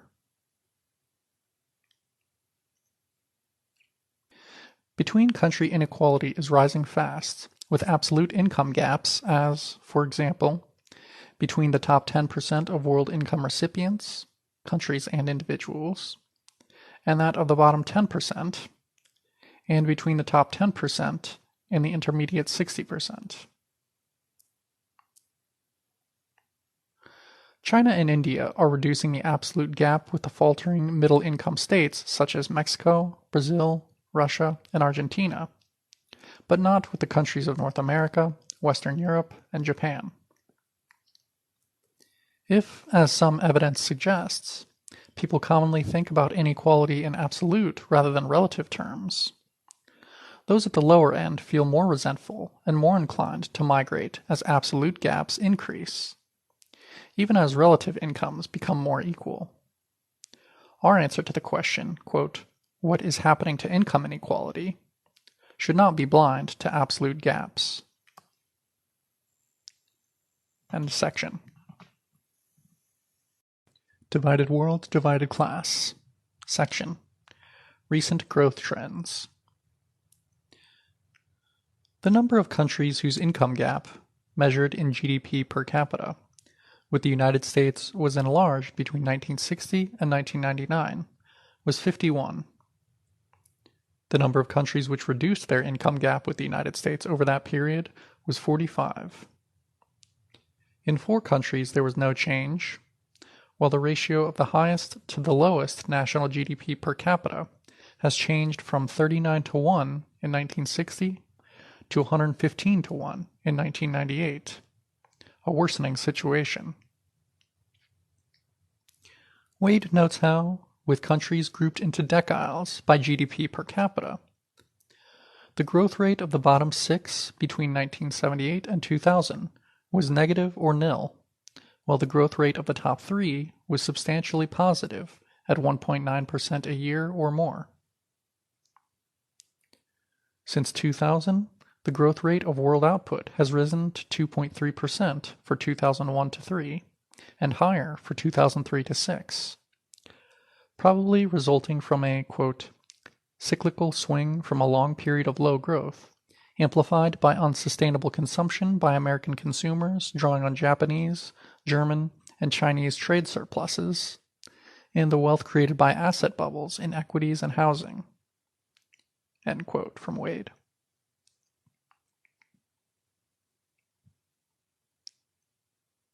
In any case, the world growth trend conceals large regional variations. Sub-Saharan African average real income today is below the level of the 1980s. Latin America's average income is about the same as during the 1980s. Eastern European growth has been very poor, while South Asia's economic growth has improved since the 1990s from a very low base, as has China's. Nonetheless, even by 2001, Asia, minus China and India, had reached only around 15% of the North's average income in PPP dollars. Beginning of long quote from Ward. There are roughly 1 billion people in high-income countries, 3 billion in countries where growth rates have been substantially faster than in the high-income countries over the past 2 decades, though starting from very low income levels and remaining at very low income levels, and 2 billion where growth rates have been lower than in the high-income countries, some of them being in middle-income countries, and others in low-income countries. The large majority of developing countries are in the non-catch-up category. Less than 1 in 10 developing countries, with more than 1 million people, sustained real GDP per capita growth of even 3% or more between 1960 and 2000. End of quote.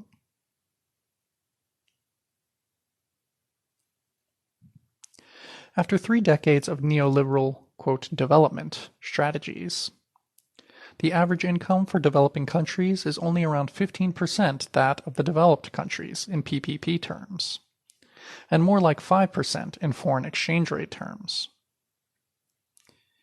Indeed, the lion's share of increased world consumption in the 1990s accrued to those already in the top 10% of world income distribution.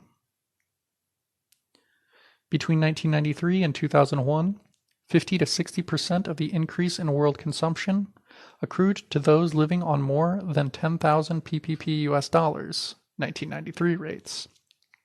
That is, around 10% of the world's population. For this 10%, 4 in 5 lived in the high-income countries, and most of the rest in Latin America. The remaining 40 to 50% of the increase in world consumption accrued mainly to those living on around 3,000 to 6,000 PPP US dollars, of whom the majority was in the burgeoning middle class of capitalist China. Wade notes that, quote, hardly any of the increase accrued to those on less than $1,000 a year, $2.73 a day.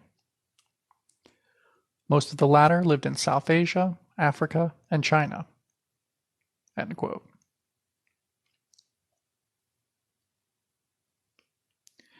It is likely that for many of those countries which have begun to close the income gap between them and the world's richest countries, internal inequality has increased. Simultaneously, rapidly increased internal equality in places such as India and China may contribute to between-country inequality, as it encourages the kind of neoliberal dependency policies which have resulted in relative and absolute between-country inequality in recent decades. End of section. Divided World, Divided Class. Section. The Consequences of Impoverishment. World agriculture produced 17% more calories per person in 2009 than it did in 1979, despite a 70% population increase. This is enough to provide everyone in the world with at least 2,720 kilocalories per person per day. Moreover, quote, with global grain production at a little more than over 300 kilograms per person, there is more than enough to supply the 230 kilogram per person needed for an adequate calorific intake if grain were equitably distributed. End quote from Magdoff and Tokar, 2010. Nonetheless, more people die as a result of extreme poverty than of any other cause, with very poor people unable to afford the prices of land or food determined by global capitalist oligopolies, duopolies, and monopolies. Footnote. According to McMichael, quote, food stocks are highly centralized. 5 corporations control 90% of the international grain trade. 3 countries produce 70% of exported corn, and the 30 largest food retailers control 1/3 of world grocery sales. Soaring food prices harming the poorest members of the global economy are caused by rising indirect demand for grain, that is, for grain to be used to feed livestock and to satisfy the world's rising middle-class demand for meat, including that of the poor in rich countries, the diversion of grain to be used in the production of biofuels as opposed to food. Intensive capitalist farming having damaged the productivity of land and caused a decline in grain output, and cuts on state development programs for rural areas, rising unemployment and rising costs of utilities, transportation, power, and health services, having forced cuts in food spending and a decline in aggregate grain demand in third world countries. Crucially, neoliberal free trade policies encouraging diversion of third world agricultural production to export crops and specialized crops for internal consumption by the wealthy have meant that grain production has been badly neglected, According to the IMF and World Bank, the Third World's grain shortfall was supposed to be met by accessing the global market for grains, dominated as it is by the United States, Canada, and the European Union, with Argentina and Australia as smaller players. Instead, neoliberal agricultural policies have led to a shift in the terms of trade against third world countries producing the same or similar tropical crops, and rising export production occurring at the expense of domestic consumption. From Patnaik, 2009. End footnote.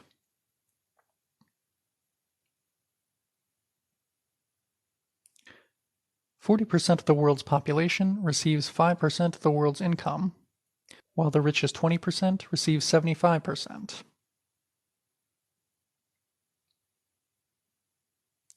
Every day, almost 16,000 children die from hunger-related causes. That is, one child every 5 seconds. Half of the annual 12 million deaths of children under the age of 5 are caused by malnutrition. As of 2009, 1.02 billion people are undernourished, a sizable increase from the Food and Agriculture Organization's 2006 estimate of 854 million people. One-third of all deaths, some 18 million people a year, or 50,000 per day, are due to poverty-related causes.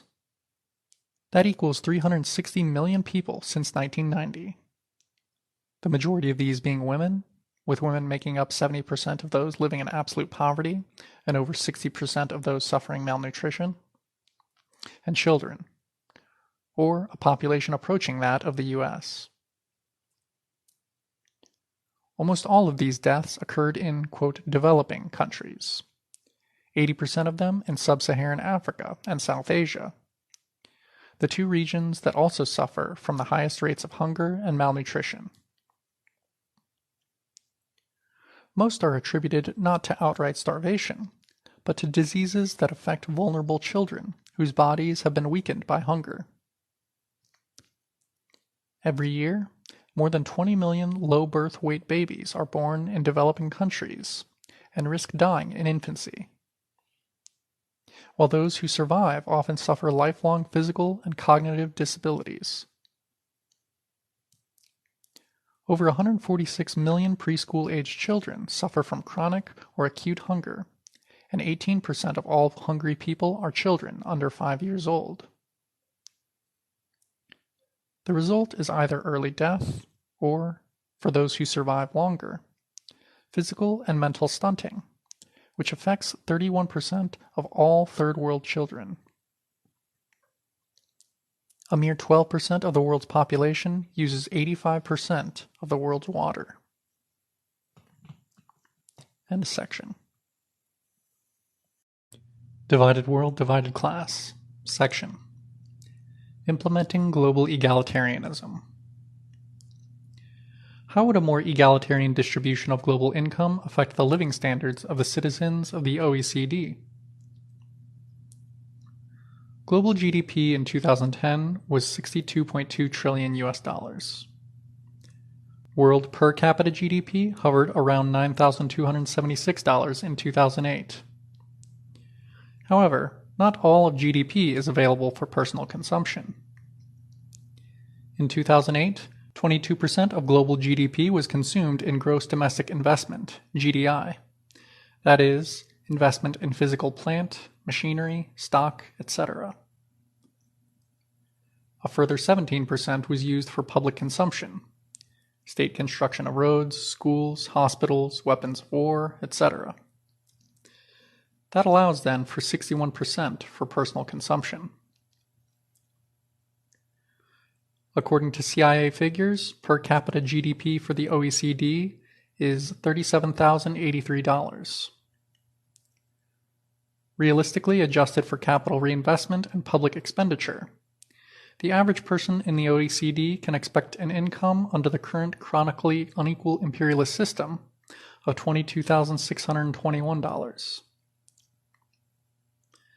That means that the average OECD citizen receives a personal income nearly 240% higher than he would receive under a more equitable system of international income distribution, assuming current levels of GDI and public investment remain constant. If, on the other hand, instead of assuming an equal wage for OECD and non-OECD workers on the basis of a leveling down of first world income levels, we were to argue that the non-OECD wage be raised to the same level as that of OECD workers, and few on the left would openly oppose such an idea. The super wages of the latter are brought into even starker relief. Emmanuel wrote, beginning of long quote, "In 1973, the average annual wage in the USA amounted to around $10,500. The population of the entire capitalist world at that time was around 2.6 billion, and there was a little over 1 billion economically active. To pay all these economically active people on an American scale would require close to 11,000 billion US dollars. However, the total national income of these countries in 1973 amounted to only 2,700 billion. This means that even if the entire capitalist class was expropriated, and all profits paid out as wages and no money at all put aside for investments and public infrastructure, each laborer could get only an average pay of $2,500, no more than a quarter of the average American wage." End quote. Clearly, the disproportionate share of global wealth captured by the workers of the OECD has not become less marked since Emmanuel wrote these words. The average OECD wage in 2007 amounted to $28,536. See Appendix 1. To pay all the workers in the world at this rate would require a global GDP of 88.5 trillion US dollars, or 26.3 trillion more than that in 2010. Alternatively, if, as Emmanuel hypothesizes, the entire bourgeoisie were appropriated on a world scale, all profits paid out as wages and no money is set aside for investments and public infrastructure, each worker would receive no more than $20,064, or 70% of the current average OECD wage. End of section. Divided World, Divided Class by Zak Cope. Acknowledgements. First and foremost, I would like to thank my publisher, Karl Kirschblebedeb, as well as Dhruv Jain and Joshua Mufuad Paul for their help and encouragement in completing this project. I would also like to thank Professor Gernot Kohler, whose excellent work originally inspired me to write the present volume, and whose kind and encouraging words have inspired me since. In addition, I would like to thank Professor Paul Zarembeka and Dr. John Smith for some invaluable exchanges of view. Professor Emmanuel Ines has been an invaluable source of information, and I have benefited immeasurably from his excellent scholarship. Last, but by no means least, Scott Horn has helped me think through a lot of the questions this book attempts to answer, and deserves special credit. End of acknowledgements, and end of book.